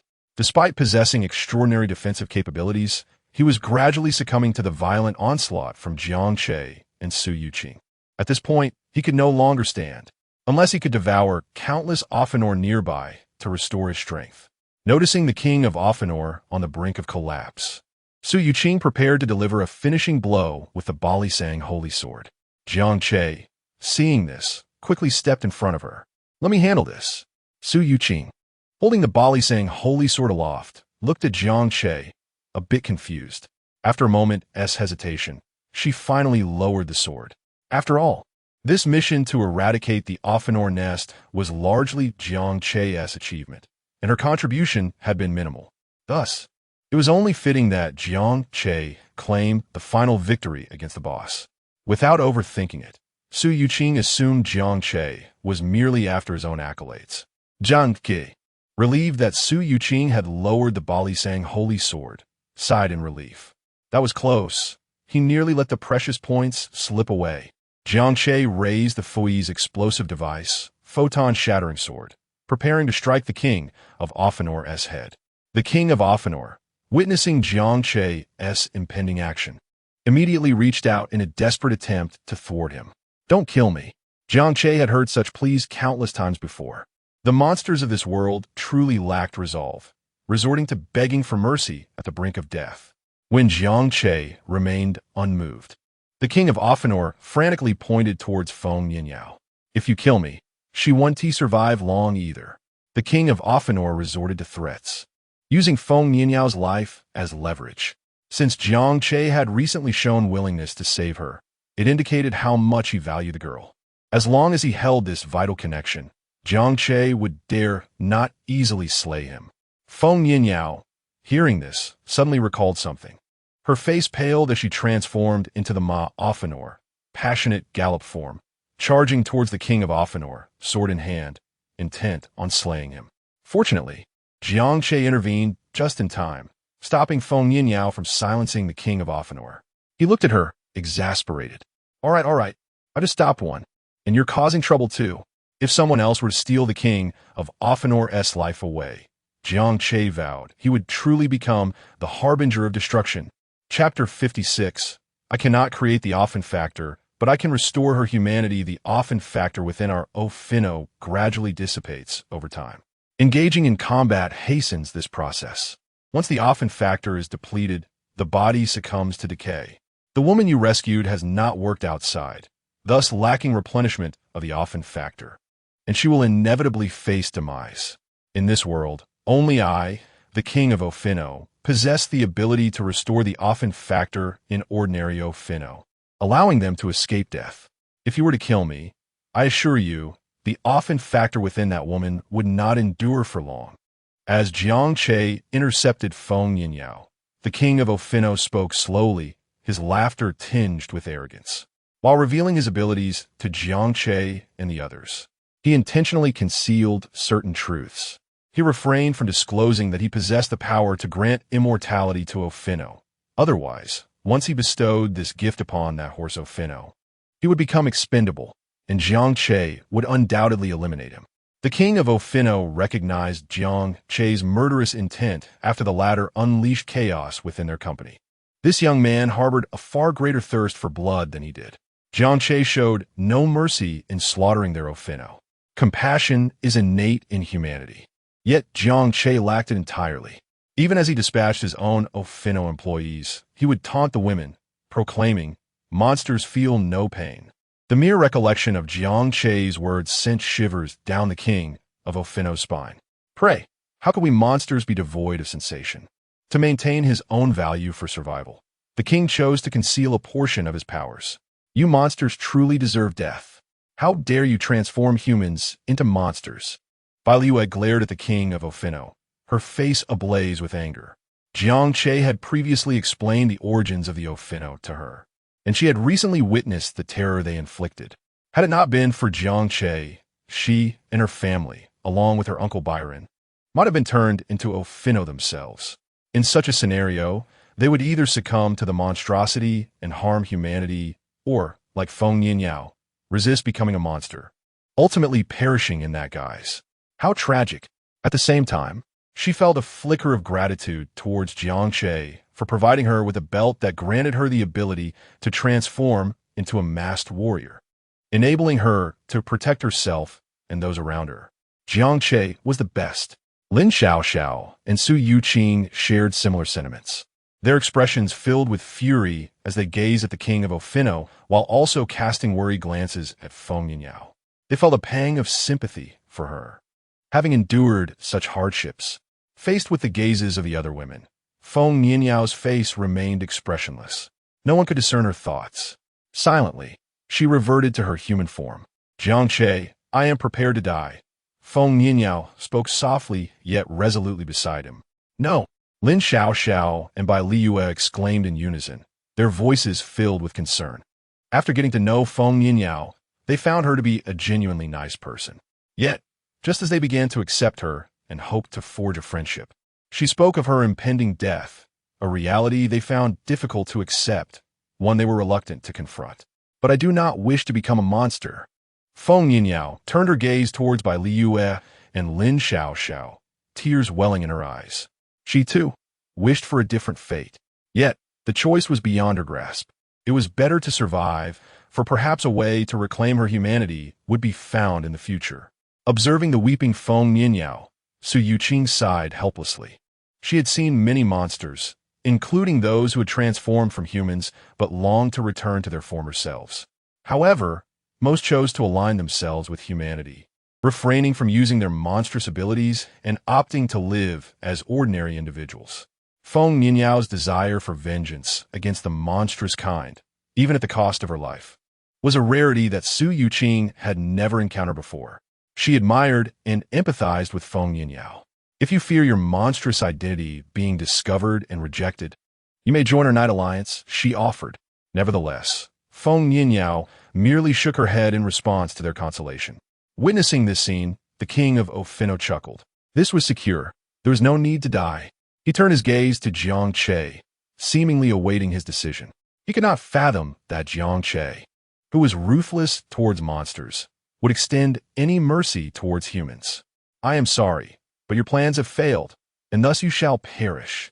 Without a moment's hesitation, Jiang Che plunged his sword through the body of the king of Offinor. You! The king of Offinor felt agony as he gazed at Jiang Che with despair. He had not anticipated that Jiang Che would act so decisively. Did he not care for that girl at all? Huh! Then let him watch as she accompanies me in death. As the king sensed his life ebbing away, he instinctively sought to save himself, yet found himself powerless. He could only stare intently at Jiang Che. Su Yuqing, Lin Xiaoxiao, and Bai Liyue watched Jiang Che, uncertain of how to respond. They had never expected him to be so resolute, so much so that they were momentarily at a loss. Jiang Che, thank you for safeguarding my dreams, Feng Yinyao said, her smile finally gracing her face. She harbored no resentment towards Jiang Che's actions. Rather, she had hoped he would do exactly this. At last, she could find a place to quietly pass away.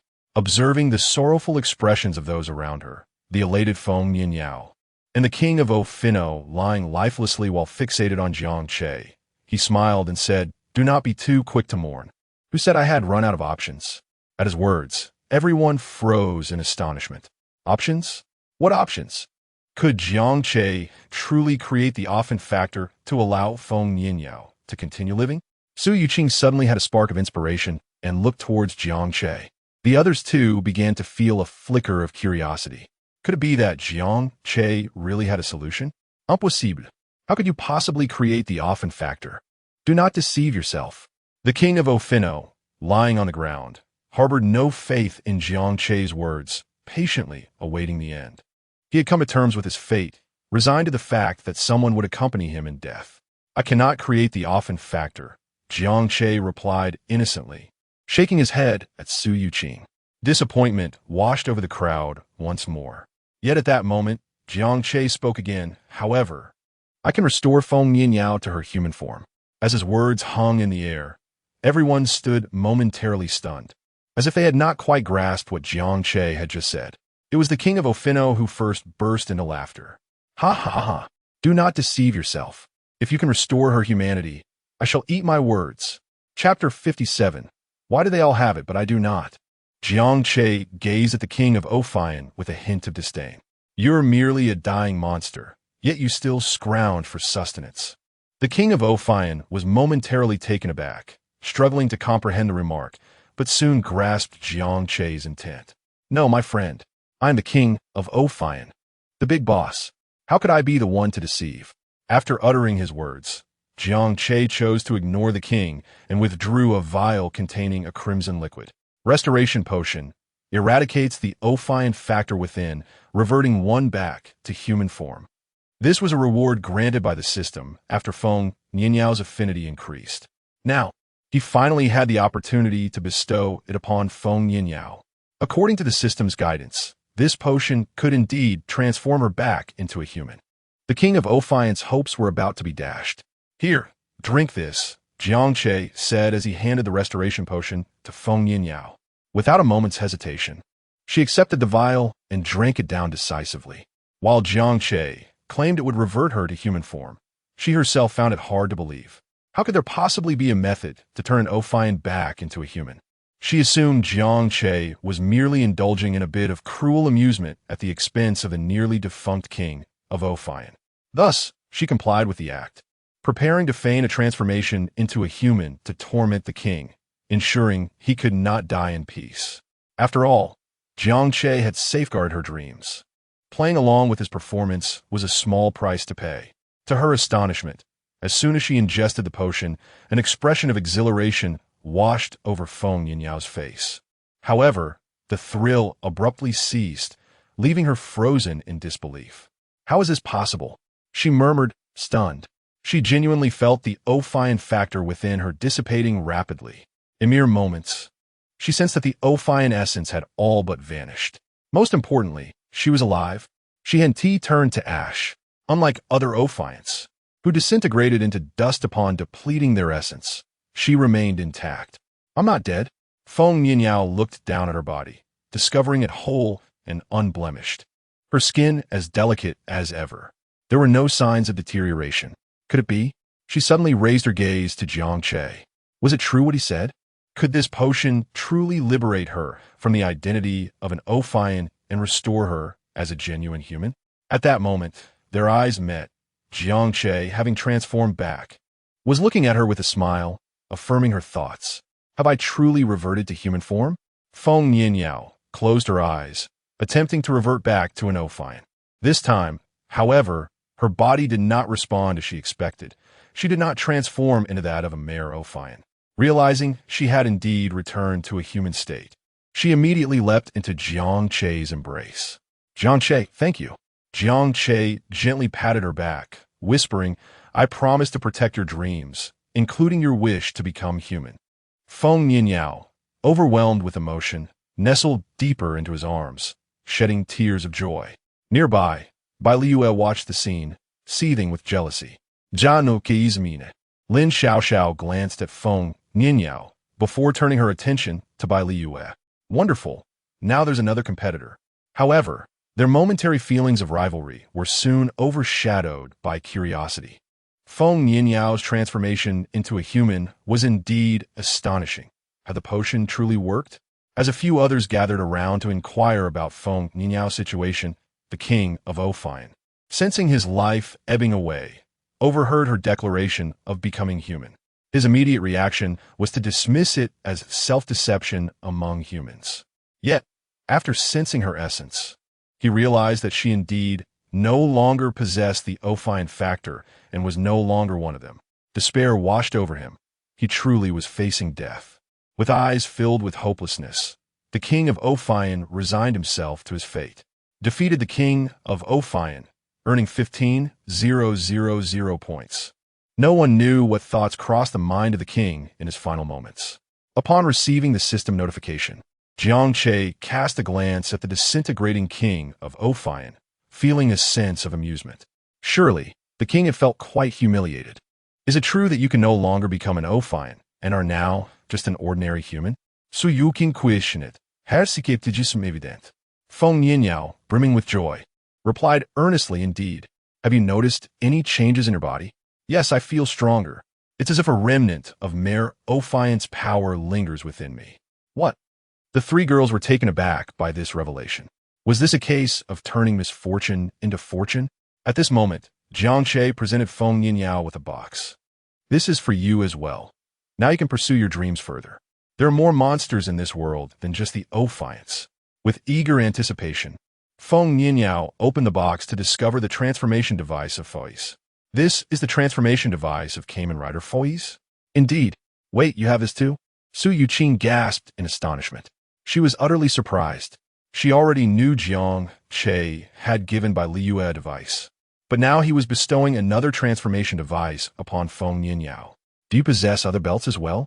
As Feng Yinyao grasped the belt, it automatically bonded with her, integrating itself into her being. So, I will also be a Kamen Rider like you? She exclaimed, exhilarated, never having imagined she would shed her monstrous identity and become a Kamen Rider. Lin Xiaoxiao gazed enviously at Feng Yinyao playing with the Foy's device. Reflecting on Jiang Che's generosity towards Bai Liu and now Feng Yinyao, she couldn't help but wonder if she held no significance in his heart. Lost in her thoughts, she shook her head. What am I thinking? You've only known each other for a few days. Why would you think Jiang Che cares for you? Here, this is for you. Just as Lin Xiaoxiao was caught in her self-doubt, Jiang Che handed her a pink holy sword. She cautiously accepted it, initially intending to maintain her composure, but upon laying eyes on the sword, she could hardly contain her excitement. This is the Sound Gun Sword Shinin. Chapter 58. A mere 12 Apostles of the Zodiac. Let's get it done. Do you have this too? Lin Xiaoxiao was utterly astonished. She swore she had merely contemplated it in her mind, never genuinely desiring Jiang Che to gift her anything. To her surprise, Jiang Che presented her with a sacred sword from the Holy Blade series. While its sound and quality did not match her own Wolfsmoke sword, it undeniably offered her an additional combat capability, allowing her to tackle various battle scenarios and compensating for her lack of a new form. Most importantly, it was rumored that gathering all the Holy Blades would bestow unparalleled power. However, no one in this world had ever managed to collect them all. Of course, Lin Xiaoxiao only entertained the thought. She was aware of the absurdity of such an endeavor, which was utterly impossible. All right, go play. Jiang Che waved his hand before turning his attention to Su Yuqing. Lin Xiaoxiao huffed softly, clutching the sound sword with affection as she stepped aside. Sister Qing, tell us about your situation. Upon hearing Jiang Che's inquiry, Su Yuqing returned her gaze from his sword. Me? What's up? She responded, slightly bewildered by the sudden attention. Did Jiang Che intend to gift her something as well? Certainly not. It was about why Sister Qing had vanished during the mission, only to appear at the very end to confront the formidable boss. Jiang Che regarded Su Yuqing, awaiting her response with curiosity about her activities. Given that Su Yuqing could transform into the cosmic form of Kamen Rider 4s, it was inconceivable that the technological company, Offinor, would allow her to escape. Even the king of Offinor, who had not absorbed many Offinor, would find it challenging to restrain her alongside several other Kamen Riders. Yet, Su Yuqing had chosen to disappear, only to emerge at the last moment. Jiang Che couldn't help but suspect that she was seeking to claim credit for the victory. With Su Yuqing's strength, she should be among the elite within the Rider Alliance. If the top tier of the Rider Alliance behaved in such a manner, Jiang Che would need to reconsider his membership. Noticing the flicker of doubt in Jiang Che's eyes, Su Yuqing pouted. You can't blame me. The president wanted to see your limits, which is why this plan was devised. How would he take any credit from you? It was just that the king of Offinor suddenly absorbed a significant amount of Offinor, enhancing its power and altering the plan, prompting my intervention. After explaining, she observed Jiang Che's expression. Initially, she anticipated a hint of anger, yet his demeanor remained remarkably calm, as if he were unconcerned, leaving her perplexed. Did Jiang Che care or not? Oh, Jiang Che shrugged. Su Yuqing opened her mouth, feeling a sense of helplessness. Wait, you really don't care? By the way, now that the Offinor matter is resolved, why don't the three of you accompany me back to the Rider Alliance? Since you joined, you ought to visit the headquarters and perhaps participate in some training. Suddenly recalling something, she looked at Jiang Che, Bai Liyue, and Feng Yinyao. The trio had just joined the Rider Alliance and had yet to undergo formal training or receive an introduction to this world, yet they were already on a mission. This was, by all accounts, against protocol. Thus, Su Yuqing thought it prudent to take them to the Alliance's headquarters for training and to supplement their knowledge regarding riders and monsters. Bai Liyue and Feng Yinyao nodded eagerly at the suggestion, their curiosity about this world palpable. I'm not going. It seems pointless and a waste of time, Jiang Che replied, shaking his head. Su Yuqing frowned slightly. I understand that practical training may not hold much significance for you, but you should at least familiarize yourself with some relevant knowledge and rules, right? Jiang Che chuckled lightly. Rest assured, when it comes to knowledge about riders and monsters, none of you can match me. Su Yuqing rolled her eyes at Jiang Che, resigned to his arrogance, though she had to concede that he indeed had grounds for such pride. Just as Su Yuqing was about to say something more, Jiang Che interrupted her. All right, let's leave it at that. If there's a mission, reach out to me. After a moment's thought, he added, but make sure it's something challenging. Jiang Che realized that as he continued to unlock his cards, his strength was steadily rising. Ordinary monsters no longer provided substantial points. Some even offered none at all. Actually, I do have a task that suits you quite well. Upon hearing of a new mission, Jiang Che's interest peaked. Do elaborate. Seeing the eager glint in Jiang Che's eyes, Su Yuqing felt exasperative. She could not fathom his enthusiasm.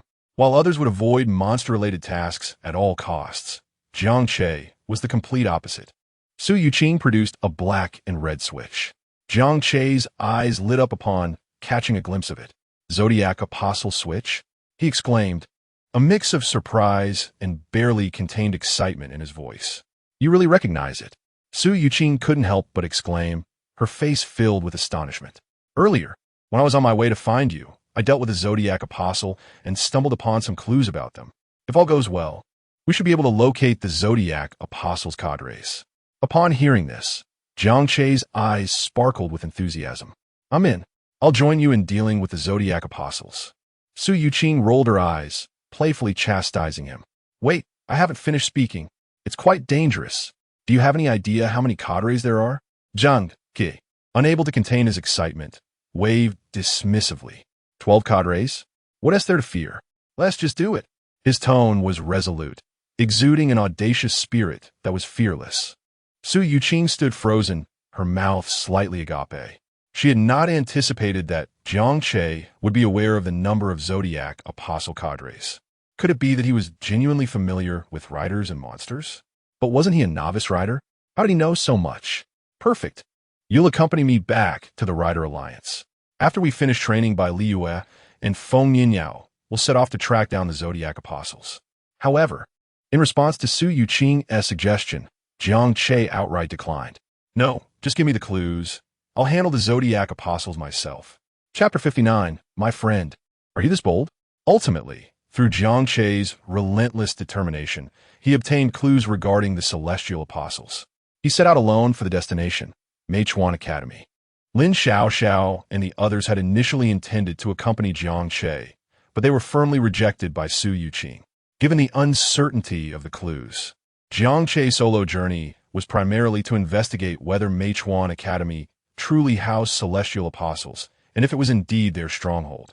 If it were the latter, the combat prowess of the three girls was still somewhat lacking. Accompanying him would only hinder their progress. The Celestial Apostles were significantly stronger than Offinor.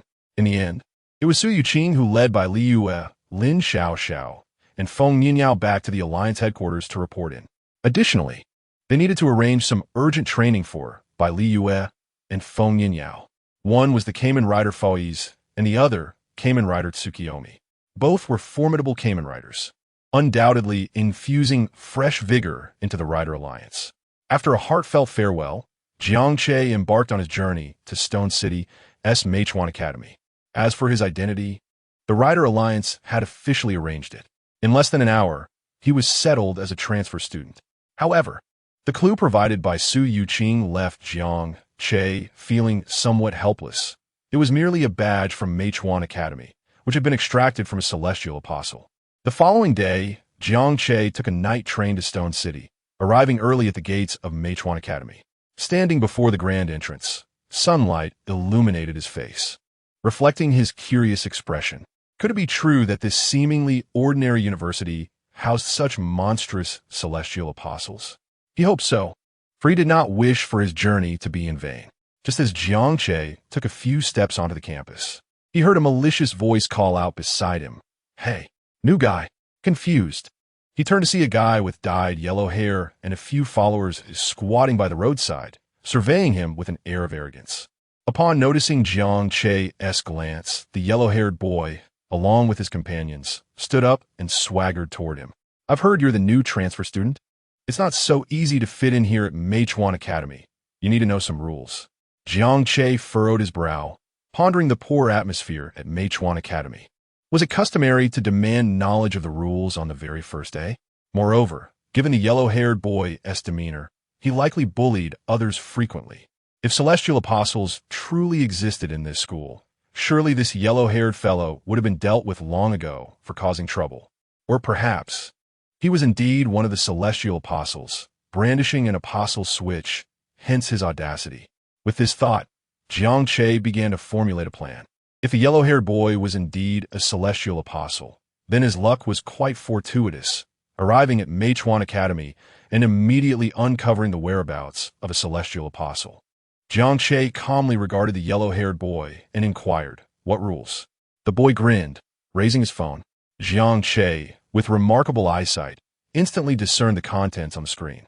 It was an app displaying Jiang Che's photo and information, along with a glaring line of red text. Defeated, 0. Have you seen this fighting app? If you want to establish yourself at Meichuan Academy, you need to improve your ranking through battles. Today, you're lucky to have encountered me. I'm giving you a chance to fight me. If you win, I'll acknowledge your skills. If you lose, you'll be my subordinate. A fighting app? Jiang Che was bewildered by the yellow-haired boy's words. However, one thing was clear. The boy wanted to fight him. Winning would mean he was skilled, right? Jiang Che swore that if the yellow-haired boy transformed into a celestial apostle, he would make him regret his arrogance. In this world, who wouldn't shout Emperor Rider upon seeing him? Without further ado, Jiang Che nodded slightly and replied, "All right, let us do this." Little did he know that the very first encounter upon entering school would be a challenge to a fight. Was this truly the way things were here? The yellow-haired boy, taken aback by Jiang Che's swift agreement, momentarily froze before a gleam of excitement crossed his face. He had blocked other new students before, but never had he encountered someone so eager to engage in a fight. Instantly, the boy's gaze turned wary as he rolled up his sleeves and lunged at Jiang Che, throwing a punch toward his face. Jiang Che, calm in the face of the yellow-haired boy's sudden assault, subtly sidestepped, effortlessly evading the attack. Simultaneously, his right hand shot out like lightning, seizing the boy's wrist and twisting it forcefully. The yellow-haired boy yelped in pain, collapsing to the ground involuntarily. Jiang Che's fluid motions left the bystanders. The yellow-haired boy's companions, bewildered, the battle was over before they even realized it. The yellow-haired boy gazed at Jiang Che in terror, coming to the grim realization that he had picked the wrong target and was up against a formidable opponent. The strength and skill displayed by Jiang Che were overwhelming, leaving him to ponder why he had thought to confront him in the first place. He vowed to return and file a complaint about the app, suggesting the addition of a combat power system to assess opponent strengths before engaging in fights. Jiang Che, still gripping the yellow-haired boy's wrist, furrowed his brow. With his current combat prowess, even without transforming, he far surpassed ordinary humans. Defeating this scrawny boy was as effortless as a walk in the park. Observing the boy's pitiful cries, Jiang Che tightened his grip, eliciting more screams. Classmate. No. Brother. You're my brother. I was wrong. Please let me go. With every slight adjustment of pressure from Jiang Che, the yellow-haired boy cried out in agony. Jiang Che frowned, realizing that despite having a card of the Dark Emperor in his other hand, the boy had yet to transform into a celestial apostle.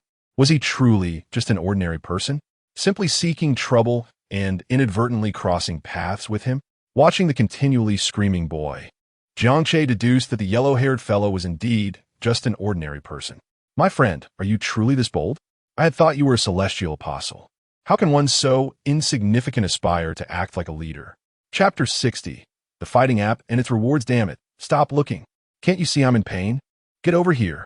Huang Mao, realizing his pleas for mercy fell on deaf ears, grew furious as Jiang Che appeared distracted. His gaze shifted to the nearby subordinates. What are you all doing just standing there while the boss gets beaten? Do you really think a one-on-one fight is just that? It's a group of us against one person. If it were truly one-on-one, why would I even bother gathering underlings? Upon hearing Huang Mao's call, his followers began to shout in response. One particularly small-statured boy yelled, "You dare to hit our boss? Brothers, let's join forces. Avenge the boss." Yet as he spoke, he discreetly retreated to the back of the crowd. Encouraged by this, the others surged toward Jiang Che. Jiang Che regarded the approaching group with an unwavering expression, devoid of any interest. If they had been skilled fighters, he might have found it somewhat engaging for the sake of points. However, they were merely ordinary, impetuous university students. For him, fighting them was akin to tormenting elementary school children, a lack of challenge entirely. Firmly rooted in place, like an unyielding mountain, Jiang Che calmly observed as Huang Mao's subordinates charged him. As they drew near, he sprang into action, weaving effortlessly through the throng, delivering precise strikes to their vital points. He exercised remarkable restraint, ensuring his blows incapacitated without causing serious harm. In mere seconds, Huang Mao's followers lay sprawled on the ground, groaning in agony. After dispatching them, Jiang Che turned his attention back to Huang Mao. The latter hung his arm limply, a pained expression etched on his face, his eyes wide with disbelief. Is this a poet? How effortlessly he dealt with all of them. Could this transfer student be from a martial arts family? Hitting them was as easy as slaughtering chickens. My girlfriend is calling me for a date. Would you like to join? Huang Mao stammered, flustered upon noticing Jiang Che's gaze. Regret washed over him as he reflected on his earlier ambition to recruit followers. The moment he learned of a new transfer student, he had rushed to the school gate, eager to bolster his power and establish his presence. Yet, he had not anticipated encountering such a formidable opponent and had suffered a swift defeat. No, please don't hit me, Huang Mao cried as he saw Jiang Che extend his hand, instinctively closing his eyes in fear. However, after a moment, he felt no impact. Huh? Huang Mao opened his eyes to find Jiang Che examining his discarded phone. What sort of app is this? It even has rankings? Jiang Che pondered, growing more puzzled as he navigated the content. Huang Mao, eager to avoid further punishment, quickly explained, "This is a fighting app unique to our Meituan Academy. Students register their information upon admission, and then they are required to download this app to challenge opponents and enhance their rankings." Jiang Che se lip skurle dinasmirk. No wonder his prior online search yielded comments about the Academy's simplicity. So, does everyone use this app? Are there no pacifists among you? Huang Mao glanced around before whispering. Of course, there are those who dislike fighting. I am one of them. Jiang Che raised an eyebrow, skepticism evident on his face. You dislike fighting? The moment I stepped into the school, you tried to attack me, and now you tell me you don't like it? Huang Mao chuckled awkwardly, feeling the weight of his own contradictions. This school is deeply intertwined with this app. Higher rankings yield numerous benefits, and to thrive here, one must continually fight to improve their status. I've heard that reaching the top ranks can even grant unique abilities. I only gathered some followers for self-defense. To avoid being bullied, he lamented. Upon hearing about the potential for unique abilities, Jiang Che's expression shifted. If Huang Mao's claims held any truth, he might have indeed come to the right place. With Huang Mao's assistance, Jiang Che downloaded the fighting app via the school's network. As he entered his information, He discovered that an account had already been created for him upon enrollment, containing his details. Glancing at the comprehensive data, he remarked dryly, "This information is quite thorough." Fortunately, his profile had been altered by the Alliance, rendering most of the details fictitious. Just then, a voice interjected nearby, laced with derision. "Aren't you that big shot from Class 4, Huang? Why are you lying down in broad daylight?" "You." Huang Mao shot a glare at the newcomer, speechless with fury. The individual turned to Jiang Che, a gleam of challenge in his eyes. "You're quite impressive, showing some skill. Though Huang Mao and his crew are laughably weak. The fact you took them down alone suggests you must have had training." The newcomer introduced himself. "I'm Zhao Yu, ranked 15 among the freshman class. I'm here to challenge you." "Surely. That's enough of a courtesy?" "Janguk is Mirk Dinwardi. Rank 15? It sounded impressive, with his curiosity piqued by the app's potential. Especially regarding those unique abilities linked to high rankings, he felt a flicker of intrigue. Seeing Jiang Che silent, Cao Yu made his mind, abandoning further pleasantries as he launched an attack. The rules of the fighting app were simple. There were none. Within the academy's confines, combat was permitted at will. Zhao Yu's speed was remarkable, and his techniques were executed with finesse, clearly the result of rigorous training. Yet, to Jiang Che, Zhao Yu's strikes seemed sluggish and easily countered. As Zhao Yu realized his attacks were effortlessly neutralized, frustration mounted. The transfer student was far stronger than he had anticipated. No wonder Huang Mao and his gang fell so quickly. In his impatience, Zhao Yu's attacks grew more aggressive, revealing more openings. Seizing the opportunity, Jiang Che capitalized on a moment when Zhao Yu swung a heavy punch that missed its mark, unbalancing him. Jiang Che swiftly closed the distance, delivering a side kick to Zhao Yu's waist, propelling him backward. Zhao Yu hit the ground and lay still, seemingly dazed. So he isn't a star sign apostle after all? Chapter 61. If I cannot defeat you, I shall transform into a monster. Zhao Yu was sent flying by a kick, crashing heavily onto the ground. The onlookers were left in utter astonishment at the spectacle. From the moment the yellow-haired boy approached Jiang Che, numerous passers-by had taken notice. When they learned that Jiang Che was a new transfer student and then witnessed him swiftly defeating both the yellow-haired boy and his lackey within a minute, their astonishment deepened. Although the yellow-haired boy did not rank highly on the fighting app leaderboard, his reputation was bolstered by a few underlings. Consequently, it was shocking to see him and his lackey so swiftly vanquished. The news spread like wildfire throughout the school, drawing many curious spectators. By the time they arrived, they witnessed Zhao Yu being hurled through the air. Everyone was left speechless by the spectacle. What an extraordinary turn of events. No one had anticipated that a transfer student would triumph over so many on his very first day, even defeating Zhao Yu, who ranked 15th among the freshmen. Such prowess was simply astounding. Meanwhile, Jiang Che's phone suddenly chimed with notifications. Upon opening the fighting app, he discovered that his ranking had soared to 15th place. It seemed that directly challenging those of higher rank allowed for a swifter ascent, enabling one to usurp their position. Contemplating his newfound ranking, Jiang Che formulated a plan. The surrounding students engaged in hushed conversations, speculating about this formidable transfer student. He was indeed remarkable, having ascended to 15th place almost immediately. It seemed that the academy was in for some exciting times ahead. Perhaps he possessed some extraordinary abilities. Otherwise, how could he have so effortlessly defeated Zhao Yu? Do you think this young man could potentially rank among the top in our grade? Surely not, for even the top few freshmen are exceptionally gifted. One could question their humanity given their extraordinary strength. Jiang Che furrowed his brow as he regarded the incapacitated Zhao Yu, feeling that he might have struck a bit too hard. Would he end up being extorted later? Sensing Jiang Che's concern, the yellow-haired boy quickly adopted a sycophantic smile. Don't worry, buddy. This injury is nothing to fret over. Just leave it be. The medical staff will attend to him shortly. As long as you don't inflict severe harm, such as breaking bones or causing fatalities, you won't be held accountable.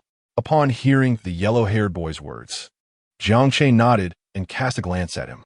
It appeared that the yellow-haired boy sought to ingratiate himself after witnessing Jiang Che's prowess.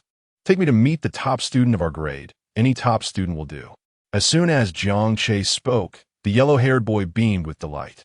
In his view, aligning himself with someone as formidable as Jiang Che would make his school life considerably more enjoyable. After all, Jiang Che was recognizing him by asking for assistance. All right, I'll take you there. The yellow-haired boy's sentence was abruptly interrupted when one of his underlings poked him in the back, whispering, "Boss." He said he wants to meet the top student. What do you mean by that? Are you worried my buddy can't handle it? The yellow-haired boy shot a fierce glare at his underling before attempting to foster camaraderie with Jiang Che again. Suddenly, mid-sentence, he realized something was amiss. Terror washed over him as he looked at Jiang Che. Did you just say you want to challenge the top student? Jiang Che nodded affirmatively. Wait, buddy, you're aiming for the highest challenge right after arriving at our school? The yellow-haired boy felt his mind go blank. Was it too late to retract his earlier words of brotherhood? To challenge the top student right away seemed foolish. If he continued to associate with Jiang Che, he feared he would face dire consequences if things went awry. However, if Jiang Che were to succeed against the top student, then he would be in a position of immense power. Yet, he was unwilling to take such a gamble. How about we take a break today? You could go on a date with my girlfriend instead. I'll cover the expenses. The yellow-haired boy, adopting a philosophy of avoiding unnecessary trouble, tried to dissuade Jiang Che. Jiang Che regarded him with a smile. If you don't take me, I'll beat you until you do. The yellow-haired boy's face fell. Had he known better, he would have sought out this alliance. But I can't even find them. They rarely show their faces around school, and I'm just a nobody. After saying this, the yellow-haired boy furtively glanced at Jiang Che, hoping his words would suffice to deter him. Observing the expression on the yellow-haired boy's face, which seemed genuine, Jiang Che reluctantly relented. It appeared that the yellow-haired boy truly had no access to those of high rank. Very well, Jiang Che conceded, and the yellow-haired boy sighed in relief. Buddy, let us go. I'll treat you to a meal. Forget it, you eat by yourself. I have other matters to attend to. Jiang Che chuckled softly and turned to leave. At that moment, someone called out to him. Are you interested in joining our student council? Jiang Che turned back to see a handsome young man gazing at him. The yellow-haired boy whispered nearby, This is Lei Wan. Ranked 4th. He's been gaining momentum lately. Jiang Che's eyes brightened at the mention. If he couldn't find the top student, then the 4th rank would suffice. Their rankings were close, so there might be some connection. Do you have the top student in your student council? Lei Wan nodded. Of course. One of the conditions for joining the student council is to be among the top 10 in your grade. The first you wish to challenge is, of course, a member of our council. That sounds great. Can you take me to meet this so-called top student? Certainly, but first, you must officially join our student council. Wasn't your earlier invitation enough? Are you just a petty figure with no influence within the student council? Jiang Che remarked, his expression bemused. Just moments ago, he had been invited to join, and now it had transformed into a demand for official membership. Hearing Jiang Che's comment, Lei Wan's expression darkened. Your rank is merely 15th. I extended the invitation due to your potential. Whether you qualify for our student council depends on your strength. With that, Lei Wan charged toward Jiang Che. However, in the blink of an eye, Lei Wan felt a wave of dizziness wash over him. Where did he throw that punch? Shocked, he realized that even after activating his apostle switch, which enhanced his physical abilities, he had not seen Jiang Che's punch coming before it struck him squarely on the forehead. The force was considerable. This young man was no ordinary opponent. Before Lei Wan could fully regain his senses, Jiang Che's fist connected with his face once more. After enduring several blows, it became apparent that he might not be able to defeat Jiang Che. He swiftly grasped the apostle switch. Since I cannot best you in human form, what will you do if I transform into a monster? Recalling the student council president's warning not to transform in front of humans unless he could eliminate all witnesses immediately, Lei Wan swiftly made a decision. He would feign retreat, leading Jiang Che to a secluded area before transforming and dealing with him. Kid, consider this your victory, Lei Wan declared before turning and running. He periodically glanced back, relieved to see Jiang Che in hot pursuit. Soon, he would show Jiang Che who the true hunter was and who the prey should be. Chapter 62. I fear my strike may be too severe and cause your demise. Surely they have pursued me, right? If not, I will be quite irate. Upon reaching the academy's gymnasium, Lei Wan came to a halt. The gymnasium, devoid of the student council's permission, was off limits to others. Thus, even in broad daylight, it was unlikely to see anyone inside. The student council itself only frequented the gymnasium at certain times. Damn it. If it weren't for the president's order against transforming in crowded areas, I would have taught you a lesson just now. Lei Wan touched his handsome face, visibly displeased. This new transfer student dared to strike him directly. He was determined to teach him a severe lesson later. However, it would merely be a lesson. Lei Wan could not afford to kill Jiang Che. Given that Jiang Che had the ability to overpower him effortlessly, it was evident that his ranking must be above Lei Wan's. The president had always cherished such talents. If the student council president were to discover that Lei Wan had used his power to kill Jiang Che due to personal grievances, he would surely be furious and unleash his wrath upon Lei Wan. Thus, considering that this new transfer student might one day become one of their own, Lei Wan could only afford to give him a slight reprimand. As for whether the other party would seek revenge later, Lei Wan was uncertain. However, the president had once told him that he was on the verge of evolving into a Zodiac Apostle. Once he transformed into a Zodiac Apostle, he would no longer fear retaliation. Heh, you can fight, can you? What good is your fighting prowess if you do not understand evolution? At last, you have arrived. I was beginning to think you were lost. After waiting for a moment, Lei Wan finally spotted Jiang Che's figure coming into view. A smile crept onto his lips as he gazed at Jiang Che. I could invite you to join the student council. Our president would surely be delighted. But first, you must allow me to beat you up. With that, Lei Wan produced the apostle switch. As he pressed the button, his body underwent a transformation, becoming the little canine Zodiac Apostle. Lei Wan spread his arms wide and laughed maniacally, his voice echoing throughout the gymnasium. Ha ha ha, tremble in fear. However, after a while, he heard no cries for mercy from Jiang Che. He turned to Jiang Che, his expression filled with confusion. Why was this human not as flustered as he had imagined? Lei Wan clawed at the ground, attempting to create a shrill sound to instill fear in Jiang Che. His eyes glowed ominously as he fixed his gaze on Jiang Che, occasionally letting out low, raspy growls. Not afraid at all? Lei Wan was momentarily at a loss, struggling to comprehend the situation. Why was Jiang Che so unperturbed? Given the president's prior rules, he could not unleash his full strength. His primary purpose was to witness the fear on Jiang Che's face. But if Jiang Che showed no fear, things would become amusing. Why should I be afraid? You're not the only one who could transform. Henshin. Jiang Che transformed into Kamen Rider Dark Kiva, brandishing the driver card box sword before him. What? You could transform too? I didn't see you with an apostle switch. Lei Wan was taken aback. He felt no trace of cosmic energy emanating from Jiang Che. What on earth was happening? Just as Lei Wan was bewildered, Jiang Che made his move. The driver card box sword arced through the air, creating a whistling wind as it lunged toward Lei Wan's body. The little canine apostle, noticing Jiang Che's sudden attack, swiftly reacted, attempting to dodge to the side. Yet, Jiang Che's driver card box sword struck him squarely. A deep gash appeared on his tough hide. At that moment, the little canine apostle understood why Jiang Che had previously displayed such formidable combat prowess, rendering his human form utterly defenseless. Wait, stop. Since we can both transform into monsters, we should not be enemies, right? There's no need to go so hard. However, Jiang Che paid no heed to Lei Wan's words. His assault continued unabated, relentless. As the little canine apostle attempted to evade, Jiang Che suddenly twisted his wrist, redirecting the downward strike of his sword towards the apostle's chest. The little canine apostle sensed the imminent threat and swiftly raised his robust arms to defend himself. A resounding clang reverberated through the gymnasium, akin to the tolling of a great bell. Speak. Aside from you, which Zodiac apostles exist within the academy? Jiang Che pressed on, the driver card box, sword bearing down relentlessly. Lei Wan, struggling to withstand the pressure, felt the sword beginning to breach his skin. If Jiang Che continued to exert force, his arm would surely be rendered useless. Yet, even so, he would reveal nothing. To answer would mean betraying the Zodiac apostles, and their president would be far more ruthless than Jiang Che.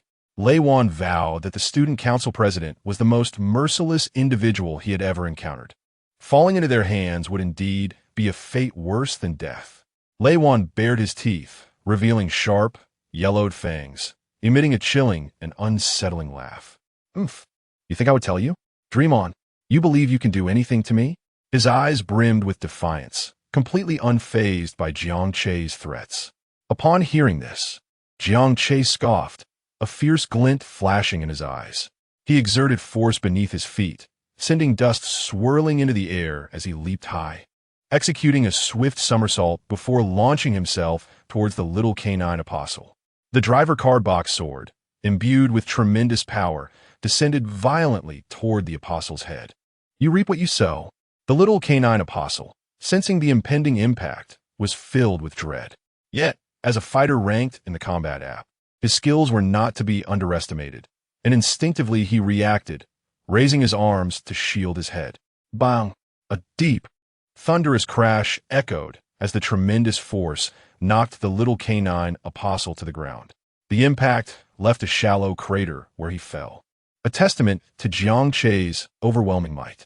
Upon landing, Jiang Che pressed his right foot firmly on the little canine apostle's chest, pinning him to the ground. You, a mere Zodiac apostle, not even one of the Zodiac 12. What right do you have to be so arrogant? Jiang Che regarded Lei Wan beneath his foot, his gaze brimming with disdain. If he did not wish to extract information from him, he would not need to exert such effort.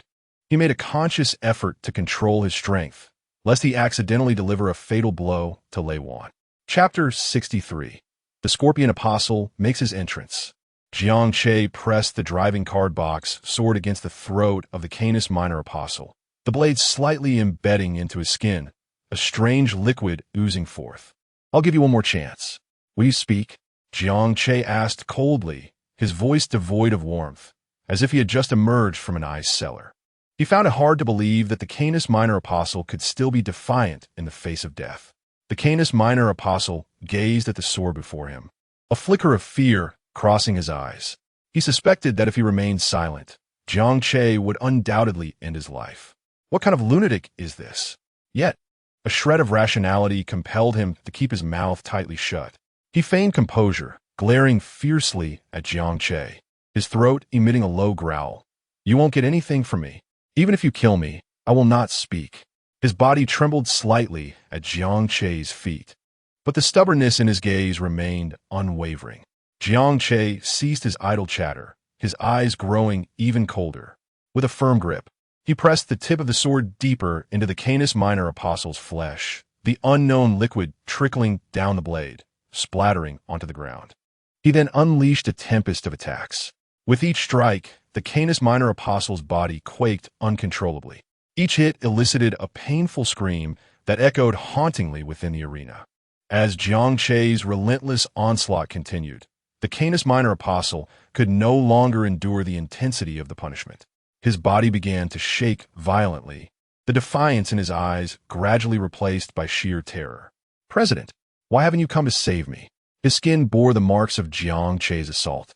Blue liquid seeping from the wounds, mingling with the rising dust, creating a pitiful sight. Stop. I'll talk. At last, the Canis Minor Apostle could no longer hold on. His face was a mask of despair, his voice filled with desperation and fear. Jiang Che refrained from delivering a fatal blow. Rather, he allowed each attack to spare the apostle's life, subjecting him to torment. This was an unbearable reality for the Canis Minor Apostle. Faced with the agony before him and the dread of the student council president, he chose to end his suffering. Upon hearing this, Jiang Che paused, looking down at the Canis Minor Apostle from his elevated position. Now tell me, how many apostles of the Zodiac are there in your school? Jiang Che's curiosity piqued, based on the information he had gathered and the emergence of that fighting app. It seemed the school was under the control of the Zodiac apostles. The Canis Minor Apostle, his eyes wide with fear, trembled from his injuries, his voice stuttering. There are many. I don't know the specifics, but everyone in our student council is. And there are many more hidden among the students who haven't joined the council. As he spoke, he cast a fearful glance at Jiang Che, terrified that his words might provoke further punishment. Jiang Che contemplated the apostle's words, considering whether to confront the student council directly. However, according to the apostle's description, The school possessed numerous individuals with the power of the apostles. Even he was uncertain of the exact number, which worried Jiang Che. If the number of those with such powers exceeded his expectations, it could pose a significant challenge. After all, the Zodiac Apostles were distinct from the Offinor. Are there formidable monsters among the Zodiac Apostles? Indeed, there are, the Apostle admitted. The Zodiac consists of 12 signs, 1 boss, and 11 subordinates. If they were to unite, it would indeed be a formidable challenge for Jiang Che. Unfortunately, this Canis Minor Apostle was utterly useless, incapable of even reaching the higher ranks. Well then, you may now meet your demise. The Canis Minor Apostle looked at Jiang Che in shock. But I've told you everything. Why must you still kill me? Is that even a question? You're a monster. Musst das deserve to die. What else should happen? If you don't die, then I must? Jiang Che regarded the Canis Minor Apostle as if he were a fool, delivering a final strike. No, the Canis Minor Apostle cried out, his face contorted in pain. You have slain the Canis Minor Apostle. You have gained 500 points. With satisfaction, Jiang Che turned to leave, having acquired a lead. He was in no rush to resolve the matter immediately. He could wait for Su Yuqing to arrive, and together they would address the Zodiac Apostles within this academy. Jiang Che had an inkling that Meichuan Academy was not as simple as it appeared. There was certainly more than just the Zodiac Apostles. He sensed a presence of greater strength. Suddenly, Jiang Che furrowed his brow and turned around. What is this noise? Is he not dead yet? When he glanced back, a smile crept across his face. I thought you had returned from the dead, but it seems you have evolved. Observing the transformation of Lei Wan's body, Jiang Che waited patiently. If an ordinary apostle were to evolve, it would mean becoming one of the 12 Zodiac Apostles, right? The Canis Minor Apostle was likely evolving into the Scorpion Apostle. Huh, I'm not dead. Lei Wan suddenly stood up, examining his hands with a puzzled expression. But upon seeing the transformed apostle switch in his grasp, he immediately realized what had transpired. After being slain by Jiang Che, he had transformed into a mightier being. No wonder the president had such high hopes for him. It turned out he possessed limitless potential. Lei Wan erupted into wild laughter. He could vividly sense that once he activated the Zodiac Apostle switch in his hand, his power would multiply exponentially compared to when he was the Canis Minor Apostle. It seems I owe you my gratitude for helping me gain this formidable strength. Lei Wan glared menacingly at the figure of the Kamen Rider Dark Kiva before him. This time, he was genuinely intent on murder. If previously he had hesitated to eliminate Jiang Che, who had swiftly ascended the fighting app rankings, that was no longer the case. Now he had evolved. With the power of the Zodiac at his disposal, once he informed the president, he would become a core member among the apostles. He could eliminate anyone he wished, and the president would surely not stand in his way. Actually, I must thank you, Jiang Che remarked, gazing at the transformed apostle switch in Lei Wan's hand, envisioning the bounty of points it could yield. What? Lei Wan failed to comprehend Jiang Che's words. But that was of little consequence. Who would heed the words of the dead? Without a second thought, Lei Wan pressed the Zodiac Apostle switch in his grasp. Scorpion Apostle, make your entrance. Chapter 64. Supernova, it begins now. Nothing you say matters, for before me, you are already a dead man. Levon chuckled darkly. He ceased his words and directly launched an assault on Jiang Che. Before he could defeat Jiang Che, Levon had already begun to envision his victory over him. The thought of how Jiang Che had just treated him filled Levon with an uncontainable rage. Just wait. I too shall make you experience the agony of being interrogated. He had even prepared his question. Which came first, the chicken or the egg? This would surely torment him. With his muscles tensing like a coiled spring, Levon leapt high into the air, his right foot descending like a battle axe, imbued with tremendous force aimed straight at Jiang Che's head. Levon exerted great effort, hoping to knock Jiang Che senseless with a single blow. However, Jiang Che, quick of reflex and calm, deftly sidestepped, allowing Levon's kick to whistle past his shoulder. Unfazed by the threat, Jiang Che maintained an expression of indifference. Oh, quite impressive. Come again. The miss only invigorated Levon further. Seizing the moment, as Jiang Che landed, Levon's left leg shot out like lightning, targeting Jiang Che's abdomen. Jiang Che let out a soft grunt, positioning his card sword defensively to precisely block Levin's attack. Clang! Levin's eyes flashed with a fierce intensity as he realized Jiang Che had withstood his strike. I never anticipated your strength. I thought I could easily dispatch you. Clearly, you were holding back during our earlier skirmish. Jiang Che smiled. Whether I held back or not, you'll find out soon enough. With a swift motion, Levon unleashed a stream of dark green venom toward Jiang Che. Jiang Che nimbly tapped the ground, propelling himself backward several meters to evade the toxic assault effortlessly. The venom splattered on the ground, corroding it and releasing wisps of green smoke. Is that all you've got? Jiang Che's lips curled slightly. It seems the disciples of the Zodiac are not as formidable as I anticipated. Levon was instantly incensed by Jiang Che's taunt, letting out a furious roar as he charged once more. His leg spun like a whirlwind, executing a dazzling flurry of kicks aimed at Jiang Che. Unperturbed, Jiang Che wielded his card sword with precision, blocking each of Levin's strikes. In the midst of the defense, Jiang Che sees an opportune moment to insert an attack card into his Dark Emperor driver. Attack drive. Invisibility. In the next instant, a faint blue light enveloped Jiang Che, rendering him progressively transparent as he entered a state of invisibility. Levon suddenly lost sight of Jiang Che, panic rising within him. Damn it! How can he disappear like this? He cast a wary glance around, searching for Jiang Che's presence. Yet, all he could hear was the sound of his own rapid breaths and heavy footsteps. Nothing else was visible. Where are you? If you have the guts, don't hide. Levon bellowed. Just then, Jiang Che's voice echoed from behind him. Here I come. Levon spun around sharply, yet still failed to catch sight of Jiang Che. Before he could react, Jiang Che appeared to his left, his card sword glinting ominously as it swung toward Levin's arm. Levon hastily raised his arm in defense, but a deep gash was sliced into it, blood oozing forth. Damn it! Levon gritted his teeth, furiously flailing his fists toward Jiang Che's direction.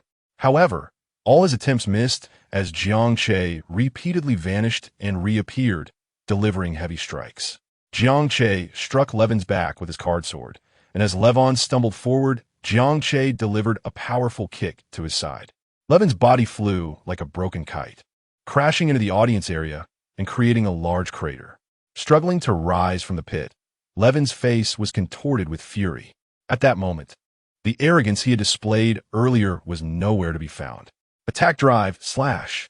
In a moment of distraction, Jiang Che unleashed another slicing attack, closing the distance in an instant to initiate a lethal strike. Levon was once again sent flying. When he finally stood up, Jiang Che was already waiting for him. Another slash. Boom! Levon felt as if his mind was swirling in chaos. Time seemed to stretch indefinitely as he lost count of how many times Jiang Che had sent him flying. You might as well kill me. Levin's despair took hold. He felt as though Jiang Che was humiliating him. Yes, that must be it.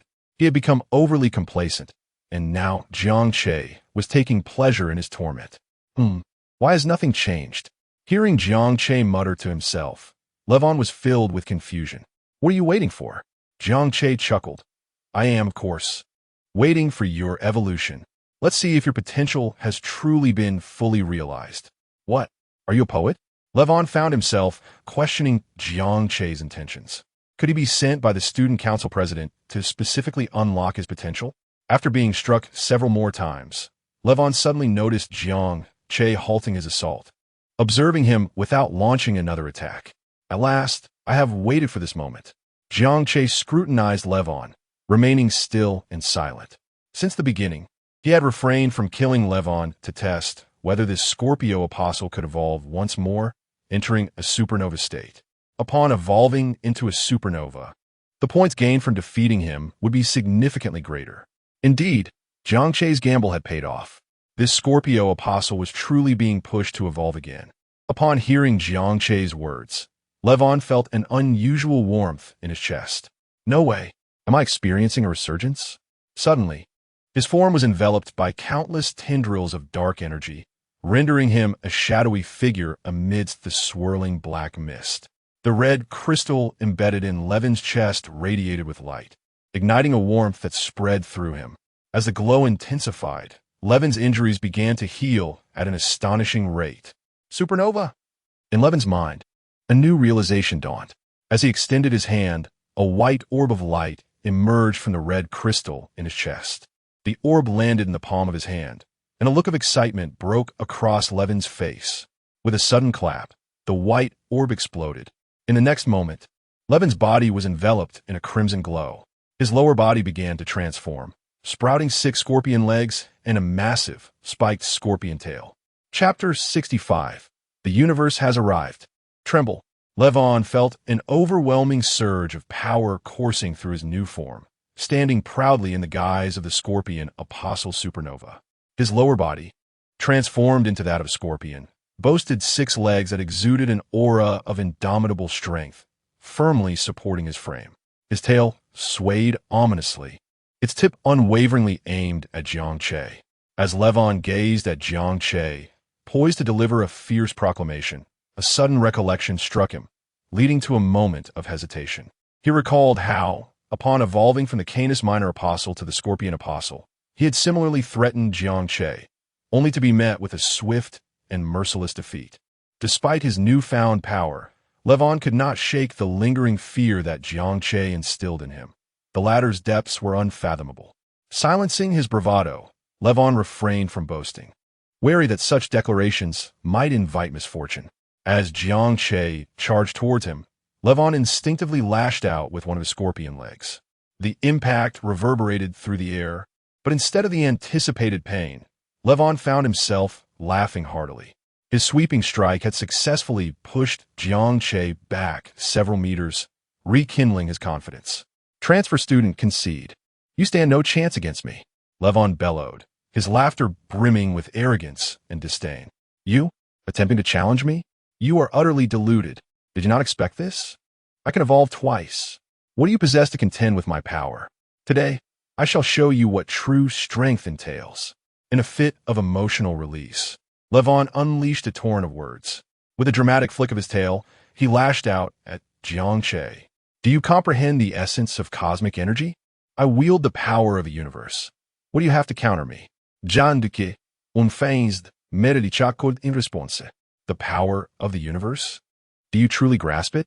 A smirk danced upon his lips as he drew a card from his deck. Cayman Ride 4s. Steam erupted around him, dispersing Levin's tail.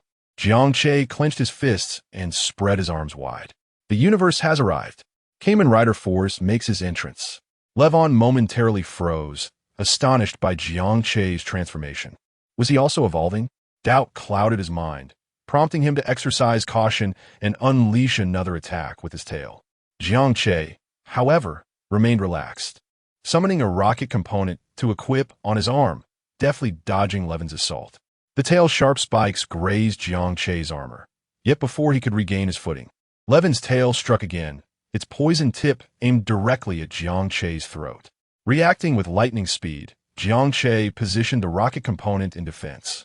The tail collided with the device, causing a jarring impact that left Levon momentarily stunned, forcing him to retract his tail in alarm. Seizing the opportunity, Jiang Che surged forward, propelled by the rocket component, targeting Levin's chest. Even if you can evolve, what does it matter? Do not underestimate me. Levon scoffed, his 6 legs skillfully maneuvering to evade Jiang Che's strike, retaliating with another sweep of his tail. Jiang Che nimbly leaped into the air, executing a somersault to avoid the attack, while simultaneously preparing to strike down at Levon with his rocket component. Levin's eyes narrowed with determination as he raised his tail defensively, successfully blocking the assault. Despite this, he winced at the pain radiating from his tail, yet he stubbornly declared, "Is that all you've got?" With fervent incantations, Levon unleashed a barrage of red lasers that scorched everything in their path, filling the air with a pungent aroma.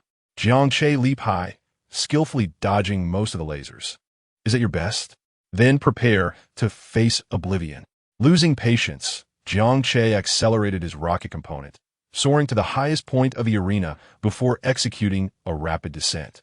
Equipping the drill component, he cried out, "Cayman Rider Rocket Finishing Kick." With a piercing sound, the drill component pierced through Levin's body. How is this possible? Levon gasped.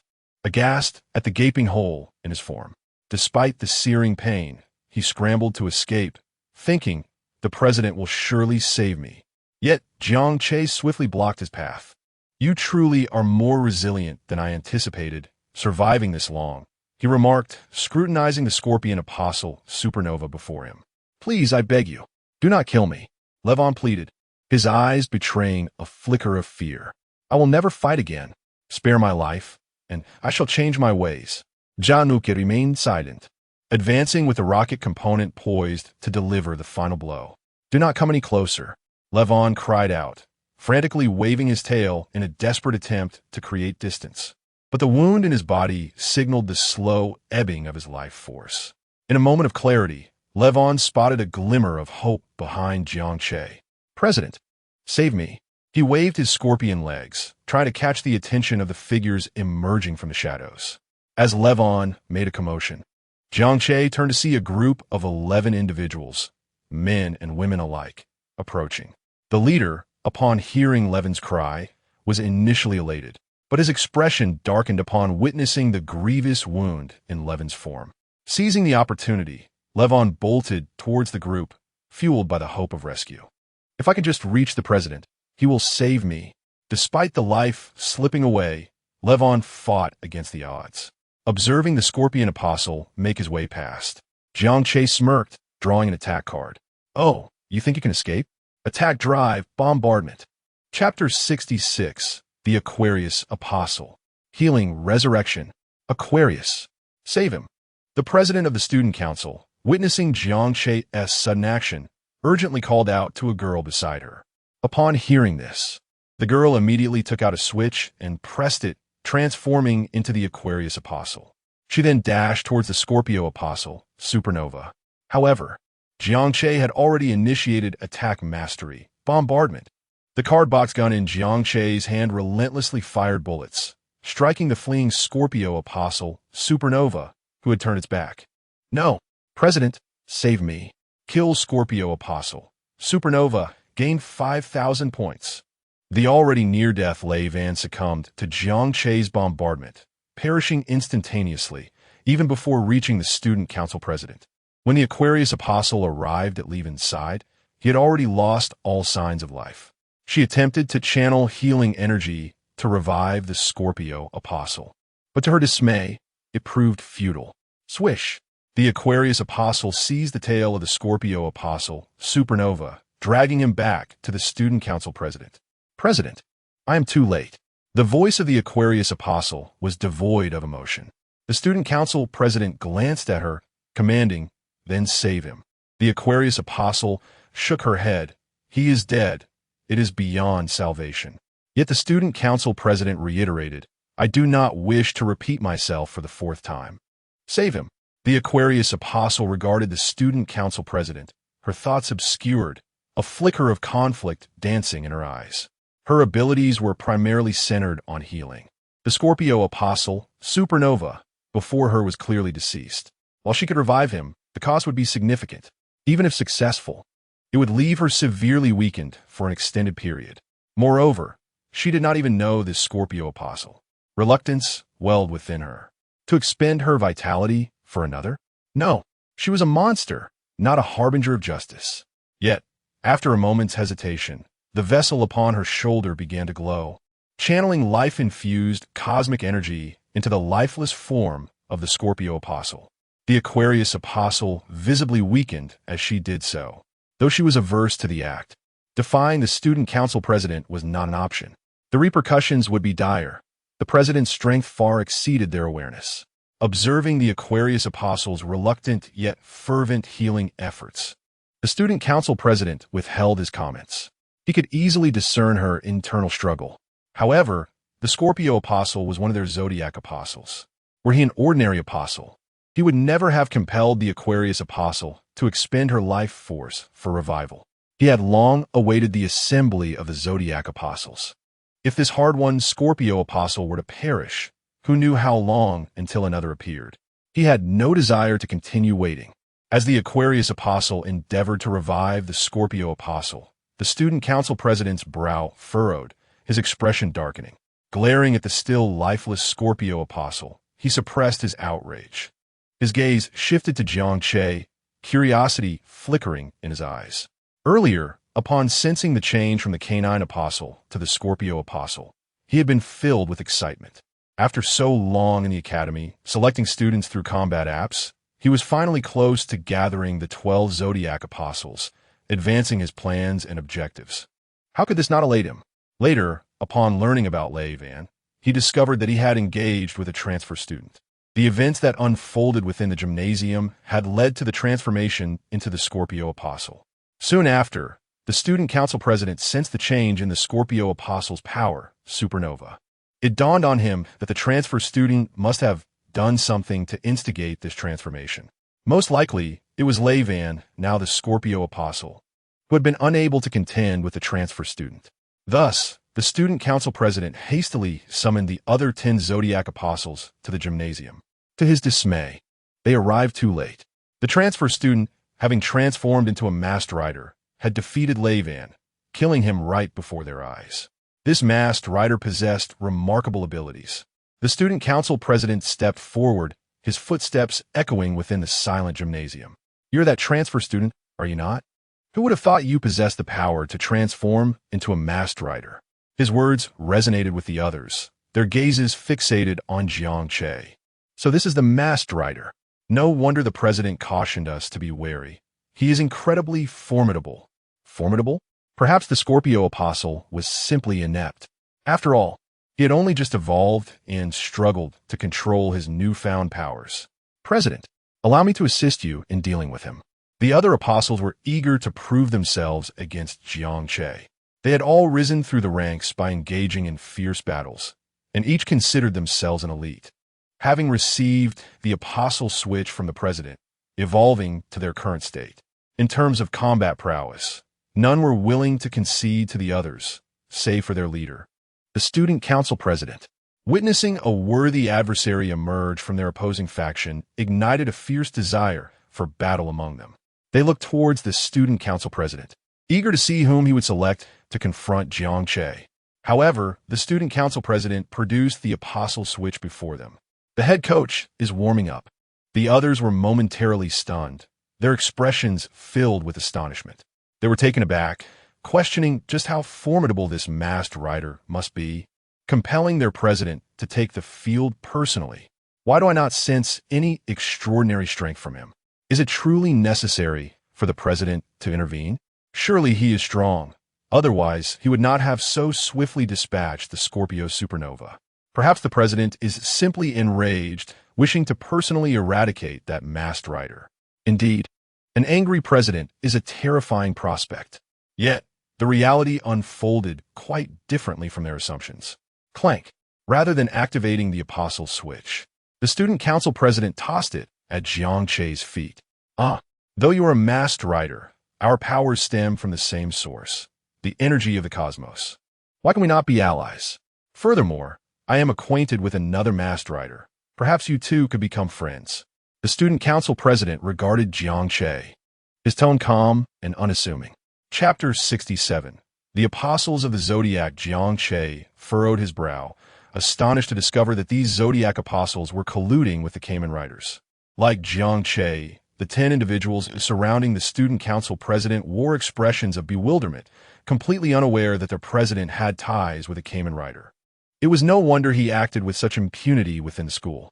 Jiang Che's gaze instinctively followed the movement of the apostle's switch as it rolled, and he observed it with a contemplative air. As the switch gradually rolled to his feet, Jiang Che remained silent. His lack of refusal implied tacit acceptance.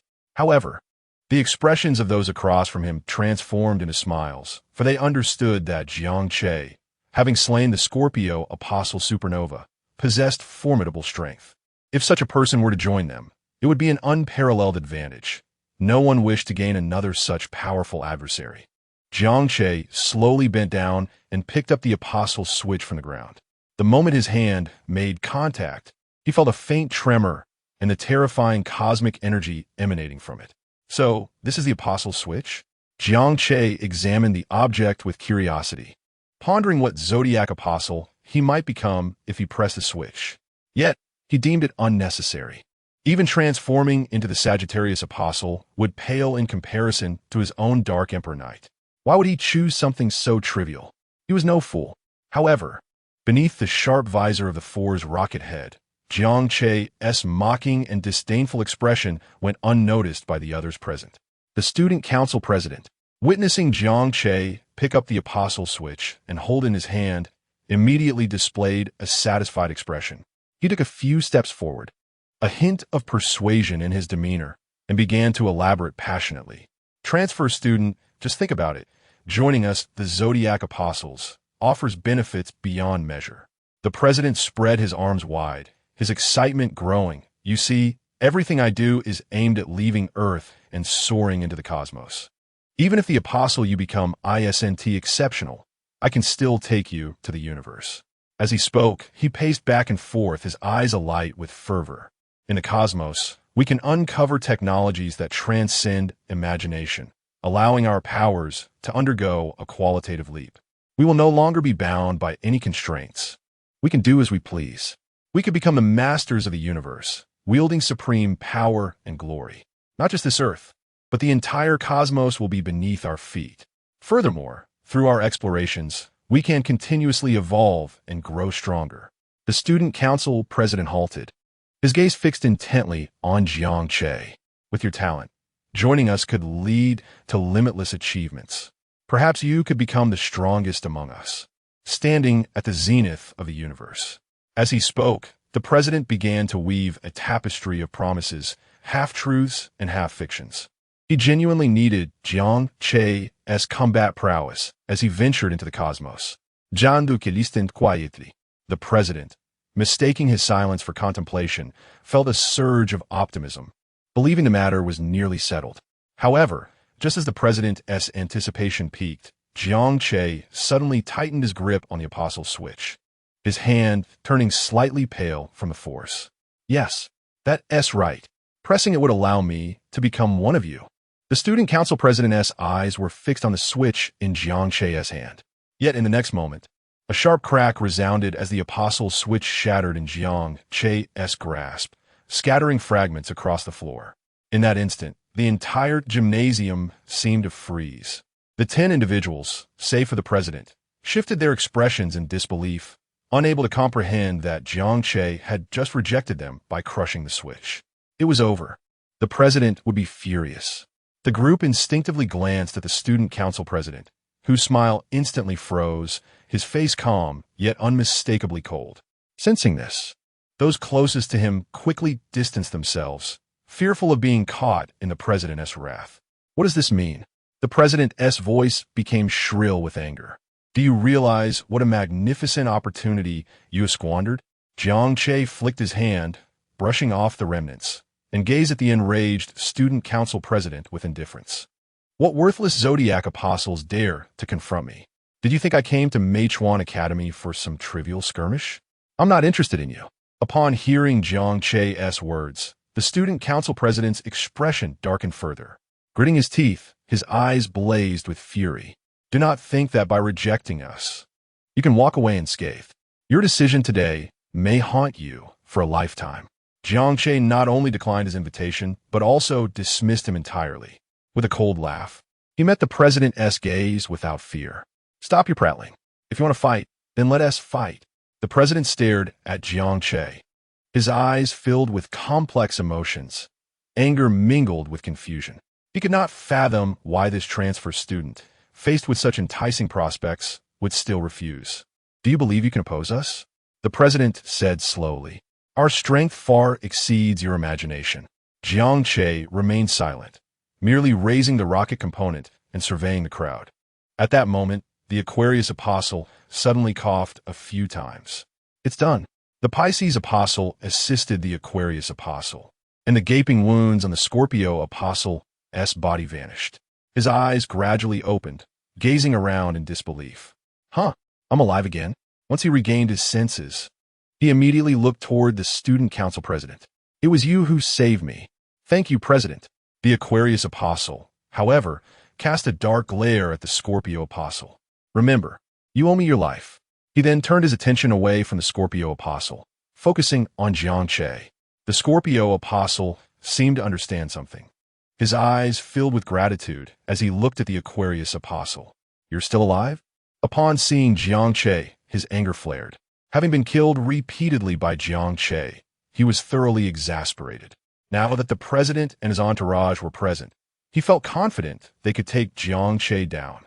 "Attack! Kill him! Then we can commence our plans. I will lead you to the cosmos." With the Scorpio apostle revived, the student council president had no desire to waste further words with Jiang Che.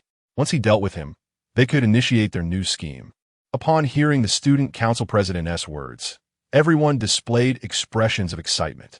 One after another, they drew their zodiac apostle switches and pressed them. Chapter 68. A hero will not retreat in the face of danger. As Jiang Che observed the crowd before him simultaneously pressing the starlight apostle switch, his resolve for battle intensified. Just then, a phone call disrupted his focus. Who could it be at such a critical moment? Jiang Che retrieved his phone, the screen illuminating the name Su Yuqing. "Hello, Jiang Che answered.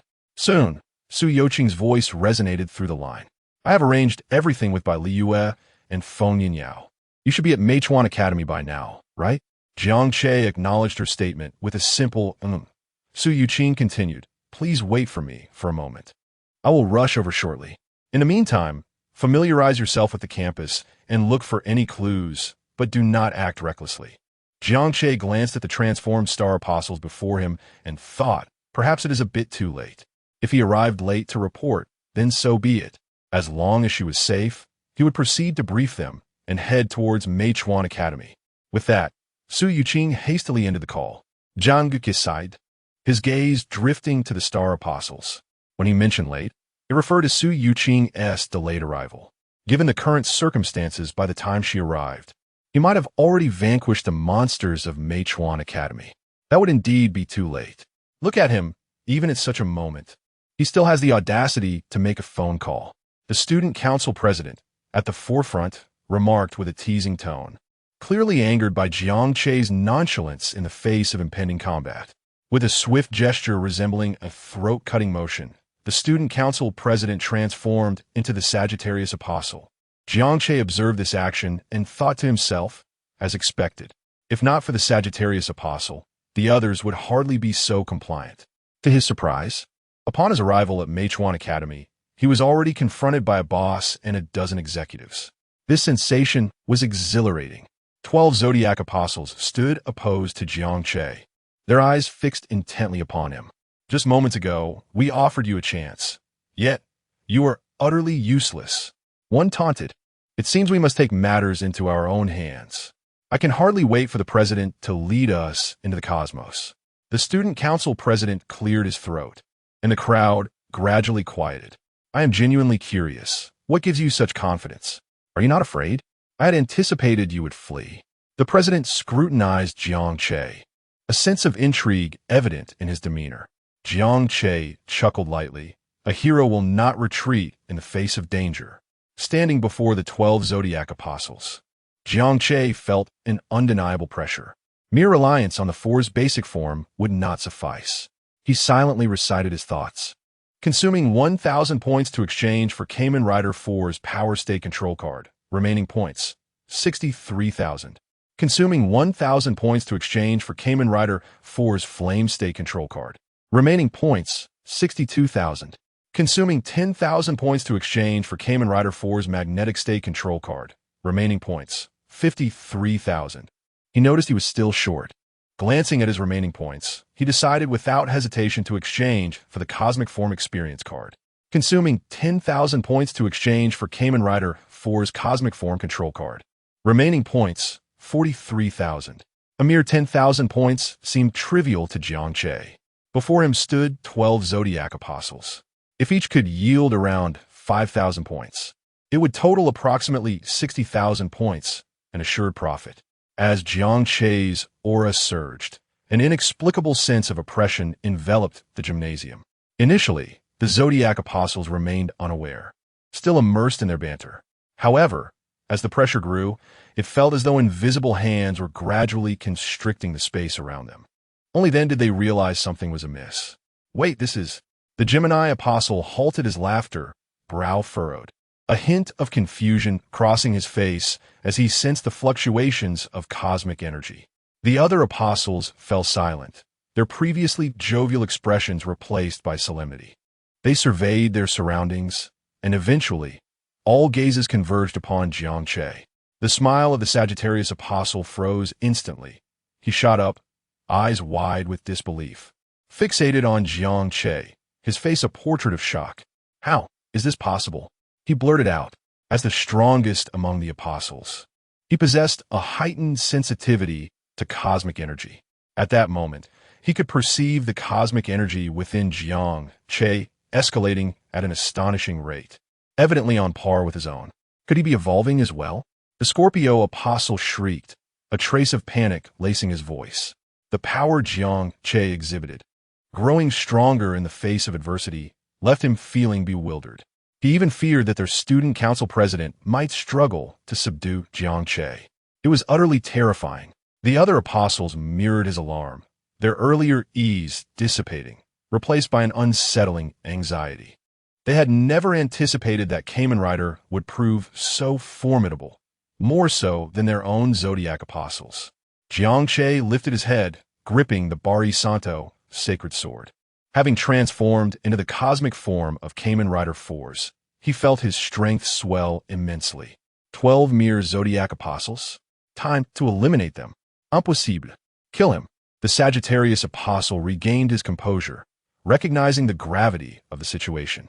To avert unforeseen consequences, he hastily brandished his longbow, issuing commands with urgency. Hesitation gripped the Scorpio apostle.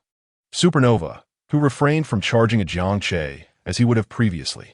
After facing death at Jiang Che's hands multiple times, his demeanor had transformed into one of extreme caution. He contemplated retreating behind the other apostles. Suddenly, the Aquarius apostle appeared behind him, forcefully kicking him forward. The Scorpio apostle, caught off guard, was propelled toward Jiang Che. Damn it, there is no turning back now. The Scorpio apostle thought, propelled by the force of the Aquarius apostle's kick. The tip of his tail shimmered with a deep green glow. With a swift motion, a stream of venom capable of corroding biological tissue surged toward Jiang Che. Huh, such a trivial skill dares to flaunt itself before me. The Emperor Rider. Jiang Che sidestepped effortlessly, avoiding the attack. Is that all you've got? He taunted, observing the hesitation among the other apostles, save for the Scorpio apostle. If you refuse to make a move, then I shall take action, Jiang Che declared, positioning the Bari Santo, sacred sword across his chest. With that, he vanished in a flash, charging toward the Scorpio apostle.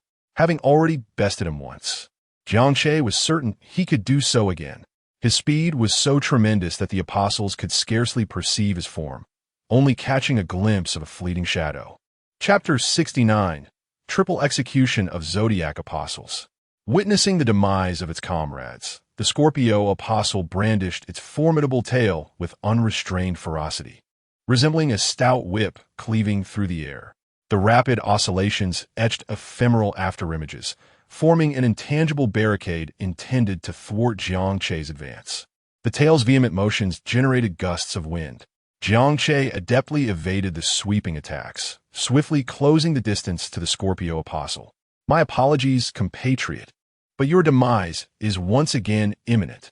Remember to refrain from engaging the switch next time. Flame Ren. Jiang Che channeled the potency of the flame component switch, converging it upon the Bali Zung sacred sword.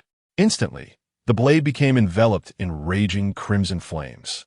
The incandescent blaze, akin to a fiery dragon, emanated scorching heat as it hurtled toward the Scorpio apostle in a devastating arc. The Scorpio apostle, cognizant of the impending doom, attempted to flee, but Jiang Che's assault proved too swift. The fiery tendrils licked at its form, compelling it to employ its tail as a desperate defense. Sizzle. As the flames collided with the appendage, an explosive surge of energy erupted. The resultant shockwave, akin to a tempestuous tidal wave, propagated outwards, distorting the surrounding atmosphere and repelling the advancing constellation disciples. In the ensuing moment, A distinct aroma of charred flesh permeated the air, emanating from the Scorpio apostle's tail. Jiang Che's Bali Zung, sacred sword, cleaved through the appendage with ease, proceeding to rend the apostle's very being. Upon impact, the Scorpio apostle became engulfed in a raging inferno. "Spare me." The terrified apostle frantically unleashed crimson beams of energy. The Pisces apostle, in a desperate attempt to quell the flames, discharged a torrent of high-pressure water.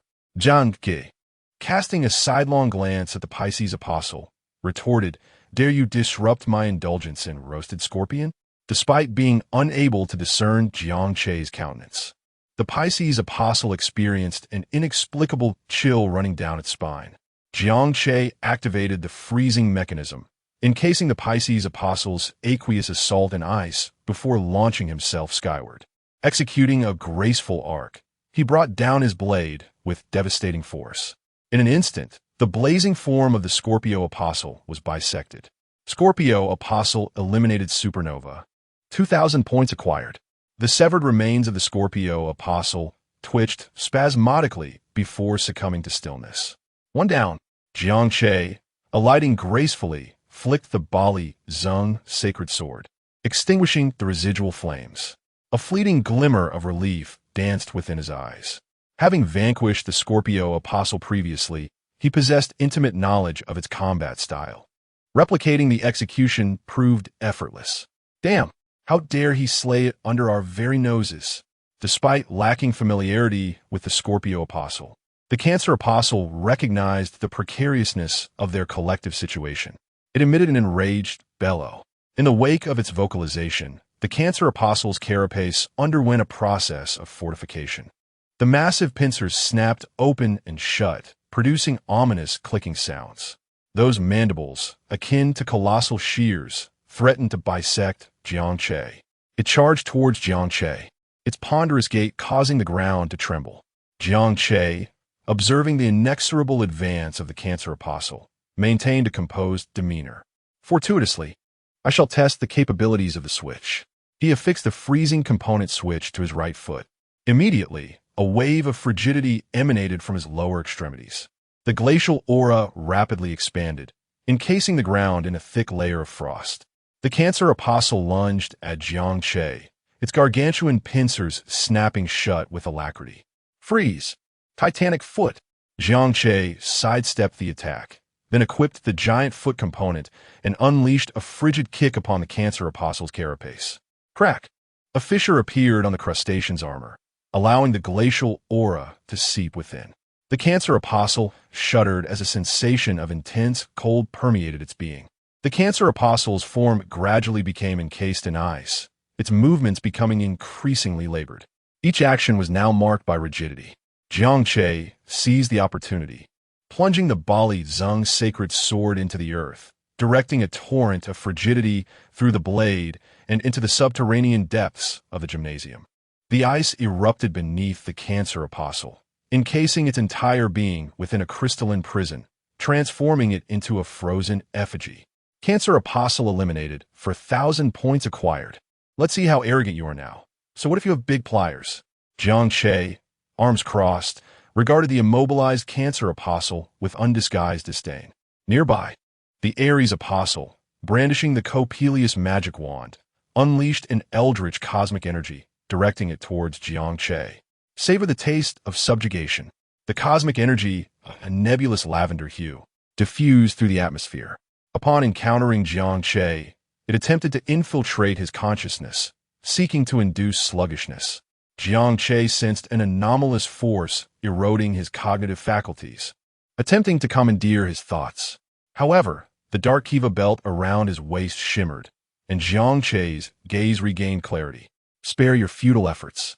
Your manipulation holds no sway over me. With that declaration, Jiang Che affixed the electrical component switch to the Bali Zung sacred sword. The blade crackled with cerulean and violet arcs of electricity. Roasted lamb, here I come. Jiang Che charged towards the Aries apostle, each stride generating a potent discharge of electricity, leaving scorched trails on the floor. The Aries apostle, witnessing the onslaught, frantically waved its wand, unleashing additional cosmic energy in an attempt to impede Jiang Che's advance. However, the electricity emanating from Jiang Che's form dissipated the energy into nothingness. The sword's electrical discharge cleaved through the cosmic energy, obliterating it. Electrical rocket Ren Jiang Che uttered the incantation, and the Bali Zheng's sacred sword, crackling with electrical energy, descended upon the Ares apostle. The Ares apostle, unable to evade the assault, was struck by the electrical surge, its body convulsing violently. Its eyes widened in abject terror. The wand slipped from its grasp, losing its luminescence. Impossible. How can you be so formidable? The Ares apostle stammered, its gaze fixated on Jiang Che. Only now did the Ares apostle realize that it was facing an individual as formidable as their leader, the Sagittarius apostle. Their techniques were rendered utterly ineffective. Jiang Che, disregarding the Ares apostle's lamentations, unleashed a swift sword stroke, sending a surge of electrical energy hurtling towards the apostle, sending it careening into the gymnasium wall.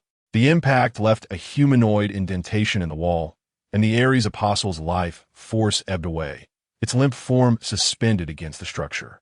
Ares apostle eliminated, 5,000 points acquired. Witnessing the instantaneous demise of the Ares apostle, the assembled constellation disciples were left in a state of shock. Ares, the Capricorn apostle, a compatriot of the fallen Ares apostle, raised his electric guitar-shaped weapon. Uruk, as his fingers danced across the strings, an eerie melody reverberated through the air. Suddenly, the ethereal notes coalesced into tangible form, transforming into a series of concussive waves directed at Jiang Che.